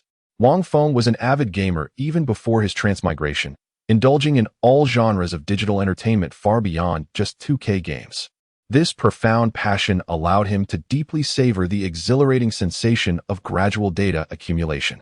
This resulted in Wang Feng being utterly incapable of ceasing his training once commenced, persisting relentlessly until complete exhaustion forced him to halt. However, speaking of Wang Feng's training regimen, it differs considerably from that of other players. Firstly, lacking the financial means to rent a private training facility like the star athletes, he has no choice but to utilize the Warriors' training gym. Fortunately, NBA team training facilities remain accessible to players even during the off-season, sparing him considerable inconvenience. Secondly, his meager salary renders him incapable of affording a professional trainer, leaving him to practice alone, retrieving his own shots. Chapter 63. I will definitely uncover you. To be honest, Wang Feng now possesses the capability to amass substantial wealth. Winning the championship as a starter has elevated Wang Feng's reputation in China to its zenith. This is no borrowed championship, but a triumph earned through sheer merit as a starting player who made outstanding contributions to the team, even repeatedly defending against the opponent's key players. The prestige of such a victory is truly unparalleled. In China, Wang Feng's name surged to the top of trending searches once again as the Warriors clinched the championship. Amidst the fervent adulation of countless fans, he has firmly secured his title as the undisputed king of Asian basketball. As his popularity skyrocketed, numerous domestic manufacturers flocked in, eager to secure endorsement contracts with Wang Feng.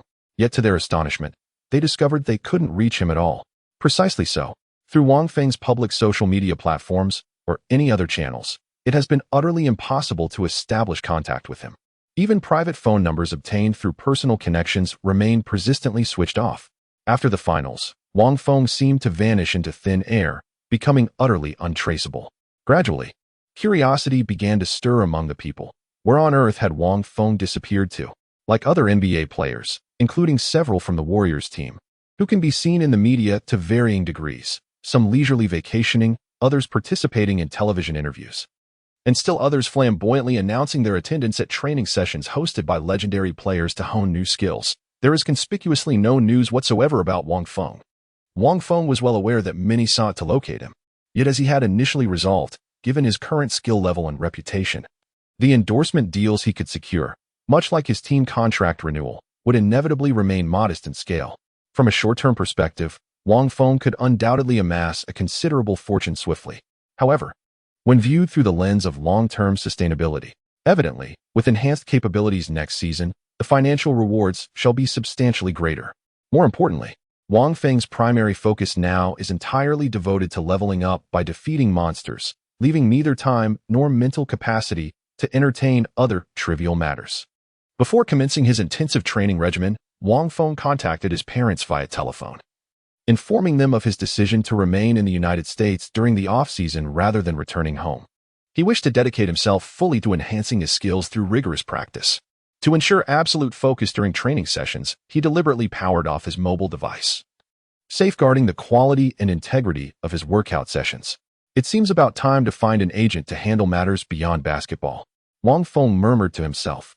He understood well that practically every NBA player requires an agent's assistance in managing team contracts and commercial endorsements. Players must devote the vast majority of their time and energy to games and training, leaving no room to oversee other affairs. Moreover, without professional expertise, they often fail to comprehend intricate contractual clauses and hidden loopholes. The reason Wang Feng lacked an agent was primarily because his predecessor, the other Wang Feng before his transmigration, was an obscure figure with negligible commercial value. After all, the 2-year contract he signed with the Warriors didn't even amount to $1 million. After taxes, it was barely enough to sustain himself, let alone afford an agent. Unbeknownst to Wang Feng, while he was training arduously day and night, someone across the ocean in their homeland was growing increasingly restless due to the prolonged inability to reach him. What? Still no contact with Wang Feng? In the office, Gong Luming watched his assistant frantically making phone calls, his brow slightly furrowed. Over a month had passed since the NBA Finals concluded, and with the Asian Championships imminent, he never anticipated such a situation would arise at this critical juncture. Coach Gong, Wang Feng's personal phone has been switched off continuously. The assistant shook his head helplessly and reported, "Understood. You may attend to other matters for now," Gong Luming replied with a furrowed brow. Wang Feng, as the current head coach of the men's national basketball team, Gong Luming had devoted the majority of his efforts this year to the upcoming Asian Championships at the end of September. This edition of the Asian Championships was of paramount importance for the Chinese men's basketball team, not merely because the Asian Championship title grants direct qualification for the upcoming Rio Olympics. More importantly, in recent years, the performance of China's men's basketball team on both international and Asian stages has been rather disappointing.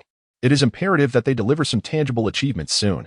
In Coach Gong Luming's original roster plan, Wang Feng's name was conspicuously absent. While he was aware of this player competing in the NBA, Wang had yet to make a significant mark. Moreover, having been nurtured in the American collegiate system, Wang's playing style diverged subtly from the orthodox training methods of Chinese basketball. Hasty inclusion might have proven counterproductive. Yet, to Gong's astonishment, Wang Feng experienced an abrupt and meteoric rise without any forewarning. Not only did he secure a starting position on an NBA team, but the squad he played for also surged forward triumphantly, ultimately hoisting the coveted championship trophy. Gong Luming had witnessed Wang Feng's matches, and his technical characteristics left an indelible impression. Wang Feng epitomizes the quintessential 3-and-D player, boasting an exceptionally precise three-point shooting prowess from the corners. His perimeter defense and help defense capabilities are undeniably of elite NBA caliber. Gong Luming was utterly astonished, unable to comprehend how Wang Feng had suddenly attained such an extraordinary level of mastery. Yet there is no doubt that Wang Feng, capable of securing a starting position in the NBA, undoubtedly stands as a luminary within the ranks of China's national basketball team. With such an exceptional player, how could he possibly let him go? After all, this Asian Championship is far too crucial for both him and the Chinese men's basketball team. There must absolutely be no room for error. Even before Gong Luming could make the proposal himself, senior officials from the Basketball Association expressed their desire to include Wang Feng in the national team roster for the Asian Championships within days. Upon receiving the directive, Gong immediately set to work. Yet, to his utter astonishment, he found himself unable to reach Wang Feng. What should be done?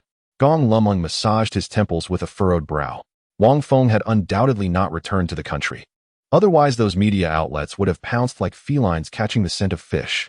But this only complicates matters further. If Wang Feng is still in the United States, how could one possibly reach him? Wait.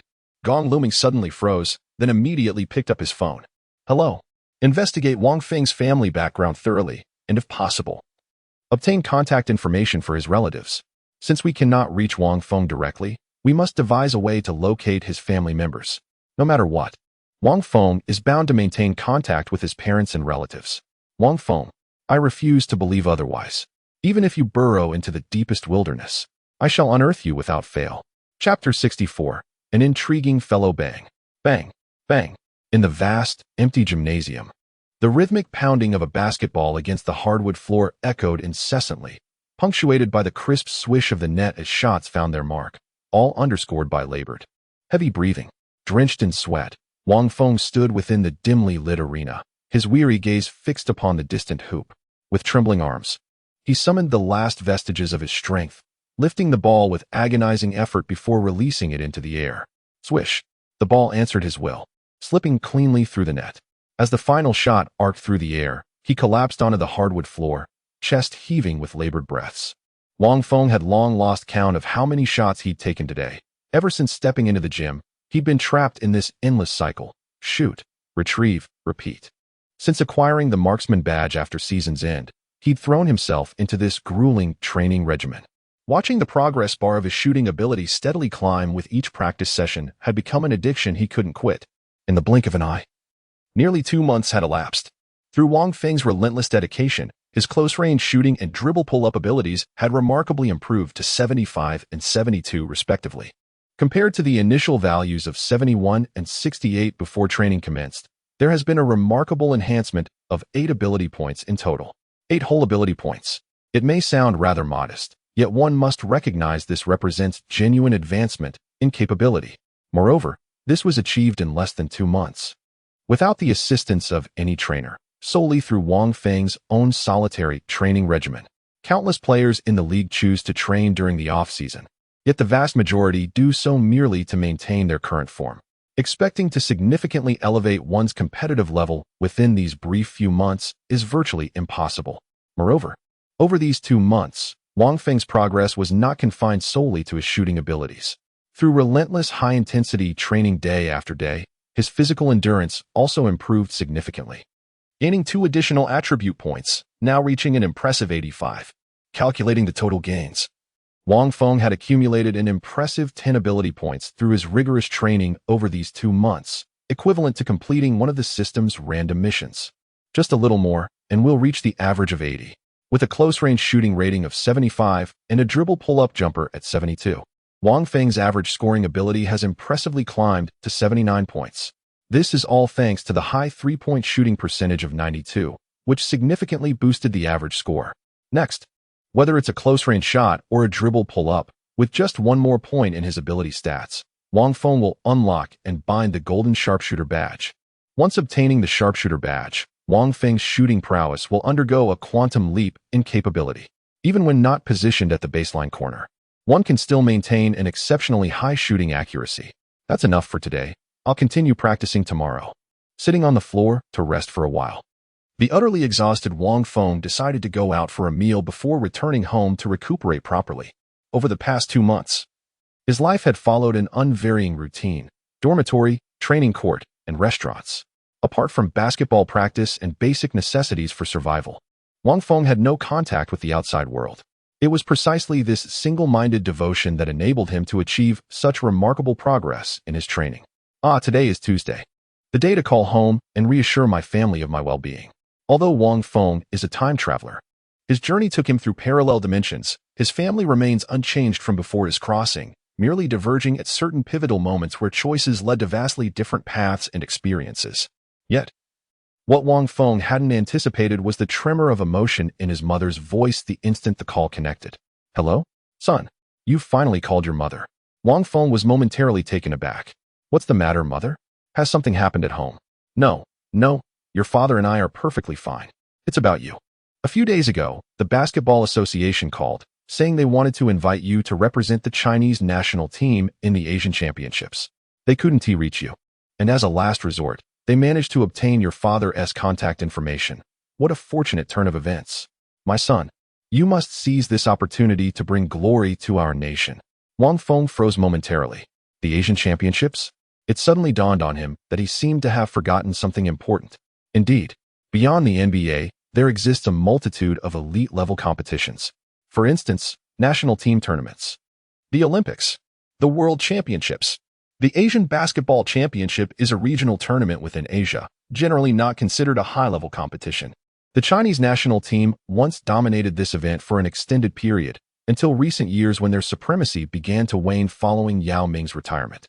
While its standard may pale in comparison to the NBA, Olympics, or World Championships, such assessment remains relative. For the still developing Wang Feng, such competitions serve as an invaluable opportunity for growth and refinement. Moreover, Wang Feng, who had traveled back in time from 2022, had endured the darkest era of Chinese men's basketball. Even before his temporal displacement, not the faintest glimmer of resurgence could be discerned for the national team's future. Wang Feng was no radical, yet he remained a passionate young man deeply devoted to his homeland. Witnessing the prosperity and strength of his motherland never failed to stir profound exhilaration within him. Now, by an extraordinary stroke of fortune, I find myself transported back in time, blessed with the divine basketball god system, merely making a name for himself in the NBA. Could that truly satisfy Wang Feng? Coach Gong. In the office of the Basketball Association, Gong Luming's door was abruptly pushed open. His assistant's face brimmed with exhilaration as he exclaimed, "Wang Feng has finally initiated contact with us. He expressed his eagerness to bring glory to the nation, didn't he?" Upon hearing this, Gong Luming's eyes immediately sparkled with delight. It's absolutely true. Over the past 2 months, Wang Feng has been diligently honing his basketball skills at the Warriors training facility. Since winning the championship with the team, his popularity has skyrocketed, attracting numerous endorsement offers from various companies. The incessant stream of phone calls became so disruptive to his training regimen that he chose to keep his phone switched off for extended periods. Had his parents not informed him of the situation, he might have remained unaware of these developments entirely. This Wang Feng. Gong Luming shook his head. Yet a faint smile crept onto his face. To evade advertising companies seeking endorsement deals and prevent them from disrupting his training regimen, he deliberately kept his phone switched off for extended periods. This individual appears to be rather distinct from the rest. In this era of commercialized sports, the sole motivation for the vast majority of players is monetary gain. If there's money to be made, they couldn't care less about how well they play the game. Many athletes even neglect their training to chase endorsement deals and commercial appearances. Wang Feng is now a starting player for the Warriors and has just won the championship with the team. This is the perfect time to return home and capitalize on his success. Yet he actually made such a choice. At this moment, Gong Luming had already developed a profound interest in this young player he had yet to meet. What Gong Luming was unaware of was his misunderstanding of Wang Feng. In truth, Wang Feng was no different from those players who pursued basketball merely for monetary gain. He too was an ordinary man driven by financial incentives. However, his reluctance to hastily engage with sponsors stemmed from his absolute confidence that his market value would soar even higher in the upcoming season. Moreover, he currently lacked an agent to assist with these trivial matters. In Wang Feng's perspective, activating the sharpshooter badge at the earliest opportunity held far greater significance than securing a few additional endorsement contracts. Chapter 65, confirmed. Wang Feng joins national basketball team. NBA Golden State Warriors player Wang Feng has recently returned to his homeland and will participate in the national team's training camp, with high expectations to compete in the upcoming Asian Championships. Without any warning, major sports news portals across China simultaneously published this breaking story in a short span of time. The moment this news emerged, it instantly created waves of shock and discussion. Is Wang Feng returning to his homeland to participate in the Asian Championships? According to well-informed sources, this information originates from within the Basketball Association and is highly credible. The reason for the association's delayed announcement was to confirm Wang Feng's participation in the Asian Championships before making it public. However, given Wang Feng's proven capability as a starting player in the NBA, how could he possibly fail the national team's trial? To most observers, this matter is already an indisputable certainty. Wang Feng shall soon don the national team jersey and compete for his country. When Wang Feng made his mark in the NBA, there were already those who rejoiced for Chinese men's basketball. After the successive retirements of Yao Ming and Wang Zhizhi, Yi Jianlian remained the sole pillar supporting the national team. Although rising stars like Shou Qi emerged during this period, the overall strength of the team visibly declined. At the 2012 London Olympics, the Chinese men's basketball team suffered a clean sweep in the group stage. In 2013, even in the traditionally dominant Asian Championships, they suffered consecutive defeats, failing to reach the semifinals and consequently missing the 2014 FIBA World Cup. The last time China had missed the World Cup was 16 years prior. The humiliating defeat in the 2013 Asian Championships left Chinese men's basketball teetering on the edge of a precipice. Now, at the 28th Asian Championships held in Changsha in 2015, victory was imperative. They had to claim the championship trophy at all costs. The rationale is straightforward. The performance in the 2013 Asian Championships determined the Asian team's qualification for the subsequent year's World Championships. Similarly, the results of the 2015 Asian Championships would directly decide participation in the 2016 Rio Olympics. While the Basketball Association could tolerate missing one World Championship, it was absolutely inconceivable for them to accept the absence of the Chinese men's basketball team from such a prestigious international event as the Olympics. Frankly speaking, no one had much confidence in the current Chinese men's basketball team, even with veterans like Yi Jianlian leading the squad and rising talents such as Zhou Qi. The team had suffered too many defeats in recent years, even losing its former dominance in Asia. Now, the meteoric rise of Wang Feng has rekindled hope. The NBA's caliber far surpasses that of Asian and even global basketball standards. This is universally acknowledged. As a starting player in the NBA, Wang Feng's individual skill level undoubtedly eclipses the average Asian basketball proficiency. After all, across the entire continent, he stands alone as the only player capable of securing a starting position on an NBA team. Historically, the Chinese men's basketball team has been a powerhouse in Asia, outperforming most nations. However, the post-Yao Ming era's string of losses had left fans uneasy. The news of Wang Feng representing the national team in the Asian Championships acted as a potent morale booster. Whether or not he could deliver tangible contributions on the court, his mere presence provided an immense psychological lift to the team's spirit. The only remaining question is, has there been any official confirmation regarding Wang Feng joining the national basketball team? What's the latest update? In the office, Gong Luming gazed at the assistant coach who had meticulously compiled the physical test data and inquired with palpable eagerness. Absolutely splendid. Unexpectedly, Wang Feng possesses such an extraordinarily outstanding physical constitution. The assistant coach sighed repeatedly as he handed the meticulously compiled data to Gong Luming.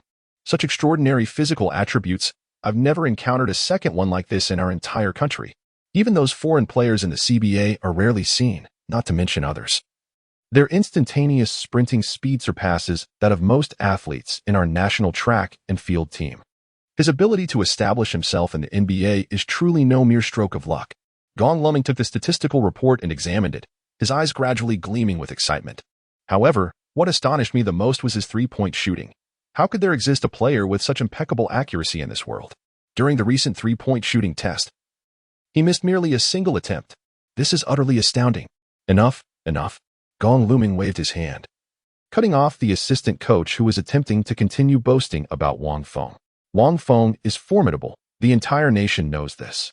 He is, after all, the first Chinese player to win an NBA championship as a starter. Without genuine skill, how could he have achieved such a feat? Since the procedures have already been completed, we should report the results to the higher-ups without delay. Time is of the essence. Wang Feng must join the national team as soon as possible and adapt to their tactical system. A few days prior, Gong Luming had already met Wang Feng at the Basketball Association's training base. He proved to be a remarkably intriguing young man. Despite his current modest achievements, he carried himself with none of the arrogance typical of youth. From start to finish, his demeanor was one of earnest sincerity. He even repeatedly explained why he had missed the initial phone call and expressed profound gratitude for the opportunity to represent his country. Such an attitude left a favorable impression on everyone who encountered him, whether Gong Luming or the senior leadership of the Basketball Association. Moreover, given that the Chinese men's basketball team was indeed in need of a player of his caliber, the process proceeded smoothly, without the slightest hitch. Several days later, the official website of the Chinese Basketball Association formally announced the news. Wang Feng had officially joined the national team and would compete in the Asian Championships to be held in Changsha the following month. This announcement confirmed Wang Feng's inclusion beyond doubt, bringing relief and jubilation to fans nationwide. With his addition, this iteration of the Chinese men's basketball team stands as the most formidable squad assembled in the past 2 years. After a 2-year hiatus, the UAE has returned to the men's basketball roster, now bolstered by rising stars like Wang Feng, Zhou Qi, and Guo Allen. Nearly everyone is brimming with anticipation for this national team. When the Basketball Association's official website announced this news, Wang Feng had already left the association and returned to his hometown to reunite with his family. Initially, Wang Feng hadn't planned to go home this season. He wanted to maximize his training in the U.S., participating in events like the Summer League organized by the NBA to prepare for the fiercer competition next season, though he currently serves as the Golden State Warriors starting small forward. This doesn't guarantee his position is entirely secure. The Warriors bench is brimming with exceptionally talented players, leaving aside Iguodala, who not only failed to secure the FMVP, but also might feign injury or underperform. Even Barnes, who was displaced from the starting lineup, could very well use this as motivation to elevate his game. Chapter 66, National Team Report. Though Wang Feng had never regarded Harrison Barnes with particular esteem, this was merely a strategic underestimation of his opponent.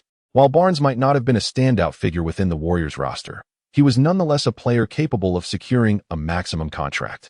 At his peak in Dallas, he delivered an impressive season average of 19.2 points and 5 rebounds per game. Even by 2022, the year of Wang Feng's unexpected journey, Barnes remained a reliable starter for an NBA team, commanding a respectable share of offensive opportunities. This alone attested to Barnes' individual prowess. Though he never earned All-Star honors or secured a spot on any All-NBA teams, as a professional player, he had already surpassed 90 of his peers in terms of achievement. Thus, Wang Feng could not afford complacency. He had to present his finest form to the team and fight to retain his starting position. Now, with the Asian Championships serving as an invaluable proving ground, Wang Feng saw no need to consider the Summer League. Though confined to the Asian stage, the tournament drew fiercely competitive national teams, each assembled with the intent of claiming glory. The level of competition far surpassed that of the Summer League, making it a far more meaningful challenge. Moreover, representing the nation in competition was a guaranteed win for Wang Feng in terms of both personal glory and reputation. More importantly, as a time traveler, Wang Feng knew full well that in this year's Asian Championships, the Chinese men's basketball team would surge forward triumphantly, clinching the championship and securing a direct ticket to the Rio Olympics.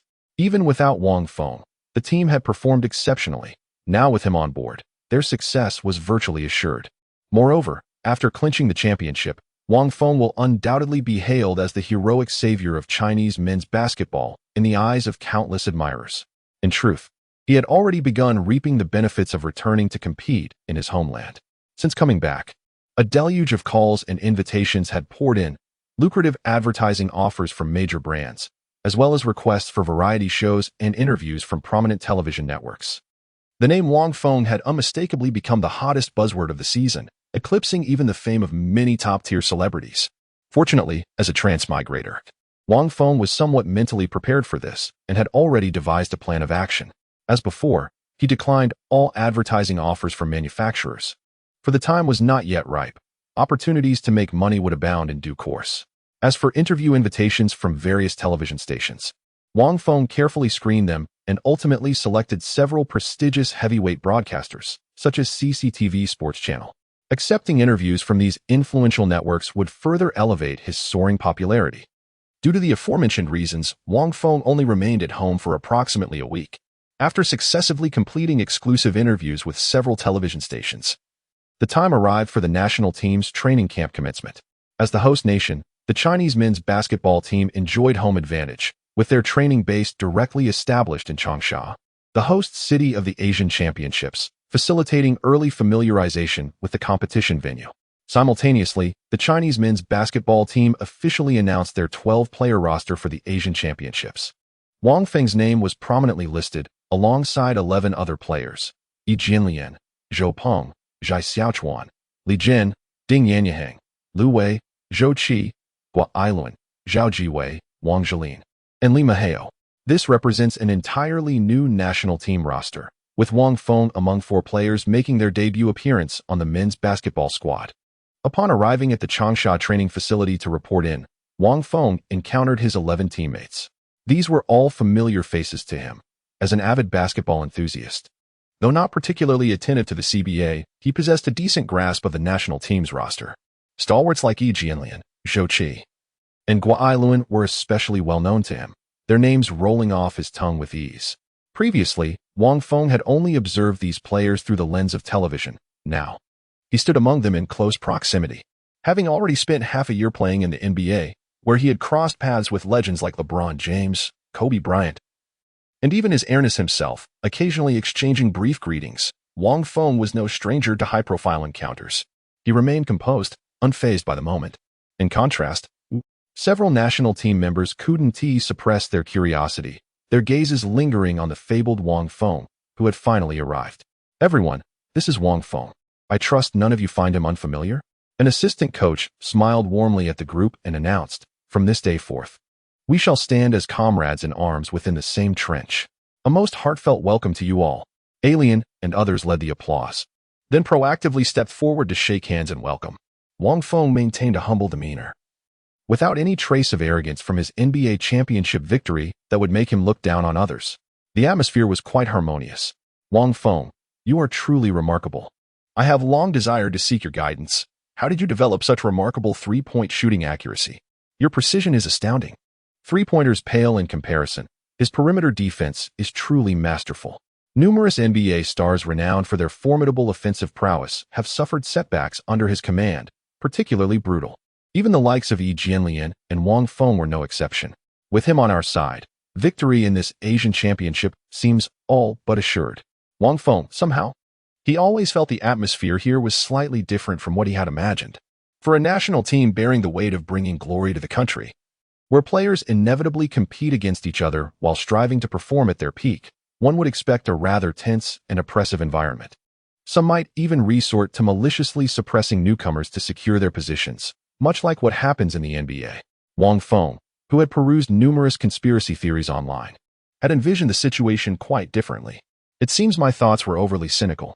He shook his head slightly, setting aside all those convoluted speculations. The fundamental reason these players had gathered here was singular and noble, to bring glory to their nation. Under these overarching circumstances, all other matters pale into insignificance. Clap, clap, clap. At that moment, the crisp sound of applause echoed from a distance. The attention of the crowd was instantly drawn, and they turned to see Gong Lumeng, now clad in training attire, standing at the center of the venue. "Everyone's here. Gather around, everyone. I have a few words to share." Gong Lumeng gazed at the approaching players, his eyes lingering particularly on Wang Feng, offering him a subtle nod accompanied by a warm smile. Then, sweeping his gaze across the assembled team, he began to speak with measured deliberation. "Everyone must be aware that the Asian Championships are imminent, and the time remaining for our preparations is exceedingly limited. This is an entirely new squad. Some of you have been training and collaborating for months, while others are meeting for the very first time. Thus, within this constrained time frame, it is imperative that we swiftly acquaint ourselves with one another. Cultivating the cohesion and synergy essential for seamless teamwork." Chapter 67, The Asian Championship Arc. On September 23, 2015, the Asian Championship officially commenced in Changsha, featuring 16 formidable teams, including the Chinese men's basketball squad. The championship team that triumphs in the Asian Championships will secure direct qualification for the Rio Olympics, while the top 24 will earn spots in the Olympic qualifying tournament. Precisely for this reason, not only China but also national teams from 15 other Asian nations are fiercely coveting the Asian Championship title. The Chinese men's basketball team arrived in Changsha a month early to commence intensive training, with the entire process being strictly closed off. However, through certain special channels and methods, some journalists managed to glean information about the players' training conditions by subtly questioning the training facility staff. Now I'm beginning to understand why Wang Feng has been able to establish himself in the NBA. Inside the training facility, Gua Allen shook his head as he observed Wang Feng exerting himself with relentless determination, drenched in sweat. His tone brimmed with admiration as he remarked, "Isn't he pushing himself a bit too hard?" Despite the training session having concluded, he insisted on pushing himself further with additional practice. Moreover, the intensity was so overwhelming. Everyone was utterly exhausted, yet where on earth did he summon such boundless stamina from? This must be the legendary case where individual constitutions differ and cannot be generalized. Mused Ding Yin Yu from the side. "How many days has it been since we started this training camp? Wang Feng seems to have not missed a single day." "Hey Wang Feng, training should be moderate. Excessive exercise can keep the body in a prolonged state of fatigue, making it highly susceptible to injuries." The assistant coach couldn't bear to watch any longer and spoke up to remind Wang Feng. While they deeply admired his relentless dedication and tireless efforts, they also harbored concerns. They worried that such extreme training intensity might lead to physical injuries for the young athlete. This grand return to compete in the Asian Championships. What if one withdraws due to injury before the competition even begins, or sustains an injury during the event? Understood. Wang Feng wiped the sweat from his forehead and finally came to a halt. At this very moment, his body was utterly exhausted, yet his spirit remained extraordinarily exhilarated, as if electrified with adrenaline. Ever since joining the national basketball team's training camp, Wang Feng had maintained this relentless state of fervor, demonstrating exceptional diligence both during collective drills and additional practice sessions after training. Several days prior, his shooting attributes had already surpassed the 80-point threshold, and he had officially unlocked the golden sharpshooter badge. At this very moment, the sharpshooter badge gleamed radiantly within the shooting skills section. Logically speaking, Wang Feng, having already achieved his predetermined goal, had no reason or motivation to push himself so relentlessly. Yet little did he anticipate that delight would arrive so abruptly. On the second day of the national team's coverage, Wang Feng's system issued a notification. Ding! Player Wang Feng has been confirmed to participate in the upcoming Asian Championships. Currently evaluating the tournament's classification, this continental-level A-tier event will trigger a system transition from NBA regulations to FIBA standards. Player Wang Feng successfully completed the competition and will receive an evaluation of his performance along with corresponding rewards. Winning the championship will grant him a randomly selected bronze medal. Wang Feng was utterly astonished. Participating in such a competition, the system actually offers tournament rewards as well? Upon reflection, it makes sense. Although the Asian Championships are merely a continental competition, they still rank among the handful of major international tournaments worldwide. After an NBA season concludes, the system evaluates performance and distributes rewards accordingly. There's no reason the Asian Championships would be exempt, even if the prizes are somewhat diminished compared to the NBA. Even if winning only yields a random bronze badge, every little bit counts. Wang Feng's total badge collection hasn't even reached double digits yet, making even a single bronze badge an invaluable resource for him. As for evaluation rewards, Wang Feng estimates they function similarly to the NBA's seasonal assessments, distributing freely allocable points based on performance ratings, albeit on a reduced scale. This explains why Wang Feng has been training with such relentless determination. In Wang Feng's eyes at this moment, the Asian Championships represent a rare and precious dungeon. The quality of loot he can obtain from this dungeon depends entirely on how strong he is before entering it. To put it another way, for a gamer deeply immersed in online RPGs, what would one do to maximize the chances of acquiring better and more plentiful gear? Apart from spending money, the only alternative is to grind relentlessly. Wang Feng had yet to discover any means to invest financially in the system, leaving sheer perseverance as his sole recourse. Exiting the stadium while wiping sweat from his brow, he silently reflected. I initially presumed that even with the system's assistance, rewarding me based on seasonal performance evaluations, ascending to the pinnacle of elite stardom would demand at least 4 to 5 years of accumulation at this pace. Yet now, it appears such prolonged duration may be entirely unnecessary. To his astonishment, the system possessed the capability to switch versions, transitioning seamlessly from NBA to FIBA. The NBA stands as the acronym for the National Basketball Association, while FIBA represents the International Basketball Federation.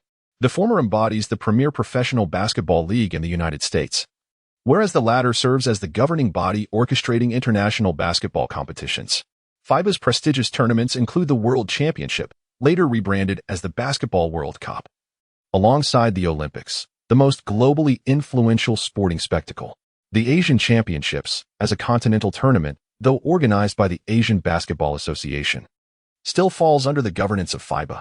Hence, its classification within the FIBA system is hardly surprising. If even the continental A-level championships offer substantial rewards, how could the incentives for the Olympics and the FIBA Basketball World Cup possibly be meager? The Men's Basketball World Cup won't arrive until 2019, so let's set that aside for now. However, the Rio Olympics are just around the corner next year. Wang Feng seemed to envision a tidal wave of experience points surging toward him. In the year 2016, the Golden State Warriors achieved a remarkable 73 regular season victories. With the assistance of Wang Feng, they stood a substantial chance of securing the championship title in the finals as well. Under these circumstances, should Wang Feng assist the Chinese men's basketball team in successfully qualifying for the Rio Olympics knockout stage, it's truly unimaginable how substantial the reward would be. Based on current projections, within merely 2 to 3 years, Wang Feng could elevate his already impressive overall rating of 75 to surpass 85, potentially even exceeding 90. With the enhancement from badge effects, he is more than qualified to be a top-tier star in the league. This very ambition fuels his relentless training efforts. Wang Feng changed into fresh attire in the locker room, intending to grab a bite at the training facility's cafeteria before retiring to his dormitory for some rest. However, the moment he stepped out, several teammates intercepted him.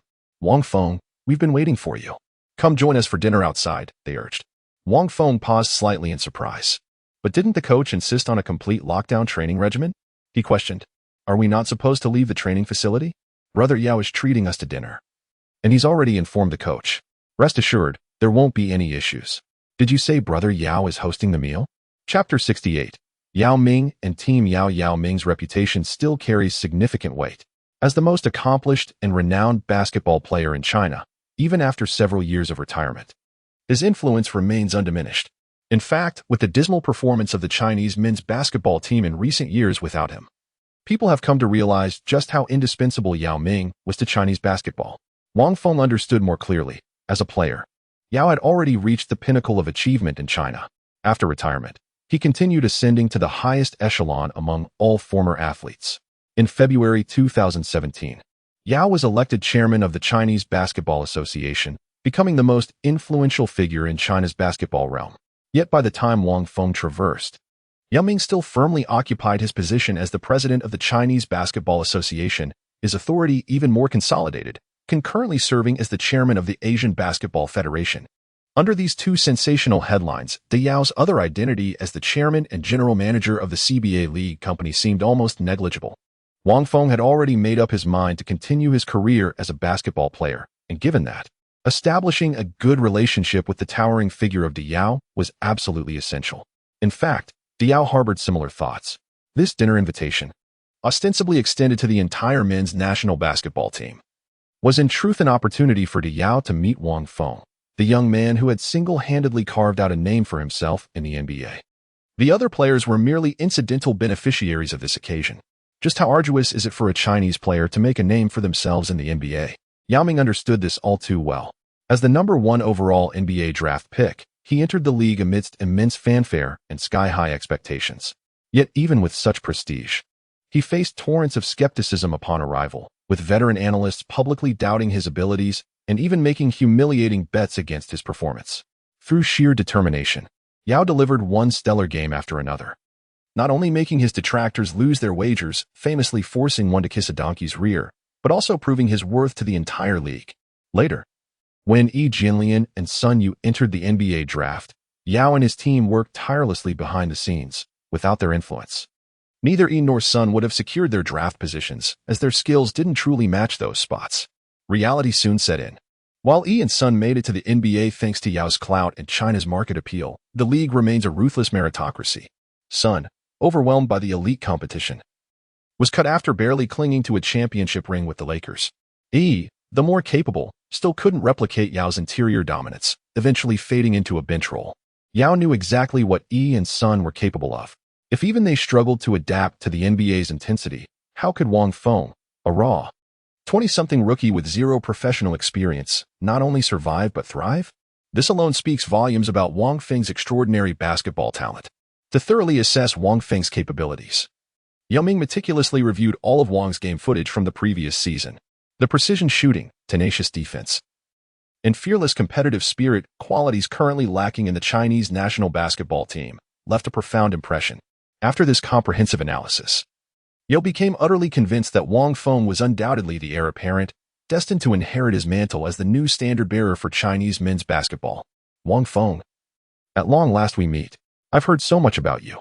After the boisterous banquet, the players dispersed into small groups, chatting amongst themselves. Seizing the opportunity, Yao Ming finally approached Wang Feng and extended his greeting. "Not at all. The honor is mine," Wang Feng replied with humble reverence. "I grew up watching you play today. I finally meet my idol in person.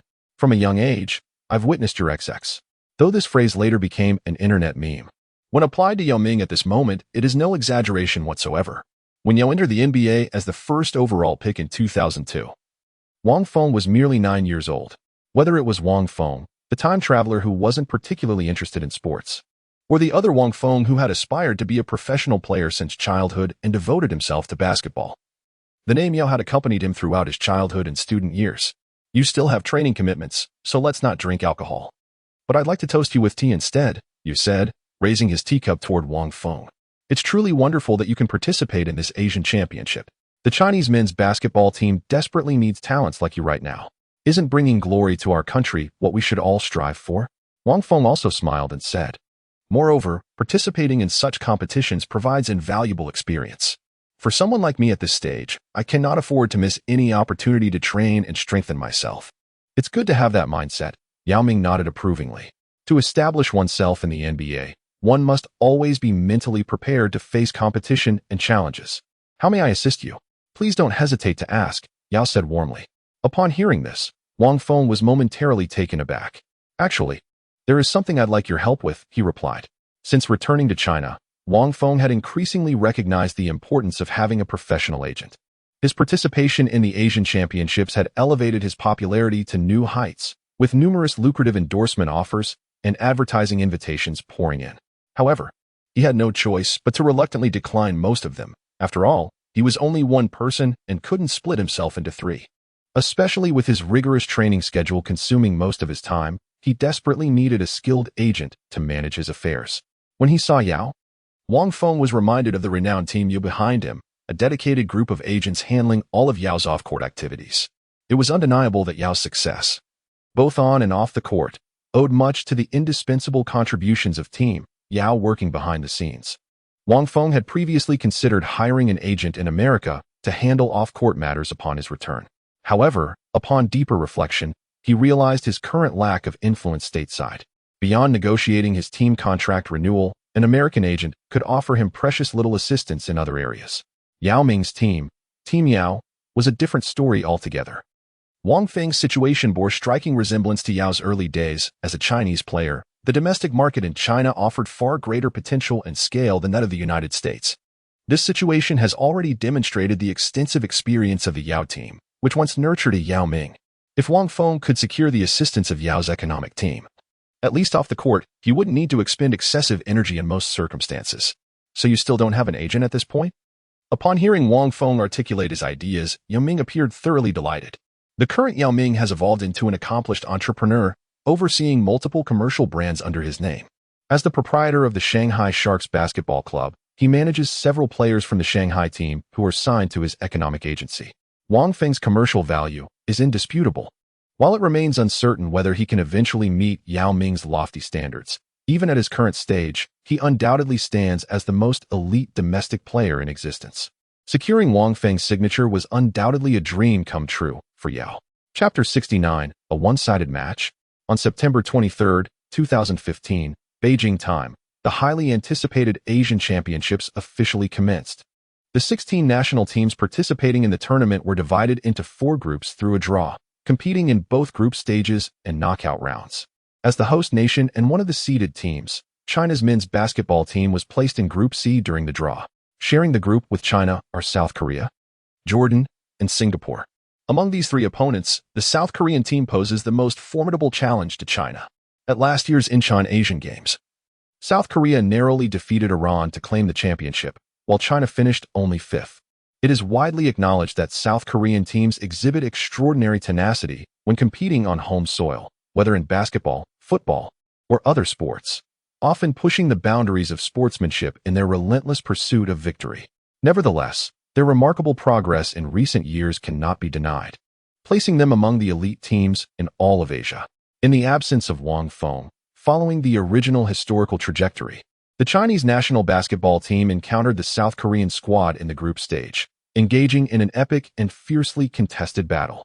The final score of the direct confrontation was 76-73. The Chinese men's basketball team narrowly triumphed by a mere 3 points.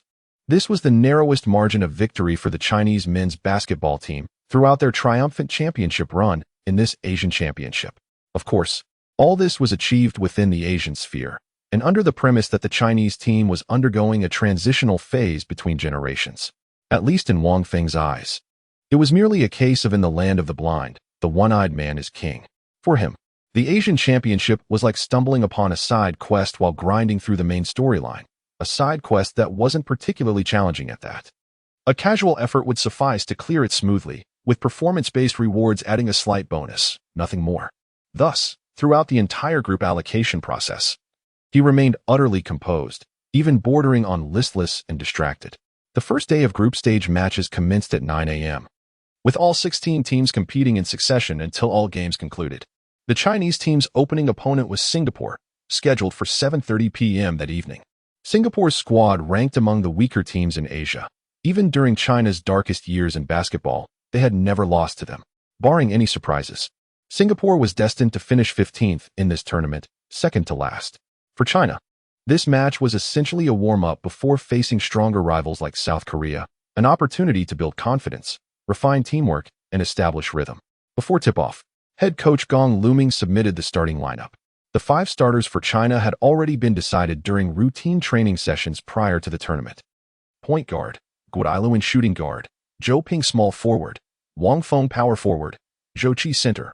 In this starting lineup can be considered the strongest configuration of the Chinese men's basketball team at present, boasting formidable offensive firepower both inside and outside the perimeter. Players like Zhou Qi and Yi Jianlian possess exceptional mobility for big men, enabling swift transitions between offense and defense. Logically speaking, such a formidable lineup would be excessive against an opponent of Singapore's caliber. However, this particular Asian championship holds paramount importance for the Chinese national team. Gong Luming dared not show the slightest negligence. He had to lead the team to victory and secure the ticket to the Rio Olympics. The outcome of deploying all main forces was that even before the first quarter ended, the outcome seemed already decided. The disparity in strength between the two sides was simply too vast. Regarding the level of Singapore's men's basketball team, a simple comparison can be made. If this Singaporean squad were placed in the Cuba League, even in one of the stronger divisions, they might struggle to advance to the national tournament. It's undeniable, while China's men's basketball team may not rank prominently on the international stage, within Asia they stand as absolute giants compared to the vast majority of Asian nations. Wang Feng. At the very beginning of the second quarter, Wang Feng was already benched, wearing an expression of anguish. He had anticipated this scenario might occur, but never imagined it would unfold so swiftly. In the opening quarter, the two teams engaged in a fierce battle, culminating in a staggering score of 36-7. The Singapore men's basketball team failed to score even 10 points in a single quarter, largely because the Chinese team showed mercy by barely defending, almost allowing them uncontested layups. It was akin to adults effortlessly dominating children. Wang Feng played only the first 5 minutes of the opening quarter, sinking both of his 3-point attempts for 6 points. He was then substituted out, joining star players like Yi Jianlian, Zhou Qi, and Guilin on the bench. Watching the reserves casually toy with the Singaporean national team. Toy with, Wang Feng found the description fitting. Even with China fielding an all-bench lineup, the players deliberately held back, barely contesting any shots. He had no doubt that if they truly unleashed their full potential, the final score could easily have been 100-20. On the surface, such a resounding victory in the opening game was a positive for the Chinese men's basketball team. But for Wang Feng, this was far from good news. With garbage time arriving so early, how was he supposed to pad his stats? Wang Feng had not forgotten. This Asian championship was a side quest assigned by the system. His performance would be evaluated and rewards would be granted accordingly. Fortunately, Gong Luming was well aware that this first match was not merely about securing a victory, but also about refining the team's lineup. Consequently, in the second half, when Singapore managed to find some scoring rhythm against China's lax defense and began trading blows on the court, Gong turned his gaze toward Wang Feng, who had been warming the bench for nearly 2 quarters. Wang Feng, go back in for a while. Gong's words instantly lit a spark in Wang Feng's eyes. At this point, the outcome of the game was beyond question. The score gap between the two teams had already stretched to a staggering 30 points.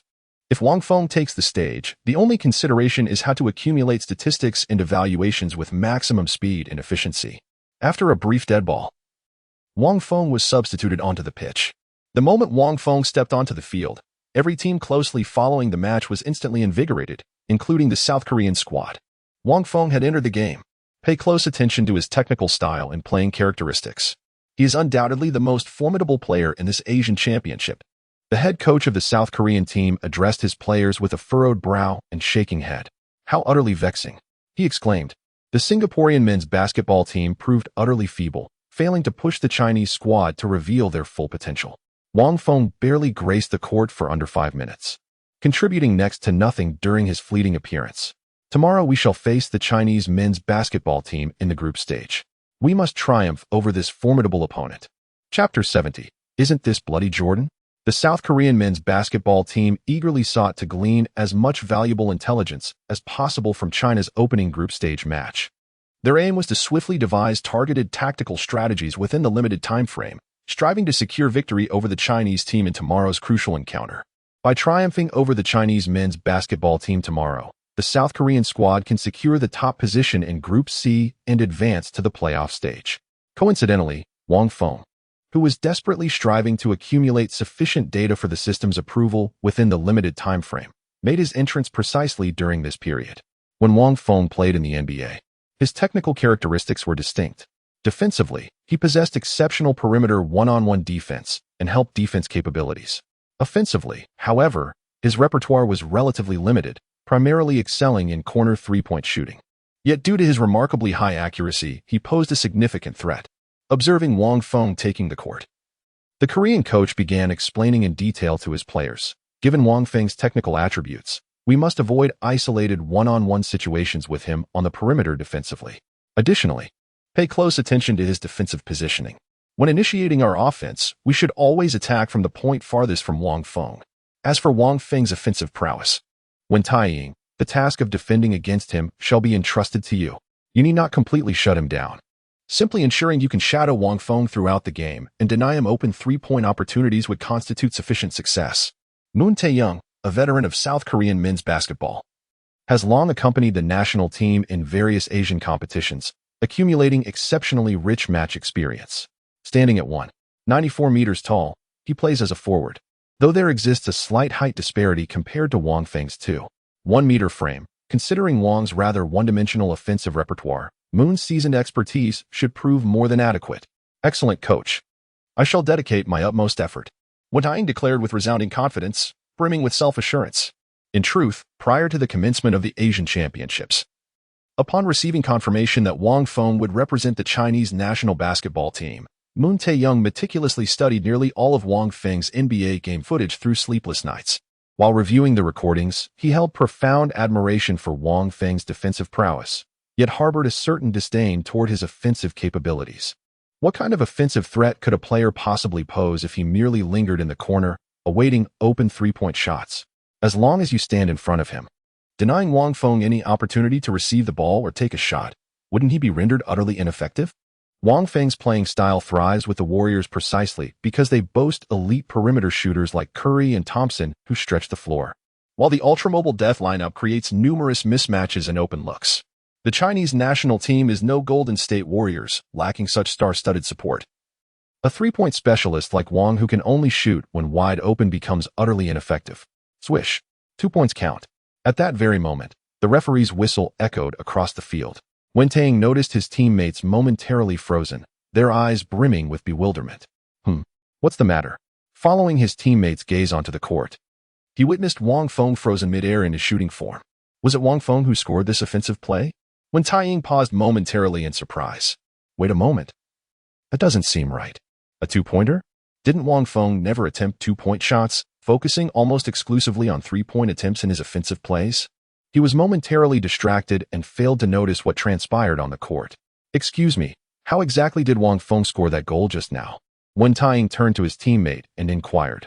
It's just receiving the ball beyond the three-point line, raising your hand to fake a shot, shifting the opponent's center of gravity, then driving into the paint for an abrupt stop and a mid-range jump shot to score. A rather straightforward move. The teammate pondered briefly before responding to Wen Tae's description. Not an exceptionally formidable technique, merely that the Singaporean basketball player's defense is rather feeble. Is that so? Wen Tae nodded slightly. Yet his heart remained unsettled, instead swelling with a growing unease. Suddenly, he realized there seemed to be a flaw in his previous line of thought. Does Wang Feng's ability to only shoot three-pointers from the corner in NBA games imply that he is solely a three-point shooter? What caliber of competition does the NBA represent? The intensity of defense and the tempo of the game were utterly unimaginable for players accustomed to the sheltered confines of Asian football. Is there a possibility? Wang Feng is merely perceived as a spot-up shooter, a 3 and D player in the eyes of most, simply because they have only witnessed his performances in the NBA. When Tai Ying's intuition proved to be uncannily accurate, before obtaining the system, Wang Feng's overall rating hovered slightly above 60. While this was certainly inadequate for the NBA, it placed him at a relatively high level within the Asian basketball scene. For context, when Zhou Qi later joined the NBA for 2 seasons, his average 2K rating was only around 67. After Wang Feng's transmigration and acquisition of the system, his ability values were instantly enhanced to surpass 70. Moreover, after completing several subsequent missions and earning freely distributable attribute points, coupled with the recent rigorous training regimen, my current overall capability assessment has reached an impressive 75. Across Asia, this seemingly unremarkable ability score actually represents the pinnacle of achievement. The only comparable case was Yi Jianlian, who had just entered the NBA with high expectations as a top draft pick. At that time, the 2K game rated his overall ability at 74. Wang Feng's true strength lies not merely in his ability scores, but rather in his emblematic skills that enable him to maximize and even transcend a player's potential performance. Just like the previous offensive play, although the Singaporean basketball defender was momentarily deceived in his stance, he didn't completely lose his position. As Wang Feng abruptly halted and leaped for a shot, the opponent desperately jumped to block, managing to create some interference. Yet at this very moment, a golden emblem in Wang Feng's consciousness shimmered brilliantly, instantly activating the marksman badge effect. The negative impact of interference on jump shots taken under tight defense from opponents is significantly reduced. Under the effect of the sharpshooter badge, the already negligible interference was virtually eliminated. Wang Feng's mid-range shooting ability has now reached an impressive 80. Dribbling and shooting proficiency approaches 80, with remarkably impressive accuracy when unimpeded by defensive interference. Wang Feng, with his mid-range shot finding the mark, seized the momentum and took control of the ball, relentlessly assaulting the defensive line of the Singapore men's basketball team. With swift speed, he effortlessly left defenders behind for a smooth layup. After shaking off opponents with nimble footwork, he rose for a flawless jump shot. Even in the midst of physical contact within the legal defensive zone, his graceful fadeaway jumper found nothing but net. At this moment, Wang Feng wielded an arsenal of offensive moves with effortless mastery, as if channeling the spirit of Jordan himself. No matter which player the Singapore men's basketball team substitutes to defend against Wang Feng, they simply cannot contain him. During previous national team training sessions, Wang Feng had frequently employed similar offensive maneuvers, so the players of the Chinese men's basketball team were already accustomed to it. However, the fans nationwide watching this match, as well as the various teams observing the Chinese men's basketball team in the arena, were utterly stunned at this moment. Is this really Wang Feng? You must be joking. This must be Jordan playing under a pseudonym. Since when do 3D players perform like this? In the latter half of the match, Wang Feng took to the court for approximately 8 minutes, during which the majority of ball possession was concentrated in his hands. Within this brief yet pivotal time frame, he attempted 13 shots, successfully converting 9 of them, including 2 remarkable three-pointers. As the final whistle echoed through the arena, the scoreboard displayed a staggering 94-42. The 52-point massacre left the entire stadium in stunned silence. Chapter 71. Facing the South Korean men's basketball team, this was the most lopsided match of the opening day. Wang Feng played for 13 minutes throughout the entire game, making 11 out of 15 shots, including a perfect 4 for 4 from beyond the three-point line, with a flawless 3-4-3 from the free throw line. He amassed an impressive stat line of 29 points, 4 rebounds, 2 assists, and 2 steals. The efficiency was nothing short of astonishing. It was precisely Wang Feng's explosive performance that rendered the match increasingly one-sided.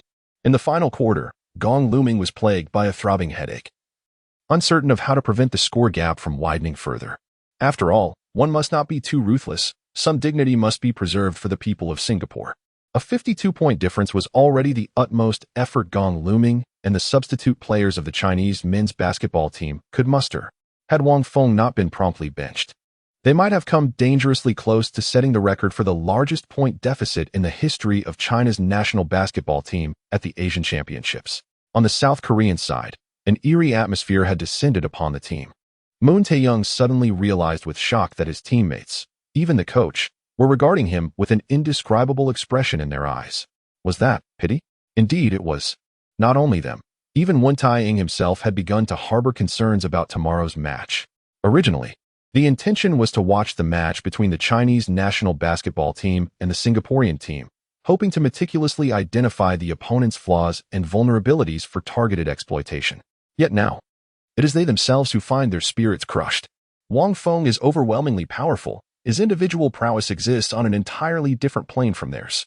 This sensation, when Tai Ying had once experienced it before, in the same match against the Chinese national basketball team. That player's name was Yao Ming. Yet Yao was a top-tier star capable of delivering all-star caliber performances in the NBA. Wang Feng, merely a role player specializing in 3 and D duties in the NBA, could actually dominate this fiercely even within the Asian basketball scene? Is the disparity between NBA and Asian basketball truly this vast? Faced with such a formidable player, Wen Taiying found himself utterly at a loss on how to defend against him. That coach, I think. Wen Taiying's words were abruptly cut off by the head coach before he could finish. Enough. The competition has concluded, and the hour grows late. You should all retire early to rest and recuperate, preparing diligently for tomorrow's contest. This match is of paramount importance to us, and we absolutely cannot afford to lose it. Understood? Yes, coach. The South Korean basketball team members responded in unison before dispersing in a flurry, leaving only Moon Tae-young standing alone in disarray amidst the wind. The Chinese men's basketball team secured a triumphant opening victory in their first match, crushing the Singaporean team by a staggering 52-point margin, undoubtedly injecting a potent dose of confidence into the hearts of Chinese fans. Wang Feng's phenomenal performance of scoring 29 points in merely 13 minutes of playtime left all eagerly anticipating spectators utterly astonished. Could Wang Feng truly possess such formidable prowess? Even those with only a rudimentary understanding of basketball recognize that any player capable of securing a starting position in the NBA would undoubtedly be considered a top-tier superstar in Asian-level competitions. Yet Wang Feng's offensive spectacle within a mere 8 minutes still managed to astonish everyone beyond expectations. No one could have anticipated that Wang Feng, who throughout an entire NBA season had merely been catching and shooting open corner threes, possessed such an extensive repertoire of offensive techniques and approaches. Indeed, making a name for oneself in the NBA is far more profound than what meets the eye. In reality, Wang Feng's ability to dominate offensively like Jordan or Kobe stems from specific circumstances. The most immediate factor is the glaring disparity in skill level. The Singaporean basketball team's defensive capabilities were woefully inadequate to challenge him. It resembled a university athlete effortlessly outplaying middle schoolers, with overwhelming superiority in physique, technique, and court awareness. Furthermore, Wang had dedicated months to honing his shooting skills to activate the sharpshooter badge, elevating his shooting attributes to an impressive average of 80.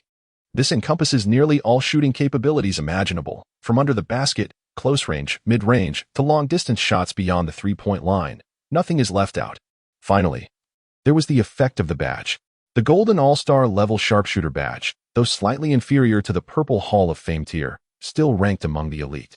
Combined with Wang Feng's impressive 90 interference resistance and 81 stability, his true prowess in shooting and scoring already surpassed that of most NBA players, though few were aware of it yet. For Wang Feng, the Asian Championship was less about honing his skills and more about making his presence known and completing the system's side quests. He was fairly satisfied with his performance in the debut match, though the limited playing time gnawed at him. Blame fell on Singapore's national team, which collapsed too easily, hardly a challenge before they were overwhelmed. Had they put up more resistance, he might have seized the opportunity to rack up a 40-point game, undoubtedly boosting his system evaluation. Alas, he could only pin his hopes on the next opponent, South Korea. Stroking his chin in contemplation, Wang Feng recalled that in this tournament, the Chinese team's toughest battle had been against South Korea in the group stage, trailing by 20 points at one point. They clawed back through sheer tenacity to clinch a narrow 76-73 victory. With such a fiercely contested match ahead, wouldn't there be ample chances to pad his stats?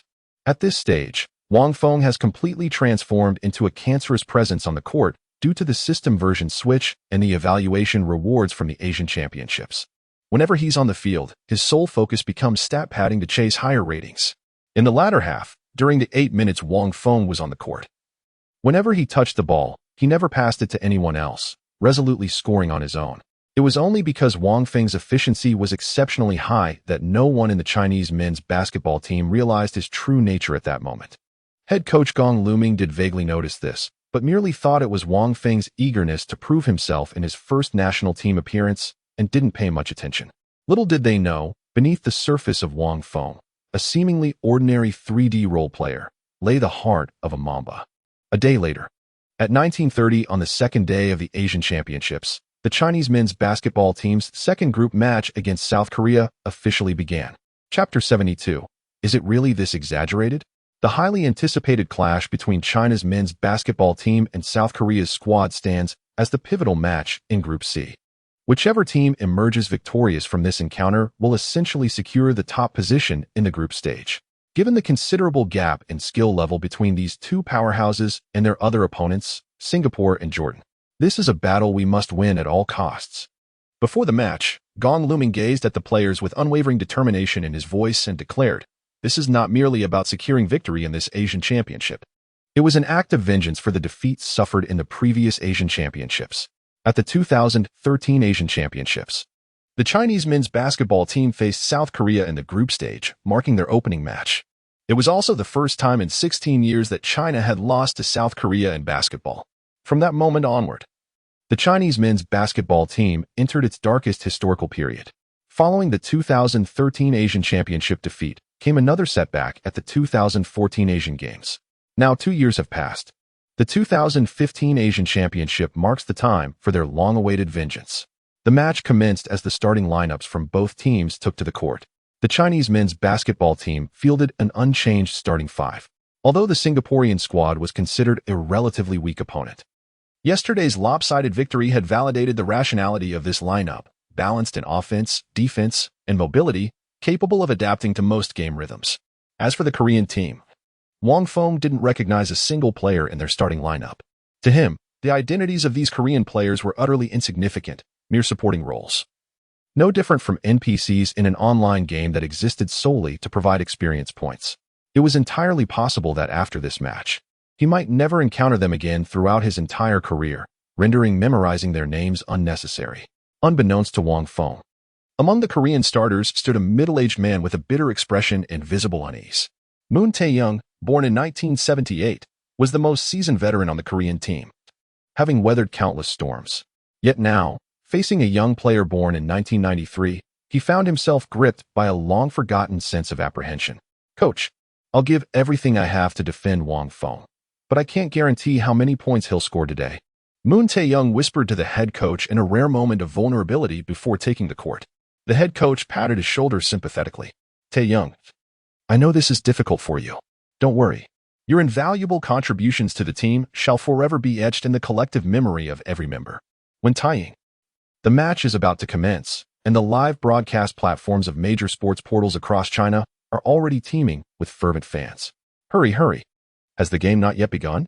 I want to witness Wang Feng dominate those Korean players. I'd wager 50 cents on it. This match, Wang Feng will score at least 30 points, even higher than his previous performance. I'm willing to bet $10 on that. The Korean team will suffer an even more humiliating defeat than their previous loss to Singapore. These arrogant Koreans act as if the entire world belongs to them. We shall teach them a harsh lesson they won't soon forget. No matter, as long as the victory belongs to us in the competition. In recent years, South Korea's various controversial actions have led to an increasing number of Chinese people harboring resentment towards them, reaching a state of near collective indignation. However, the highly enthusiastic fans never anticipated being dealt a heavy blow right at the start of the match. Consistent with Wang Feng's historical knowledge, the South Korean men's basketball team started the game with exceptional shooting accuracy, seemingly unable to miss. In the initial exchanges, they converted every offensive opportunity, swiftly building a 9-2 lead within mere 2 minutes. This forced Gong Luming to call an urgent timeout. "Defense. Tighten up the defense. What are you all doing? Sleepwalking out there? Do not allow the opponent to easily create open shots anymore." Wang Feng slightly furrowed his brow. He had to admit, though he didn't think much of the South Korean basketball team, they did have some strategic elements. On defense, they assigned a player to shadow him relentlessly, employing an almost adhesive style of defense that made it difficult for him to even receive the ball. Offensively, their plays always originated from the position farthest from Wang Feng, rendering his attempts to assist on defense ineffective due to the sheer distance. Was this a tactical system specifically designed by the South Korean team to counter him? Wang Feng silently contemplated, a faint smirk curling at the corners of his lips. Did they truly believe such feeble attempts could constrain him? In the past, he might indeed have been constrained from performing to his full potential.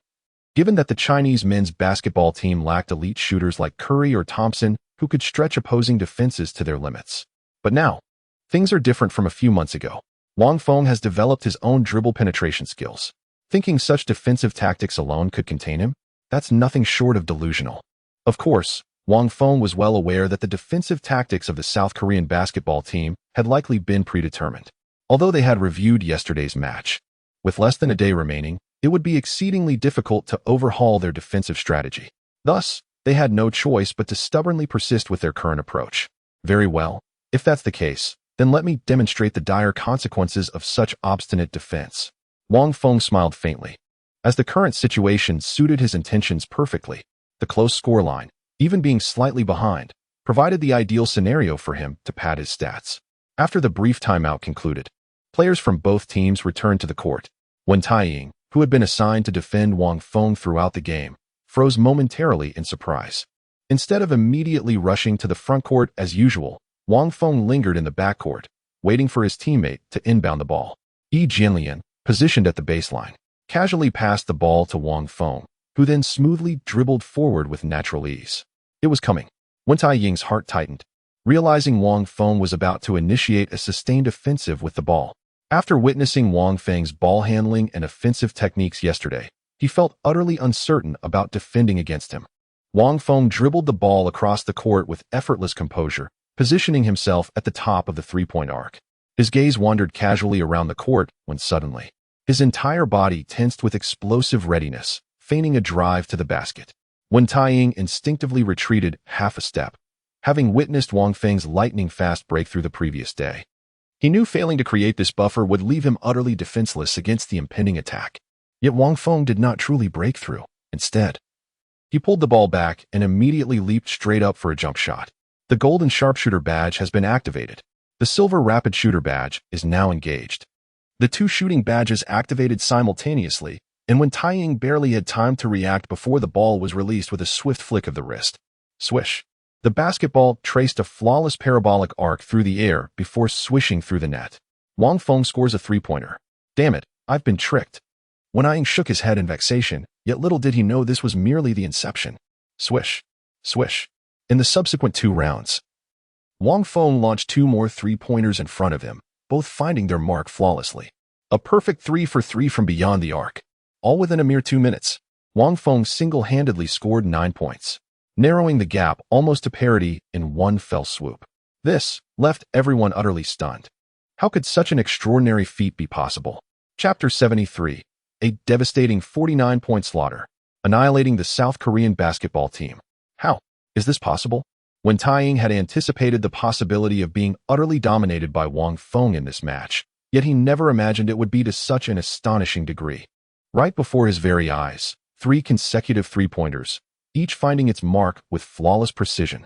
Later on, Wang Feng didn't even need to feign movements anymore. He simply leaped vertically from his spot and released the ball. With the silver quick draw badge, he always managed to get his shot off a split second faster. The next 2 three-pointers he attempted were both launched from positions near the 45-degree angles along the three-point line. These areas just beyond the arc have always occupied a somewhat ambiguous space in basketball positioning. And in the 2K games, a significant portion of these zones is still classified as corner 3 territory. You can fully benefit from the corner 3-point shooter's bonus. Wang Feng's elite-level corner specialist badge also takes effect in this area, with the simultaneous activation of his corner specialist, deadeye, and quick draw badges. Wang Feng's already formidable 92 three-point rating allows him to effortlessly drain shots over Wen Taiying's defense. Close out on him. Don't give him any more open looks from beyond the arc. The head coach of the South Korean men's basketball team could no longer remain seated, standing courtside and bellowing at the top of his lungs. They had painstakingly built an early lead at the game's outset, only to watch helplessly as Wang Feng effortlessly drained 3 consecutive three-pointers to erase their advantage in mere moments. It was evident that the Korean players were utterly bewildered on the court, their defensive formations crumbling into disarray, while even their previously fluid offensive rhythm began to falter. This downward spiral simply could not continue. Wen Taiying gritted his teeth fiercely. Though he couldn't completely defend against Wang Feng, he could still strategically choose his defensive positions. In the next round, Wang Feng continued his offensive with the ball. When Taiying didn't wait for Wang to settle into position, instead, he proactively stepped forward, pressing his body against Wang Feng, leaving no room for even the slightest lift to attempt a shot. Try to break through if you dare. Even if I leave you open for a two-pointer, I'll never give you a chance to shoot a three. Yesterday, the Chinese men's basketball team faced off against Singapore, and the South Korean team meticulously analyzed the game footage overnight. They discovered that although Wang Feng's efficiency was terrifyingly high, upon closer inspection, his shooting percentage from beyond the three-point line was actually superior to that from inside the arc. This was only natural. Wang Feng's mid-range and close-range shooting abilities hovered around an 80 rating, with some even falling below that mark. However, his three-point shooting prowess soared to a staggering 92, further amplified by his proficiency as a corner three-point specialist. Naturally, his accuracy from beyond the arc eclipsed that from inside. Yet, even so, when the opponent presented opportunities, how could Wang Feng possibly let them slip away? With lightning-fast speed and agility both at 90. Wang Feng's dribbling ability may not be exceptionally high, averaging just over 50, yet it proves more than sufficient for competitions at the Asian Championship level. Like a bolt of lightning, Wang Feng exploded into motion. In an instant, he blew past Moon Tae-young, who was tightly marking him, charging solo toward the heart of the South Korean basketball team's defense, witnessing Moon Tae-young being breached. The towering center of the South Korean basketball team swiftly moved to provide defensive support. However, before he could intervene, Wang Feng had already executed a sudden halt, gathering himself before launching a graceful jump shot from approximately one stride beyond the free throw line. Swish. This was a textbook mid-range jump shot, executed with minimal defensive pressure.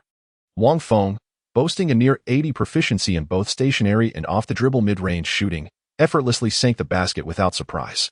Another 2 points added to the scoreboard. Wang Feng, having paused momentarily, began to exert his dominance, consecutively scoring 11 points. Good heavens! Such formidable prowess. Brother Feng is truly extraordinary, worthy of a champion from the NBA. What of the Korean team? In the presence of my esteemed brother Feng, they are but a mere gathering of insignificant minnows and worthless shrimp. In the live broadcast sections of major sports portals, comments from fans and netizens were cascading down like a waterfall in a frenzy. Meanwhile, on the court, Wang Feng's offensive showcase continued unabated. The South Korean men's basketball team's strategy of defending the perimeter rather than the interior, led by Moon Tae-young, was theoretically sound. Yet, even with this approach, Wang Feng still managed to score, albeit with slightly diminished efficiency.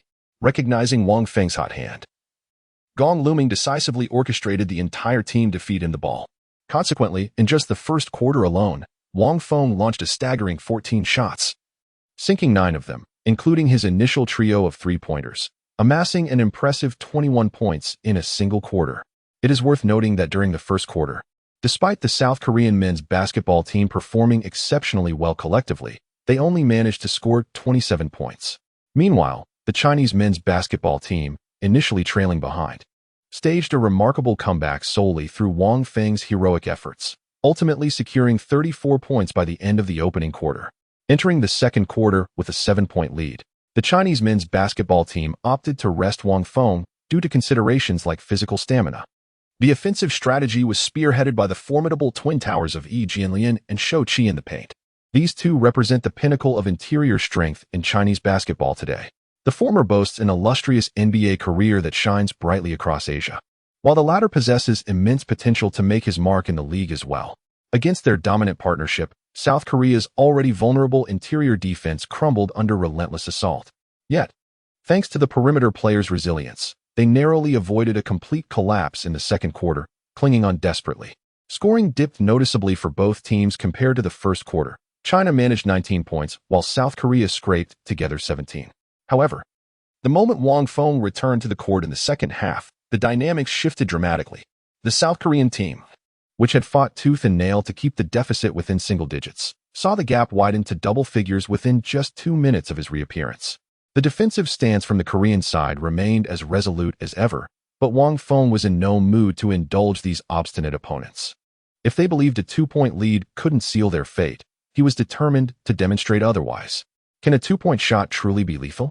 In the third quarter, Wang Feng did not attempt a single three-pointer, with all his shots originating from inside the arc. He took a total of 11 attempts, converting 7.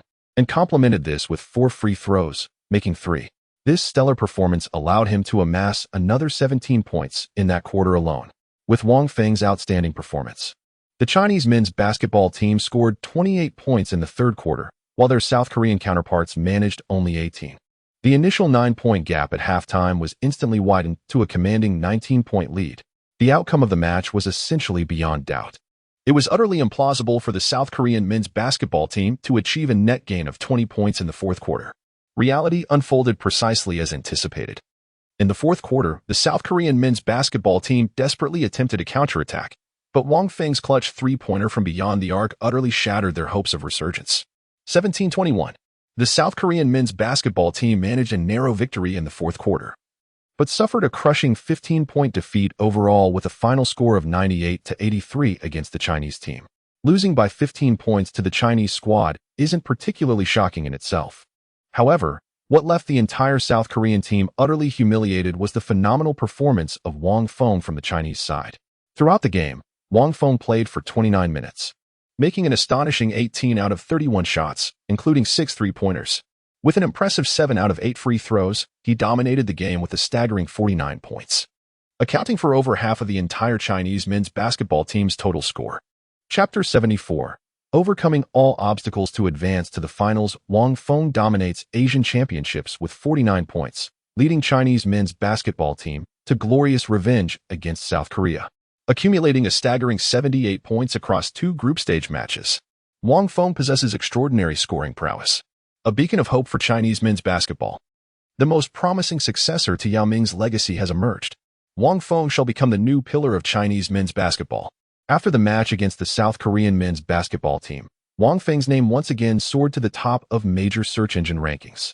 It was less than a month since Wang Feng last made headlines when the Chinese Basketball Association announced his recruitment to the national team.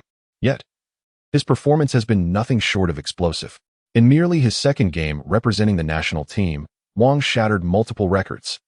His 49-point game effortlessly surpassed Yao Ming's previous national team single-game scoring record of 39 points, cementing his status as China's undisputed top player.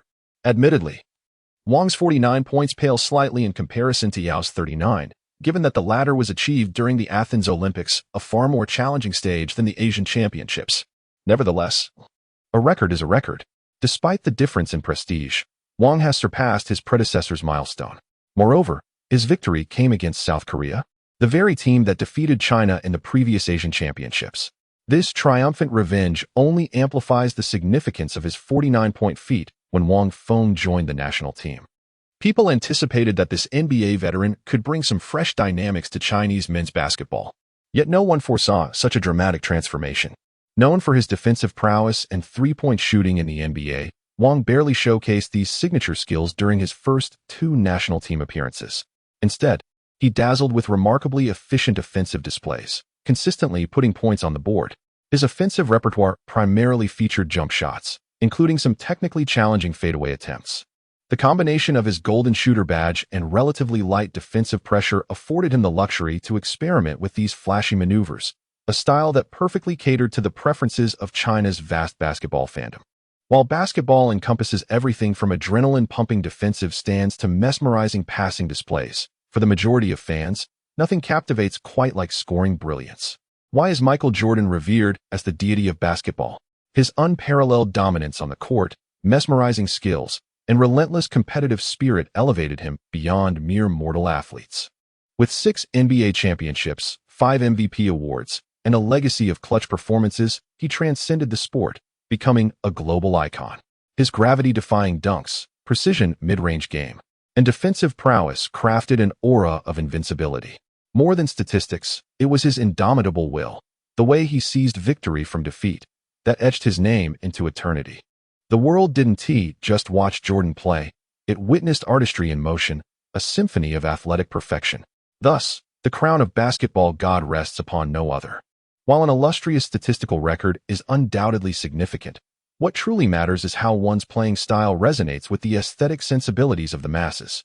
Otherwise, when comparing individual accolades and achievements, legends like Kareem Abdul-Jabbar and the even more venerable Bill Russell surpass or at least equal Michael Jordan. So why is it that his airness alone ascends to the divine pantheon of basketball?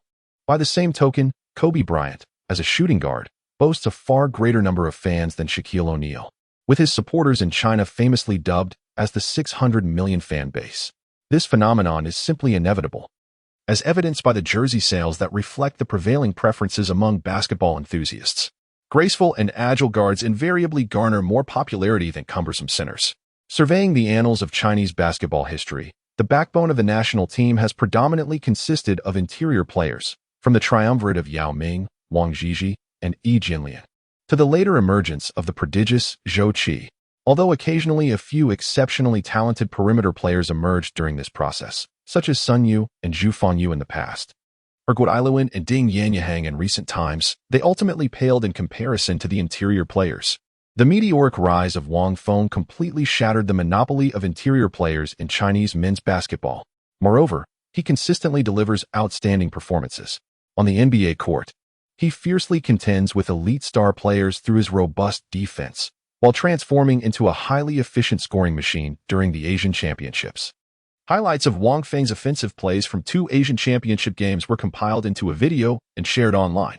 If one were to obscure his face and skin tone, one might easily mistake him for the aesthetically sublime Kobe Bryant.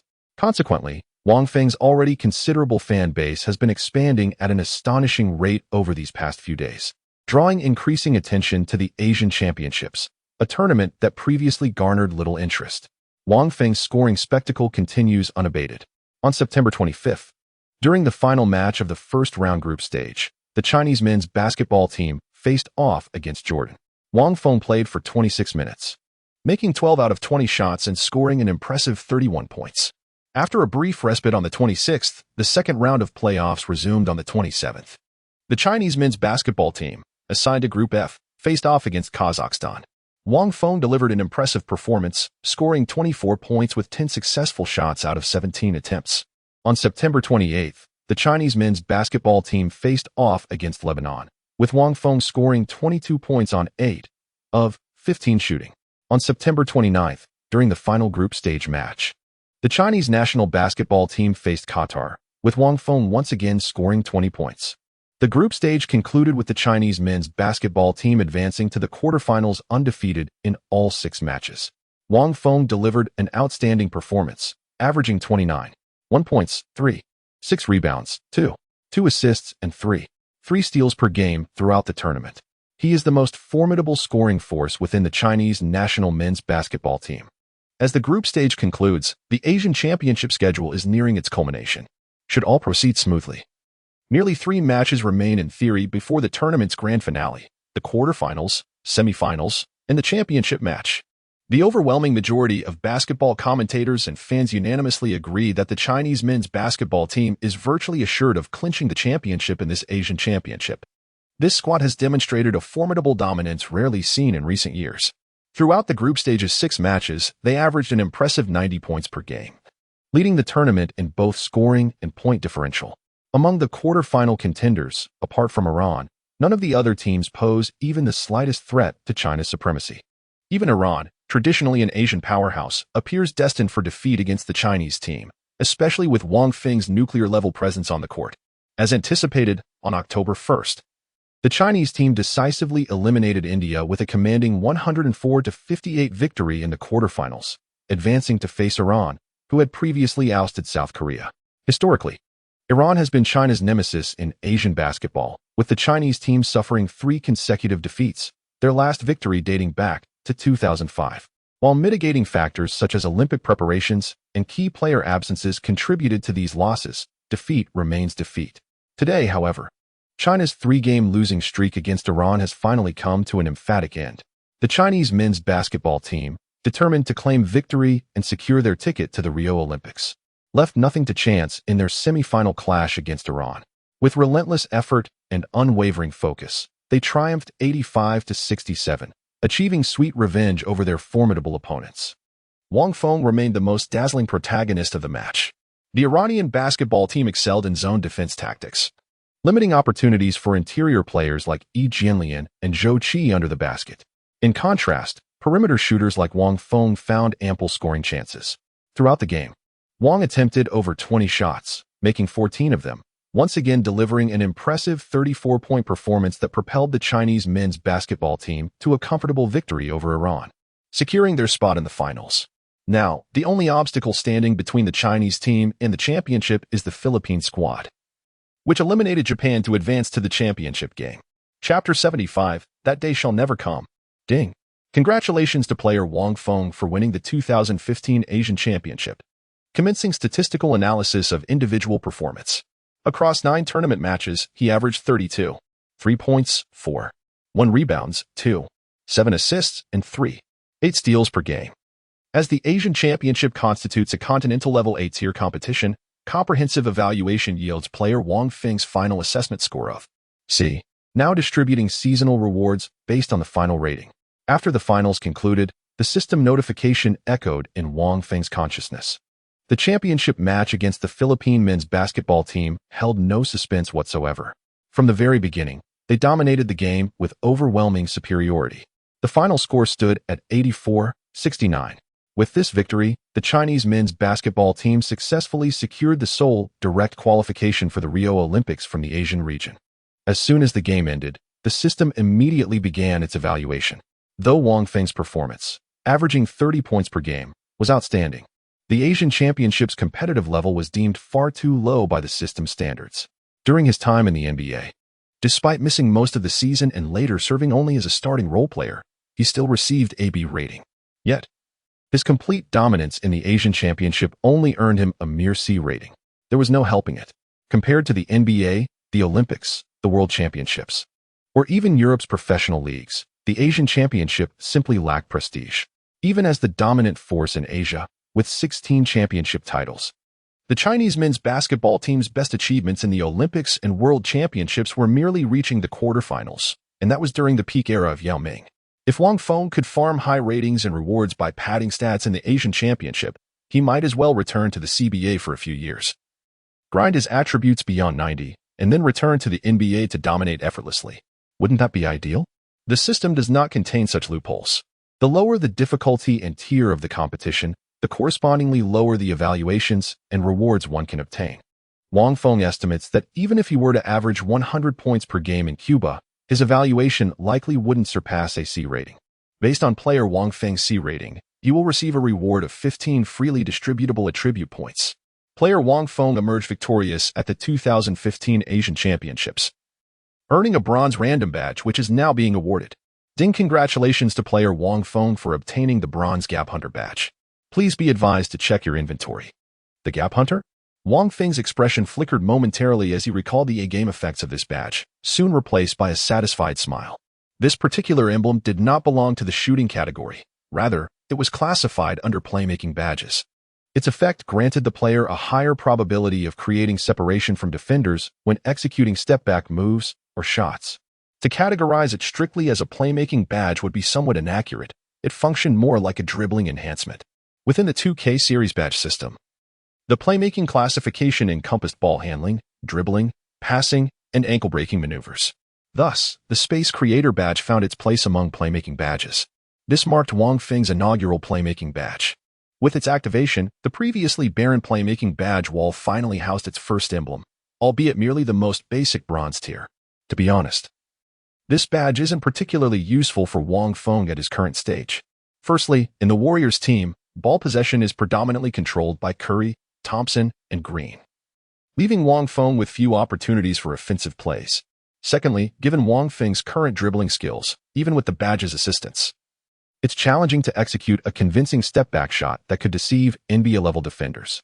Additionally, there's a slight conflict between this badge and the Sharpshooter badge. The Sharpshooter badge reduces the impact of defensive interference when shooting under pressure, whereas the Space Creator badge enhances the effectiveness of creating separation through step-backs and other deceptive moves. Still, a free badge is always welcome. After all, one can never have too many skills. Wang Feng doesn't mind having it at all. It doesn't take up space on his badge wall, and who knows, it might come in handy someday. Several minutes later, upon the erected podium, the championship trophy was bestowed upon the Chinese men's basketball team, while Wang Feng indisputably claimed the title of this Asian Championship's MVP with his formidable individual statistics. The subsequent press interviews, team celebrations, and bonding activities need not be elaborated upon. In summary, this edition of the Asian Championship proved thoroughly gratifying for the Chinese squad, and even more so for Wang Feng himself. This tournament journey yielded systemic rewards for Wang Feng, garnered personal accolades, and further elevated his domestic renown and influence. Moreover, unlike his experiences with the Warriors, no anticipated ostracism or envy surfaced within the national team. All teammates, including the squad's leader Yi Jianlian, extended warm hospitality toward him, while younger players like Zhou Qi even sought his counsel on navigating the NBA, cultivating an exceptionally harmonious atmosphere. First, congratulations on being named MVP of this Asian Championship.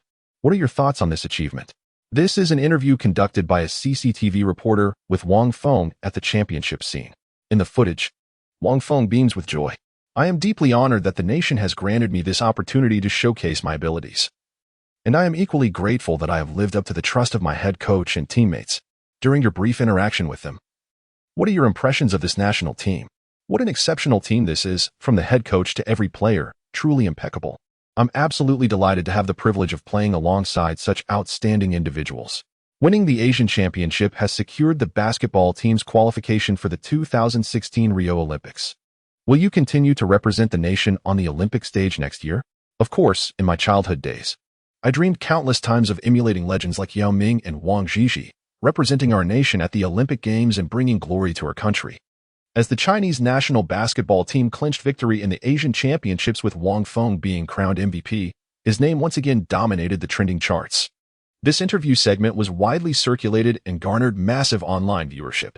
Wang Feng has officially confirmed his participation in the Rio Olympics.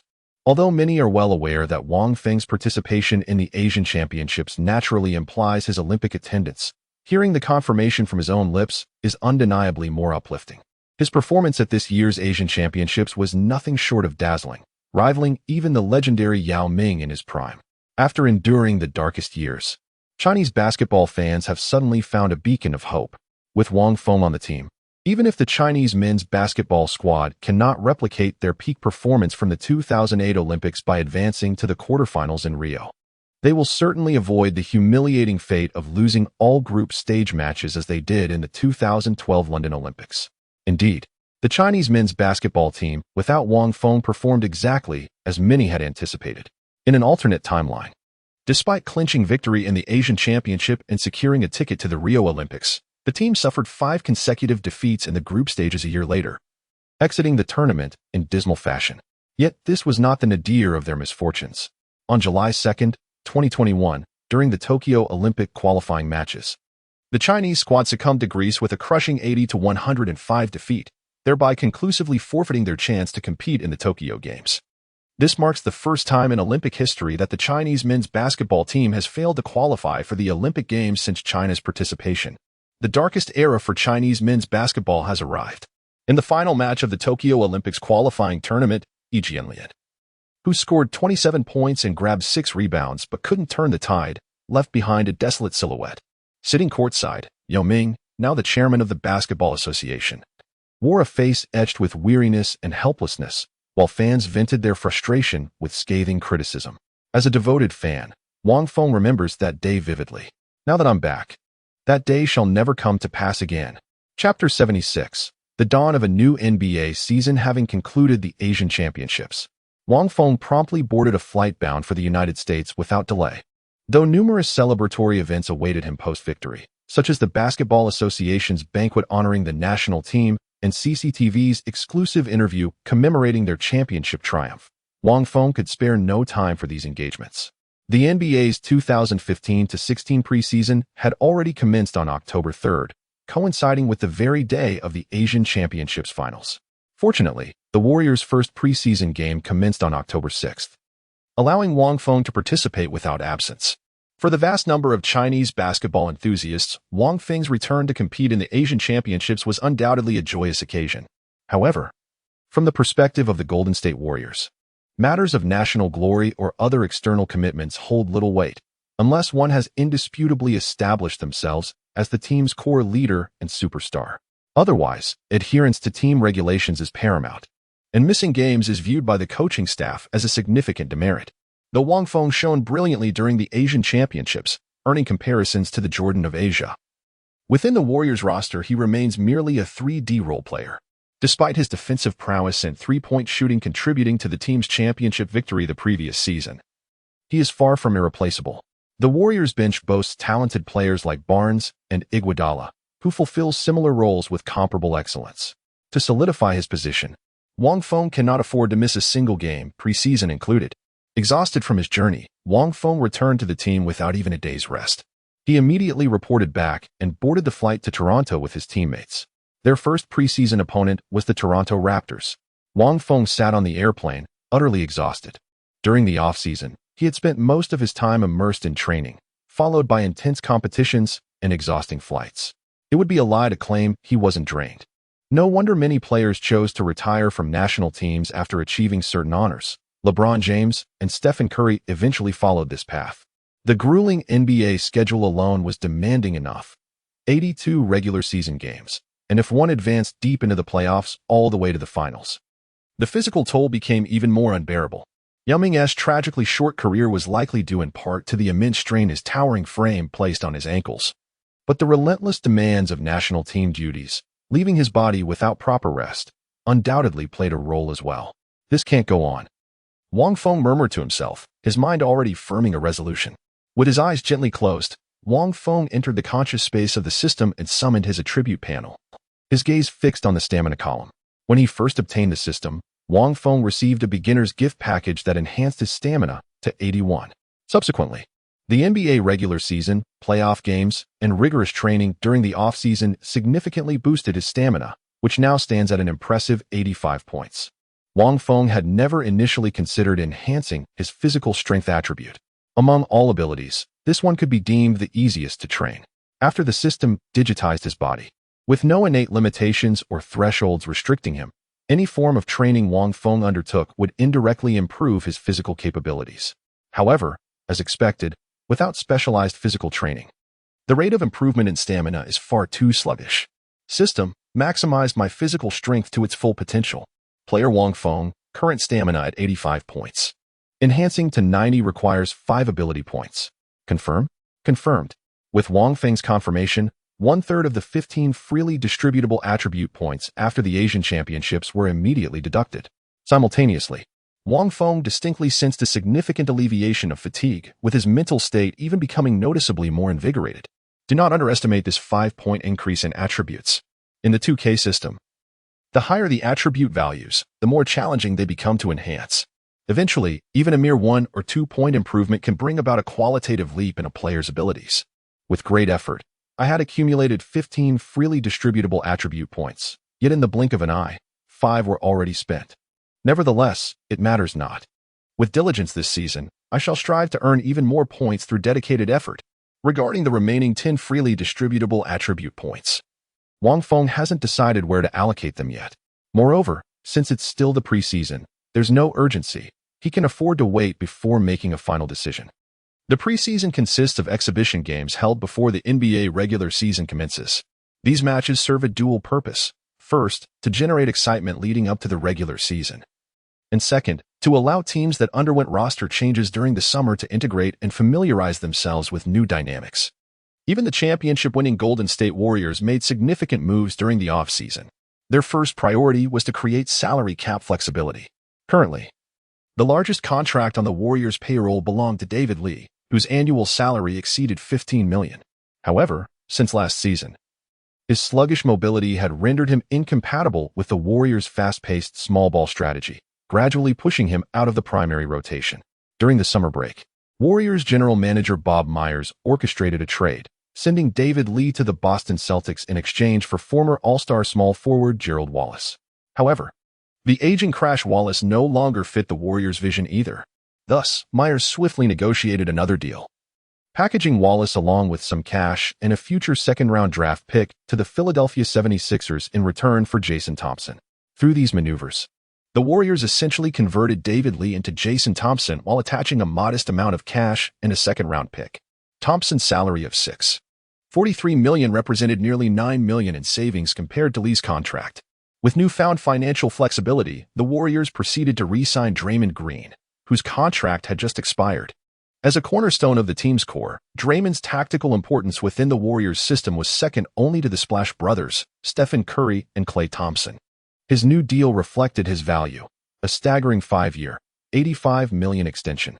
This price might seem insignificant by next year, but in the summer of 2015, before the new television broadcasting contract took effect, this salary was already quite substantial. Though not a maximum contract, Green expressed great satisfaction upon signing it. Little did he know what astronomical salary surges the NBA would witness the following year. His 5-year deal turned out to be far from lucrative. The Warriors' preparations for the new season are nearly complete with the trade of David Lee and the re-signing of Draymond Green. Last season's championship victory came with such effortless ease, serving as undeniable proof that Golden State's current roster far surpasses any other team in the league. Rashly dismantling this proven structure would be counterproductive. The wisest approach is precisely this method of making selective, incremental improvements to the championship-winning core. General Manager Bob Myers has been meticulously calculating every move, successfully retaining Leandro Barbosa while acquiring Ian Clark from the Nuggets. Though some fringe players have departed upon contract expiration, these losses are insignificant. As preseason approaches, the Warriors' roster stands firmly established with no major changes to the starting lineup. Most crucially, Wang Feng remains the team's starting small forward for the upcoming season. Chapter 77. Wang Feng develops new scoring methods. The Golden State Warriors preseason consisted of 6 games, running until October 23rd. These exhibition matches, which didn't count toward the regular season, naturally saw limited playing time for star starters like Curry and Thompson. Typically, they would play just a few minutes to warm up before being substituted, leaving the court to the team's fringe role players to showcase their skills. Wang Feng's playing time during the preseason was also relatively modest, averaging just over 20 minutes per game, less than his postseason average from the previous season. However, with Curry and Thompson logging even fewer minutes, Wang found himself with more opportunities on the court. The Warriors' management and coaching staff had taken note of Wang Feng's performance in the Asian Championships. While the level of competition in such tournaments might not impress NBA coaches much, Wang's diverse offensive arsenal during those games had surprised many, including Coach Kerr. Who would have thought you had such scoring abilities? Why didn't you showcase them earlier last season? On Wang Feng's first day back with the team, Coach Cole told him, "I'll give you some opportunities during the preseason games. Show me all your moves, especially your mid-range shooting." Although the Warriors are primarily known for their fast-paced offense and three-point shooting tactics, there are certain crucial moments when traditional mid to long-range jump shots become indispensable. When Kevin Durant joined the Warriors in the future, transforming them into one of history's most formidable super teams, it was precisely his reliable mid-range shooting that perfectly addressed the team's final weakness. This is precisely why Wang Feng, after last season concluded, chose to dedicate his off-season training to honing his sharpshooting skills and intensive shooting drills. He had foreseen this very necessity. With the head coach's approval, Wang Feng reduced his three-point attempts during the preseason games, shifting his focus to mid to long-range shots inside the two-point line. Unlike the Asian Championships, the NBA preseason features players who are predominantly set to join their respective teams' regular rotation rosters. Wang Feng is facing significantly greater offensive pressure compared to the Asian Championships. However, his current mid-range shooting average hovers around an impressive 80, bolstered by remarkable consistency and interference resistance. Most crucially, his golden sharpshooter badge provides formidable support, rendering him fully capable of handling the challenge. In his first playoff game against the Toronto Raptors, Wang Feng played for 24 minutes, making 7 out of 13 shots and scoring 17 points. All the shots were taken from mid to long range beyond the three-point line. In the second game against the Portland Trail Blazers, he played for 27 minutes, making 8 out of 15 attempts, including 3 three-pointers, and scored 21 points. In the third game against the Nuggets, Wang Feng once again took numerous mid to long range shots, maintaining a relatively high efficiency throughout. He scored another 20 points. Over the course of several preseason games, major media outlets and teams observed that Wang Feng's primary scoring method had shifted to mid-range jumpers, quite unlike the three-point shooting that defined his performance the previous season. For other teams, this is certainly not welcome news. Wang Feng's increased emphasis on mid-range shots does not signify an inability to shoot from beyond the arc. On the contrary, this strategic shift heralds the expansion of his offensive arsenal with formidable new weaponry. The future competitions will prove even more formidable to contend with. In the past, defending against Wang Feng was quite straightforward. Simply mark him tightly beyond the three-point line and deny him any opportunity to receive the ball. His three-point shooting from the perimeter was remarkably precise, yet he possessed almost no ability to drive with the ball. The key reason he thrived with the Warriors was his exceptional perimeter defense, coupled with the spacing created by elite shooters like Curry and Thompson, granting any player open looks from beyond the arc. Now, Wang Feng has developed a more versatile offensive arsenal, making him significantly harder to defend. Opponents must not only contest his three-point attempts but also remain wary of his drives into the paint, where he can inflict damage. Defenders are inevitably stretched thin, rendering him a far more formidable challenge. Of course, Wang Feng's level of progress was merely sufficient to cause minor headaches for opposing teams at best. The NBA abounds with players possessing an extensive offensive arsenal and extraordinary scoring prowess, rendering Wang Feng utterly insignificant in comparison. Not only did he pale in contrast to players from other teams, but even within the Golden State Warriors roster, he likely wouldn't rank among the top 3 scorers. Beyond the formidable duo of Curry and Thompson, the Warriors boasted several other exceptionally talented offensive players of considerable caliber. For instance, Harrison Barnes, who was stripped of his starting small forward position by Wang Feng. Losing the starting spot to Wang Feng was undoubtedly a devastating blow for Barnes. During the preseason games, Barnes had logged the most minutes on the Warriors roster, averaging nearly 30 minutes per game. His shot attempts hovered around 18 per contest, and he led the team in scoring with an average of nearly 25 points, making him the preseason scoring champion for the Warriors.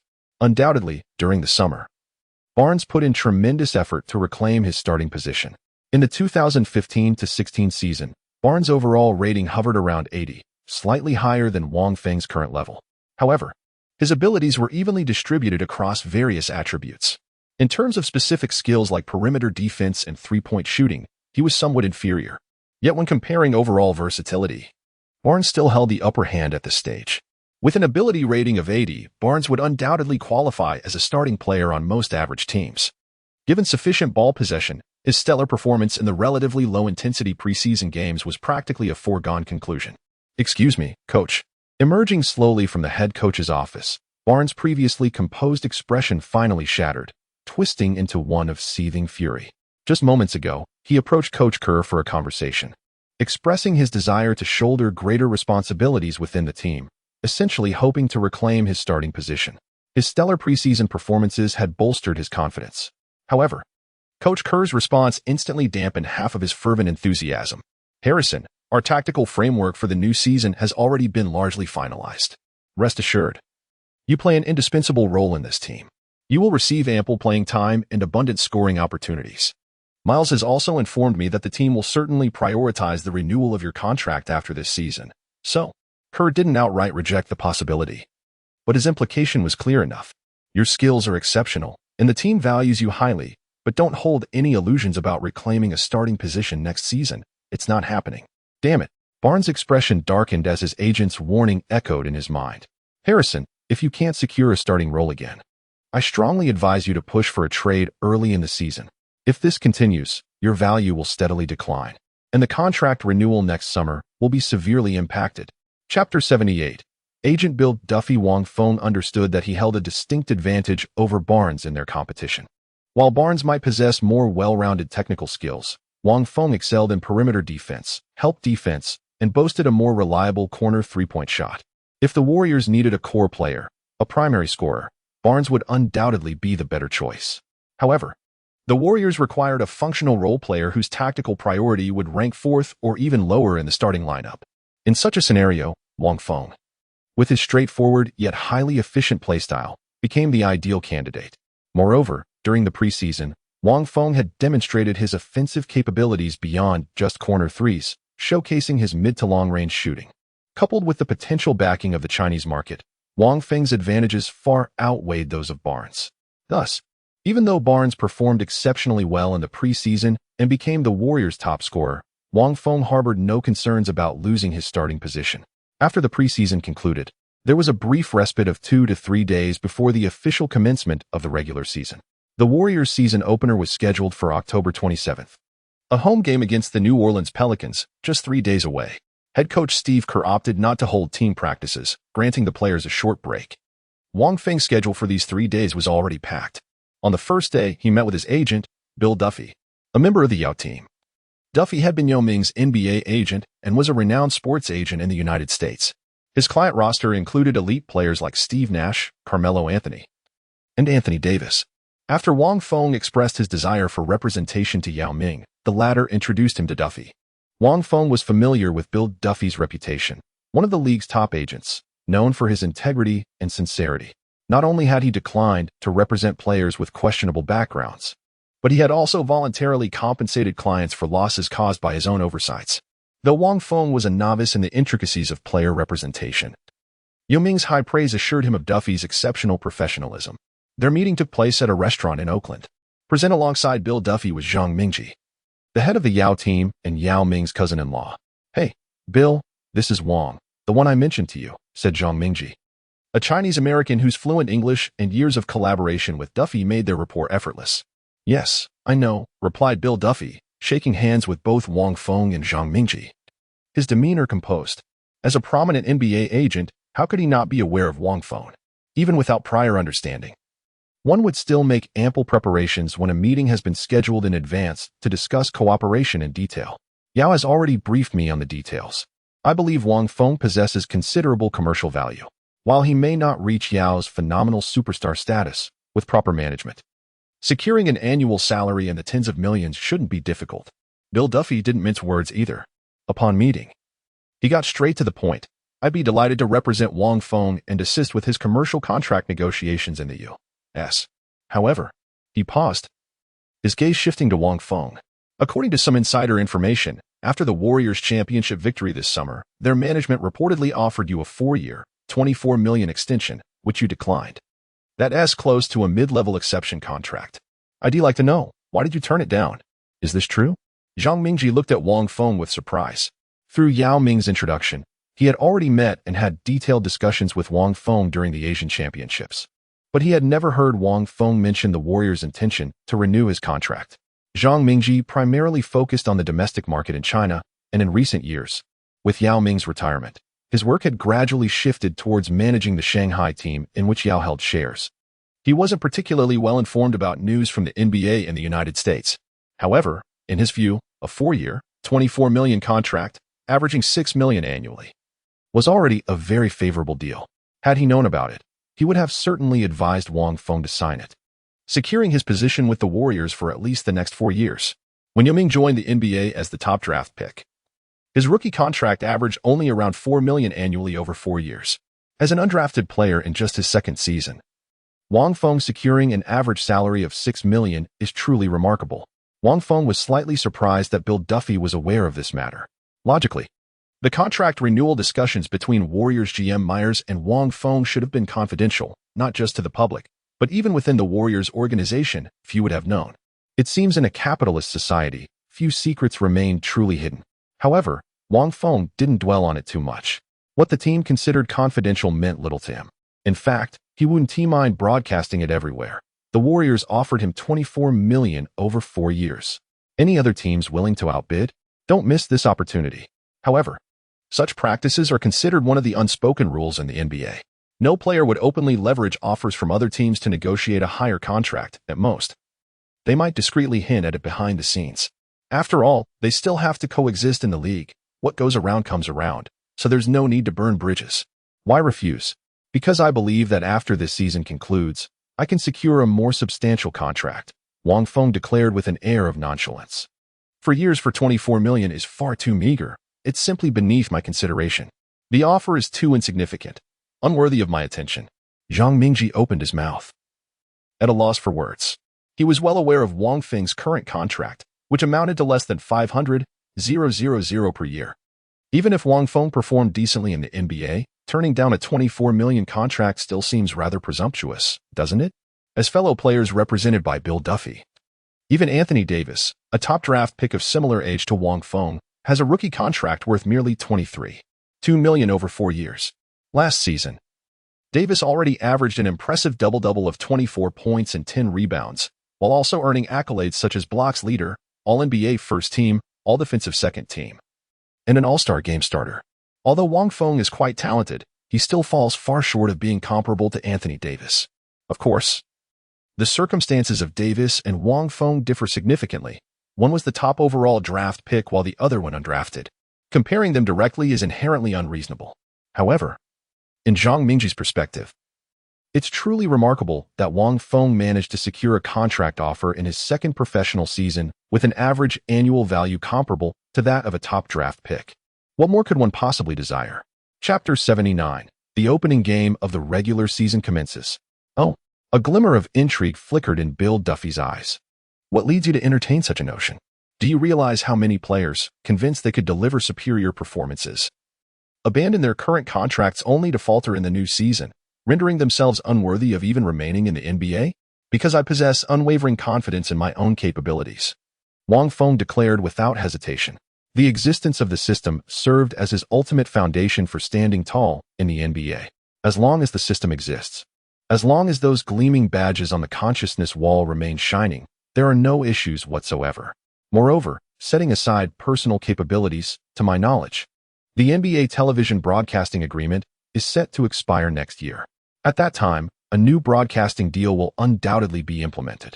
Given the NBA's current influence across the United States, the financial terms of this new agreement will certainly be substantial. Consequently, the league's salary cap will rise accordingly, and players' salaries will naturally follow suit. It is precisely this potential scenario that I've considered, which is why I intend to wait until next year before making any decisions regarding contracts. Bill Duffy stared at Wang Feng for a long moment. Did you study economics in college? Wang Feng shook his head. No, I majored in civil engineering in college. Bill Duffy. To be honest, Wang Feng's words just now had startled him somewhat. Even within his own agency, it had taken meticulous analysis and careful judgment to deduce that the summer of 2016 would likely see a dramatic surge in NBA salaries. And even now, they treated it merely as a speculative projection, offering cautious advice to players nearing the end of their contracts. After all, the magnitude of the television broadcasting deal hinged entirely on the negotiations and strategic maneuvering between the NBA and major networks. For Wang Feng, an absolute outsider, to discern this so clearly, and to boldly reject such a rare contract offer based solely on such conjecture. What extraordinary courage and audacity was this? Of course, Bill Duffy was unaware that Wang Feng was a time traveler who possessed intimate knowledge of future historical developments. Had this not been a parallel universe where butterfly effects might slightly alter certain details, he would have staked his entire fortune without hesitation, effortlessly transforming a modest investment into substantial gains. As for Zhang Mingji, he was utterly bewildered, staring at Wang Feng as if beholding an extraterrestrial being. That very day, Wang Feng swiftly signed an employment contract with Bill Duffy, who would henceforth serve as his agent in the United States, with compensation structured according to the standard NBA commission rates. That evening, Zhang Mingji placed a call across the vast ocean to Yao Ming. So, cousin, how did everything go? Smooth sailing? Well, Wang Feng has already signed the contract with Bill, Zhang Mingji said to Yao over the phone, then hesitated momentarily. However, I have some slight reservations. Reservations? Yao was utterly perplexed. This Wang Feng turned out to be a far more resolute young man than he had anticipated. Throughout his conversation with Bill, he seemed to have already meticulously charted the entire trajectory of his professional career. Zhang Mingji said with concern, having such foresight is certainly commendable, but often, reality diverges from our aspirations. I worry that Wang Feng might follow the path of Yi Jianlian's management team, overestimating his competitive abilities and consequently jeopardizing his NBA career. On the other end of the line, Yao Ming fell silent. After a long pause, he finally responded. The future remains unpredictable for all of us. Yet, as a former professional basketball player, I can confidently assert that Wang Feng possesses the undeniable capability to establish himself in the NBA. Ultimately, we are athletes. Competitive prowess defines everything. Therefore, I believe Wang Feng is trustworthy and worthy of the team's investment of time and effort. Zhang Mingji smiled. Of course I know that. Regardless of what level he may reach in the NBA in the future, even at his current meteoric popularity, endorsement offers from major domestic brands are already pouring in nonstop. The coming months will keep me thoroughly occupied. After finalizing the agent agreement with Yao's team, Wang Feng finally resolved a major challenge. With professional representation handling off-court matters, he could delegate numerous responsibilities and focus the majority of his energy on competitive performance. The preseason break lasted 3 days in total. On the first day, Wang Feng dealt with matters concerning his agent, while the second and third days were spent giving interviews to several domestic media outlets arranged by Zhang Mingji. This was part of Zhang Mingji's strategic development plan for Wang Feng. Following the Asian Championship victory, Wang Feng's popularity had surged domestically, yet Chinese fans still knew relatively little about him. Therefore, increasing exposure through exclusive interviews was essential to attract lucrative sponsorship deals. Under Zhang Mingji's meticulous planning, these interviews were conducted with influential television networks and major sports portals, though they encroached upon Wang Feng's rest time. The substantial financial rewards on the horizon made the sacrifice worthwhile. The hectic off days swiftly passed, and soon, the NBA regular season arrived as scheduled. On October 27th, the 2015-2016 season officially tipped off, with the Golden State Warriors hosting the New Orleans Pelicans in their home opener. Ladies and gentlemen, the new season has begun. In the locker room before the game, Coach Kerr surveyed the assembled players and inquired, "You all must be aware of our objective for this new season, correct?" Naturally, it is to defend our championship title. Green was the first to respond enthusiastically. "We must continue our winning streak and claim the championship. Indeed, our sole objective this new season is none other than defending our title, beyond any outcome, for us who claimed the championship last season. Anything less would be deemed a failure," Kerr uttered solemnly. Though such words may weigh upon you with pressure and psychological burdens, at times, adversity serves as the very impetus that propels us forward. To ascend as the greatest team in history, these formidable challenges must be conquered. Wang Feng sat among the players, watching Cole deliver an inspiring speech to motivate the team. One had to admit that Cole possessed remarkable eloquence in delivering motivational words, as his impassioned address ignited a fiery enthusiasm among the athletes. But for Wang Feng, as a time traveler, he knew all too well just how formidable the Golden State Warriors would be this season. In other words, just how formidable was Curry during this season. The Warriors achieved a historic 24-game winning streak at the start of the regular season, setting the best opening record in NBA history. They ultimately finished with an unprecedented 73-9 record, surpassing Michael Jordan's Bulls' legendary 72-win season. Wang Feng strived to remain with the Warriors and seize Barnes' starting position precisely to ride the wave of this golden era for the team. The 2015-2016 regular season had commenced. Chapter 80. Opening victory and post-game interview. The Golden State Warriors' opening game opponent, the New Orleans Pelicans, was far from a powerhouse in the league. Even during their predecessor's era as the New Orleans Hornets, led by the formidable Chris Paul, their best playoff performance never surpassed the second round. After Paul's departure, the Pelicans plummeted in the standings, eventually securing the first overall draft pick and selecting the prodigious Anthony "the Brow" Davis. Davis' talent is undeniably among the greatest in NBA history. In over 3 years, he single-handedly lifted the Pelicans from the league's basement. Last season, they finally returned to the playoffs, only to be unceremoniously swept in the first round as the 8th seed by the dominant Warriors. Eager for redemption in the new season's opener, the Pelicans sought vengeance for their playoff humiliation. Yet the disparity in strength between the two teams proved insurmountable. Stephen Curry, fresh off claiming both the MVP and Finals MVP honors, was brimming with confidence. In the first quarter alone, he unleashed a staggering 13 shot attempts, sinking 9, including 4 of 7 from beyond the arc, to rack up an electrifying 24 points. Although the Pelicans had Ishmael Smith stepping up off the bench with a perfect 5-4-5 shooting to contribute 11 points and keep the game close, they still trailed by 4 points, 39-35, at the end of the first quarter. However, in the second quarter, the Warriors tightened their defense and collapsed their formation, immediately disrupting the Pelicans' offensive rhythm. New Orleans managed only 14 points in the period. Meanwhile, Stephen Curry rested for an extended stretch, attempting just 5 shots as the ball was distributed among his teammates. Unlike Curry, who had been scorching hot, Klay Thompson struggled with his shot in the first quarter, missing several attempts, and Draymond Green faced similar difficulties. This, however, created an opportunity for Wang Feng. In the first quarter, he had taken only 2 shots from beyond the arc, making 1 three-pointer. But in the second quarter, he seized 6 attempts, 2 from deep and 4 inside the arc, converting 4 of them for 9 points. His scoring burst helped the Warriors put up 26 points in the quarter, extending their lead to 16 by halftime.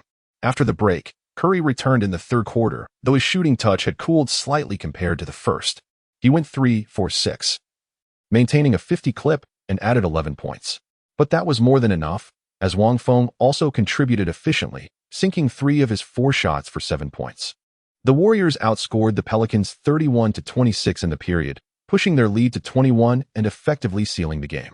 By the fourth quarter, most of Golden State's starters were rested, With the team rolling out a full bench lineup against the Pelicans, desperate to cut into the deficit, New Orleans briefly kept their starters in, but after just 3 minutes, their coach pulled Anthony Davis and other key players off the floor. In that short span, the Pelicans were confronted with a disheartening realization: the Warriors' second unit was just as formidable. The Warriors' bench lineup, led by Iguodala, Barnes, and Livingston, demonstrated remarkable scoring prowess and defensive tenacity. Throughout these 3 minutes of intense competition, they didn't show the slightest sign of inferiority. If even the substitutes prove insurmountable, how can one possibly contend in this match? The Warriors effortlessly secured a triumphant season opener with a commanding 117-95 victory.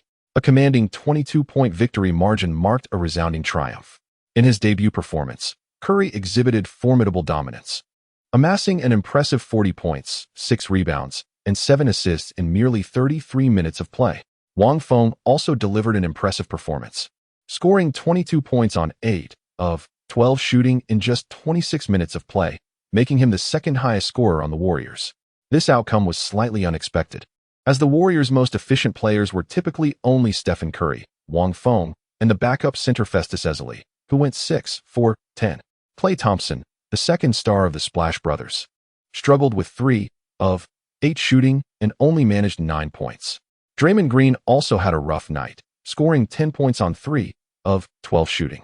Meanwhile, Harrison Barnes, the original starting small forward for the Warriors, came off the bench but still logged nearly 30 minutes of playing time, only to produce a disappointing 8 points on 3 of 12 shooting. While the Warriors' victory undoubtedly delighted their fans, it also left many scratching their heads. How did they manage to win like this? Most spectators dismissed the outcome of this match as inconsequential. The Pelicans were never a formidable adversary for the Warriors. Having been swept 4-0 in last season's playoffs, their defeat was utterly predictable. Klay Thompson and Draymond Green's shooting slumps were trivial matters. Few athletes maintained scorching form indefinitely, and their rhythm would inevitably return as the season progressed. As for Wang Feng's 22-point debut performance, it similarly failed to garner significant attention. His explosive scoring prowess had already surfaced last season. When granted opportunities, his lethal three-point accuracy could effortlessly yield 30-point outbursts.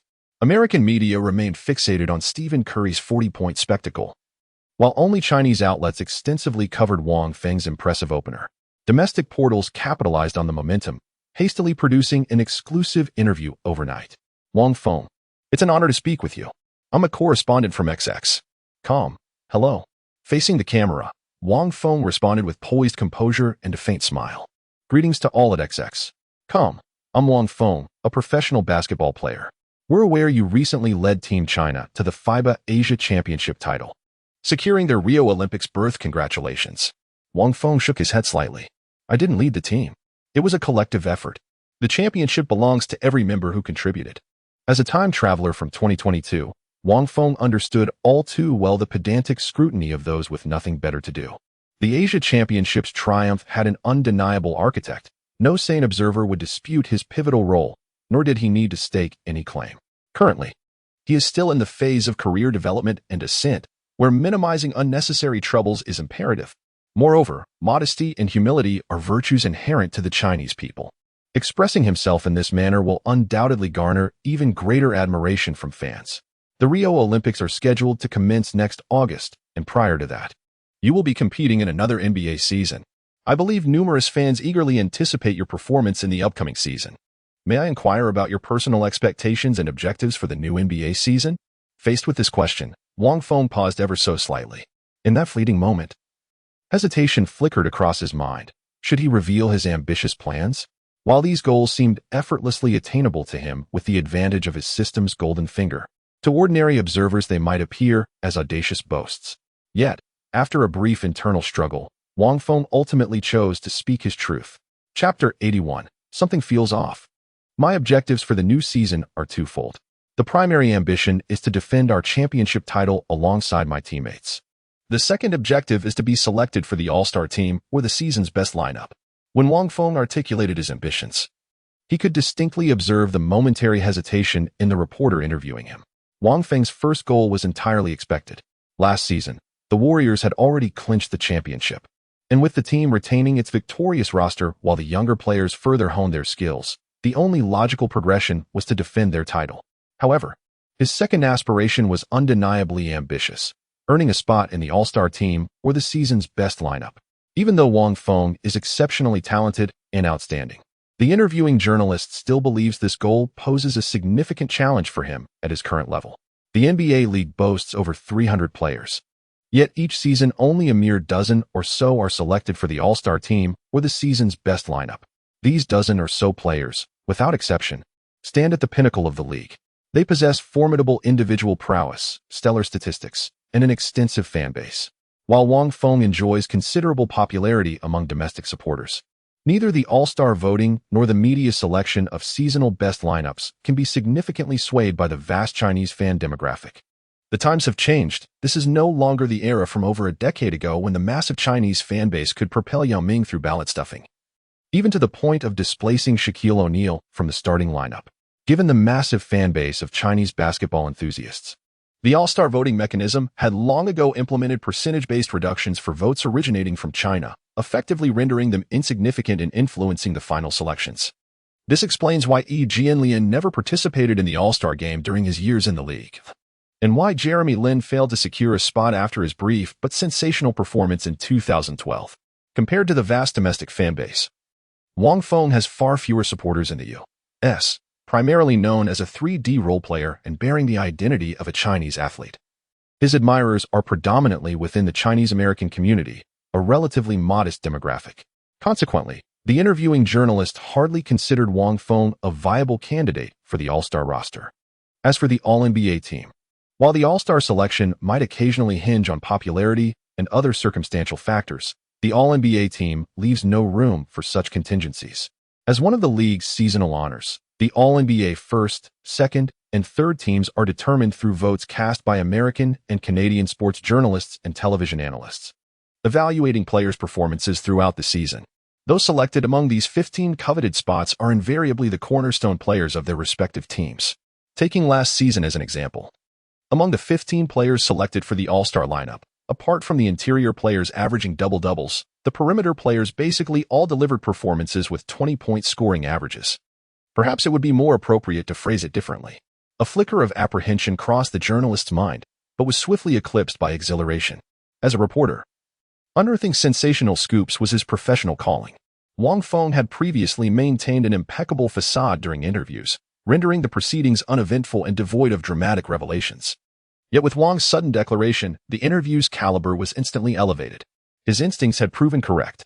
After the interview video was edited and published on the website, Wang Feng's two objectives, more precisely, the second personal goal, immediately sparked heated discussions. Wang Feng aspires to make the All-Star team in the new season and compete for the best lineup? It seems the Asian Championship victory has completely gone to his head, making him lose sight of his true capabilities. You may reign supreme in Asia, but in the NBA, you're merely an insignificant role player. Surely not. Could it be? Does Wang Feng truly believe the Warriors' championship last season was due to his contributions? The Warriors roster was already formidable, capable of clinching championships with or without you. Don't delude yourself into thinking you're truly exceptional just by riding their coattails to victory. The higher you're elevated, the harder you'll fall.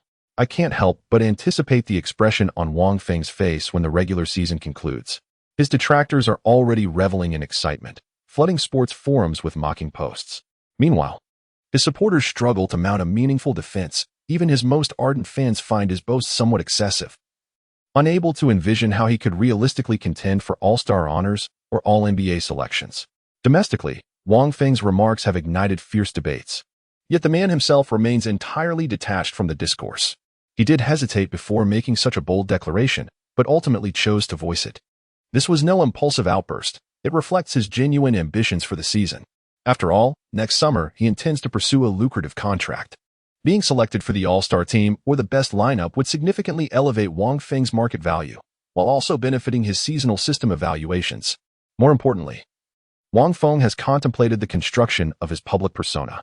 In the forthcoming information age, traffic reigns supreme, much like in the entertainment industry, where many young idols with limited acting skills command salaries that veteran actors could never attain in their lifetimes through sheer popularity alone. Currently, Wang Feng may be perceived by many as arrogant and presumptuous. However, should he actually achieve his ambitions, public perception would undergo an immediate and dramatic reversal. Arrogance transforms into candor, and conceit evolves into confidence. Many fans may even regard this incident as an anecdote, further amplifying and enhancing Wang Feng's influence and popularity. Of course, all of this hinges upon Wang Feng's ability to fulfill his promises. In other words, no matter what happens, he must be selected for the All-Star team or the All-NBA lineup this season. Otherwise, just as the naysayers claim, the higher he is elevated now, the harder Wang Feng will fall from those lofty heights when the time comes. While the interview with Wang Feng sparked heated debates domestically in China, it went largely unnoticed in the United States. After the opening game of the regular season, matches began unfolding in full swing. On October 30th, the Warriors faced the Houston Rockets away, securing a comfortable 112-92 victory. Wang Feng scored 18 points with 6 out of 11 shots, once again ranking second in team scoring, just behind Curry, who dominated with 25 points from 9 out of 15 attempts. In this game against Harden, Wang Feng's formidable defensive prowess was on full display once more. Under Wang Feng's relentless defense, Harden struggled with a dismal 4 for 18 shooting performance, barely scraping together 16 points through his signature free throw prowess. On October 31st, the Warriors clashed with the Pelicans once more on the road, securing a 134-120 victory and marking their second triumph over New Orleans. Curry, who had previously torched the Pelicans for 40 points just 4 days prior, erupted yet again, draining 17 of 27 attempts to deliver a masterful 53-point spectacle. Meanwhile, Wang Feng quietly thrived under the radiant shadow of Curry's brilliance, delivering an impressive 7 out of 12 field goals, including 4 out of 5 three-pointers, amassing a total of 21 points. The Warriors secured their third consecutive victory at the season's outset, leaving fans both elated and astonished. To their bewilderment, over these 3 games, Wang Feng has been averaging 20 points per game, inexplicably emerging as the team's second leading scorer. What on earth is happening? This defies all logic. How could Wang Feng's scores surpass even Thompson's?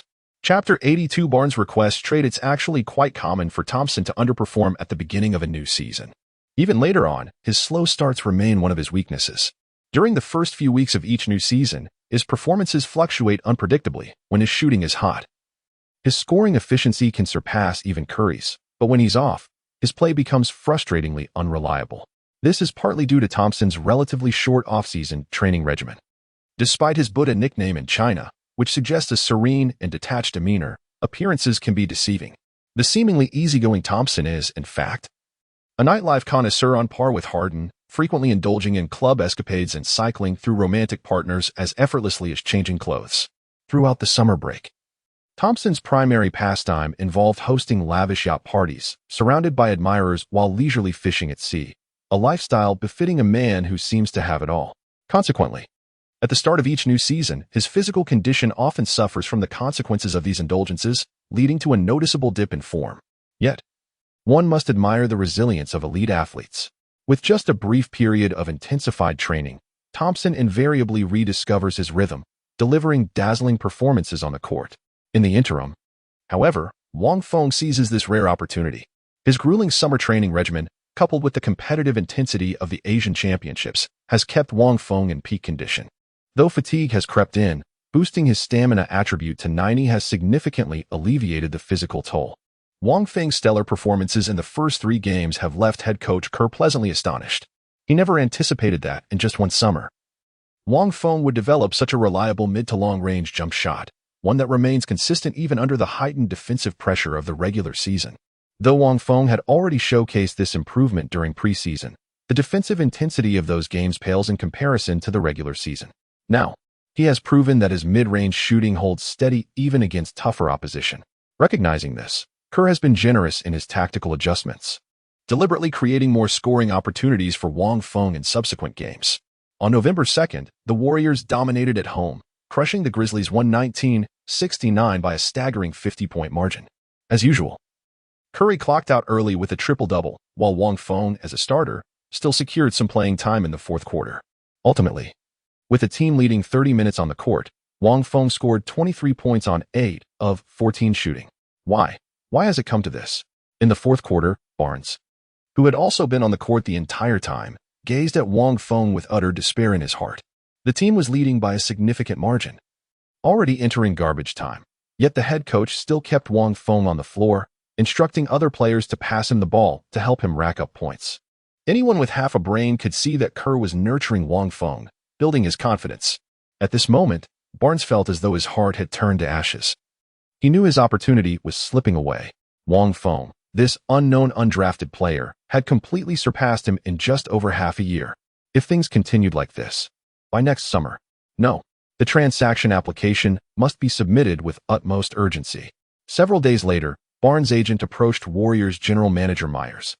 Tactfully expressing Barnes' frustration and dissatisfaction with his current role on the team, hoping to explore a trade to another franchise.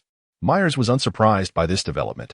In truth, he had been contemplating this very issue recently. Initially envisioned as a crucial piece in the team's foundation, Barnes possessed considerable potential and seemed an ideal complement to the Splash Brothers' playing style and the small ball strategy. However, the emergence of Wang Feng as a superior alternative had altered the equation. With superior perimeter defense, more lethal three-point shooting, and now a refined mid-range game matching or surpassing Barnes' efficiency, Wang had effectively rendered Barnes expendable. The choice between the two held no suspense whatsoever. In truth, Barnes' impressive preseason performance had earned him some opportunities. During the initial games of the regular season, though coming off the bench, he still secured considerable playing time, even approaching 30 minutes at one point. Yet his performance proved profoundly disappointing. In the season opener against the Pelicans, he managed only 3 successful shots out of 12 attempts, and his shooting percentage hovered around a mere 40 in subsequent games. For the majority of his court time, Barnes faced opposing teams' bench players prime opportunities to score and widen the gap, yet he consistently failed to capitalize. With his impending contract renewal next summer carrying a hefty price tag and no discernible superiority over Wang Feng currently evident, what justification remains for the team to retain him? Before the contract expires, trading Barnes away in exchange for more valuable assets is undoubtedly the optimal solution. Soon, news spread across the league that the Warriors had placed Harrison Barnes on the trading block, sparking considerable interest from multiple teams. Despite losing the internal competition to Wang Feng, Barnes as a promising rookie still possesses numerous commendable qualities. His exceptional physical attributes, stellar defensive skills, and versatile offensive arsenal make him a highly valuable developmental prospect. Given sufficient playing time and offensive opportunities, he has the potential to blossom into an all-star caliber player, a fact Wang Feng, as a transmigrator, understands all too well. According to the original timeline, after his rookie contract expires next summer, Barnes would sign a max 4-year, $94 million deal with the Dallas Mavericks. In the 2016-17 season, as the Mavericks' primary core, Barnes would average 19.5 points per game for 2 consecutive seasons. While not spectacular, his performance would still justify his contract value. Wang Feng learned of Barnes being shopped from his agent, Bill Duffy. Surprisingly, upon hearing the news, he found himself not particularly relieved. Logically, Barnes' departure would solidify his starting small forward position, which should have delighted him. Yet, in reality, Wang Feng remained remarkably composed, as if it were merely an insignificant triviality. Indeed, for Wang Feng at this stage, Barnes had long ceased to pose any threat. Even if he remained with the Warriors, there was not the slightest chance of reclaiming the starting position from Wang. By mid-November, after prolonged negotiations, Barnes was finally traded away from the team. The franchise that acquired him came as a mild surprise to Wang. It was none other than the Dallas Mavericks once again. To secure Barnes, the Mavericks parted with 2 future second-round draft picks, a sum of cash compensation, and a blue-collar center, the notorious enforcer Zaza Pachulia. Though slightly unexpected, upon reflection, the move made perfect sense. The Mavericks had previously been willing to offer Barnes a max contract of $94 million over 4 years, clearly holding his potential in high regard. Thus, paying a modest price half a year early to acquire him was hardly surprising. The only twist of fate was that the Warriors ended up with Pachulia ahead of schedule, an uncanny coincidence indeed. Chapter 83. The winning streak. Barnes' departure through the trade was undoubtedly a blessing for Wang Feng. Not only would he no longer have to endure that arrogant, disdainful expression in the locker room, but more importantly, with Barnes gone, Wang, who played the same position, would now share a portion of the playing time that had previously belonged to him. In the blink of an eye, November came to an end. From the season's commencement in late October through November, the Warriors had played a total of 19 games. What left everyone utterly astonished was that the team had triumphed in every single one of those matches, maintaining an impeccable undefeated record. Even though most of the opponents in these matches were teams ranked relatively low in the league, with the only formidable one being the Los Angeles Clippers on the 19th. The Warriors' astonishing 19-game winning streak right from the start left the entire league in awe. What was even more astounding was the exceptionally efficient performance of the Golden State players. Stephen Curry maintained his opening game brilliance throughout, averaging an impressive 33 points per game over the 19 matches, with a remarkable three-point shooting percentage of 45. Klay Thompson, despite a sluggish start, swiftly rediscovered his rhythm as the game progressed, gradually regaining his form. His current statistics have stabilized around 18 points per game, with a three-point shooting percentage exceeding 40. Draymond Green continues to showcase his versatility as a point forward, averaging 7 points, 5 rebounds, and 4 assists per game, making substantial contributions on both ends of the court. Yet, without a doubt, the most astonishing figure on the Warriors remains Wang Feng. Last season, as a 3-and-D player, Wang Feng secured his starting position with the Warriors through his three-point shooting and defensive prowess. This new season, while maintaining his steady three-point percentage, he has also developed a more diverse offensive skill set. Through 19 games, Wang Feng is averaging close to 15 shot attempts per game with a field goal percentage nearing 50. His three-point shooting stands at an impressive 48, even surpassing Stephen Curry's mark. His shot attempts are slightly fewer than Curry's.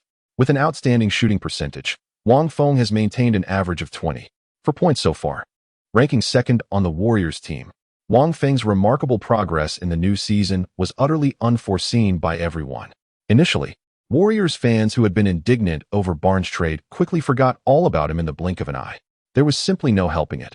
Wang Feng was just too irresistible. Essentially an upgraded version of Barnes on both offense and defense, or more precisely, Wang now appeared to resemble a three-point enhanced, mid-range diminished version of Paul George. George, who had just returned from injury this season, was performing quite admirably for the Pacers, averaging 23 points, 7 rebounds, and 4 assists in 35 minutes per game. However, having missed an entire season, he struggled to readjust to the pace of the game, shooting just over 41 from the field. When comparing Wang Feng's individual stats to George's, aside from the noticeable gap in rebounds and assists, the differences were minimal. In fact, Wang's efficiency was even superior to George's. Certainly, no one would argue that Wang Feng has now surpassed George as a more efficient scorer, while Wang's remarkable statistical performance owes much to his significant personal improvement. It is evident that the overwhelming offensive threat posed by the backcourt duo of Curry and Thompson has been an even greater boon. When Wang is on the court, he rarely faces particularly tight defense, nor does he draw the attention of elite defensive specialists. Any knowledgeable observer understands that the key to defeating the Warriors lies in containing Curry. With Curry and Thompson drawing defensive focus, Wang, equipped with multiple shooting badges and an average shooting rating above 80, naturally thrives, scoring with almost divine ease. Wang harbors no guilt over this advantage. Rather, he embraces it without hesitation, shamelessly seizing every opportunity to pad his stats. The system's presence serves as a constant reminder. His performances in both the regular season and playoffs will be evaluated as criteria, directly determining his final rating at season's end. The level of performance ratings will determine the richness of seasonal rewards.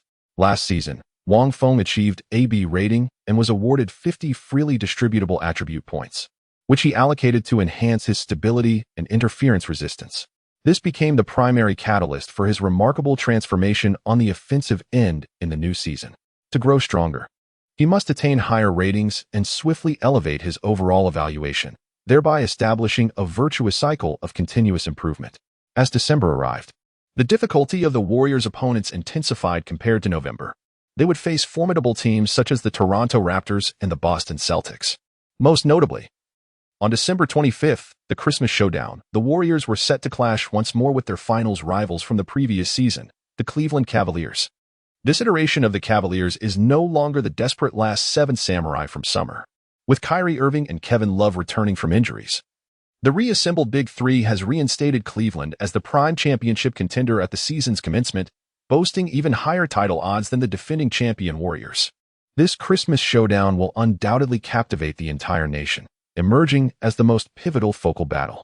As a time traveler, Wang Feng is acutely aware of the outcome of this match. The Warriors, riding a wave of momentum, will ultimately prevail. However, prior to this clash, their winning streak shall meet its demise. On December 12th, the Warriors faced the Milwaukee Bucks on the road. This season, the Bucks remain cellar dwellers of the league, with Giannis Antetokounmpo merely beginning to display his brilliance, averaging modest numbers of 16, 9 points, 7 rebounds, and 3 assists. The Warriors' defeat stemmed from their own shortcomings rather than the Bucks' prowess. Now, the Warriors possess Wang Feng, who holds knowledge of the future. Wang wonders curiously with his assistants. Can the Warriors triumph in this otherwise destined loss? Can they prolong their season-opening winning streak to surpass the Heat's 27-game record, or even challenge the Lakers' legendary 33-game run? With the addition of Wang Feng to the Warriors team that was originally projected to achieve a 73-9 record this season, could their performance potentially reach even greater heights? On December 2nd, the Warriors triumphed over the Hornets in an away game. On December 5th, the Warriors triumphed over their formidable rivals, the Raptors, on their home court. The following day, December 6th, they secured another consecutive victory against the Nets in a back-to-back game. One exhilarating triumph after another continuously extended the Warriors' winning streak. Soon, time arrived at December 12th. With their winning streak already accumulated to 24 victories, the Warriors faced their 25th game of the season, an away match against the Milwaukee Bucks. "My goodness, this is utterly insane," murmured Curry in the visiting locker room of Milwaukee's Bradley Center, pressing his fingers to his temples. "I feel like I'm reaching my limit." The expressions worn by the other Warriors players in the locker room mirrored his sentiment, a bittersweet mixture of exhaustion and exhilaration. Chapter 84. Engulfed in a grueling battle, the December schedule proved rather unforgiving for the Warriors. Not only did they face increasingly formidable opponents, but the arrangement of games was far from ideal. By the time they squared off against the Bucks, the team had already endured 6 consecutive away games, with this marking their 7th. This brutal 7-game road trip took a significant toll on the players' stamina. Moreover, the psychological weight of maintaining their winning streak added another layer of strain. At this moment, Wang Feng finally grasped why the Warriors of another timeline had stumbled against the Bucks under similar circumstances. The dual pressures of physical exhaustion and mental fatigue were simply overwhelming. Even Wang Feng, with his stamina honed beyond 90, felt utterly drained after this relentless stretch of away games. "Gentlemen," he urged, "we cannot afford to let this golden opportunity to extend our historic streak slip through our fingers so easily." Green clapped his hands enthusiastically and exclaimed loudly, "Summon your perseverance and fighting spirit, grit your teeth, and triumph in this match. If we secure victory in this match, we can finally return to our home ground. Moreover, there are 5 consecutive home games ahead, providing ample time for rest." Within the Warriors roster, Green remains the most passionate and proactive presence, and his words are not without merit. If they can endure this challenging phase, the Warriors' upcoming schedule will become significantly easier. Who knows, they might even surpass the Lakers' legendary 33-game winning streak and etch their names into the annals of history. For any player, this would be an immensely alluring opportunity. However, the Warriors' physical stamina was already teetering on the brink of exhaustion. Problems emerged almost immediately as the game commenced. The Warriors' remarkable 24-game winning streak had not been built solely upon their formidable offensive firepower. The true linchpin of their success lay in their ability to maintain relentless offense, while simultaneously upholding a robust defensive system. Draymond Green and Wang Feng, 2 defensive stalwarts, anchored the team's interior and perimeter defense respectively, forging an airtight defensive framework. Though the Warriors predominantly employed a small ball strategy with an exceptionally fast-paced offense, resulting in higher average points conceded, their defensive efficiency per 100 possessions ranked among the league's elite. Yet, in their clash against the Bucks, their defense crumbled spectacularly within the first quarter alone. Bucks guard Michael Carter-Williams repeatedly exploited Stephen Curry off the dribble, slashing into the paint with ease. Green, typically the defensive anchor, found himself a step slow in rotation, allowing uncontested finishes. Meanwhile, Wang Feng also faltered defensively. His assignment was not Giannis Antetokounmpo, but rather small forward Chris Middleton, the Bucks' leading scorer at the time, averaging nearly 15 shot attempts per game, more even than the Greek Freak. A forward specializing in mid to long-range shooting, Middleton's style bore resemblance to that of the legendary mid-range maestro Richard Hamilton, relying on perpetual off-ball movement to create opportunities. And this was precisely Wang Feng's greatest defensive vulnerability. Not that his stamina was lacking, his 90-rated endurance, while not on par with Iron Men like Kobe Bryant or LeBron James, was more than sufficient to sustain him through the rigors of a standard NBA game. The issue lies in the grueling 7-game road trip, which has exacted an immense toll on physical stamina. Whenever Middleton sprinted across the court, Wang Feng attempted to quicken his pace to keep up. Yet his legs felt as though they were weighed down by lead. In the first quarter alone, Middleton made 4 out of 5 shots, boasting an 80 field goal percentage as he effortlessly racked up 10 points against Wang Feng. The Bucks' offense faced no resistance, cruising to 36 points in the opening period. Fortunately, despite their defensive lapses, the Warriors maintained their usual offensive efficiency. Curry contributed 12 points, Thompson added 7, while Wang Feng and Green each chipped in 5, keeping the team within 3 points at 33 by quarter's end. Recognizing his players' visible exhaustion, Coach Kerr initiated a full-scale rotation at the start of the second quarter. Veterans like Iguodala, Livingston, and Barbosa took the floor, leaving only Klay Thompson as the lone starter. On paper, this lineup was weak, especially with Thompson and Iguodala leading, capable of holding their own against lesser starting units. Yet, the second quarter belonged to Giannis Antetokounmpo. The 2015-16 season-esque Greek Freak was still a far cry from the dominant force he'd later become, but under Coach Jason Kidd's guidance as a point forward, his potential flickered ominously. Matched against Green in the first quarter, Giannis had been quiet. But with Green resting and the slender Livingston now guarding him, he erupted. In just 12 minutes, Giannis sank 7 of 11 shots, added 2 free throws, and dominated with 16 points and 4 rebounds. The Warriors, meanwhile, leaned heavily on Thompson's scoring. Curry re-entered late in the quarter to salvage the offense but misfired on all 3 attempts, failing to score. The Bucks outscored Golden State 34-25, stretching the halftime lead to 12. Worse, as the game wore on, the Warriors' already depleted energy reserves would only dwindle further. At halftime, the locker room was silent. Players, including the usually vocal Green, sat draped in towels, heads bowed, conserving every ounce of strength. Only Coach Kerr remained active, scribbling plays on his clipboard for the second half. This can't continue. Wang Feng sat apart, brow furrowed. The lifeless second quarter performance foretold a grimmer second half, and certain defeat if nothing changed. According to the original course of history, the Warriors were destined to lose this game, and their winning streak would have been halted at 24 consecutive victories. But if that were truly the case, what purpose would his presence on the Warriors team serve? In an alternate reality where he was absent, Barnes thrived as the starting small forward for the Warriors, securing a championship last season. Moreover, during the 2015-16 campaign, he contributed to the team's historic 73-9 record. In this timeline, Wang Feng, with the assistance of his system and badges, successfully edged out Barnes to become the new starting small forward for the Warriors. Logically speaking, being more formidable than Barnes, he should have elevated the Warriors to even greater heights. Even a mediocre team like the Bucks proved insurmountable. How could they possibly avoid another collapse against the mighty Cleveland Cavaliers in the finals, surrendering a commanding 3-1 lead through 3 consecutive defeats? Wang Feng's eyes gleamed with determination. No matter what, this match must be won. With such thoughts in mind, Wang Feng directly entered his consciousness space and gazed upon his data panel. It had been a month and a half since the conclusion of the Asian Championships.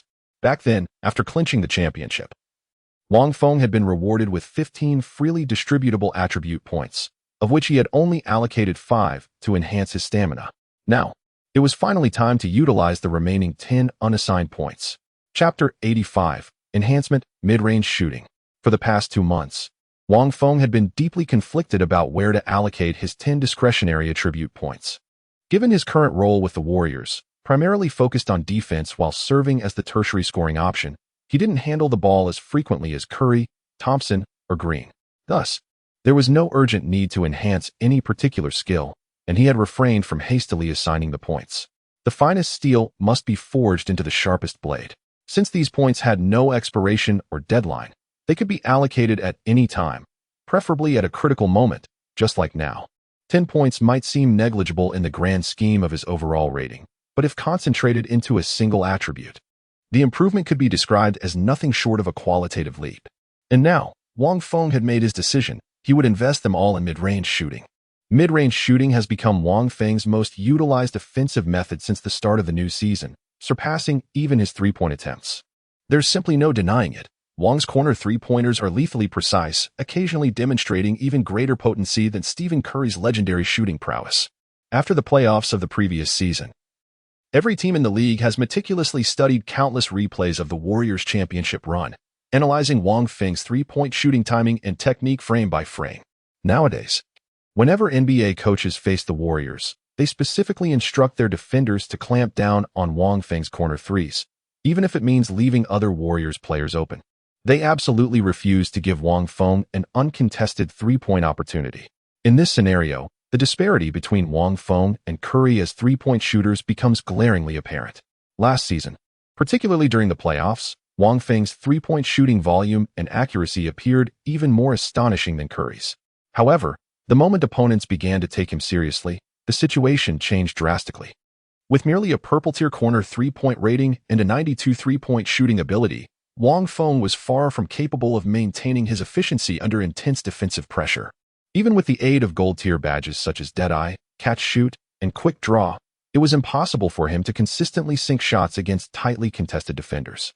This new season has seen a noticeable decline in both the frequency and accuracy of Wang Feng's corner three-point attempts compared to the previous year. In contrast, Curry, as one of the league's elite stars, often faces relentless defensive pressure, even double teams, yet still manages to maintain an astounding three-point shooting percentage of around 45% under such high-stakes conditions. Wang Feng could only look on with envy. Given his current skill level and badges, reaching Curry's caliber was utterly unattainable, at least within the 2K gaming universe. Curry boasted a perfect 99 rating for three-point shooting, adorned with countless shooting-related badges. The long-range artillery that extended his three-point range, a steadfast marksman enhancing shooting consistency, the hot zone hunter that boosts accuracy in familiar areas, the blazing start that fortifies the momentum of maintaining shooting rhythm after successful attempts, enhancing the accuracy of difficult shots. The king of difficult shots. Perhaps reality and the game differ, but at least in the virtual realm, Curry's formidable three-point prowess is entirely supported by these powerful badges. Wang Feng currently possesses only a few shooting-related badges, with a three-point rating of merely 92, making him unworthy of comparison to Curry. The reason his three-point shooting percentage still leads Curry's is solely due to the Warriors' small ball tactics and the space created by two elite shooters.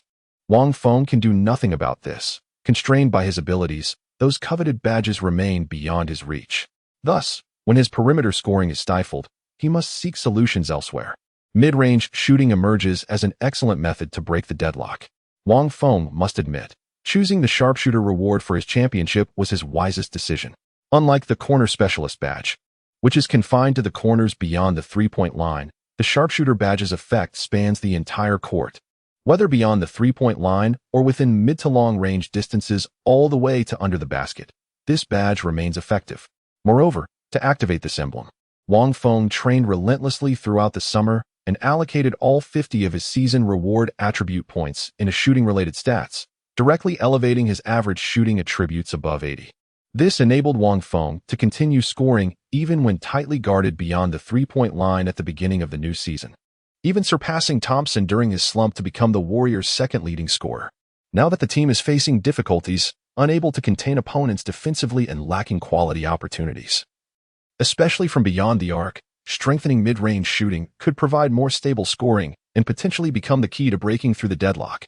Wang Feng had never dedicated much effort to practicing his mid-range jump shot, yet this skill remained one of the few relatively strong abilities inherited from the original Wang Feng. He still remembered how abysmal his initial stats were when he first transmigrated into this world. Among the handful of passable attributes were an 85 in free throws, an 81 in three-point shooting, and a 79 in mid-range shooting. Though he and T focused specifically on training it, nearly a year in the NBA, with its rigorous regimen, had subtly elevated many of his skills, including his mid-range shot, which had now improved from 79 to 82. System, enhance mid-range shooting to 90. All remaining points shall be allocated to enhancing the stability attribute. To enhance the mid-range shooting attribute to 90 requires 8 freely distributable skill points. Player Wang Feng currently possesses 10 remaining free allocation points.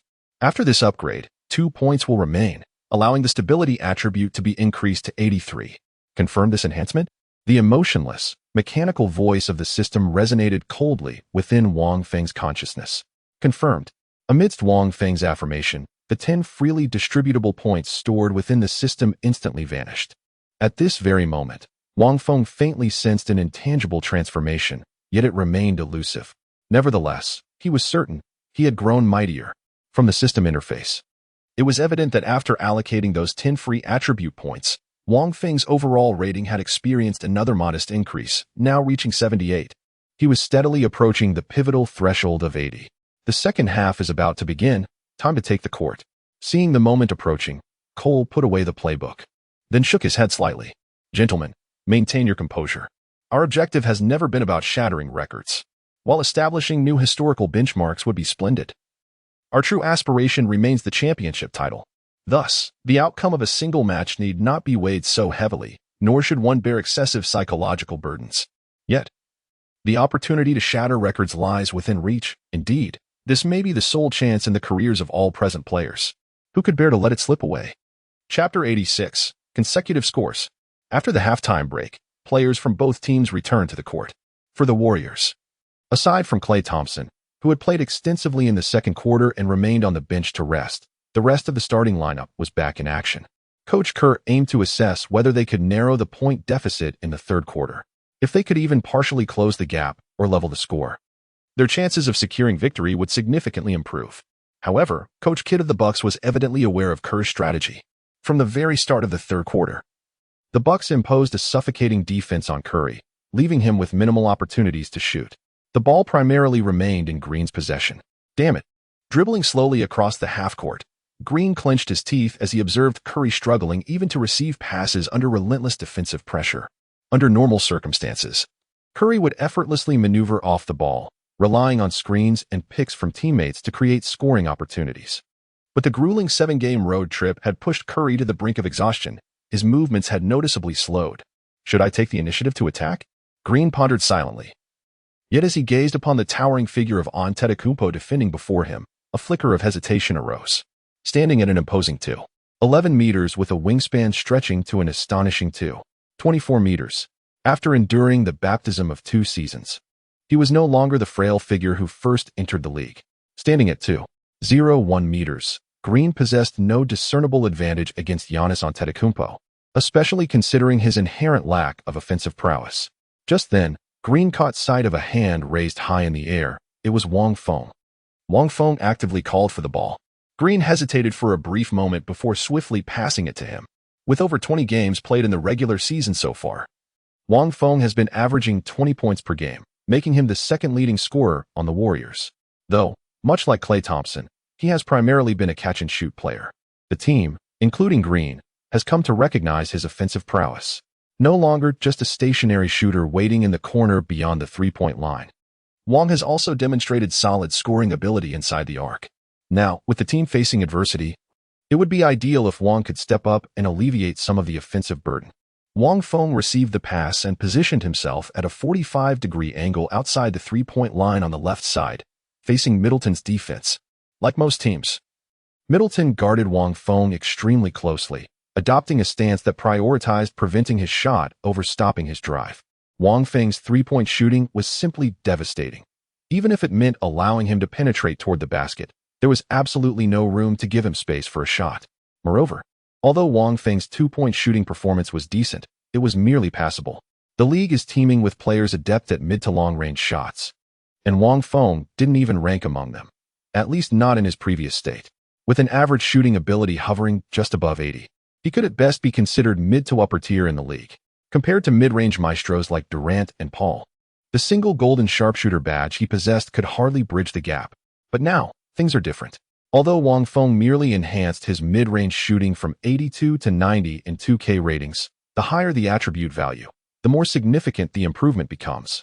In fact, every single point above 90 represents a monumental leap in performance. Confronted with Middleton's suffocating defense, Wang Feng reacted without hesitation, immediately driving the ball toward the paint with decisive aggression. With a speed and agility rating of 90, Wang Feng, despite not having high dribbling stats, possessed remarkable breakthrough speed. Middleton, who was guarding too closely, couldn't keep up with his swift footwork and was effortlessly bypassed in a single stride, charging straight into the three-point line. Wang Feng halted just before the Bucks' interior defense could react, then leaped for a jump shot. The quick shooter badge activated. The qualifying badge took effect instantly. Neither Middleton chasing from behind nor the players rushing out to defend in the paint could react in time. They could only watch as Wang Feng released his shot. Swish. From a spot just beyond the free throw line, Wang Feng's pull-up jumper swished through the net, adding 2 points to the scoreboard. This offensive play by Wang Feng barely registered on the Milwaukee Bucks' radar. After all, it was merely a two-pointer, and with the Bucks maintaining their offensive tempo, closing the gap solely through such modest scoring seemed an uphill battle. Yet, the situation took an unexpected turn. On the Bucks' ensuing possession, forward Jabari Parker's shot was deftly disrupted by Wang Feng's timely help defense, sending the attempt to rye off the rim. Draymond Green secured the rebound. But with the Warriors visibly fatigued, he opted against pushing the pace, instead calmly advancing the ball to orchestrate the half-court offense. Once again, Wang Feng extended his hand, demanding the ball.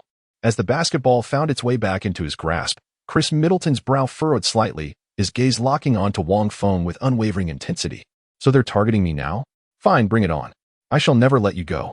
If you dare, keep breaking through for those two-pointers. Let's see how many you can actually make. Wang Feng continued his aggressive drive down the perimeter, penetrating the paint with familiar determination. At the same spot, with the same move, he executed another sudden pull-up jumper. Oh no. Watching from the perimeter, Curry's heart skipped a beat. Wang Feng's offensive moves were far too predictable and one-dimensional. As expected, Middleton, who had seen through Wang Feng's tactics, followed up with impeccable timing. The moment Wang leaped into the air, Middleton sprang up simultaneously, his enormous hands eclipsing nearly half of Wang's field of vision, an absolutely textbook defensive maneuver. Under normal circumstances, this level of defense would have been sufficient to disrupt the opponent's shooting accuracy. Yet, swish, Wang Feng released his shot, and the crisp sound of the net swishing behind him sent a chill down Middleton's spine. He turned around in disbelief. That went in. With such precision? Wang Feng turned expressionlessly to retreat on defense, as if this were merely an ordinary offensive play. Within the realm of his consciousness, upon the wall of shooting-related badges, the golden all-star level Deadeye insignia shimmered with radiance. The Deadeye badge diminishes the adverse effects of defensive interference when executing jump shots against tightly guarding opponents. This emblem does not directly enhance a player's shooting accuracy, yet it remarkably mitigates the disruptive influence of defensive pressure in contested situations. Wang Feng's mid-range shooting ability has reached an impressive 90 rating, further enhanced by his golden tier sharpshooter badge. Against Middleton's merely average defensive skills, this proves more than sufficient. Sinking 2 consecutive shots, Wang scores 4 straight points, narrowing the once 12-point deficit to single digits. Bucks head coach Kidd, visibly displeased, barks from the sidelines. Tighten up the defense. Don't let him shoot so effortlessly. If it were Curry or Thompson scoring consecutively, Kidd could accept it. After all, both are elite scorers in the league. Not the type that can be completely stifled by tight defense. But Wang Feng is different. Although he has averaged 20 points per game so far in the regular season, anyone who has watched the games knows his scoring usually comes during the Warriors' fast-paced small ball transitions, often without facing strong defensive pressure. Now, seeing Wang Feng score repeatedly under Middleton's defense, how could that be tolerated? The Bucks launched their offensive play, lofting the basketball into the paint where center Greg Monroe isolated against Zaza Pachulia. During the 2015 to 2016 season, Monroe could still be considered a skilled center with decent offensive capabilities. Facing the purely blue-collar Pachulia, Monroe deftly shifted his footwork to throw off Pachulia's balance before executing a graceful hook shot for an easy layup. The point differential returned to double digits. And then, Wang Feng struck again, once again at the 45-degree angle beyond the left three-point line. Wang Feng faced Middleton with the ball, his stance and movements identical to the previous 2 offensive plays. Again? How utterly contemptuous. Even Middleton couldn't help but feel a surge of anger rising within him. There's a limit to one's patience. Once or twice may be tolerated, but never a third or fourth time. Wang Feng isn't some elite athlete, yet they keep using the same tactics against him. Do they take him for a fool? Middleton seethed with frustration, yet his defensive stance remained unchanged from the previous encounters. He bore in mind that Wang Feng's three-pointers posed a far greater menace than his two-point attempts. Better to concede the drive than the shot from beyond the arc. As expected, Wang Feng chose to break through once again, identical to the previous 2 attempts, dribbling fiercely from the right flank. What now? Still planning to execute that abrupt stop-and-jump shot? Middleton, ever vigilant, swiftly adjusted his stance and shifted his weight inward. Yet in that very instant, Wang Feng abruptly pulled the ball back, retreating a full step with fluid grace, now positioned beyond the three-point line. A step back? Damnation! Middleton was caught off guard by Wang Feng's abrupt change of tactics. Even as he desperately slammed on the brakes, it was already a step too late. The Gap Hunter badge flared to life. Void Hunter. When executing a step-back move or taking a shot, the player has an increased probability of creating space from the defender. This is an organizational enhancement badge awarded for Wang Feng's Asian Championship victory. Although merely the lowest-tier bronze, the emblem's effect is undeniably potent. Under the dual influence of the badge and his impetuous mindset, Middleton was left a step behind. Before he could recover defensively, Wang Feng had already leaped for a shot beyond the three-point line. At that moment, Wang Feng was positioned precisely at a 45-degree angle outside the arc, right within the sweet spot for a corner three-point marksman. The corner three-point specialist badge activates. The quick draw badge springs to life.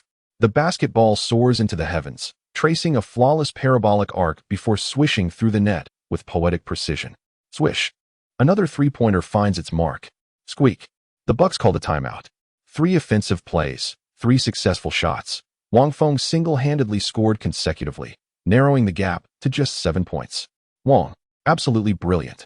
The Warriors players were brimming with exhilaration as Curry and Green even rushed forward to chest bump with Wang Feng in celebration. Splendid. A smile graced Coach Kerr's face as he nodded approvingly at Wang Feng before addressing the team. This is a golden opportunity. Wang Feng's consecutive scoring has successfully disrupted the Bucks' rhythm. Now we must seize this momentum to close the gap. Chapter 87. Wang Feng's astonishing prowess? Wang Feng's shooting truly left the Bucks somewhat disoriented.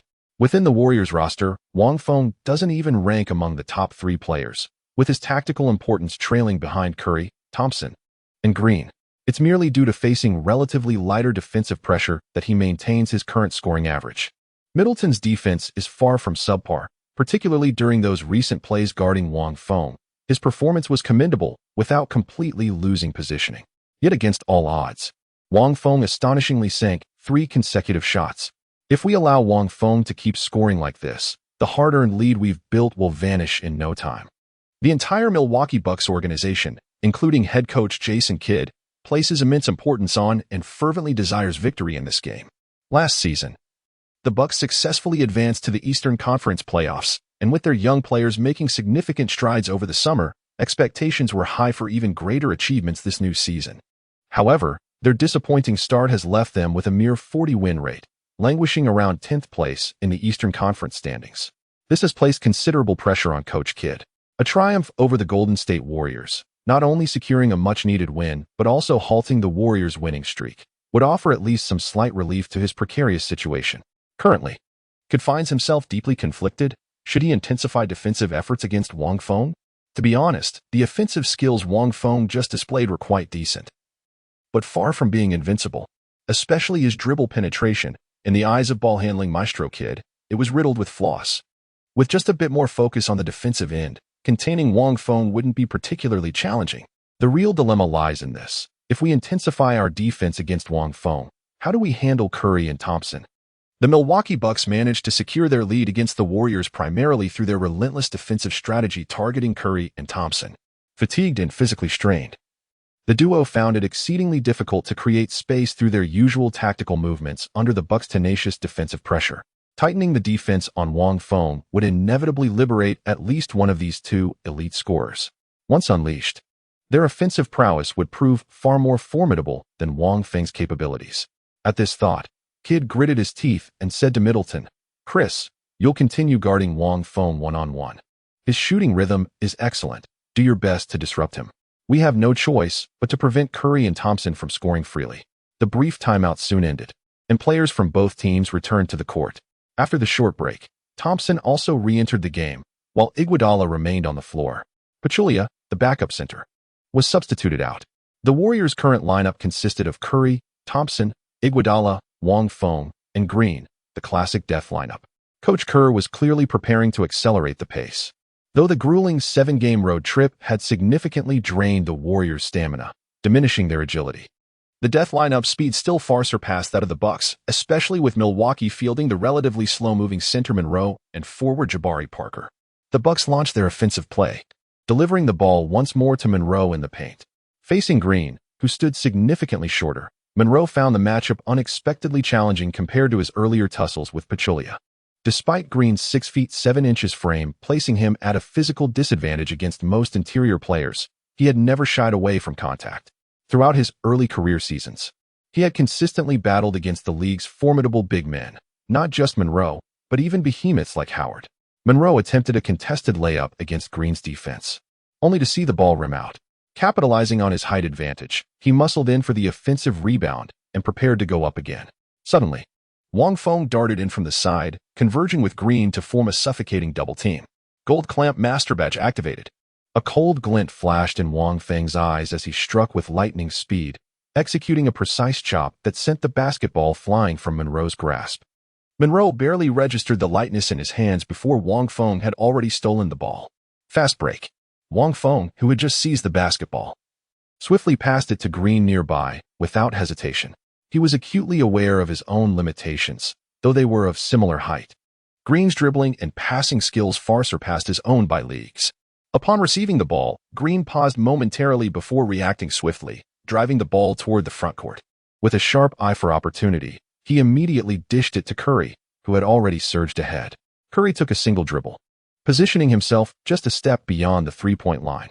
The Bucks' retreating guard, focused on preventing a fast break, had already fallen back inside the arc, leaving Curry slightly unguarded. Yet he failed to realize that Curry was already within his lethal shooting range. From a step beyond the three-point line, Curry elevated effortlessly and released the ball.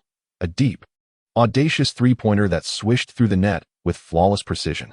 The 2015 to 2016 season witnessed Stephen Curry at his most formidable and astonishing form. For him, those seemingly impossible long-range three-pointers were as routine as daily meals. Another three-pointer, narrowing the gap to just 4 points. The Bucks were utterly flustered. This was a team composed of young talents: Giannis Antetokounmpo, Chris Middleton, Jabari Parker, all still on their rookie contracts. Even the slightly more seasoned Greg Monroe was merely 25. Their inexperience was their Achilles heel, and as the Warriors gradually found their rhythm, the Bucks grew visibly impatient, their offense unraveling into chaos. In the next possession, Middleton, desperate to reclaim the lead, made the ill-advised decision to isolate against Wang Feng one-on-one. It was exactly what Wang Feng wanted. Middleton, a player reliant on shooting rather than explosive speed, was the ideal defensive assignment for him. Activating his elite defensive intimidation badge, Wang Feng stifled Middleton's attack with nothing more than sheer defensive presence. Clang! The shot missed the mark, and the rebound was secured by Thompson from the Warriors. Here comes the opportunity. On the sidelines, Coach Cole was overjoyed at the sight. With his seasoned experience, he clearly recognized that the Bucks team had completely lost their composure. Seize this opportunity, execute with precision, and level the score. The Warriors' offense surged forward as possession was once again entrusted into Wang Feng's capable hands. Wang Feng found himself facing Middleton once more, yet this time he chose not to engage in solitary combat. Instead, Green emerged from the interior to set a screen for him, a privilege previously reserved only for Curry and Thompson within the Warriors lineup. In the death lineup configuration, Green was matched against Monroe. Given Green's credible three-point threat, Monroe had no choice but to step out to defend him. After the pick and roll, the switch naturally occurred, shifting Wang Feng's matchup from Middleton to Monroe, a smaller, quicker guard exploiting a mismatch against a slower big man. Such scenarios have always favored the offense. Even with Wang Feng's clumsy dribbling, he effortlessly utilized his speed advantage to blow past Monroe and drive to the basket for an easy layup. The point difference narrowed to just 2. Less than 3 minutes had elapsed since the previous timeout, yet Kidd found himself compelled to call for another. On the court, most players stood dumbfounded. Could Wang Feng truly possess such formidable prowess? Chapter 88. A 27-game winning streak. Under such circumstances, calling a timeout would be futile. Even if Kidd were to exhaust all remaining timeouts in one breath, it would do little to halt the Bucks' downward spiral. The two teams were never on the same level to begin with. The Bucks had only managed to take the lead earlier due to the Warriors' fatigue, which affected their execution, shooting rhythm, and defensive intensity. But now, with Wang Feng stepping up with consecutive scoring bursts and lockdown defense, the Warriors' morale had surged, and the momentum had shifted entirely. As expected, after the timeout, though the Bucks managed to steady themselves slightly, Monroe capitalizing on his interior presence to score, they still couldn't contain the Warriors' offensive onslaught. It wasn't just Wang Feng. Curry and Thompson also began finding their rhythm, chipping in with crucial baskets. By the latter half of the third quarter, the Warriors had not only erased the double-digit deficit, but even entered the fourth quarter with a slender 2-point lead. Wang Feng was undoubtedly the protagonist of the third quarter, repeatedly isolating Middleton and scoring with ease. He went 6 of 8 from the field, racking up 13 points and 2 steals in the quarter alone. Middleton's defense wasn't particularly flawed. He stuck to the game plan of denying three-pointers, but Wang Feng tormented him inside the arc, sinking 5 mid-range shots for 10 points, leaving him helpless. In the fourth quarter, both teams saw their shooting percentages plummet, but the Warriors' veteran savvy ultimately carried them to victory. Curry, despite going just 2 of 5 from the field, drew 6 fouls and converted all his free throws, adding 11 crucial points. Wang Feng also contributed, though his efficiency dipped due to the heavy exertion in the third quarter, finishing the period with 4 points on 2 of 4 shooting. When the final buzzer sounded, Wang Feng felt as though a weight had been lifted from his shoulders, his body on the verge of collapsing. This had been an excruciatingly grueling battle. Had he not risen to the occasion in the third quarter to weather the storm, defeat would have been inevitable. Gasping for breath, he planted his hands on his hips and gazed up at the scoreboard. 110 to 108. The Warriors had scraped by with a narrow 2-point victory. Finally victorious. It seems my freely allocated points were not squandered after all. Throughout the entire game, Wang Feng made 12 out of 20 shots, including three-pointers and free throws, amassing an impressive 28 points. A remarkable 13 of those points were scored in the third quarter alone, playing a pivotal role in his team's comeback victory. His 28-point performance also stood as the highest individual score for the Warriors that night. The rest of the Warriors struggled with their shooting accuracy. Klay Thompson managed only 12 points from 4 out of 14 attempts, while Draymond Green contributed 13 points with 5 out of 8 shots. Even Stephen Curry, despite his efforts, scored 24 points on a modest 8 out of 22 shooting. Without exaggeration, Wang Feng was the undisputed hero of this hard-fought triumph. After the game, Bucks head coach Jason Kidd expressed his helplessness in the interview. "My players and I gave it our all, but clearly the Warriors are a historically formidable team. They possess the most exceptional players, even when enduring a grueling 7-game road trip with their stamina pushed to the limit and their key players struggling with their shooting. Their role players still rise to the occasion." Wang Feng is an astonishingly remarkable player. During last season's playoffs, he was merely a 3 and D role player, primarily valued for his defensive prowess while limited to corner three-pointers on offense. Yet in less than half a year, he has cultivated a reliable mid to long-range jumper and developed the ability to create his own shot, a progression nothing short of miraculous. Truth be told, watching Wang Feng's shooting evokes memories of Kobe Bryant's performances. Even when defended impeccably by Chris, with his vision completely obstructed on numerous occasions, Wang still managed to sink his shots, a display of offensive brilliance that would leave any defender helpless. While praising Wang Feng, Kidd couldn't resist taking a subtle jab at the Warriors. It's no secret in the league that Wang signed a modest 2-year deal with Golden State, set to expire next summer. The more they hype Wang now, the steeper the price the Warriors will have to pay to retain him, as numerous teams will undoubtedly line up with lucrative offers. Wang's situation differs from that of typical players. Drafted players enjoy team priority in the ability to offer a higher max contract under the bird rights provision. Wang, however, having only spent 2 seasons with the Warriors, doesn't qualify for bird rights, meaning Golden State can only match outside offers without any inherent advantage. The Warriors front office, aware of this predicament, has begun negotiations with Wang's agent, Bill Duffy, seeking an early extension. Their offer carried genuine sincerity, even momentarily swaying Duffy. Yet when presented to Wang, he rejected it without hesitation. With the salary cap constraints before the new TV deal takes effect, the maximum salary teams can currently offer remains limited. Why commit prematurely and sacrifice potential earnings when waiting until next summer would grant Wang far more lucrative options? Wang Feng and Bill Duffy reached a consensus on this matter, leaving the Warriors management empty-handed once again. The failed contract renewal did not diminish Wang Feng's growing tactical importance within the team or hinder their victories. After enduring the grueling 7-game road trip, the Warriors were about to enjoy a comfortable 5-game homestand. The nearest matchup was against the Phoenix Suns on December 16th, with the Bucks game scheduled for the 12th, allowing 3 days of rest and recovery in between. Rejuvenated and back in form, the Warriors showed no mercy against the league's bottom-dwelling Phoenix Suns. They carved through the opposition effortlessly, securing a dominant 128-103 victory. Klay Thompson was scorching hot that night, erupting for 43 points on an efficient 15 of 22 shooting. Stephen Curry contributed 25 points, while Wang Feng also delivered a solid 18-point performance. The Warriors extended their winning streak to 26 games, with no signs of slowing down. On December 18th, the Warriors faced the Bucks once again on their home court. But this time the circumstances were entirely different. Just days prior, the Warriors had been dominated from the opening minutes during their away game against the very same Bucks lineup. This time around, they exacted sweet revenge with a commanding performance. The Warriors exploded in the first quarter, racking up 39 points while stifling the Bucks' offense to a mere 22. The second quarter saw another lopsided affair, with the Warriors extending their lead 33-24, leaving the Bucks utterly powerless. By halftime, the outcome was already beyond doubt. With this resounding victory over the Bucks, the Warriors extended their historic winning streak to an astonishing 27 games.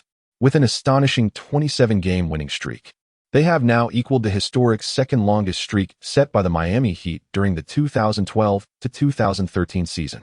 The entire league is left in awe, as no one anticipated the Golden State Warriors to emerge so dominantly this new season. Truth be told, despite their championship victory over the Cleveland Cavaliers last season, few teams genuinely regarded the Warriors as a formidable powerhouse.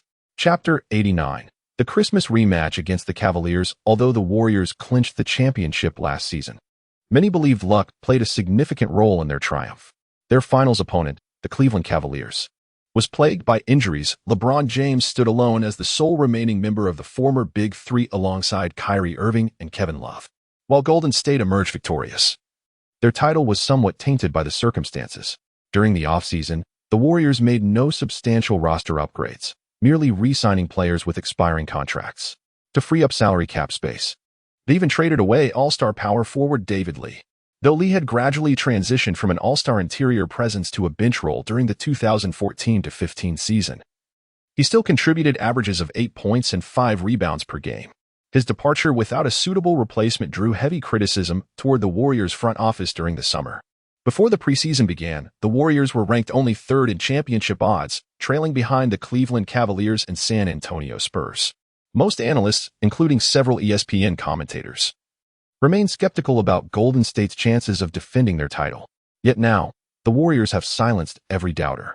Undefeated since the season's tip-off, their 27-game winning streak has matched the second longest in NBA history. This team has displayed an astonishing level of dominance.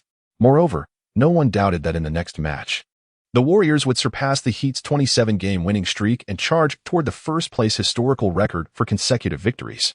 On December 23rd, the Warriors faced off against the Utah Jazz in an away game, securing a comfortable victory with a score of 109-85. This triumph extended their winning streak to an impressive 28 consecutive victories.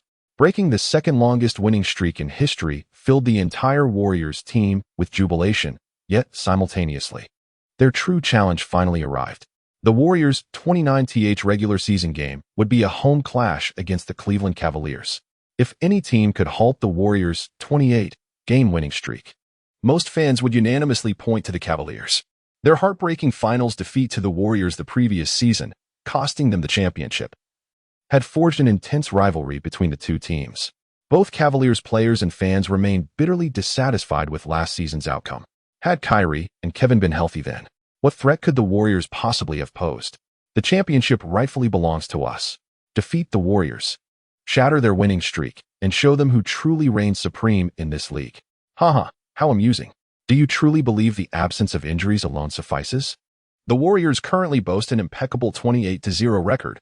Well, pray tell, how many victories have your Cavaliers secured thus far? With a win rate below 70. They can't even surpass the Spurs, who rank second in the Western Conference. How dare they compare themselves to the Warriors? Come. With James' 27-game winning streak now surpassed, it would be quite fitting for him to personally propel the Warriors further forward. What a satisfying stepping stone this would make. The game had not yet commenced, yet the fervent supporters of both teams were already embroiled in heated disputes.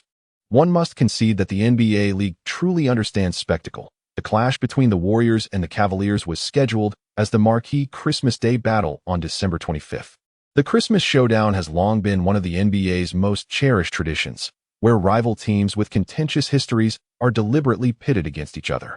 In recent years, we've witnessed epic clashes between the Heat and Spurs, the Heat versus Lakers, the Lakers against the Clippers, and the Celtics, among others. Now, the spotlight turns to the Cavaliers-Warriors rivalry. This year's Christmas game marks a rematch of last season's finals, with the Warriors aiming to extend their winning streak, making this encounter unprecedentedly significant. Both teams have approached this contest with utmost seriousness. In the locker room before the game, Coach Kerr surveyed his players with a solemn expression and declared in measured tones, "This game holds paramount importance for us. It is not merely about maintaining our winning streak, but also a battle to reclaim our honor and reputation. It is evident that many outsiders attribute our championship last season to the misfortune of opponents' injuries. Can we accept such an interpretation? Absolutely not. We shall utilize this match to demonstrate that last season's championship rightfully belonged to us, as was our just and deserved victory." A similar scenario unfolded on the Cavaliers' side as well. Neither the Warriors nor the Cavaliers wished to concede defeat in this pivotal match. Wang Feng was well aware that according to the original course of history, the Warriors would emerge victorious in this match. However, the current circumstances bore subtle differences. In another timeline, the Warriors' record before this game stood at 27 wins and 1 loss. Yet now it was an impeccable 28 wins with no defeats. A flicker of concern crossed Wang Feng's mind. Could the butterfly effect introduce unforeseen variables into this contest? As events unfolded, his apprehension proved justified. From the very outset of the highly anticipated Christmas showdown, the Warriors found themselves on the back foot. Their offensive pillars, the Splash Brothers, uncharacteristically faltered. Stephen Curry shot a dismal 1 for 5, while Klay Thompson managed only 1 for 4 in the first quarter. With their twin stars misfiring, the team's offense sputtered, quickly falling behind. Fortunately, Wang Feng and Draymond Green maintained respectable shooting form, preventing the deficit from widening precipitously. Indeed, was this the manifestation of the fabled Murphy's Law? Is it the psychological burden of consecutive victories, or the eagerness to prove last season's championship that has led to this impatience? Wang Feng was uncertain about the reason behind Stephen Curry and Klay Thompson's shooting slump, but he knew that if this continued, the game would surely be lost. Sharing the same sentiment was the Golden State Warriors head coach, Steve Kerr. In previous seasons, when the Splash Brothers both went cold from the field, the Warriors would almost certainly face defeat. However, this season, the circumstances had shifted slightly. Seeing that the team struggled to gain momentum on the court, Kerr decisively called a timeout to adjust the strategy. "Wang Feng," he said firmly, "you'll take charge of the offense from now on." Kerr turned to Wang Feng and said, "For the remainder of this game, you needn't concern yourself with defensive rotations or help defense. We'll entrust James to Draymond, Green, and Andre Iguodala. Devote your entire focus to offense. The team requires your scoring prowess to break open the game." Upon hearing Cole's words, Wang Feng responded without hesitation, nodding immediately. "No problem, Coach." Playing as the team's primary scorer and offensive leader was an unprecedented first for Wang Feng with the Warriors. Undoubtedly, his consistently efficient and stable scoring performance during this period had earned Coach Kerr's recognition. His clutch performance in the previous game against the Bucks even proved pivotal. Wang Feng had never envisioned remaining a role player indefinitely. This golden opportunity must be seized. Such chances are truly rare and precious. Because Wang Feng was currently matched up against J.R. Smith, the Cavaliers had prepared extensively for this game, deliberately starting Dellavedova, who successfully contained Curry in last season's finals, as point guard, moving Irving to shooting guard, positioning J.R. Smith at small forward, shifting James to power forward, and having Love anchor the center spot. Perhaps this tailored starting lineup effectively stifled the Splash Brothers' performance, but facing J.R. Smith was the most favorable scenario for Wang Feng, given that his opponent was hardly renowned for defensive prowess. Chapter 90, the offensive anchor Wang Feng as a renowned wild card in the league. J.R. Smith is famously known for his offensive prowess and defensive shortcomings. However, for the Cleveland Cavaliers, who had signed the Big Three and were constrained by limited salary cap flexibility, J.R. Smith was already the best available option for the 2-3 swing position. On the bench, the Cavaliers had Iman Shumpert, a slightly more defensively capable player. Yet, while Shumpert was tenacious on defense, his offensive limitations were far more glaring.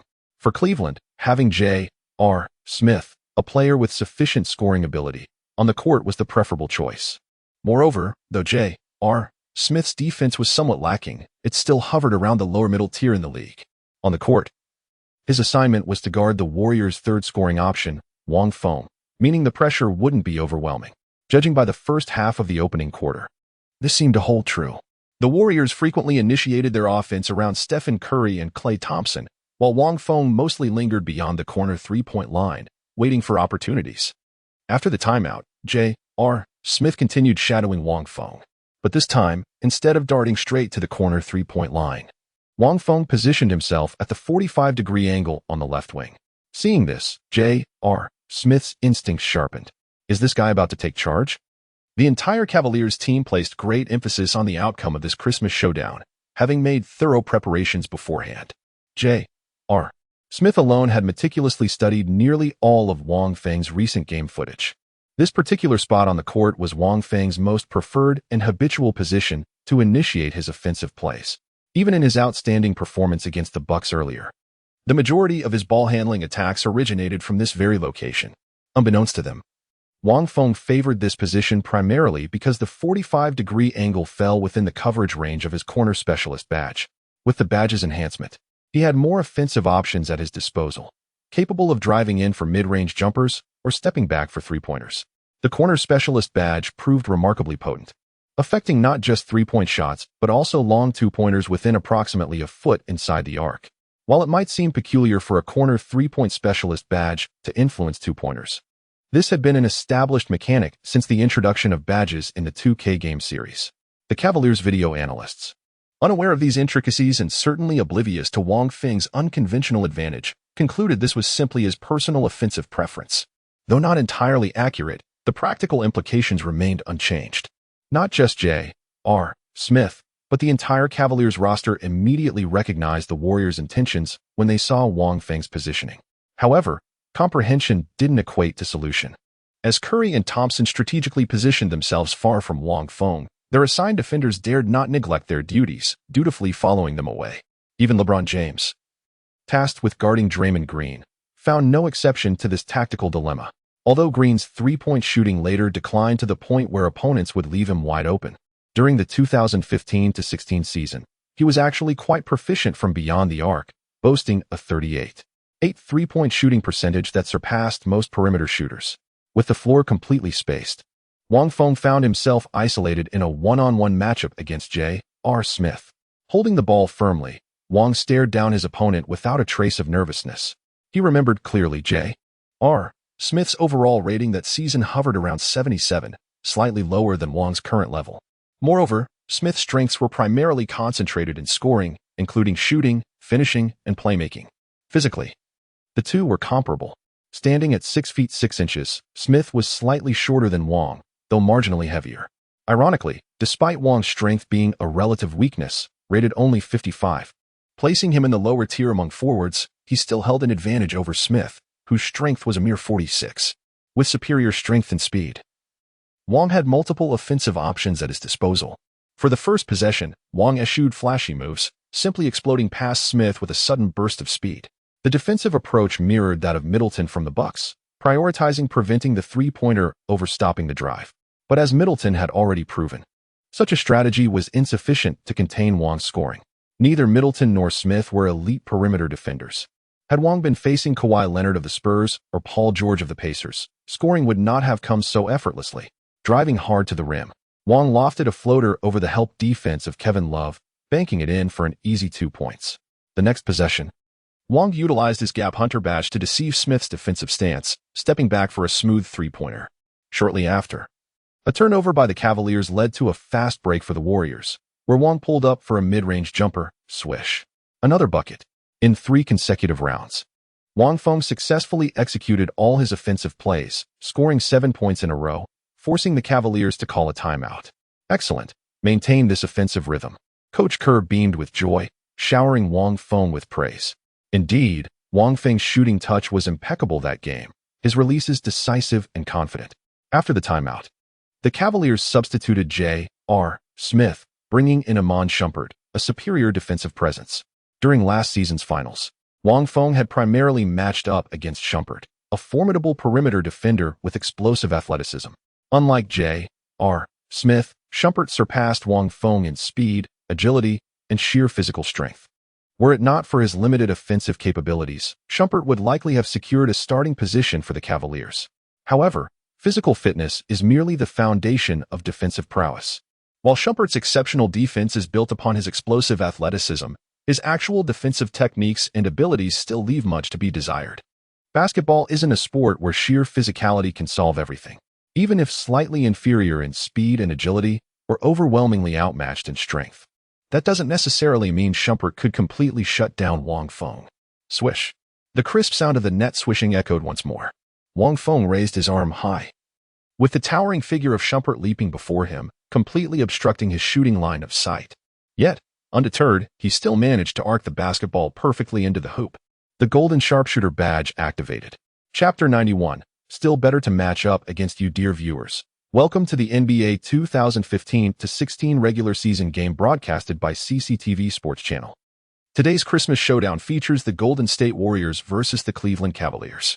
The first quarter has just concluded, with the Cavaliers leading the Warriors 33-29 by a narrow margin of 4 points. The Warriors' primary offensive duo, the Splash Brothers Stephen Curry and Klay Thompson, have struggled with their shooting rhythm early in the game, failing to deliver standout performances. Surprisingly, Chinese player Wang Feng has risen to the occasion under these circumstances, scoring 16 points on 7 of 11 shooting, single-handedly carrying the Warriors' offensive load.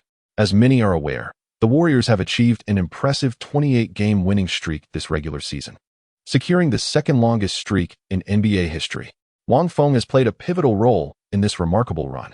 Throughout these 28 games, he has averaged 20 points per game with a shooting percentage nearing 50%, evolving from last season's 3D role player into one of the team's key scoring contributors. Even the official commentators from CCTV Sports in China tend to show a natural bias towards Wang Feng when analyzing the game. Statistically speaking, Wang's average points per game and scoring efficiency surpass even his teammate Klay Thompson, trailing only behind Curry, a performance befitting a star player. However, those with a deeper understanding of basketball can clearly see that Wang's tactical role on the court isn't particularly prominent. Opponents rarely prioritize defensive strategies against him, and it is the Warriors' well-structured system that enables his current high-efficiency performance.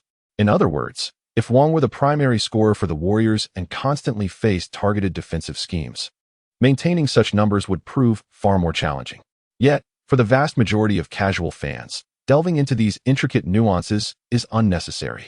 To them, Wang's ability to average 20 points per game in the NBA is undeniably impressive, a feat unmatched in Chinese basketball history, with the exception of Yao Ming. Finding a third player of such caliber remains an elusive task. Wang Feng and Yao Ming exhibit distinct playing styles and tactical approaches, particularly since the beginning of this season. Wang Feng has increasingly relied on mid to long-range jump shots within the three-point line for scoring, many of which are taken under defensive pressure with a certain resemblance to Kobe Bryant's signature moves. Kobe Bryant, who boasts a purported fan base of 6 billion, wields immense influence in China, especially this season, as he announced beforehand that this would mark the final chapter of his illustrious career. The Lakers have unabashedly embraced this farewell tour, allowing the aging and injury-plagued superstar to take center stage despite his diminished athletic prowess.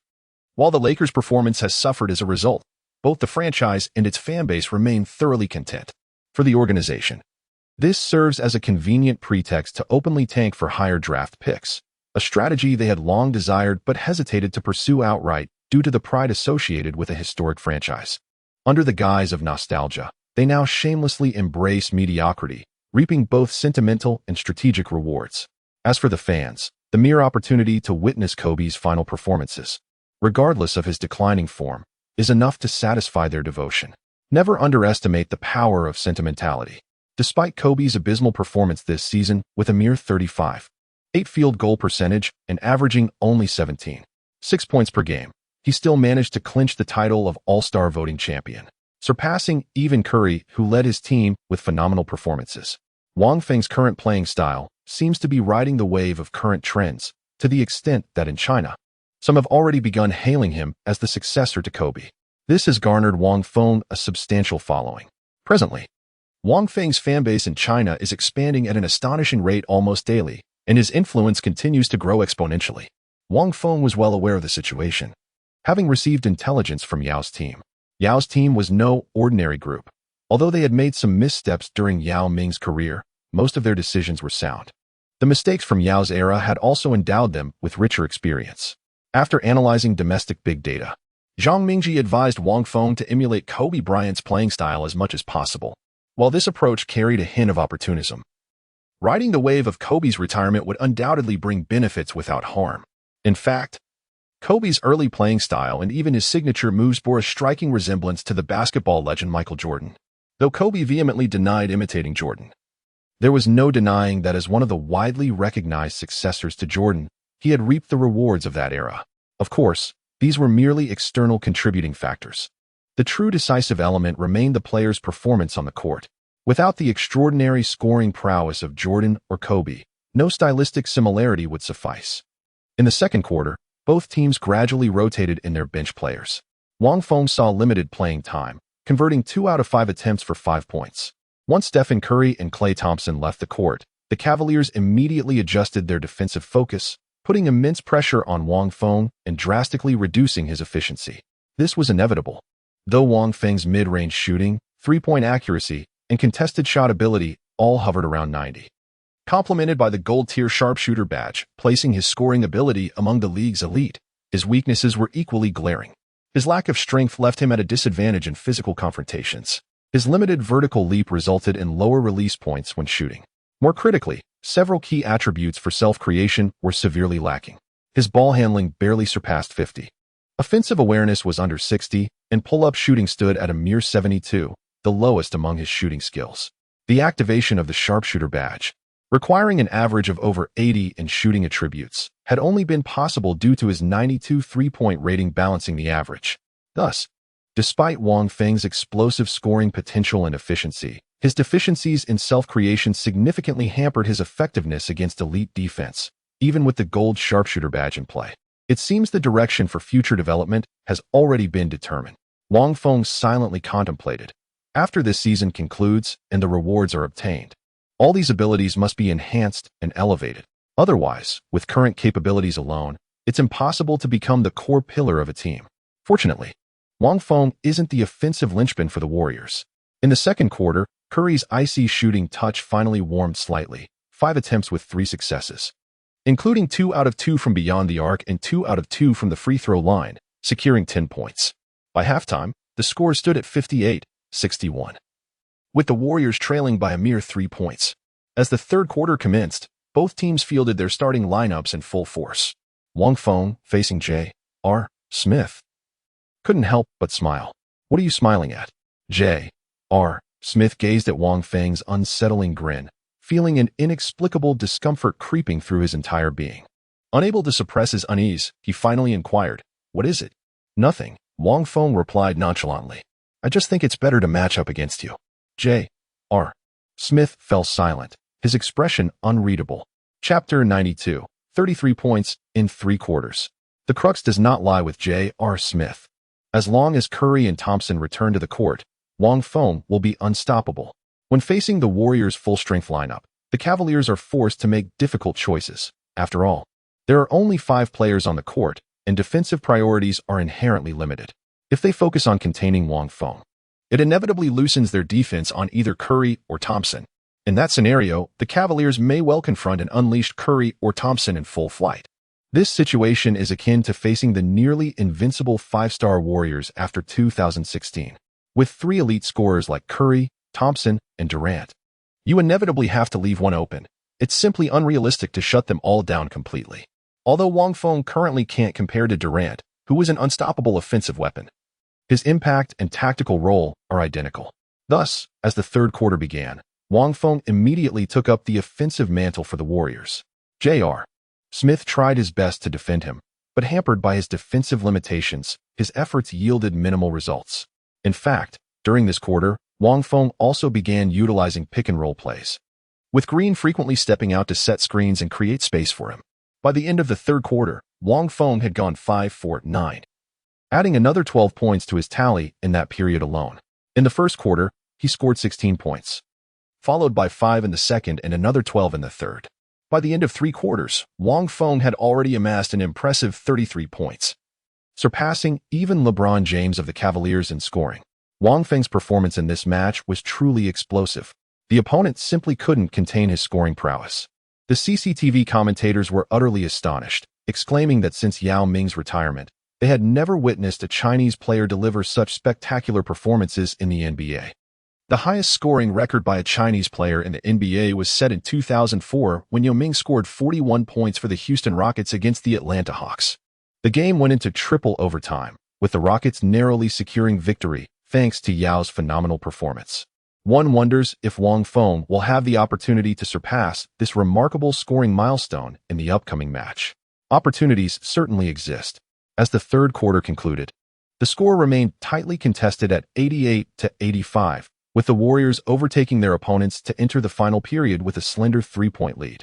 While the Cavaliers struggled to contain Wang Feng's scoring prowess defensively, their offensive efforts led by LeBron James managed to keep pace by effectively neutralizing the Splash Brothers.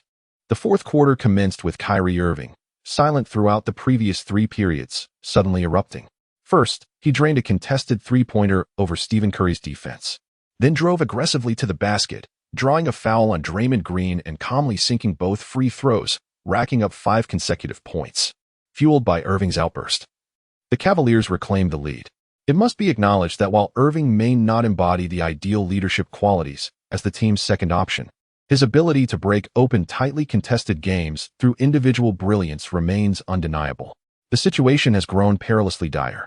Should the Warriors fail to mount an immediate counterattack, they risk surrendering complete control of the game's tempo to the Cavaliers, thereby plunging into utter passivity. At this critical moment, Wang Feng once again stepped forward courageously.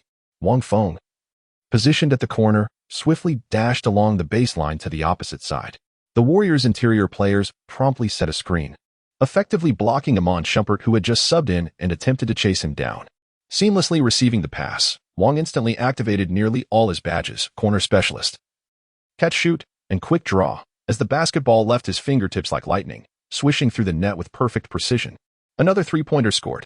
Wang Feng scored his 36th personal point. On the Cavaliers' side, it was LeBron James' turn to step up. Defying Draymond Green's defense, he charged into the paint, soared high, and hammered home a tomahawk dunk. Yet before James could even finish his triumphant roar, Green had already sprinted to the baseline and swiftly inbound the ball. Fast break. 4 Warriors players sprinted towards the front court simultaneously. Curry, Thompson, Wang Feng, and Iguodala. These 4 perimeter players demonstrated astonishing mobility. The Cavaliers desperately scrambled back on defense, yet gaps inevitably emerged. Curry charged into the paint with the ball, confronted by Irving, who had been shadowing him relentlessly, while James loomed menacingly from behind, poised for a spectacular chase-down block. With impeccable timing, Curry dished the ball out to Iguodala on the perimeter. Iguodala raised up for a shot fake, drawing Shumpert's defense before swinging the ball once more. Wang Feng, having instinctively positioned himself in the corner, received the pass just as J.R. Smith belatedly rushed over after chasing Thompson. Without hesitation, Wang Feng released a picture-perfect jumper, swish. Another three-pointer found nothing but net, marking his 39th point of the game. The frenzied fans at Oracle Arena are roaring in near delirium, chanting Wang Feng, Wang Feng, Wang Feng, with unrestrained fervor. At this very moment, Wang Feng resembled an emotionless scoring machine, relentlessly shattering the Cavaliers' hopes of victory with each precise shot. Good heavens! Is there anyone capable of stopping Wang Feng from scoring? Wang Feng's face blossomed with a satisfied smile. This match had undoubtedly become the most iconic performance of his season, against formidable opponents like the Cavaliers. Achieving such an impressive score was unquestionably a remarkable accomplishment. As the Cavaliers launched their offensive, several ferocious assaults were thwarted single-handedly by Wang Feng, ultimately unsettling the morale on their side. Kyrie Irving forcefully drove past Curry for a layup, oblivious to Draymond Green charging from the opposite flank. His shot was emphatically swatted away. Seizing the rebound, the Warriors swiftly transitioned into attack, the ball once again finding its way into Wang Feng's grasp. No sooner had Wang steadied the ball than a towering shadow loomed before him, eclipsing his vision like an impenetrable eclipse, nearly engulfing his entire line of sight. Wang Feng raised his gaze, his pupils contracting slightly. Standing before him was none other than the undisputed champion of the league, LeBron James. In the end, the Cavaliers were ultimately subdued by Wang Feng's prowess. Indeed, when Wang relentlessly targeted J.R. Smith in isolation plays during the first 2 quarters, Cleveland should have reconsidered their defensive assignments. His explosive scoring ability is truly formidable once he finds his rhythm. He rivals even the likes of Curry and Thompson in sheer offensive firepower. Yet they stubbornly refused to believe that Wang alone could shoulder the Warriors' offensive burden with such commanding authority. Now, the game has reached its most critical juncture. With the fourth quarter halfway through, the scores of both teams remain deadlocked. At this moment, any offensive lapse from either side could directly lead to defeat. The Warriors won't allow the Cavaliers to score easily, and the opposing team shares the same determination. The crucial task of defending Wang Feng has been entrusted to none other than James himself. How would you evaluate LeBron James' defensive capabilities? Simply inquire about the 6 all-defensive team selections he has earned. As an elite player, James' defensive prowess is also of the highest caliber. The reason he hasn't garnered more defensive accolades is solely because the team required him to shoulder offensive responsibilities more than defensive duties.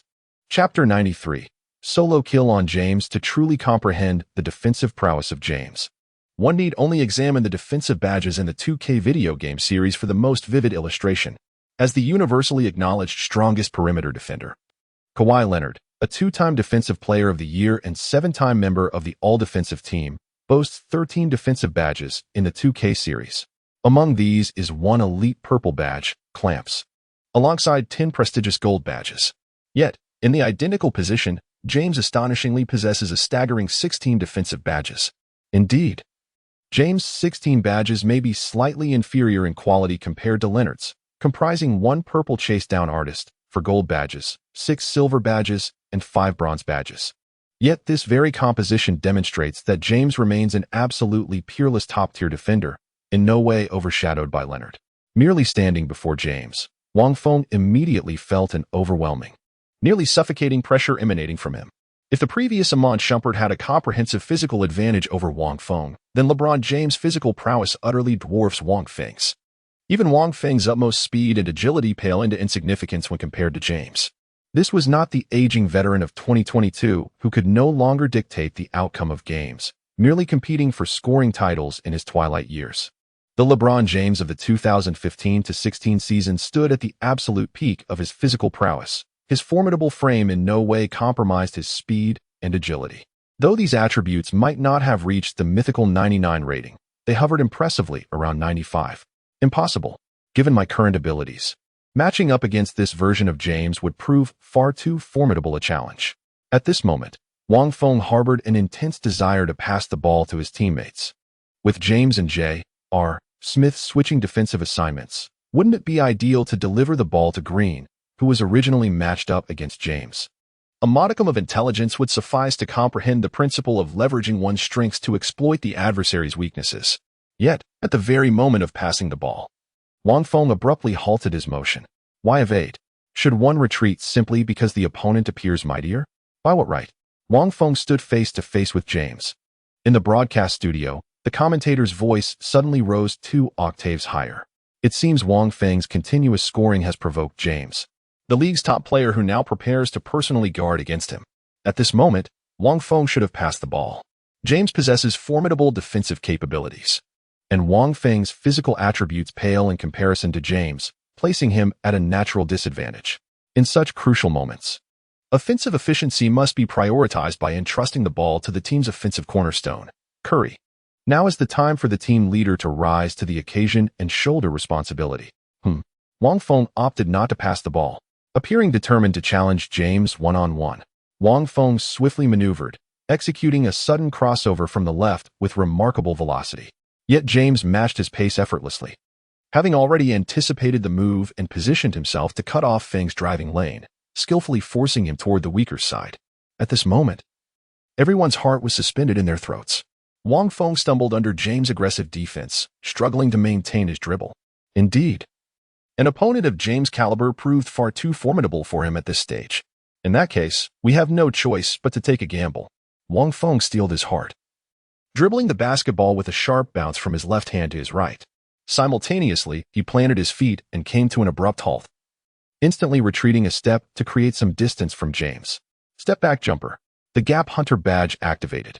In the next instant, a massive black palm descended directly above Wang Feng's head.